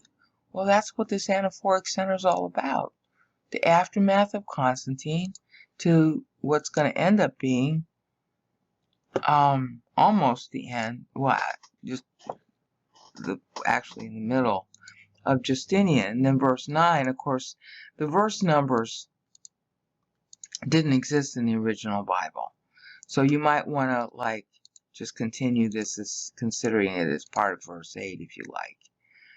But if we do that, then we end it here at where John was benchmarking to the 560, plus treating it as if, well, I'm writing, at the beginning of the year, I'm writing 7 years to the new millennium, and it's 560 years after that. So he's reconciling to the old pre-church schedule. This is when Justinian dies at the end of 565. Okay? So this 7 kings and 7 kings, he's dying before that. So the 7 kings is not referring to him. It is referring to the aftermath of him, because that's basically what happens. But I'm getting ahead of myself. What I want to focus on is the big point that God is making here is that they want to revive Rome, which is explicitly what Justinian said he wanted to do, at least at the time of his accession, and possibly before as, a mouthpiece for Justin. Okay, which is right here is when he acceded and when Justin actually dies. Okay. So you have to, it's a very long reign. It's almost 40 years. So it's like an Antichrist 40 years. And as you might have seen from the end of episode 9, is that the Muslims are expecting Christ to come back too. They're also expecting him to live for 40 years too. They're expecting him to come and be reborn or just appear. Because they actually teach that he never actually died. He just went to heaven. Kind of like Enoch. And then he just magically comes back. But it's going to take 40 years once he comes back in order for him to show himself. And then you have their equivalent of the tribulation, but the accounts differ as to whether it's 6 years or 7 years or 13 years. Okay, so this idea of someone coming back, of a end of time, of a renewal, is happening right now as I talk amongst Muslims, Russian Christians, because they're trying to do the same thing that Justinian was doing, and amongst the 7 mountains Christians. And here's where we're going to find out about the 7 mountains. And the 7 heads are 7 mountains. That's the word for mountain, hore. Okay? And that's a direct reference to Rome. But which Rome? Not the Rome in Italy. Okay? It's the Rome where Justinian is. Because New Rome was rebuilt, replete with its own 7 hills that were supposed to be modeled after the Rome in Italy. But that's the new power seat. Now, and I'm still not getting into the annual history because there's so much to cover. I'm trying to just do a sort of outline. What makes Justinian the poster boy for the Antichrist is that he's trying to revive Rome. So the poster boys today for the Antichrist are the people who are calling themselves 7 mountains behind Trump. Just go on YouTube, type in 7 mountains, and then some of their chief spokespersons are Raphael Cruz, Lance Wallnau, James Dobson, any of those big names that are on TBN. Okay? Any of the big names in Christianity. Jerry Falwell Jr. now. Okay? They all subscribe to the idea that there are 7 mountains needed in order, if Christianity takes over the 7 mountains of political and economic power, then Christ has to come back. And 2030, of course, is the next 1000, as I hope you saw me cover in episode 9. Okay? So this is relevant even though we're talking about a guy who lived from 520, who ruled from 527 to 565 AD. The pattern of him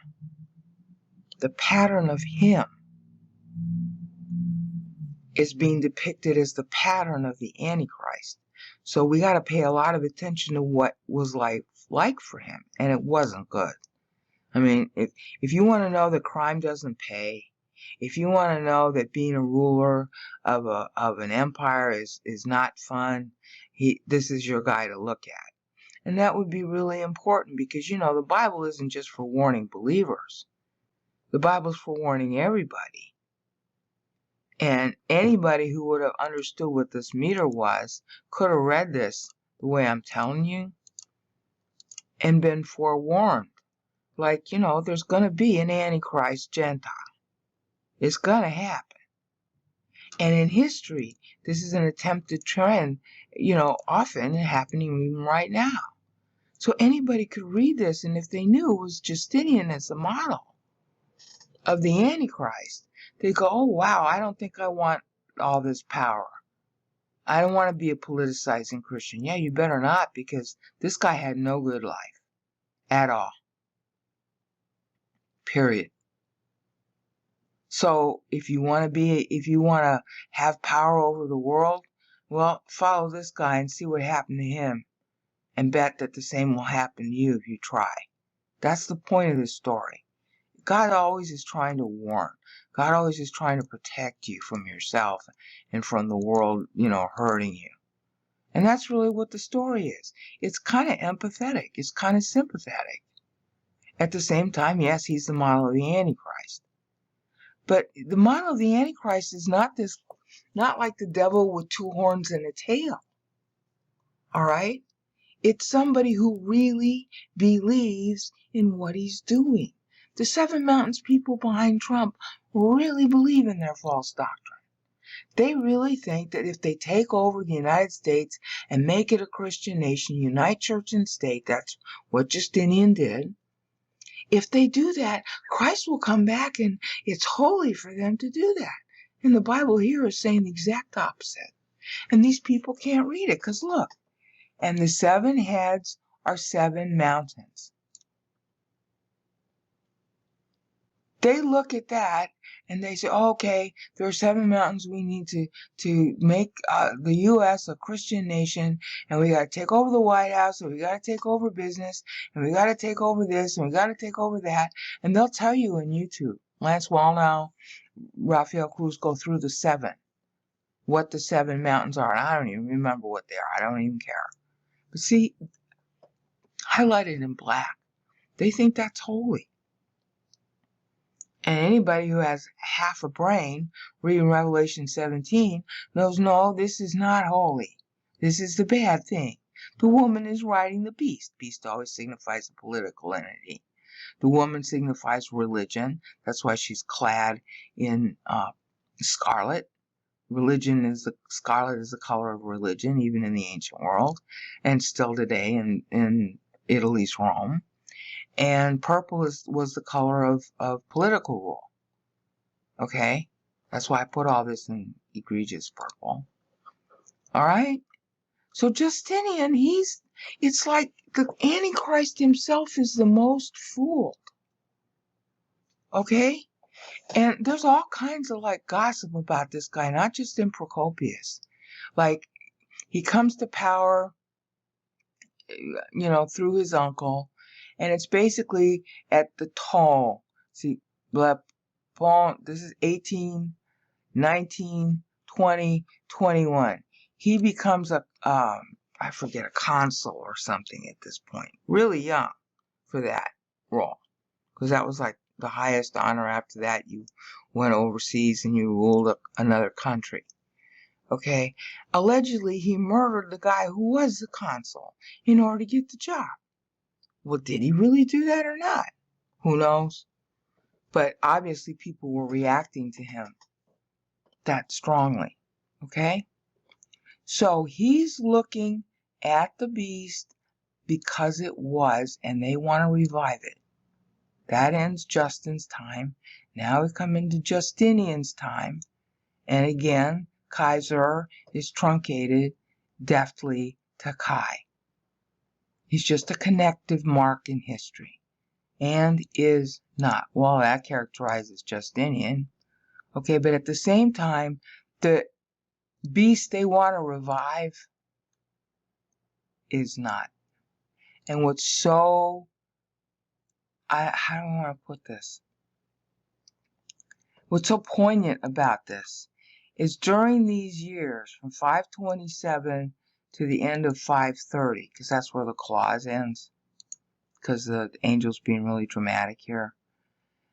Justinian is all full of vim and vigor in his first 3 years. Oh, I'm going to do this. Oh, I'm going to do that. Oh, I'm going to make this. Oh, we're going to revive Rome. And he's all full of that sort of a new ruler. Oh, I'm going to fix things. Oh, I'm going to do things. Oh, I'm going to honor Christ. And he starts out, besides, getting rid of Justin's advisors that he didn't like and all that kind of stuff. He marries Theodora. All that stuff goes on. Well, actually, he married Theodora sometime in here.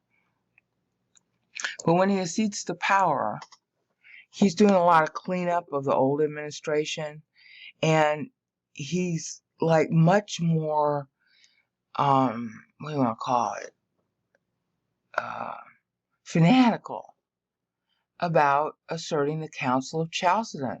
So there are a lot of Monophysites. About half of the empire were Monophysites, especially in Palestine, the Middle East, which is where most of their money came from. And he goes in a big way for the Council of Chalcedon. All right, well, basically the Council of Chalcedon said, if you don't agree with our definition of God, then you're a heretic and you die, or we confiscate your property, or we exile you and confiscate your property, or kill you and confiscate your property. Always confiscate your property. So he was busy doing that in these first 4 years, and he's having a lot of success at it, a lot. And he hires people to collect money for him, and they're sort of unscrupulous, and maybe he knew about it, maybe he didn't, but he's suddenly getting lots and lots of money during this time.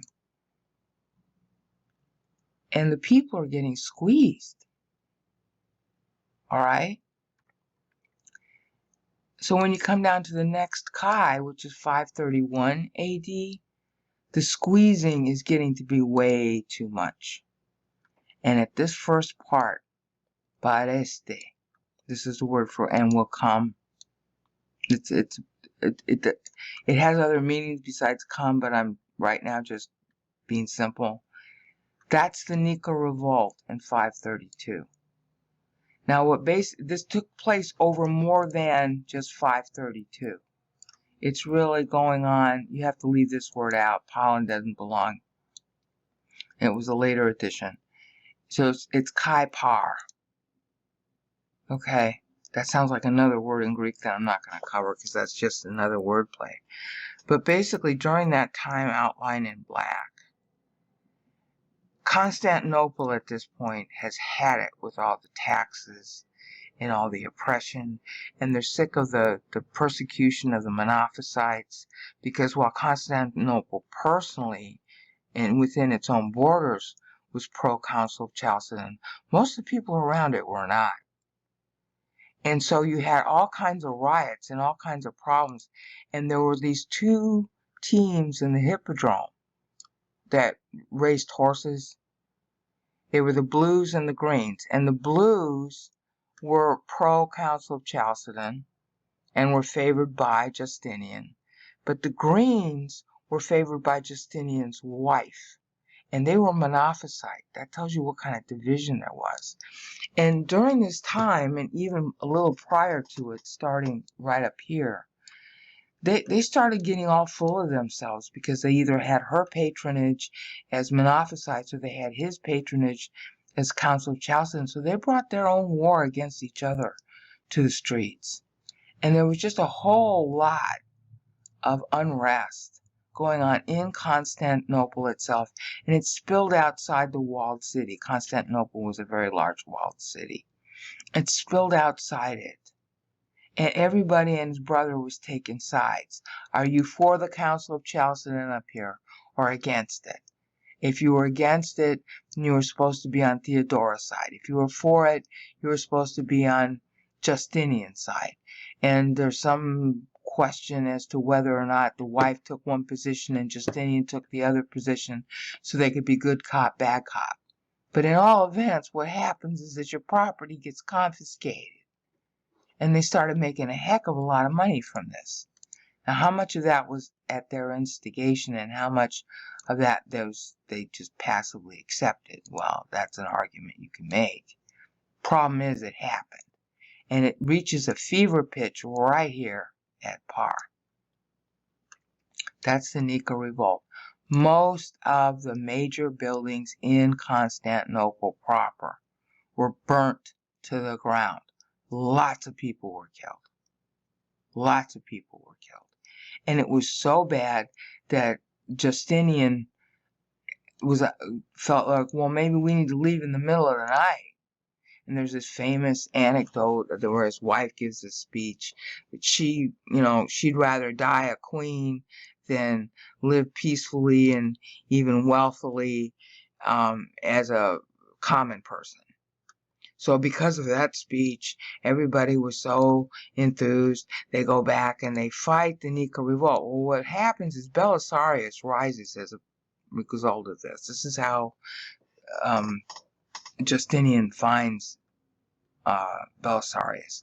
He helps Justinian put down, like 30,000 of them get killed. They herd him into the Hippodrome, and then they kill him. Real brutal put down.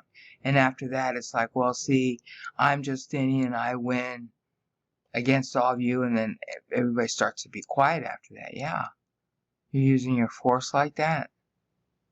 Okay. So a lot of the crime died because of it, because the Blues and the Greens were doing a lot of crime and murder and mayhem. But on the other hand, it's put down by force. So Justinian, his sort of like innocence, maybe if there was a period of innocence, started there, but it's gone by here. And it's like, oh, okay, force wins. If I'm nasty, I win. Kind of like Donald Trump. He always plays the nasty boy. He's always practicing brinkmanship. Well, that's what Justinian learns at this point. Okay?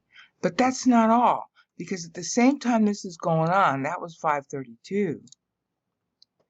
At the same time this is going on, you've got his avowed purpose, starting back here at 527, of making the glory of Rome. Okay, so that leads to a kind of timeline with respect to what else he did. Okay, this is 521. It was consul. It's a question of whether he murdered the current consul in order to inherit that job. Okay, from Justin first. Okay, he married Theodora in 525. So that was right here, or you could say at the end of Hoti. Okay. Now we got the Nika riots, which I just covered. All right. And then, this is where he discovers Belisarius. Belisarius then becomes his general, and the first war he wages is with the Vandals. Okay. And that's in Africa. And it worked. Okay. It took until 534, which is where John is stopping. See, this is 534. Notice how carefully John is tracking this by means of the clauses. Okay, when I broke this into clauses, I had no idea this is what was going to result. I'm really shocked about it, because a lot of people really like Justinian, and I'm sure they're going to be mad if they see this video. So the end of 534 is marking his victory. See, Nika means victory, conquer. He conquered Africa at the end of that, and he conquered the blues and the greens by then. So he's thinking to himself, oh, I won in Africa, and Rome is being rebuilt. And Africa was a breadbasket, always was a breadbasket to Rome. So he's thinking, oh wow, I'm reviving the beast that was, and he's thinking real high of himself right here. Okay, real high of himself, because he's having all this victory under Belisarius. And that's who Procopius was accompanying Belisarius. So that's Africa, finishes in 534, okay? And then right hard on it, but it's on again and off again. And this timeline leaves out a lot of important data, but we'll just go with it. He goes to war with the Goths. Now that's in the west, but it's not all of the west, it's just Italy. Because one of the things about the Council of Chalcedon that Justinian newly supports is this was upheld by the Pope in Italy. So he's thinking, okay, I'm going to reconquer and make Western Rome again, and I'm going to reconquer Italy from the Goths. Okay, and that's happening starting in 535. Okay, Hode, here. Okay. And it's a sort of idiom. It means look here. All right. And the angel's getting ready to say something that is so shockingly biting that I don't know if I can cover it. But the point for you, I'm going to close this for the moment because I'm getting shocked again. That this is where the Gothic campaign started. But it's on again, off again for the next 20 years. All right, right here. To reconquer Italy from the Goths. It's not just the Goths, it's the Lombards and a bunch of other people that aligned with the Goths during this time. But he starts it right there. So that's Hode. Okay, Hode. And Mark uses this to mock Byzantium also, which we'll cover in later videos. Hode. Look here. Pay attention. And all Justinian is paying attention to is how great he is that he has reconquered Africa. And he's so wealthy now because of his unscrupulous advisors and because he's confiscating the property of everybody who's a monophysite. Well, his wife is confiscating the property of everybody who supports Council of Chalcedon. So they're both getting really rich. On purpose or just by passive acceptance, which is worse. So he's not paying attention. He's not looking here. He's looking at himself. He's looking at his conquering. And I'm going to pick that up in the next increment. Back again. We left off at Hode. which means here, H-E-R-E. And this is basically covering 535 and 536 AD with Justinian in power. And there are a couple of things before I want to go further with this that I got to cover prior. Nikkei Revolt, 532. Okay, that's 530. This is 531. And it's important that Chi is there. I'll explain that in a minute. Chi Par. Having sort of reached a semi-stage of euphoria right in here because he's getting so much money due to sycophants over-collecting taxes and stuff because he's going to revive Rome, and that's expensive. By 531, there was a significant rebellion, not just the Greens and the Blues, but the people who were being taxed. And because of all the money he was getting, there was a lot of, what do you want to call it, envy, jealousy. People who were being ruined had gripes, and they started to have conspiracies. So the other function of Chi there, again, it's short for Kaiser, there started to be attempts to overthrow him, overthrow Justinian. The Nika Revolt, which was technically between the Blues and the Greens, they were upset over a death penalty given to some people who were doing a past revolt, one of whom was blue and one of whom was green. That was just, part of a whole.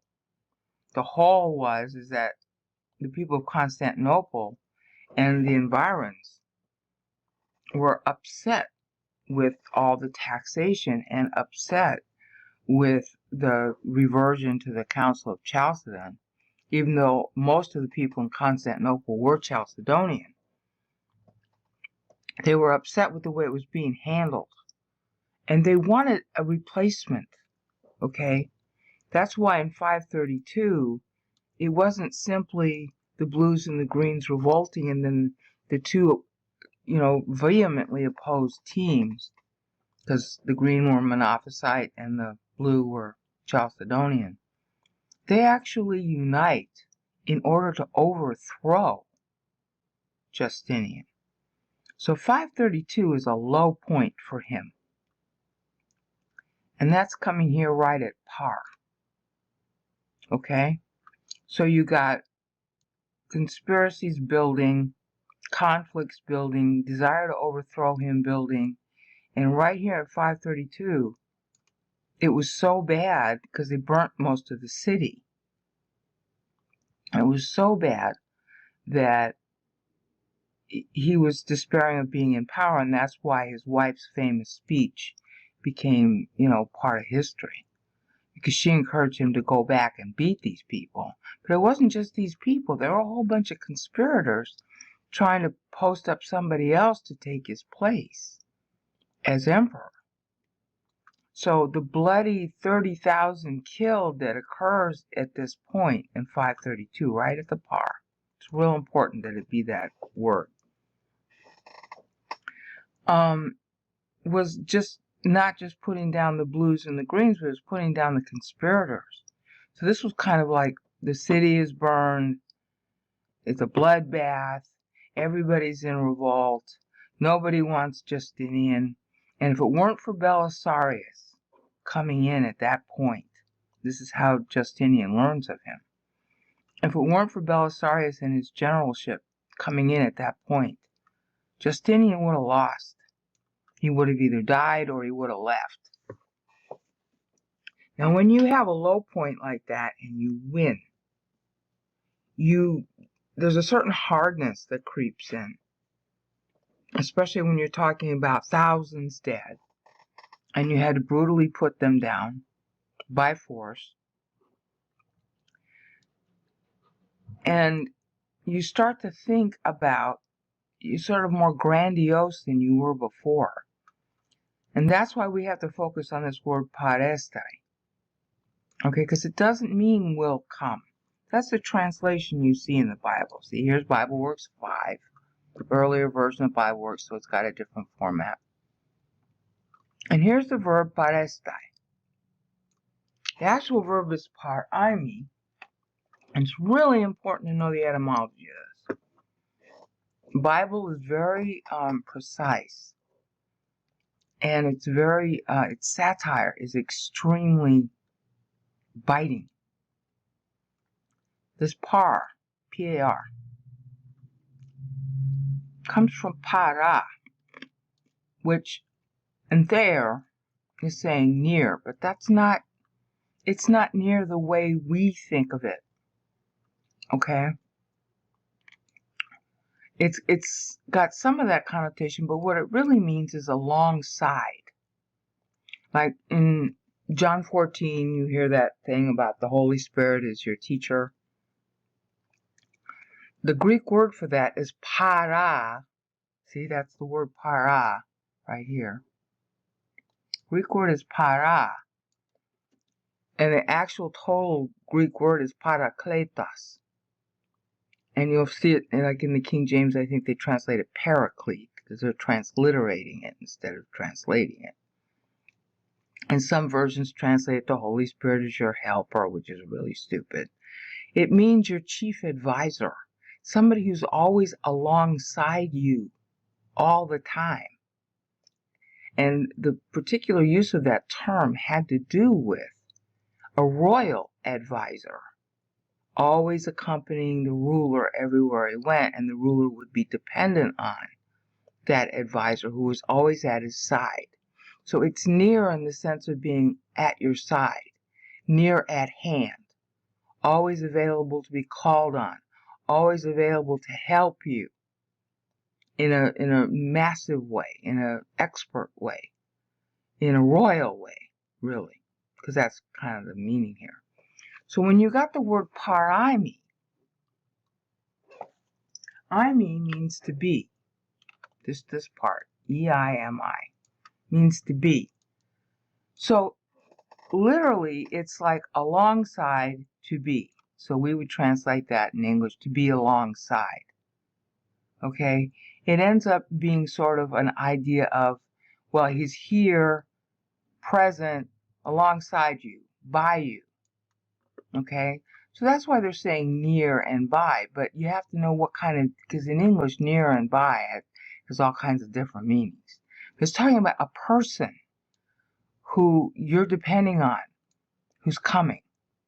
Okay? So here, the beast, because it was, and is not is, so we reverse that in English, and is not, and this is during the time of the attempted overthrow, alongside will be. Okay? It will be next. It's coming. It's at hand. It's in your hand. It's nearby. It will be your savior, so to speak. It's got that kind of meaning.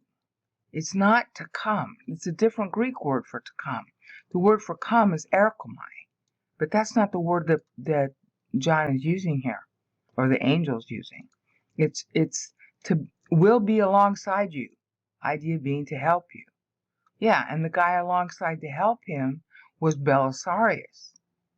You see the wit here? The guy who saves Justinian and essentially Rome from chaos is the para. That means Belisarius. And he will be alongside Justinian. He will be the most loyal guy Justinian ever has. And Justinian's going to spit on him. But not right now. So, as a result of Belisarius being alongside him, Justinian gets really confident about the future. He gets really confident about his power, his ability, his everything, because Belisarius is really loyal. Really, really loyal. Okay, and Procopius was the adjutant adjutant to Belisarius.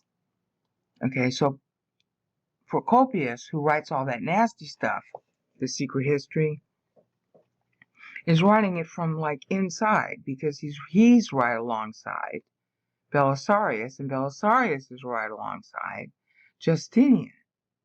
Okay, so Justinian starts to think of the beast, the future reviving of Rome that he wants so badly, that he's going to be successful at it. It's next. It's at hand, because I got Belisarius. He's next. He's at hand. I'm going to win. I beat these Nika people. I beat the blues and the greens, and I beat all these people who wanted to take away my crown. And 30,000 of them are dead now, and I'm the victor, and I'm going to win back Rome. That's the psychology. That's what's so important about this word. It tells you the psychology of our prototype Antichrist, who is a real person. Now, if you were a ruler and you almost died, or you almost lost your head, and some guy comes along with you and he rescues you, as it were, but you're the emperor, on the one hand, you should be grateful, and on the other hand, you're going to start to get a really big head. All right, and that's why this becomes important. That's 535, 536.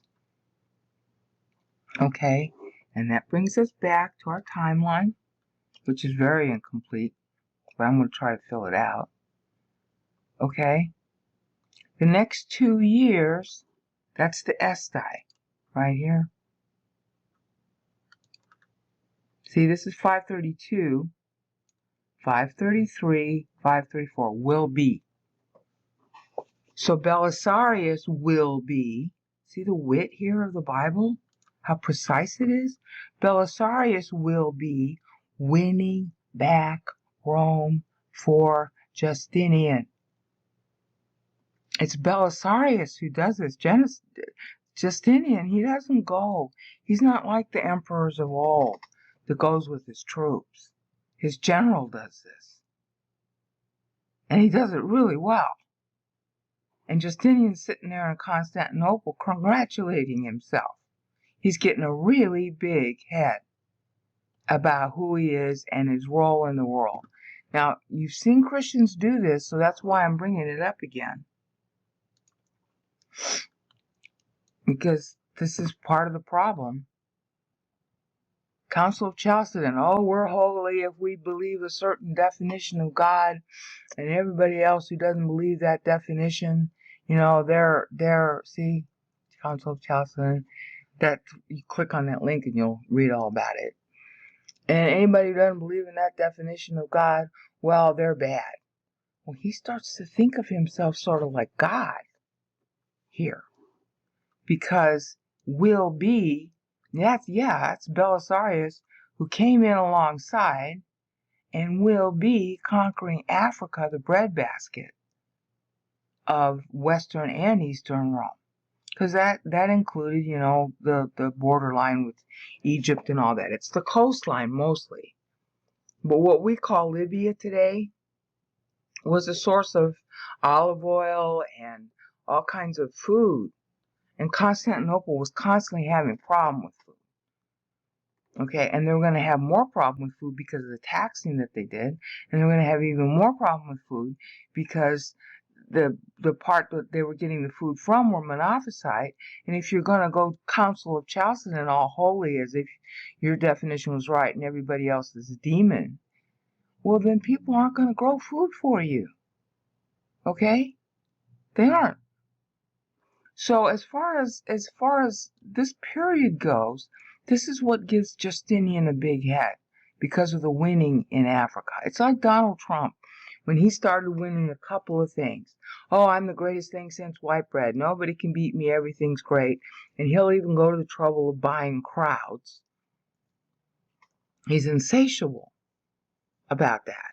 Well, this is what happened to Justinian. Okay? Except Justinian was also really bright and he had a lot of ideas. He meant well, but at the same time, he's overcome by his own success. All right.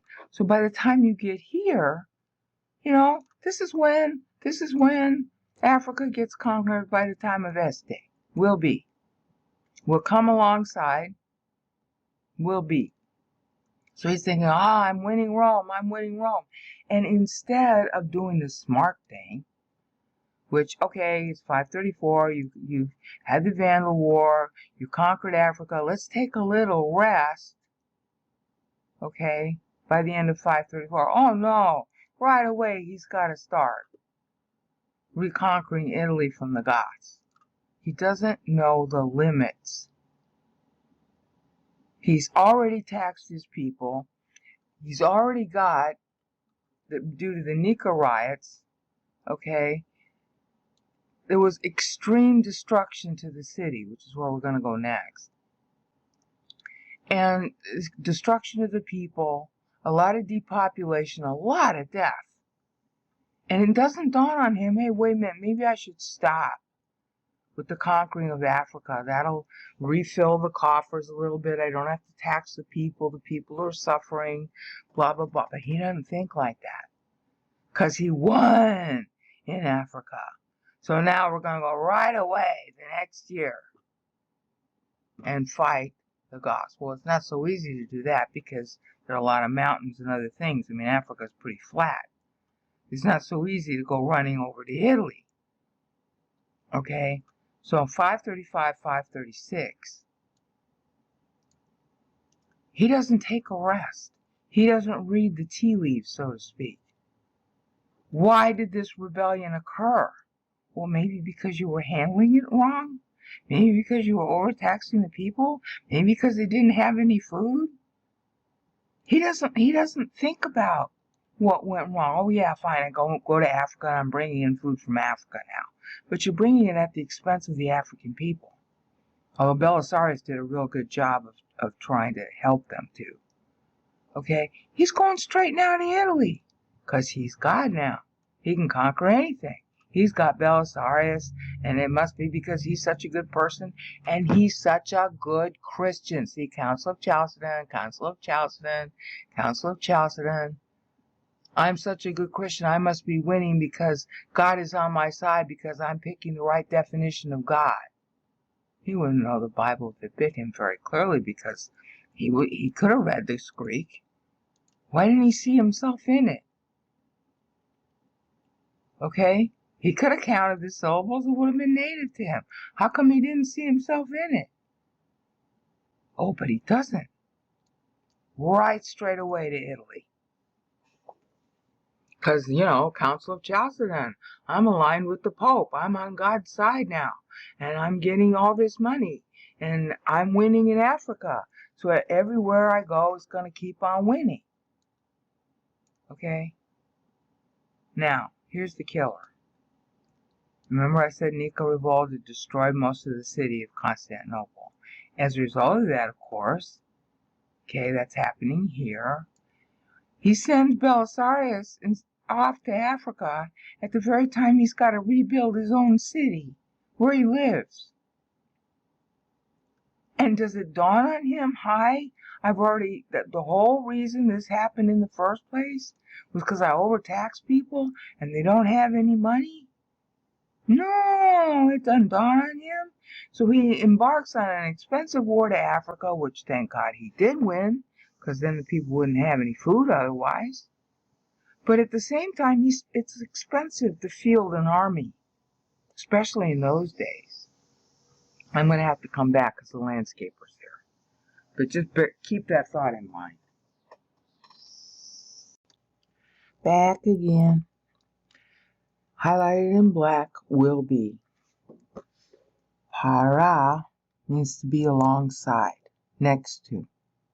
That was Belisarius, and because he was alongside, this is how Justinian discovered him, due to the Nika riots, which is right here. He helped Justinian brutally put down the blues and the greens, and all the conspiracies that were against him, such that he almost quit being king. He almost abdicated. And then, in these 2 years, 533 and 534. Justinian sent Belisarius, who was his alongside advisor. He sent him to Africa, and Belisarius brilliantly won in Africa during those 2 years. So our boy Justinian is full of himself. Okay? Now, in the meantime, during these same 2 years, like I said, instead of thinking about the condition of the people and what gave rise to revolt in the first place, like a good ruler should have done, he's all full of himself because he beat them. Okay? In that sense, he's a lot like Trump. So during these 2 years, because the city had pretty much been destroyed, he has to do a lot of rebuilding. And at the same time, he's mounting a really expensive war. And he collected a whole lot of money. But now he's going to need more from people who don't have it. But they're crushed by his force. You pay your army well, everybody else can go ahead and be poor. So long as you got your army, you got force over the people. And this is what bad rulers do, okay? They use force like this. They get all big-headed. And the other thing they do a lot of, and it just chaps me to no end, they build a lot of buildings. That was what ancient Rome really was. It was one rich guy trying to outdo another rich guy by what kind of big temple he built. That's exactly what Justinian starts doing here. You do not really need that many church buildings. What you need is the word highlighted in black. You need the word. You don't need a building. You need some guy who's going to teach you the word. That's worth more than all the buildings on the planet. But our boy Justinian doesn't know that. See, this is the portrait of the Antichrist. What makes the Antichrist want to be an Antichrist? Well, first of all, he's deluded. He's fooling himself. He thinks he's doing good. That's the most important thing to get out of this. That's why this is a recurrent trend of history. Okay? Justinian thought he was doing God's work here. Yeah, and in the name of God, he impoverishes the people between him and his wife, and they think they're doing the right thing. Oh, so much so that now, oh, what a right thing. You got everybody and his brother trying to take you over, so much so that you either leave or you get a Belisarius to kill 30,000 of your own people. And it was really more than that. And then he goes off to kill more people in a distant land. And in order to finance that, because after all, your whole city has been destroyed by this, well, then you got to tax the people more. Well, sooner or later, you squeeze blood out of a turnip and there's no more blood left. And you think, well, gee, with all that money that he's got stored up from all this abuse, which he wouldn't necessarily call it abuse, but okay, he's still got the money. Why don't you spend that money on the people to heal them? But what does he do during these 2 years? The Belisarius is off in Africa. He's building churches and public buildings in Constantinople. Now, okay, fine. He's spending money to build it. The people who are helping him build it, they're getting paid. They're getting, therefore, fed. And they're spreading that money around to other people in the city, so there is some benefit to the city. But why do you have to spend it building churches? Why don't you spend it on teachers who know how to teach these words? It's native Greek, it's Constantinople, it's Greek Christianity. Why don't you do that? And spend the money differently then. Spend the same money differently. Oh no.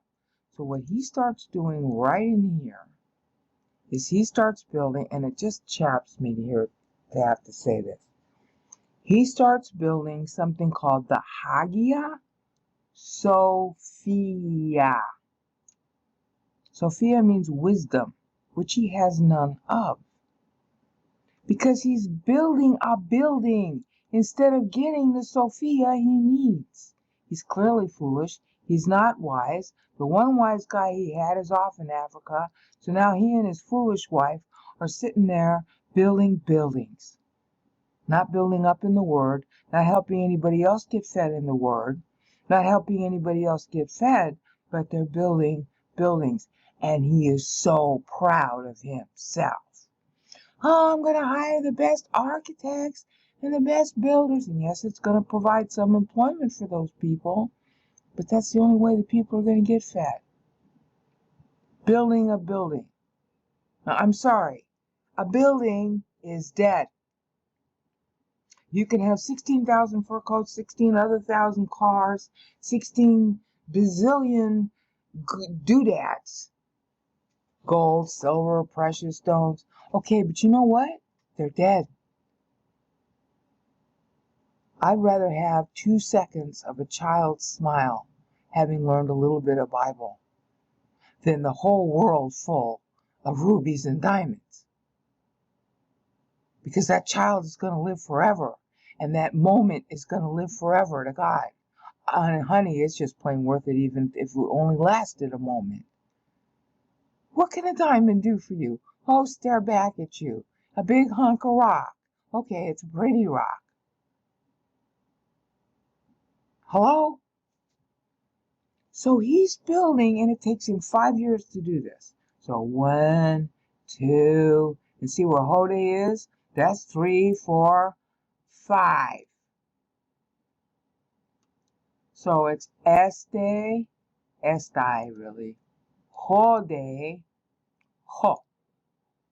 Now that's really funny when you stop to think about what it's covering. It's covering his building at home, while Belisarius is off winning wars in Africa and then going to Italy. Will be here, and then the subject of what it is. It will be here. See, the Greek plays these word games, so that's why I have to show you this. It will be. Ho is the it. Okay? He. You can even say he. Will be, that's third person. He, here. Now that's not what the angel is saying. When you play it across the years that this covers, that's what you get. Okay? So it's he will be here.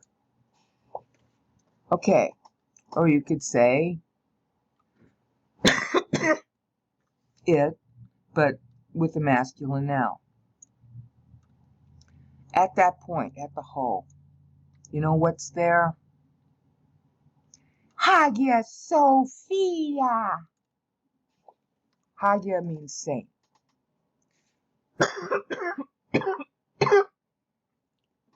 By this point in church history, saint had a special meaning of somebody who did extraordinary good works. And in Greek tradition, they always personified virtues.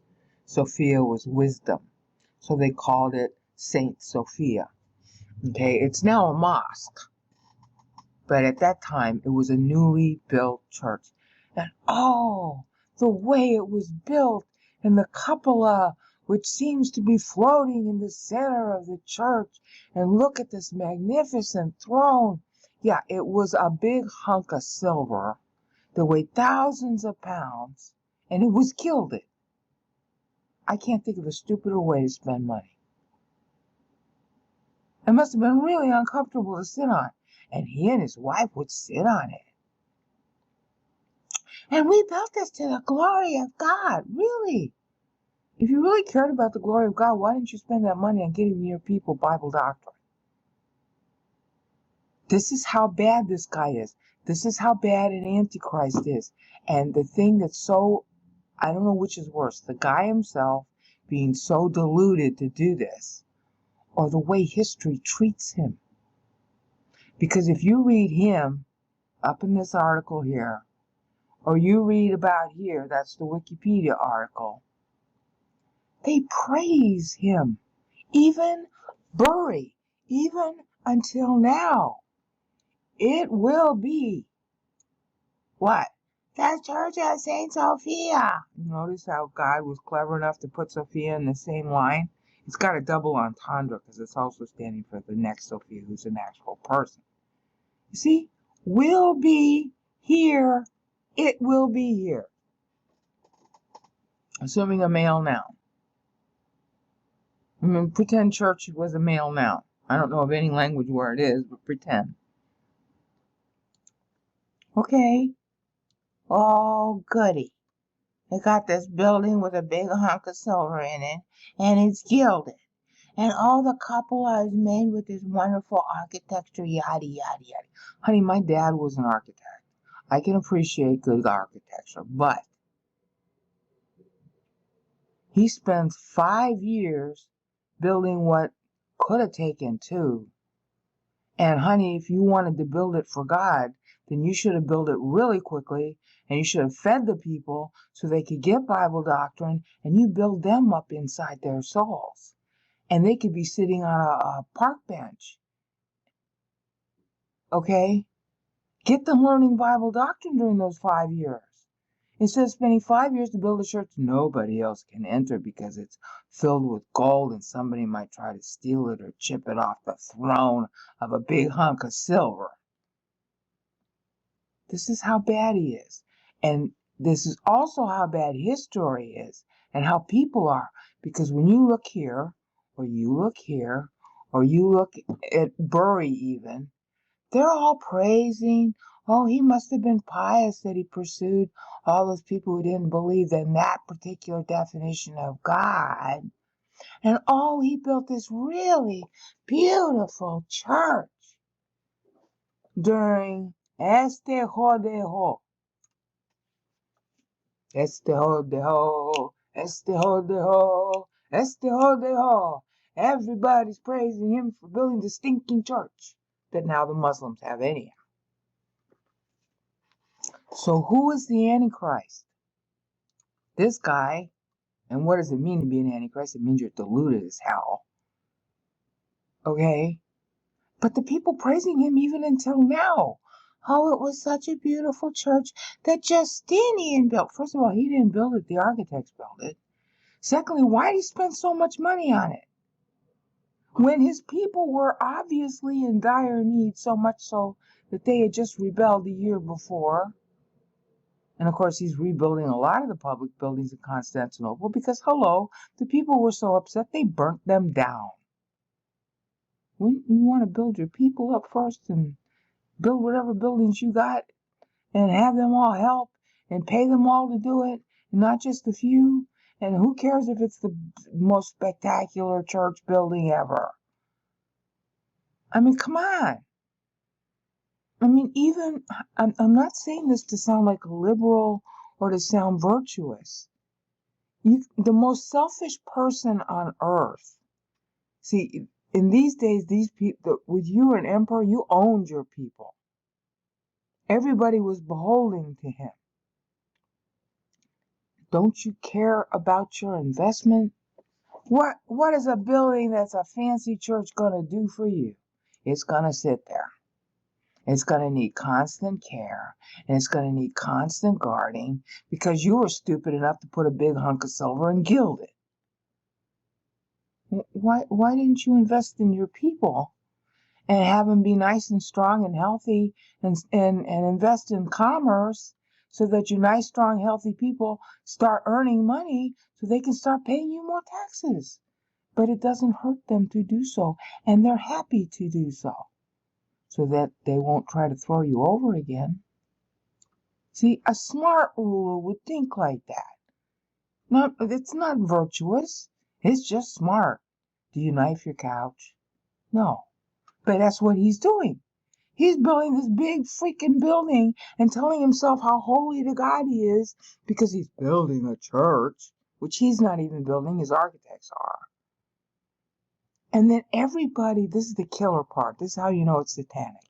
Everybody after Justinian, when anybody ever mentions this guy, even until today, oh, he built this beautiful church called the Hagia Sophia, Saint Sophia, you know. Sophia means wisdom, and he had none, and neither does anybody else who praises it. Because if you had wisdom, you wouldn't spend your money that way. Okay? Only stupid people spend their money this way. But he's all full of piss and vinegar because coming alongside him was Belisarius, who's winning in Africa. And now he needs to tell himself that he's, in with God. So, if I build this really fancy church, then God will have to reward me. You're spitting on his people, honey. How's he going to reward you? And that's real important to say because that's what happens next. This church is finished at 533, 34, 35, 36, 37. That's when it's finished. From that point onward, everything starts to go bad for this poor boy. But you see why it has to? And not just for him, but for all who admire this kind of stuff. You see why it has to? From nous hoechon sophian, which means a mind having, this is literally having, wisdom. Here, and then the word is not really in the verse, but it's here, comma, a mind having wisdom. In other words, what I'm about to tell you, you need to have Bible doctrine to understand. Well, he didn't have any, clearly. So as soon as the whole, for the church that was supposed to represent Bible doctrine and get you thinking about God, well, he didn't have the nous for it. He didn't have the mind for it. So a mind having wisdom, that's exactly what he's going to lose. It's so sad to have to cover this next part. I want to die. From 537 to 544 are going to be probably the worst years of his life. And they don't stop there. They just get worse. And we'll pick that up at the next increment. Hi again. We had stopped at the last increment on the words highlighted in black, which means a mind having wisdom. That covers 538 to 544 AD, and these will be, as far as Justinian has experienced so far, the worst years of his life. Okay? He doesn't know that yet. He's busy priding himself on how he built this church by 537. It will be here. Yeah, not Bible doctrine though. A building with a lot of gold and silver that wasn't really built all that well. Because 20 years later, it's going to come down. And of course, it's held by the Muslims now. Aha. So God didn't hold a very high opinion of that building. But at this point, he doesn't know that. And at this point, he's just finished flush, because now Belisarius is in Italy, and right here at the end of Hode, here, when Belisarius is here in Italy, he's just conquered Rome. And he's all proud of himself too. And so you can see why our boy Justinian's all full of himself by 537, because as far as he's concerned, he's conquered Rome. It's really Western Italy. They still have problems in the north they haven't gotten to yet. He's conquered southwestern Italy, or mostly Western Italy, where Rome is. And he's conquered Africa. It wasn't really him, it was Belisarius, okay? And he is spending money like he can't believe. And of course, that money's got to come from somewhere. And it's coming from the people who are already so crushed that they rebelled against him here. So they ain't too happy. And sure, he's poured some of that money into the building of the temple, which aided the local economy to a certain extent. Plus, he's building other buildings during the same 5 years. Okay. But he doesn't understand, and he's gonna now understand, that he kind of went too far. He crushed the people, all right? And then he went into this big Africa war, and you can say, well, because it's a breadbasket, that's going to help the people. And people will try to trust their leaders. They want it. We all want to believe that our leaders are virtuous. And he's building this fantastic temple to God. And he's having success in Italy. So see, God is on his side. Yeah, until you get to 538. And then everything, nous, mind, is what the word means in Greek. Now everything starts to kind of go to hell in a handbasket. First of all, I got to back up a little bit. This was 527, and this takes you to 532. What I didn't tell you is during those same years, now highlighted in black, taking you just before the Nika revolt, there was also a problem in the east with the Persians, because the Persians were fighting off and on here ever since 518. They were on, they were off, they were on, they were off, and there was a little bit of a peace, and then they didn't like the kind of deal that they got. So starting in 527, of course, because we got a new ruler, they decide they want to start fighting again. And so they're fighting, and they stop here. Now, in Persian fighting, it was like city by city, and they were fighting over who would have a right to the taxes. So it wasn't like a constant standing deal. You'd fight usually in the summer, every summer, and then you'd stop. Okay? So it was off again, on again during that time. But he was already spending money on that too. See, that's what I want you to understand. He's spending money. He's taking in money. He's crushing in the people to fight. And he didn't have to do that. But he's full of this glory, restoring the beast that was. Okay? And Trajan, of course, had reached the empire that far, and he wanted to be another Trajan, really another Constantine. And so, by this time, he stopped with the Persians, so he's thinking, okay, I beat the Persians. I got, not necessarily beat them, but standoff. I've got the Nika revolt handled. I've got my wonderful general, my para, now going into Africa and taking Africa, okay? And now he's in Italy, and he just took Rome. And now I just finished building this church. God must be smiling on me. Well, of course God isn't. So our boy, Belisarius, he starts to have some problems in 538. Well, no wonder. The way the Goths fought, they came, they took, they left. All right? So it would be real easy to take Rome, but how long do you hold it? That's always a problem in war. Yeah, you can take a city, but holding it's a whole nother ballgame. First of all, you got people who are likely hostile to the fact that you took it over, although in this case maybe they weren't. But the enemy, if it scatters, and this was the problem we had in Vietnam too, the minute you start going home, which is what he starts to do here, starts moving away to the next place in Italy where he wants to take over, well then, guess what? The mind of those you took over changes. And that's exactly what starts happening here. Not only that, but our boy Belisarius, well, he's real important now. Okay? He took over Africa. He took over Italy.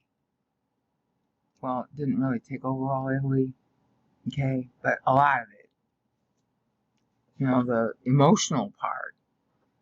So the mind kind of goes to mush at home. Oh, we're so victorious. We have this new church. We have all these new buildings that the emperor has built, which it wasn't him, but they credited it to him. So they're all real full of themselves. So they don't notice that the mind, that's the Greek word for mind, is changing in other areas. Now we're talking about, it's no longer, inside Constantinople, because at this moment they're a little bit awed by all these victories and the new church and other buildings that were so splendid. but the mind of the Persians on the east and the Africans on the west, and especially the Goths over in Italy, which is kind of southwest of where Constantinople is, not to mention the people in the Middle East who are sick to death of being taxed, so they're going to be kind of amenable to the Persians. The minds are changing. Not only that, but there's this like, I'm not so sure I trust this guy Belisarius because now he's more popular than me. Kind of like Donald Trump, okay? So the minds are all beginning to think differently about what's just happened. Not necessarily inside Constantinople, but outside it. Plus, Justinian's mind is beginning to get a little bit jealous. Okay? So he sends another guy to sort of like help Belisarius. It's a put down. So Belisarius' mind is changing too. He's not so happy. Meanwhile, that takes us to 539, really. Oh, this is such a killer. Echon. All right, this is 535, 36, 37, church is built, and Rome is taken over for a little while. Minds are changing in 538. 539, the conflict goes kind of full blown between Belisarius and the guy Justinian sent in to help him, okay, which is kind of a snub. Okay, now we enter into 540 and 541. Now, when you have minds that are changing and all this misspent money, and now you're at night 540 and 541, well, the minds that were changing starting back here are in Persia and Africa. And so Persia starts up again. Now, that would be a really stupid move on their part given what happens the following year. In the following year, 541, at home. No, the whole word is having. Okay? At the last part of having. God is so witty. But this is biting. This is truly biting.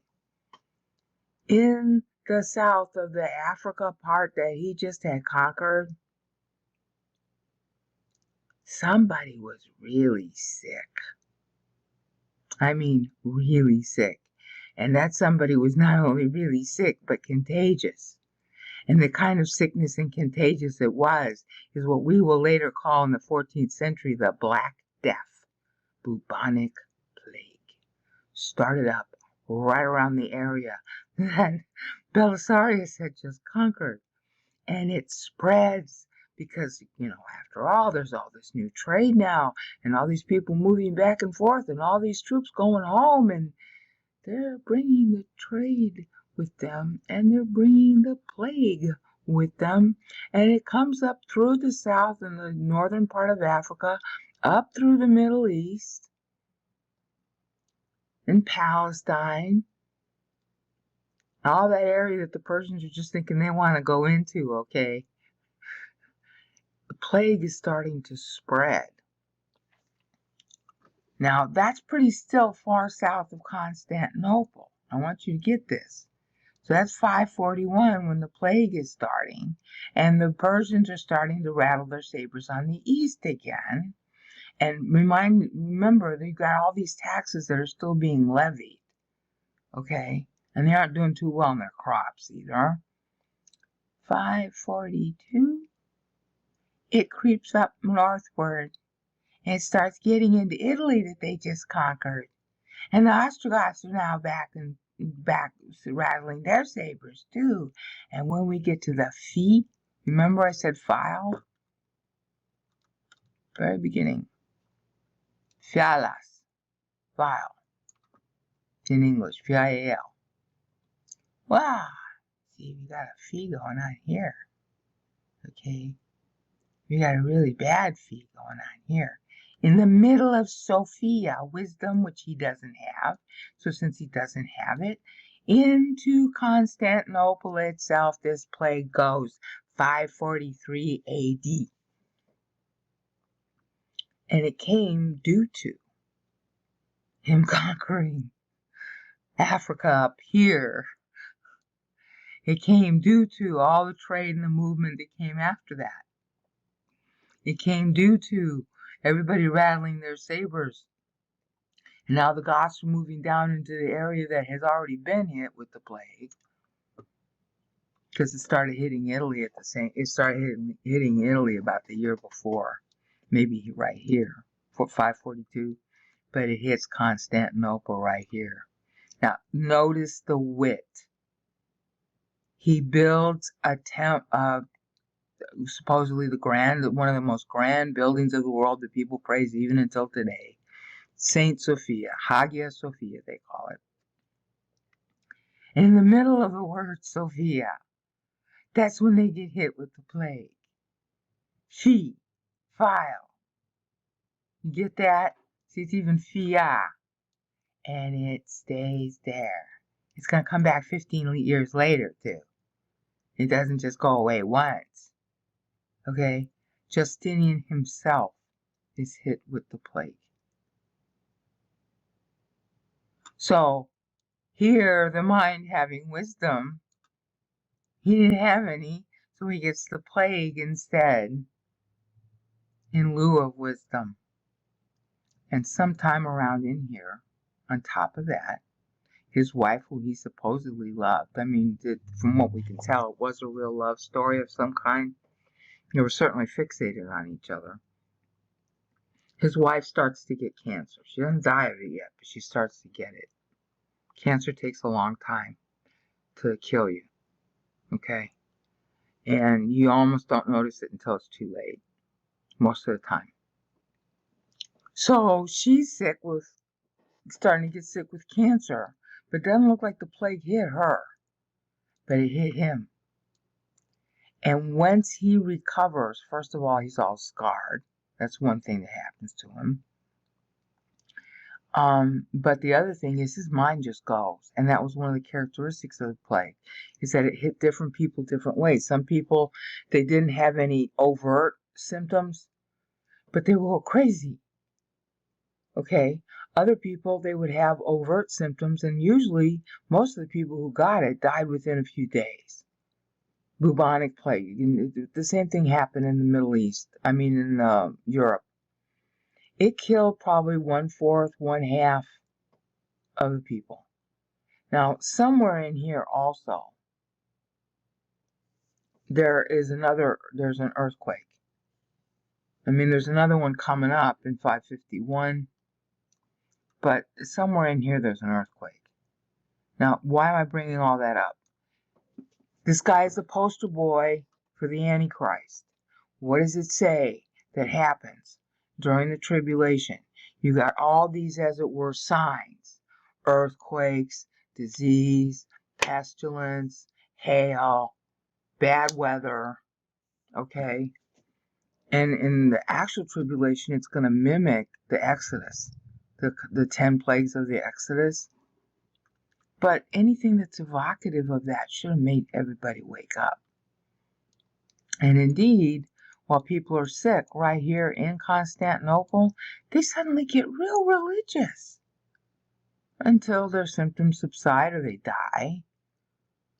And then they go back to being whatever they were. It doesn't dawn on them to look at Scripture. And the very words you're looking at are words that were native to them. Okay? They should have been able to count syllables without even thinking, because Greek in particular is a language that prides itself on its syllabification. So how come they didn't know this? How come a stupid brain now, 2,000 years later, can see it so readily? I mean, I haven't had to do much study on this. All I do is I see the numbers, I look it up, and it's not hard. Here's the timeline.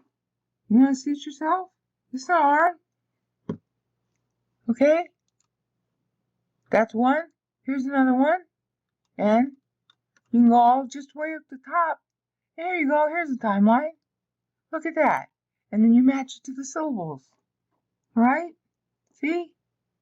Sassanid Empire, that's another name for Persian. Here's North Africa, I already covered that. First phase of the war in Italy, and what you have to read the actual link text. But in the middle, there's a sort of hiatus, okay, and then it starts up again, and then it quits again for a little while.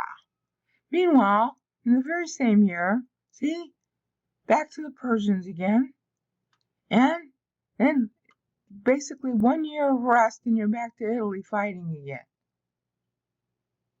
All right? So every victory he wins, he doesn't keep. And he spent oodles of money. Because Anastasius left the treasury with like 320,000 pounds of gold, which is like enough to make you last for years. Your whole country could have lasted for years on that. He spent it all on these stinking campaigns.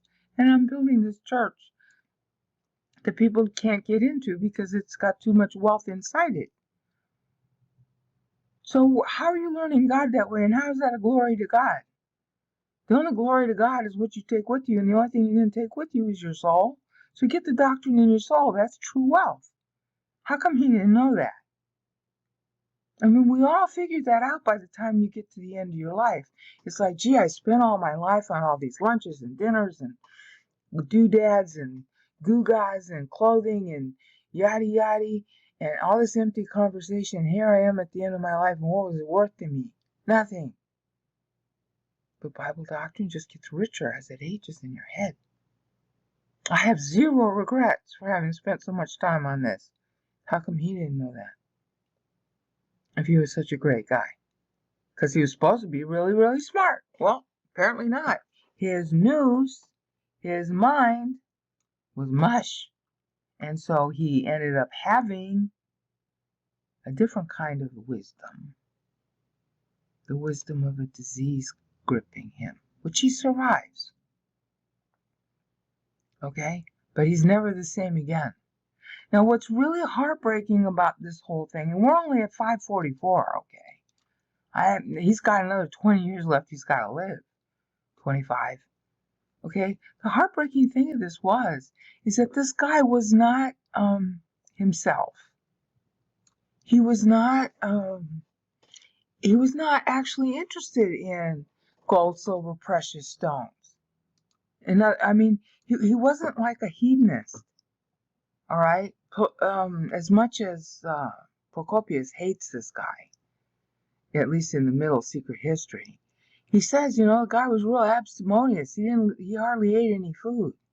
Had a little oil, stuck some herbs in the oil, and ate that. Well, that's an ascetic. He had an ascetic bent. He was constantly awake. He'd sleep maybe a couple hours, if that, 1-2 hours a night. So it's not like he was busy playing with his wealth. What he was trying to do, and this is what's so heartbreaking about an Antichrist. He's the type of Antichrist. He really believes in his cause.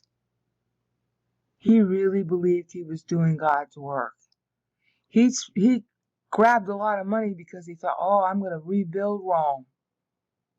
And already, by 537, as soon as he finishes that stupid church, the minds turn against him. Outside, whatever victory he's got is really tenuous. And by the way, every place you conquered, they're going to be having the wisdom of plague. And they're going to bring it to you. Okay? And of course, during the same time when he's at his weakest and everybody's being, broken, the Persians, oh boy, they want to start fighting again. Okay? And they do. It's off and on, especially because of the plague. Because they realize, these people are stricken by plague. I think, we'll start a little bit fighting, and then we see the plague, and then we back off. It's on again, off again, on again, off again. But still, they don't give up. They don't completely stop. And of course, the Italians, especially, they got ravaged too.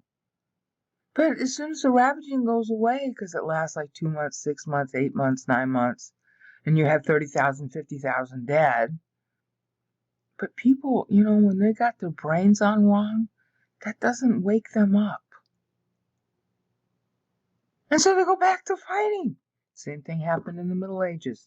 The Black Death happened during the 100 Years' War. Can you imagine? They have all these people dying. They don't even have enough to grow their crops. And yet they're going to go to war with each other. Over what? There's nobody to fight. See, it's like these people, and this is what Procopius was saying about Justinian. It's like being possessed. It's like your nous, your mind having, well, it isn't real wisdom, but you think it is. That's the position that Justinian is in by the time you get to 544. Okay? Everything he fought for is now going away from him, including maybe his own life. Because, 1/3, 1/3 at least of Constantinople is toast due to this disease. They die. But you've got all those people that were, south of them and west of them and east of them that were part of their kingdom, and they're sick too. So by all that happiness that he had here in 534, we won Africa. Yeah, and it's from Africa the plague came and moved its way gradually east and north. So by 544, what do you have? Sisyphean victory is what you have. The Rome that you conquered, the Africa that you conquered, well, it's just piled up with dead. And your own town where you live, where you just finished rebuilding all those buildings, and now you're glorifying yourself about that temple, well, it's filled with dead people. 10 years. 10 years from here to here. And his own wife is somewhere, she just started to have the cancer. She's going to die 4 years later at I Hepta Kef. She dies there. I Hepta Kef. Yeah, 40. Well, not even. 540. Yeah, 4 years later. She dies in 548. So his head dies. She's his head. His head dies. But she starts getting sick here. She didn't. Apparently, she didn't get the plague, but she got cancer instead. So this guy's life is no good. You're getting that, right? From a high in 534, only 10 years later, and everything he conquered is basically ruined because it's got that sickness and the disease that's infecting it, or it's depopulated because of the disease. And he spent all that money to get what? A bunch of dead corpses laying everywhere in his realm. See the meaning of Sophia? You see how it got reversed.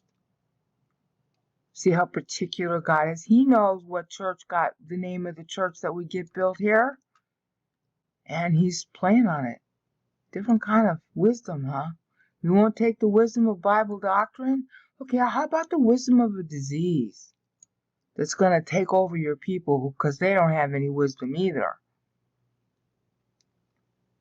I'm going to stop there for now because I'm about ready to cry. I hate seeing this kind of thing happen to leaders.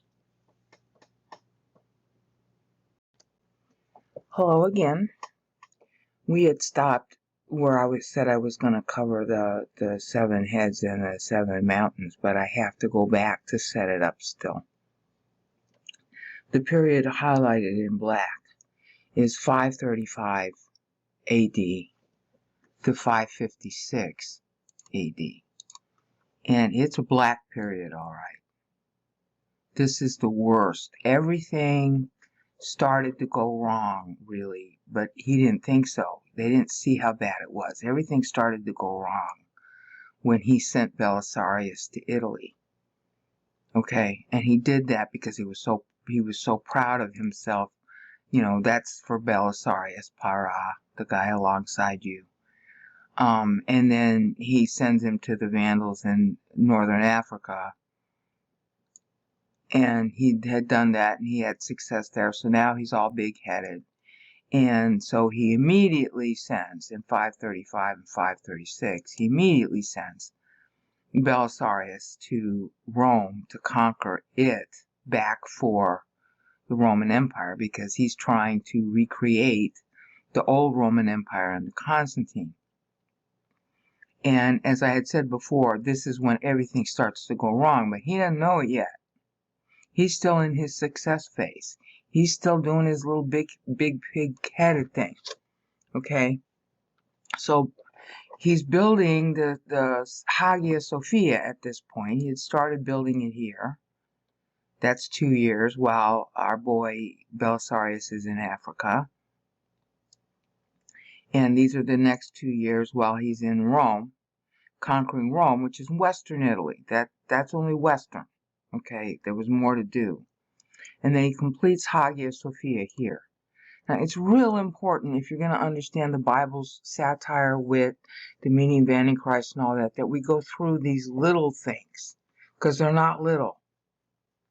Okay, they're really not. There's so much information here. Every single syllable is a huge satire, and I keep missing things after I've finished. So we have to go back again before I can come here to 545.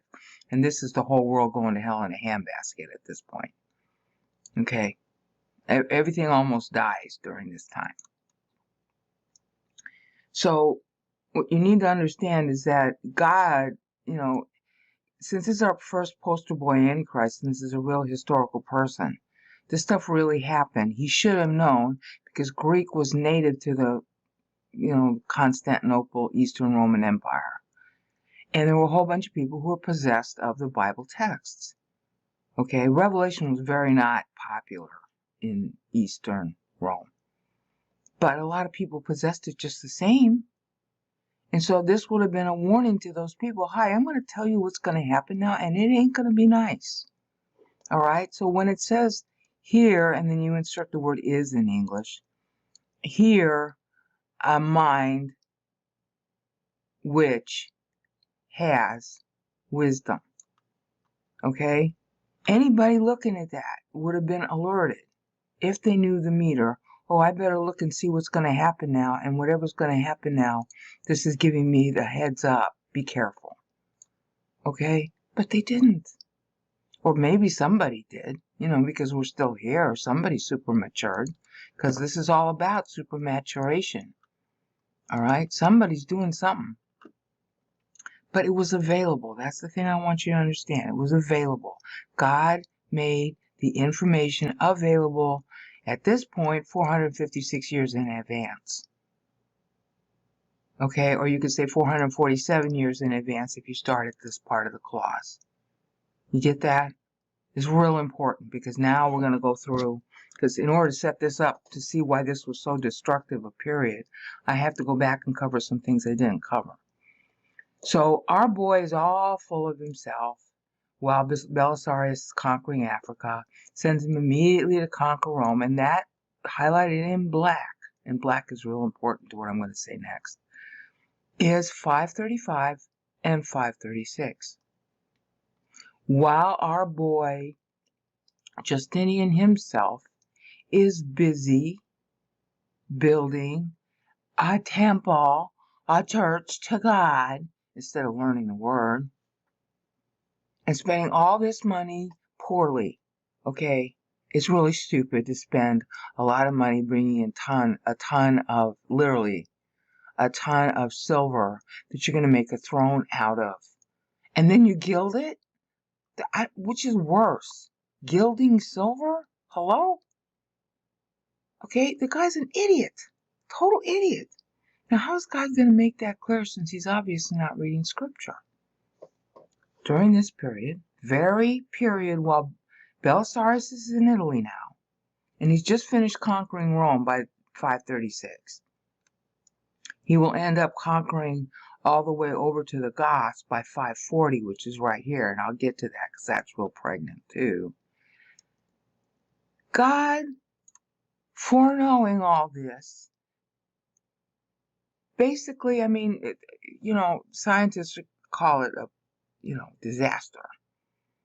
But obviously, if you look at Leviticus 28, Leviticus 26 and Deuteronomy 28, you know that God orders these things.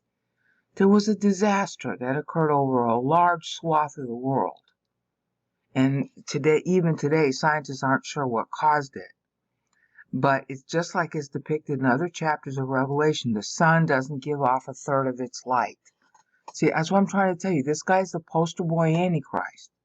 So his term of office is what you can expect the tribulation to be like. Okay? It's a heads-up dress rehearsal. Okay? Because Satan must have thought that he had a really good chance of bringing about the downfall of the church due to this guy. So the sort of things that are depicted in Revelation is happening, like things going wrong with the sun, the moon, and the stars, and that was already in Matthew 24:25, which Revelation 17 is updating. Well, they start happening during his time. The sun doesn't give off its light. That means there's poor crops. It means it's a lot colder. And it's because it got colder. Climate change is a hoax, honey. It's because it got colder that all the little bugs and germs and everybody that can move now because it's cooler due to the, make a plague occur, which happens right here, remember, in Constantinople, but it actually started here. No, let's see. Yeah, here. That's how the plague can start. If the Earth cools too much, and too much is 1 degree, the Paris Accord calls for cooling the Earth by 2.5 degrees centigrade. That's life-threatening.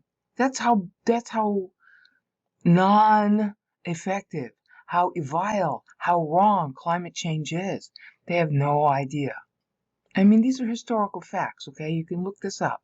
535 to 539 is when this problem with the sun started. 535, 536, 537, that's the completion of Hagia Sophia now. 538, Noose, your mind should have been alerted by now, because now you've got 535 to 538, you got bad crops. No sun.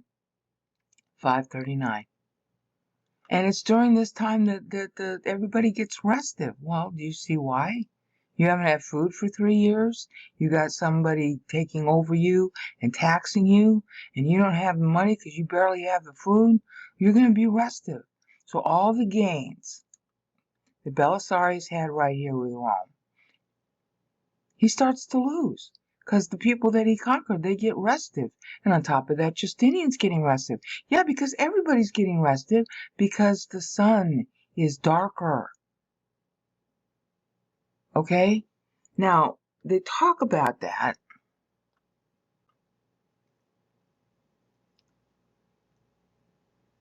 in here, and I haven't reviewed it in Bury, but I'm just going here for now because I haven't finished Bury. All right? Extreme weather events of 535, 536, and it depends on who you talk to. It's 535, 536, 537, 538, okay?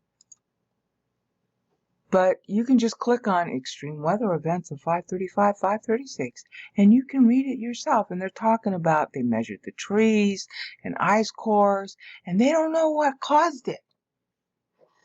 They think some kind of ashes or dust was thrown into the air and it just stayed up after a volcano.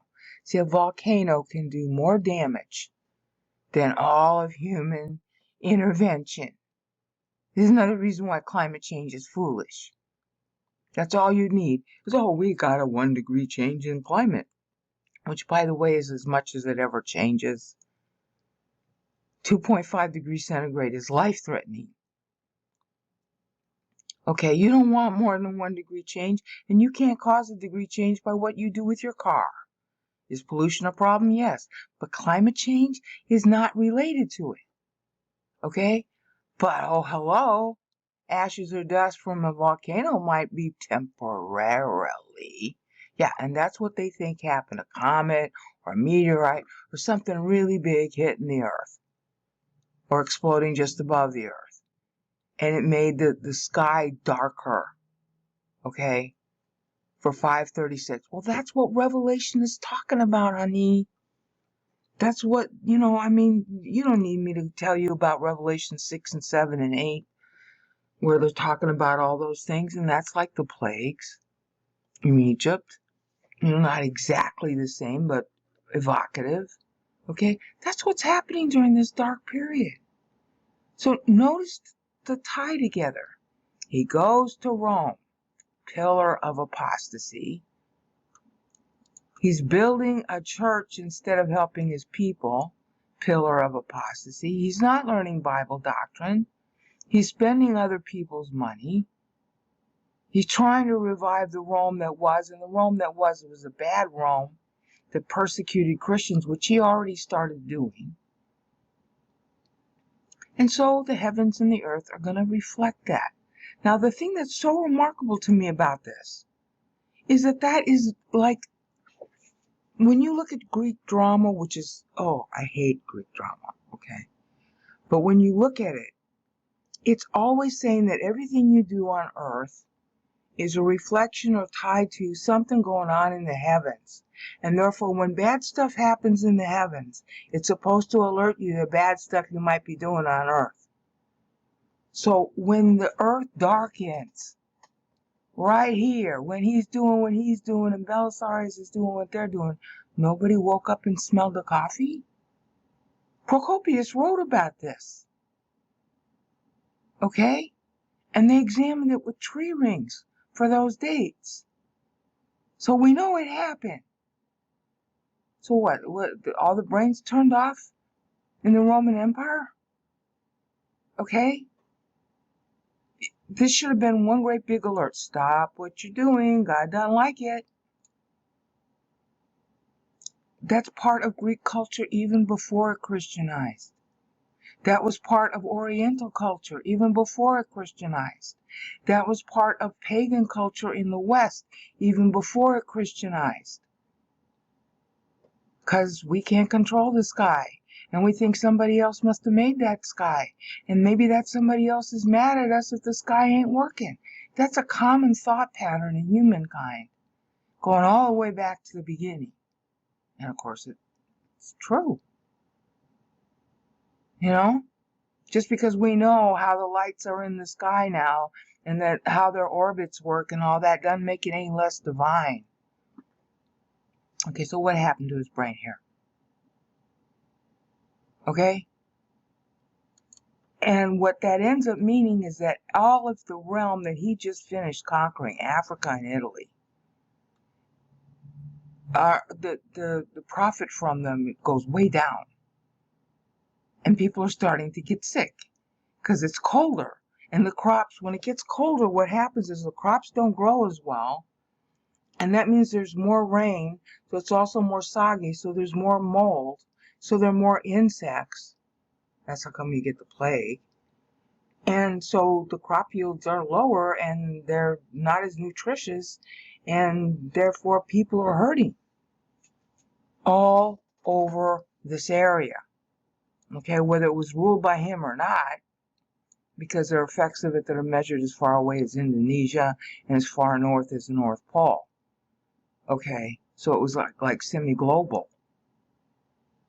Okay, but if you have the Word of God, you don't realize this? Hello? He didn't. So his noose was empty. All right? On top of that, and this is what I didn't cover because I was going to reserve it till later, but I can't wait any longer, is that starting in 529, this is 527, 28, that takes you to 29. Starting officially in 529, you have another thing that historians overpraise him on besides that stupid Hagia Sophia. They praise him on the Justinian Code of Laws.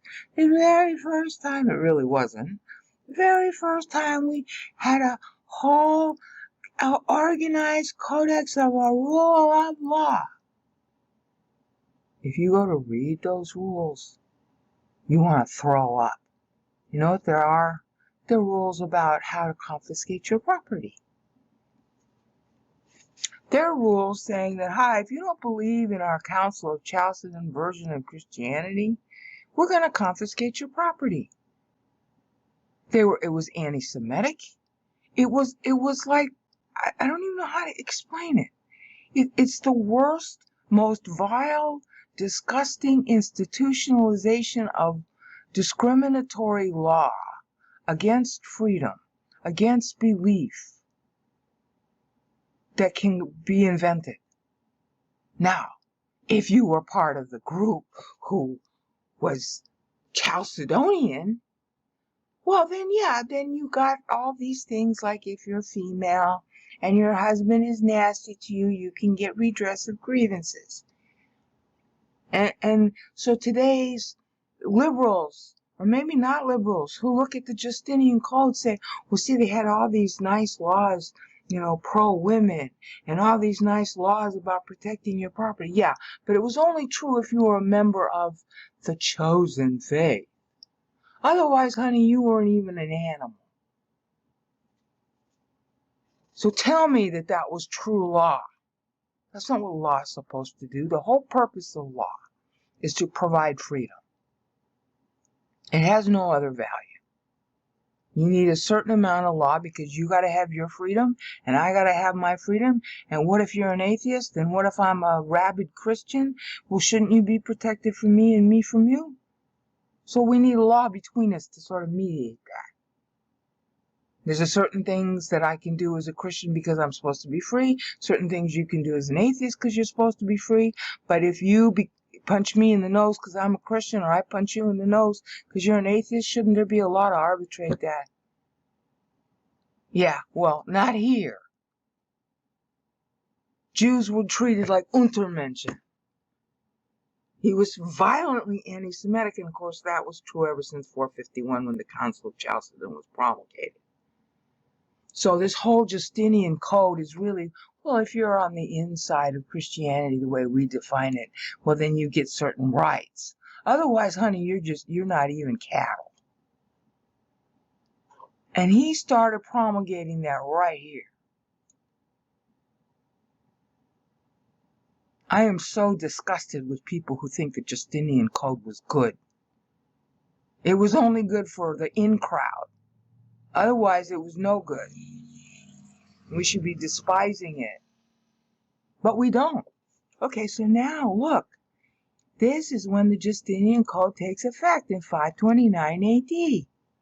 And so that's why from 530 AD all the way through until he's dead, bastard, he uses the Justinian Code to take your money, to accuse you, to confer favor or take away favor from people that he liked or didn't like, and his wife did the same thing.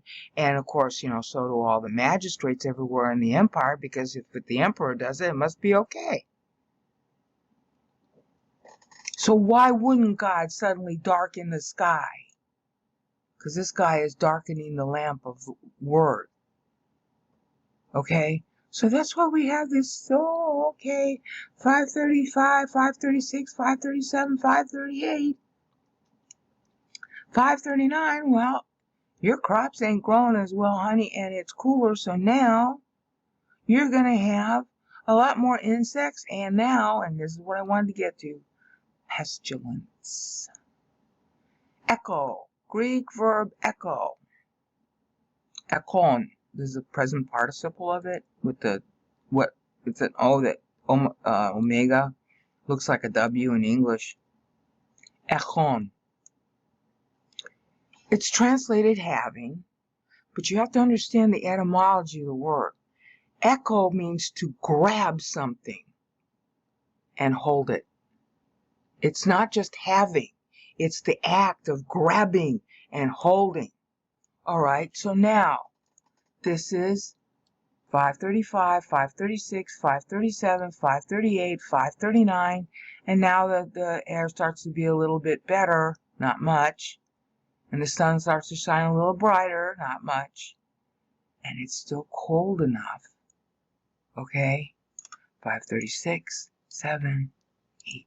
5:35, 6, 7, 8, 9. 5:40, honey. 5:41.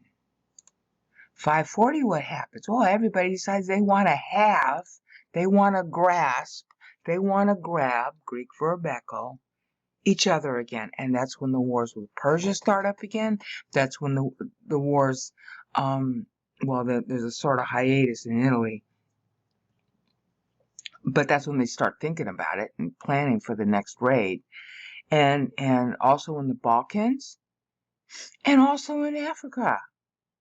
Okay? And also in the South, because after all, he's using the Justinian law to persecute the Monophysites and take away their property. And you know what? After so much of that, they don't like that. And the Persians start up, therefore, and they start having some allies in the south part of the Eastern Empire that Justinian controls. Because you know what? I'd rather be under the Persians than be under a guy who's going to take away my property because I don't belong to the Council of Chalcedon. And he's using a law he promulgated that is the Justinian Code in order to take away my stuff. So the Persians are starting to have a real good time of getting allies here in 540. And the same thing is starting to happen up in the Balkans. And the same thing is starting to happen no sooner than our boy Belisarius, in that point highlighted in black, has just grasped, echo means to grasp and hold, has just grasped but think he's holding and is not, Ravenna. Ravenna is on the east coast. Sort of like, if you think, you have to think about where Constantinople is. Put Constantinople in the center and then sort of draw what looks like a spread hand, okay, going to the left and sort of down. That's Greece, all right, but it kind of comes up again, and on that coast inside, just before you're gonna, you have that little sea there between Greece and Italy. That coast that's going up on the Sea of Greece, on the left-hand side of Greece, on the west of it, that's where Ravenna was. And that was the seat of the Gothic Empire, which at that black spot, our boy Belisarius had finally conquered, thinking, oh, I beat the Goths now, and he's on his way home. He no sooner leaves than they start fighting again. And this is 541 when the plague starts in Africa to grasp everybody and kill them. Meanwhile, Belisarius is going back to Constantinople, and Constantinople at this point is also starting to be besieged in some of its eastern reaches by the Persians, who after all are getting allies who, because of the grasping and holding of Justinian, because they were Monophysites, they decide they're going to let the Persians grasp and hold them. It's at least a little bit less trouble. It's cheaper. If you're going to be defeated and dominated by somebody, at least have it be less. Because the Persians didn't really care what religion you were so long as you paid your tribute. Oh, good. Well, let's go to the Persians instead. And in particular, the Jews were feeling that way. The Jews and the Monophysite Christians, okay, who had a lot in common with the Jews. Because that was Palestine. That was, but at the same time, the plague is coming up through Africa and hitting them. So that kind of keeps the Persians at bay a little bit too. All right, 542 is coming farther north. And, when you got pestilence like that, on the heels of bad crops, even if the sun is coming back, there's nobody to till the soil because they're all dying. All right, so here it is, 542, and your empire's really just falling down the tubes, baby. And finally it hits you, Justinian, right there at 543. You see, it's really dark time. Really dark time. All right? So the point is that if you don't understand that God is judging you through all of this, okay, remember it's a revelation. Okay, we're talking about plagues, we're talking about pestilence, we're talking about bad weather, we're talking about bad law, bad rulership, evil. And that's why you get the bad weather. God is warning you, hi, you're going in the wrong direction. You won't look at it through my word and learn it the easy way? How about learning it the hard way? And so when it says Sophia here, you see how wry and kind of poignant and satirical that is? Especially since he built a church with the same name just a few years prior and is exulting over it as if that made him holy. Okay? So how could he not know? By the end of this, by 544, how could he not know? God is not on your side. Okay? How could he not know? Well, but he doesn't. So, golly, during these years also, the people who were recovering from the plague that it hit here, well, really here, and it only lasted like 6-9 months in each place. So then they recover and there's fewer workers, so there's more money to be made and wages go up and there's a certain kind of prosperity that comes because of the adversity. And then they all get big-headed too. And they start fighting to take back Rome. Rome is being lost, that it was gained here. It's being lost by about here. And Africa's not doing too well. And of course, you know, after the initial breaks of the plague going on here, once it's hitting Constantinople and going north a little bit, just a little bit, then the Persians are recovering and the people are recovering, and now they want to take their land back. They don't want Justinian ruling over them. Okay, so now is it so much of a surprise to see? And the 7 heads, 7 mountains are. I can't get that to work. My mouth went funky.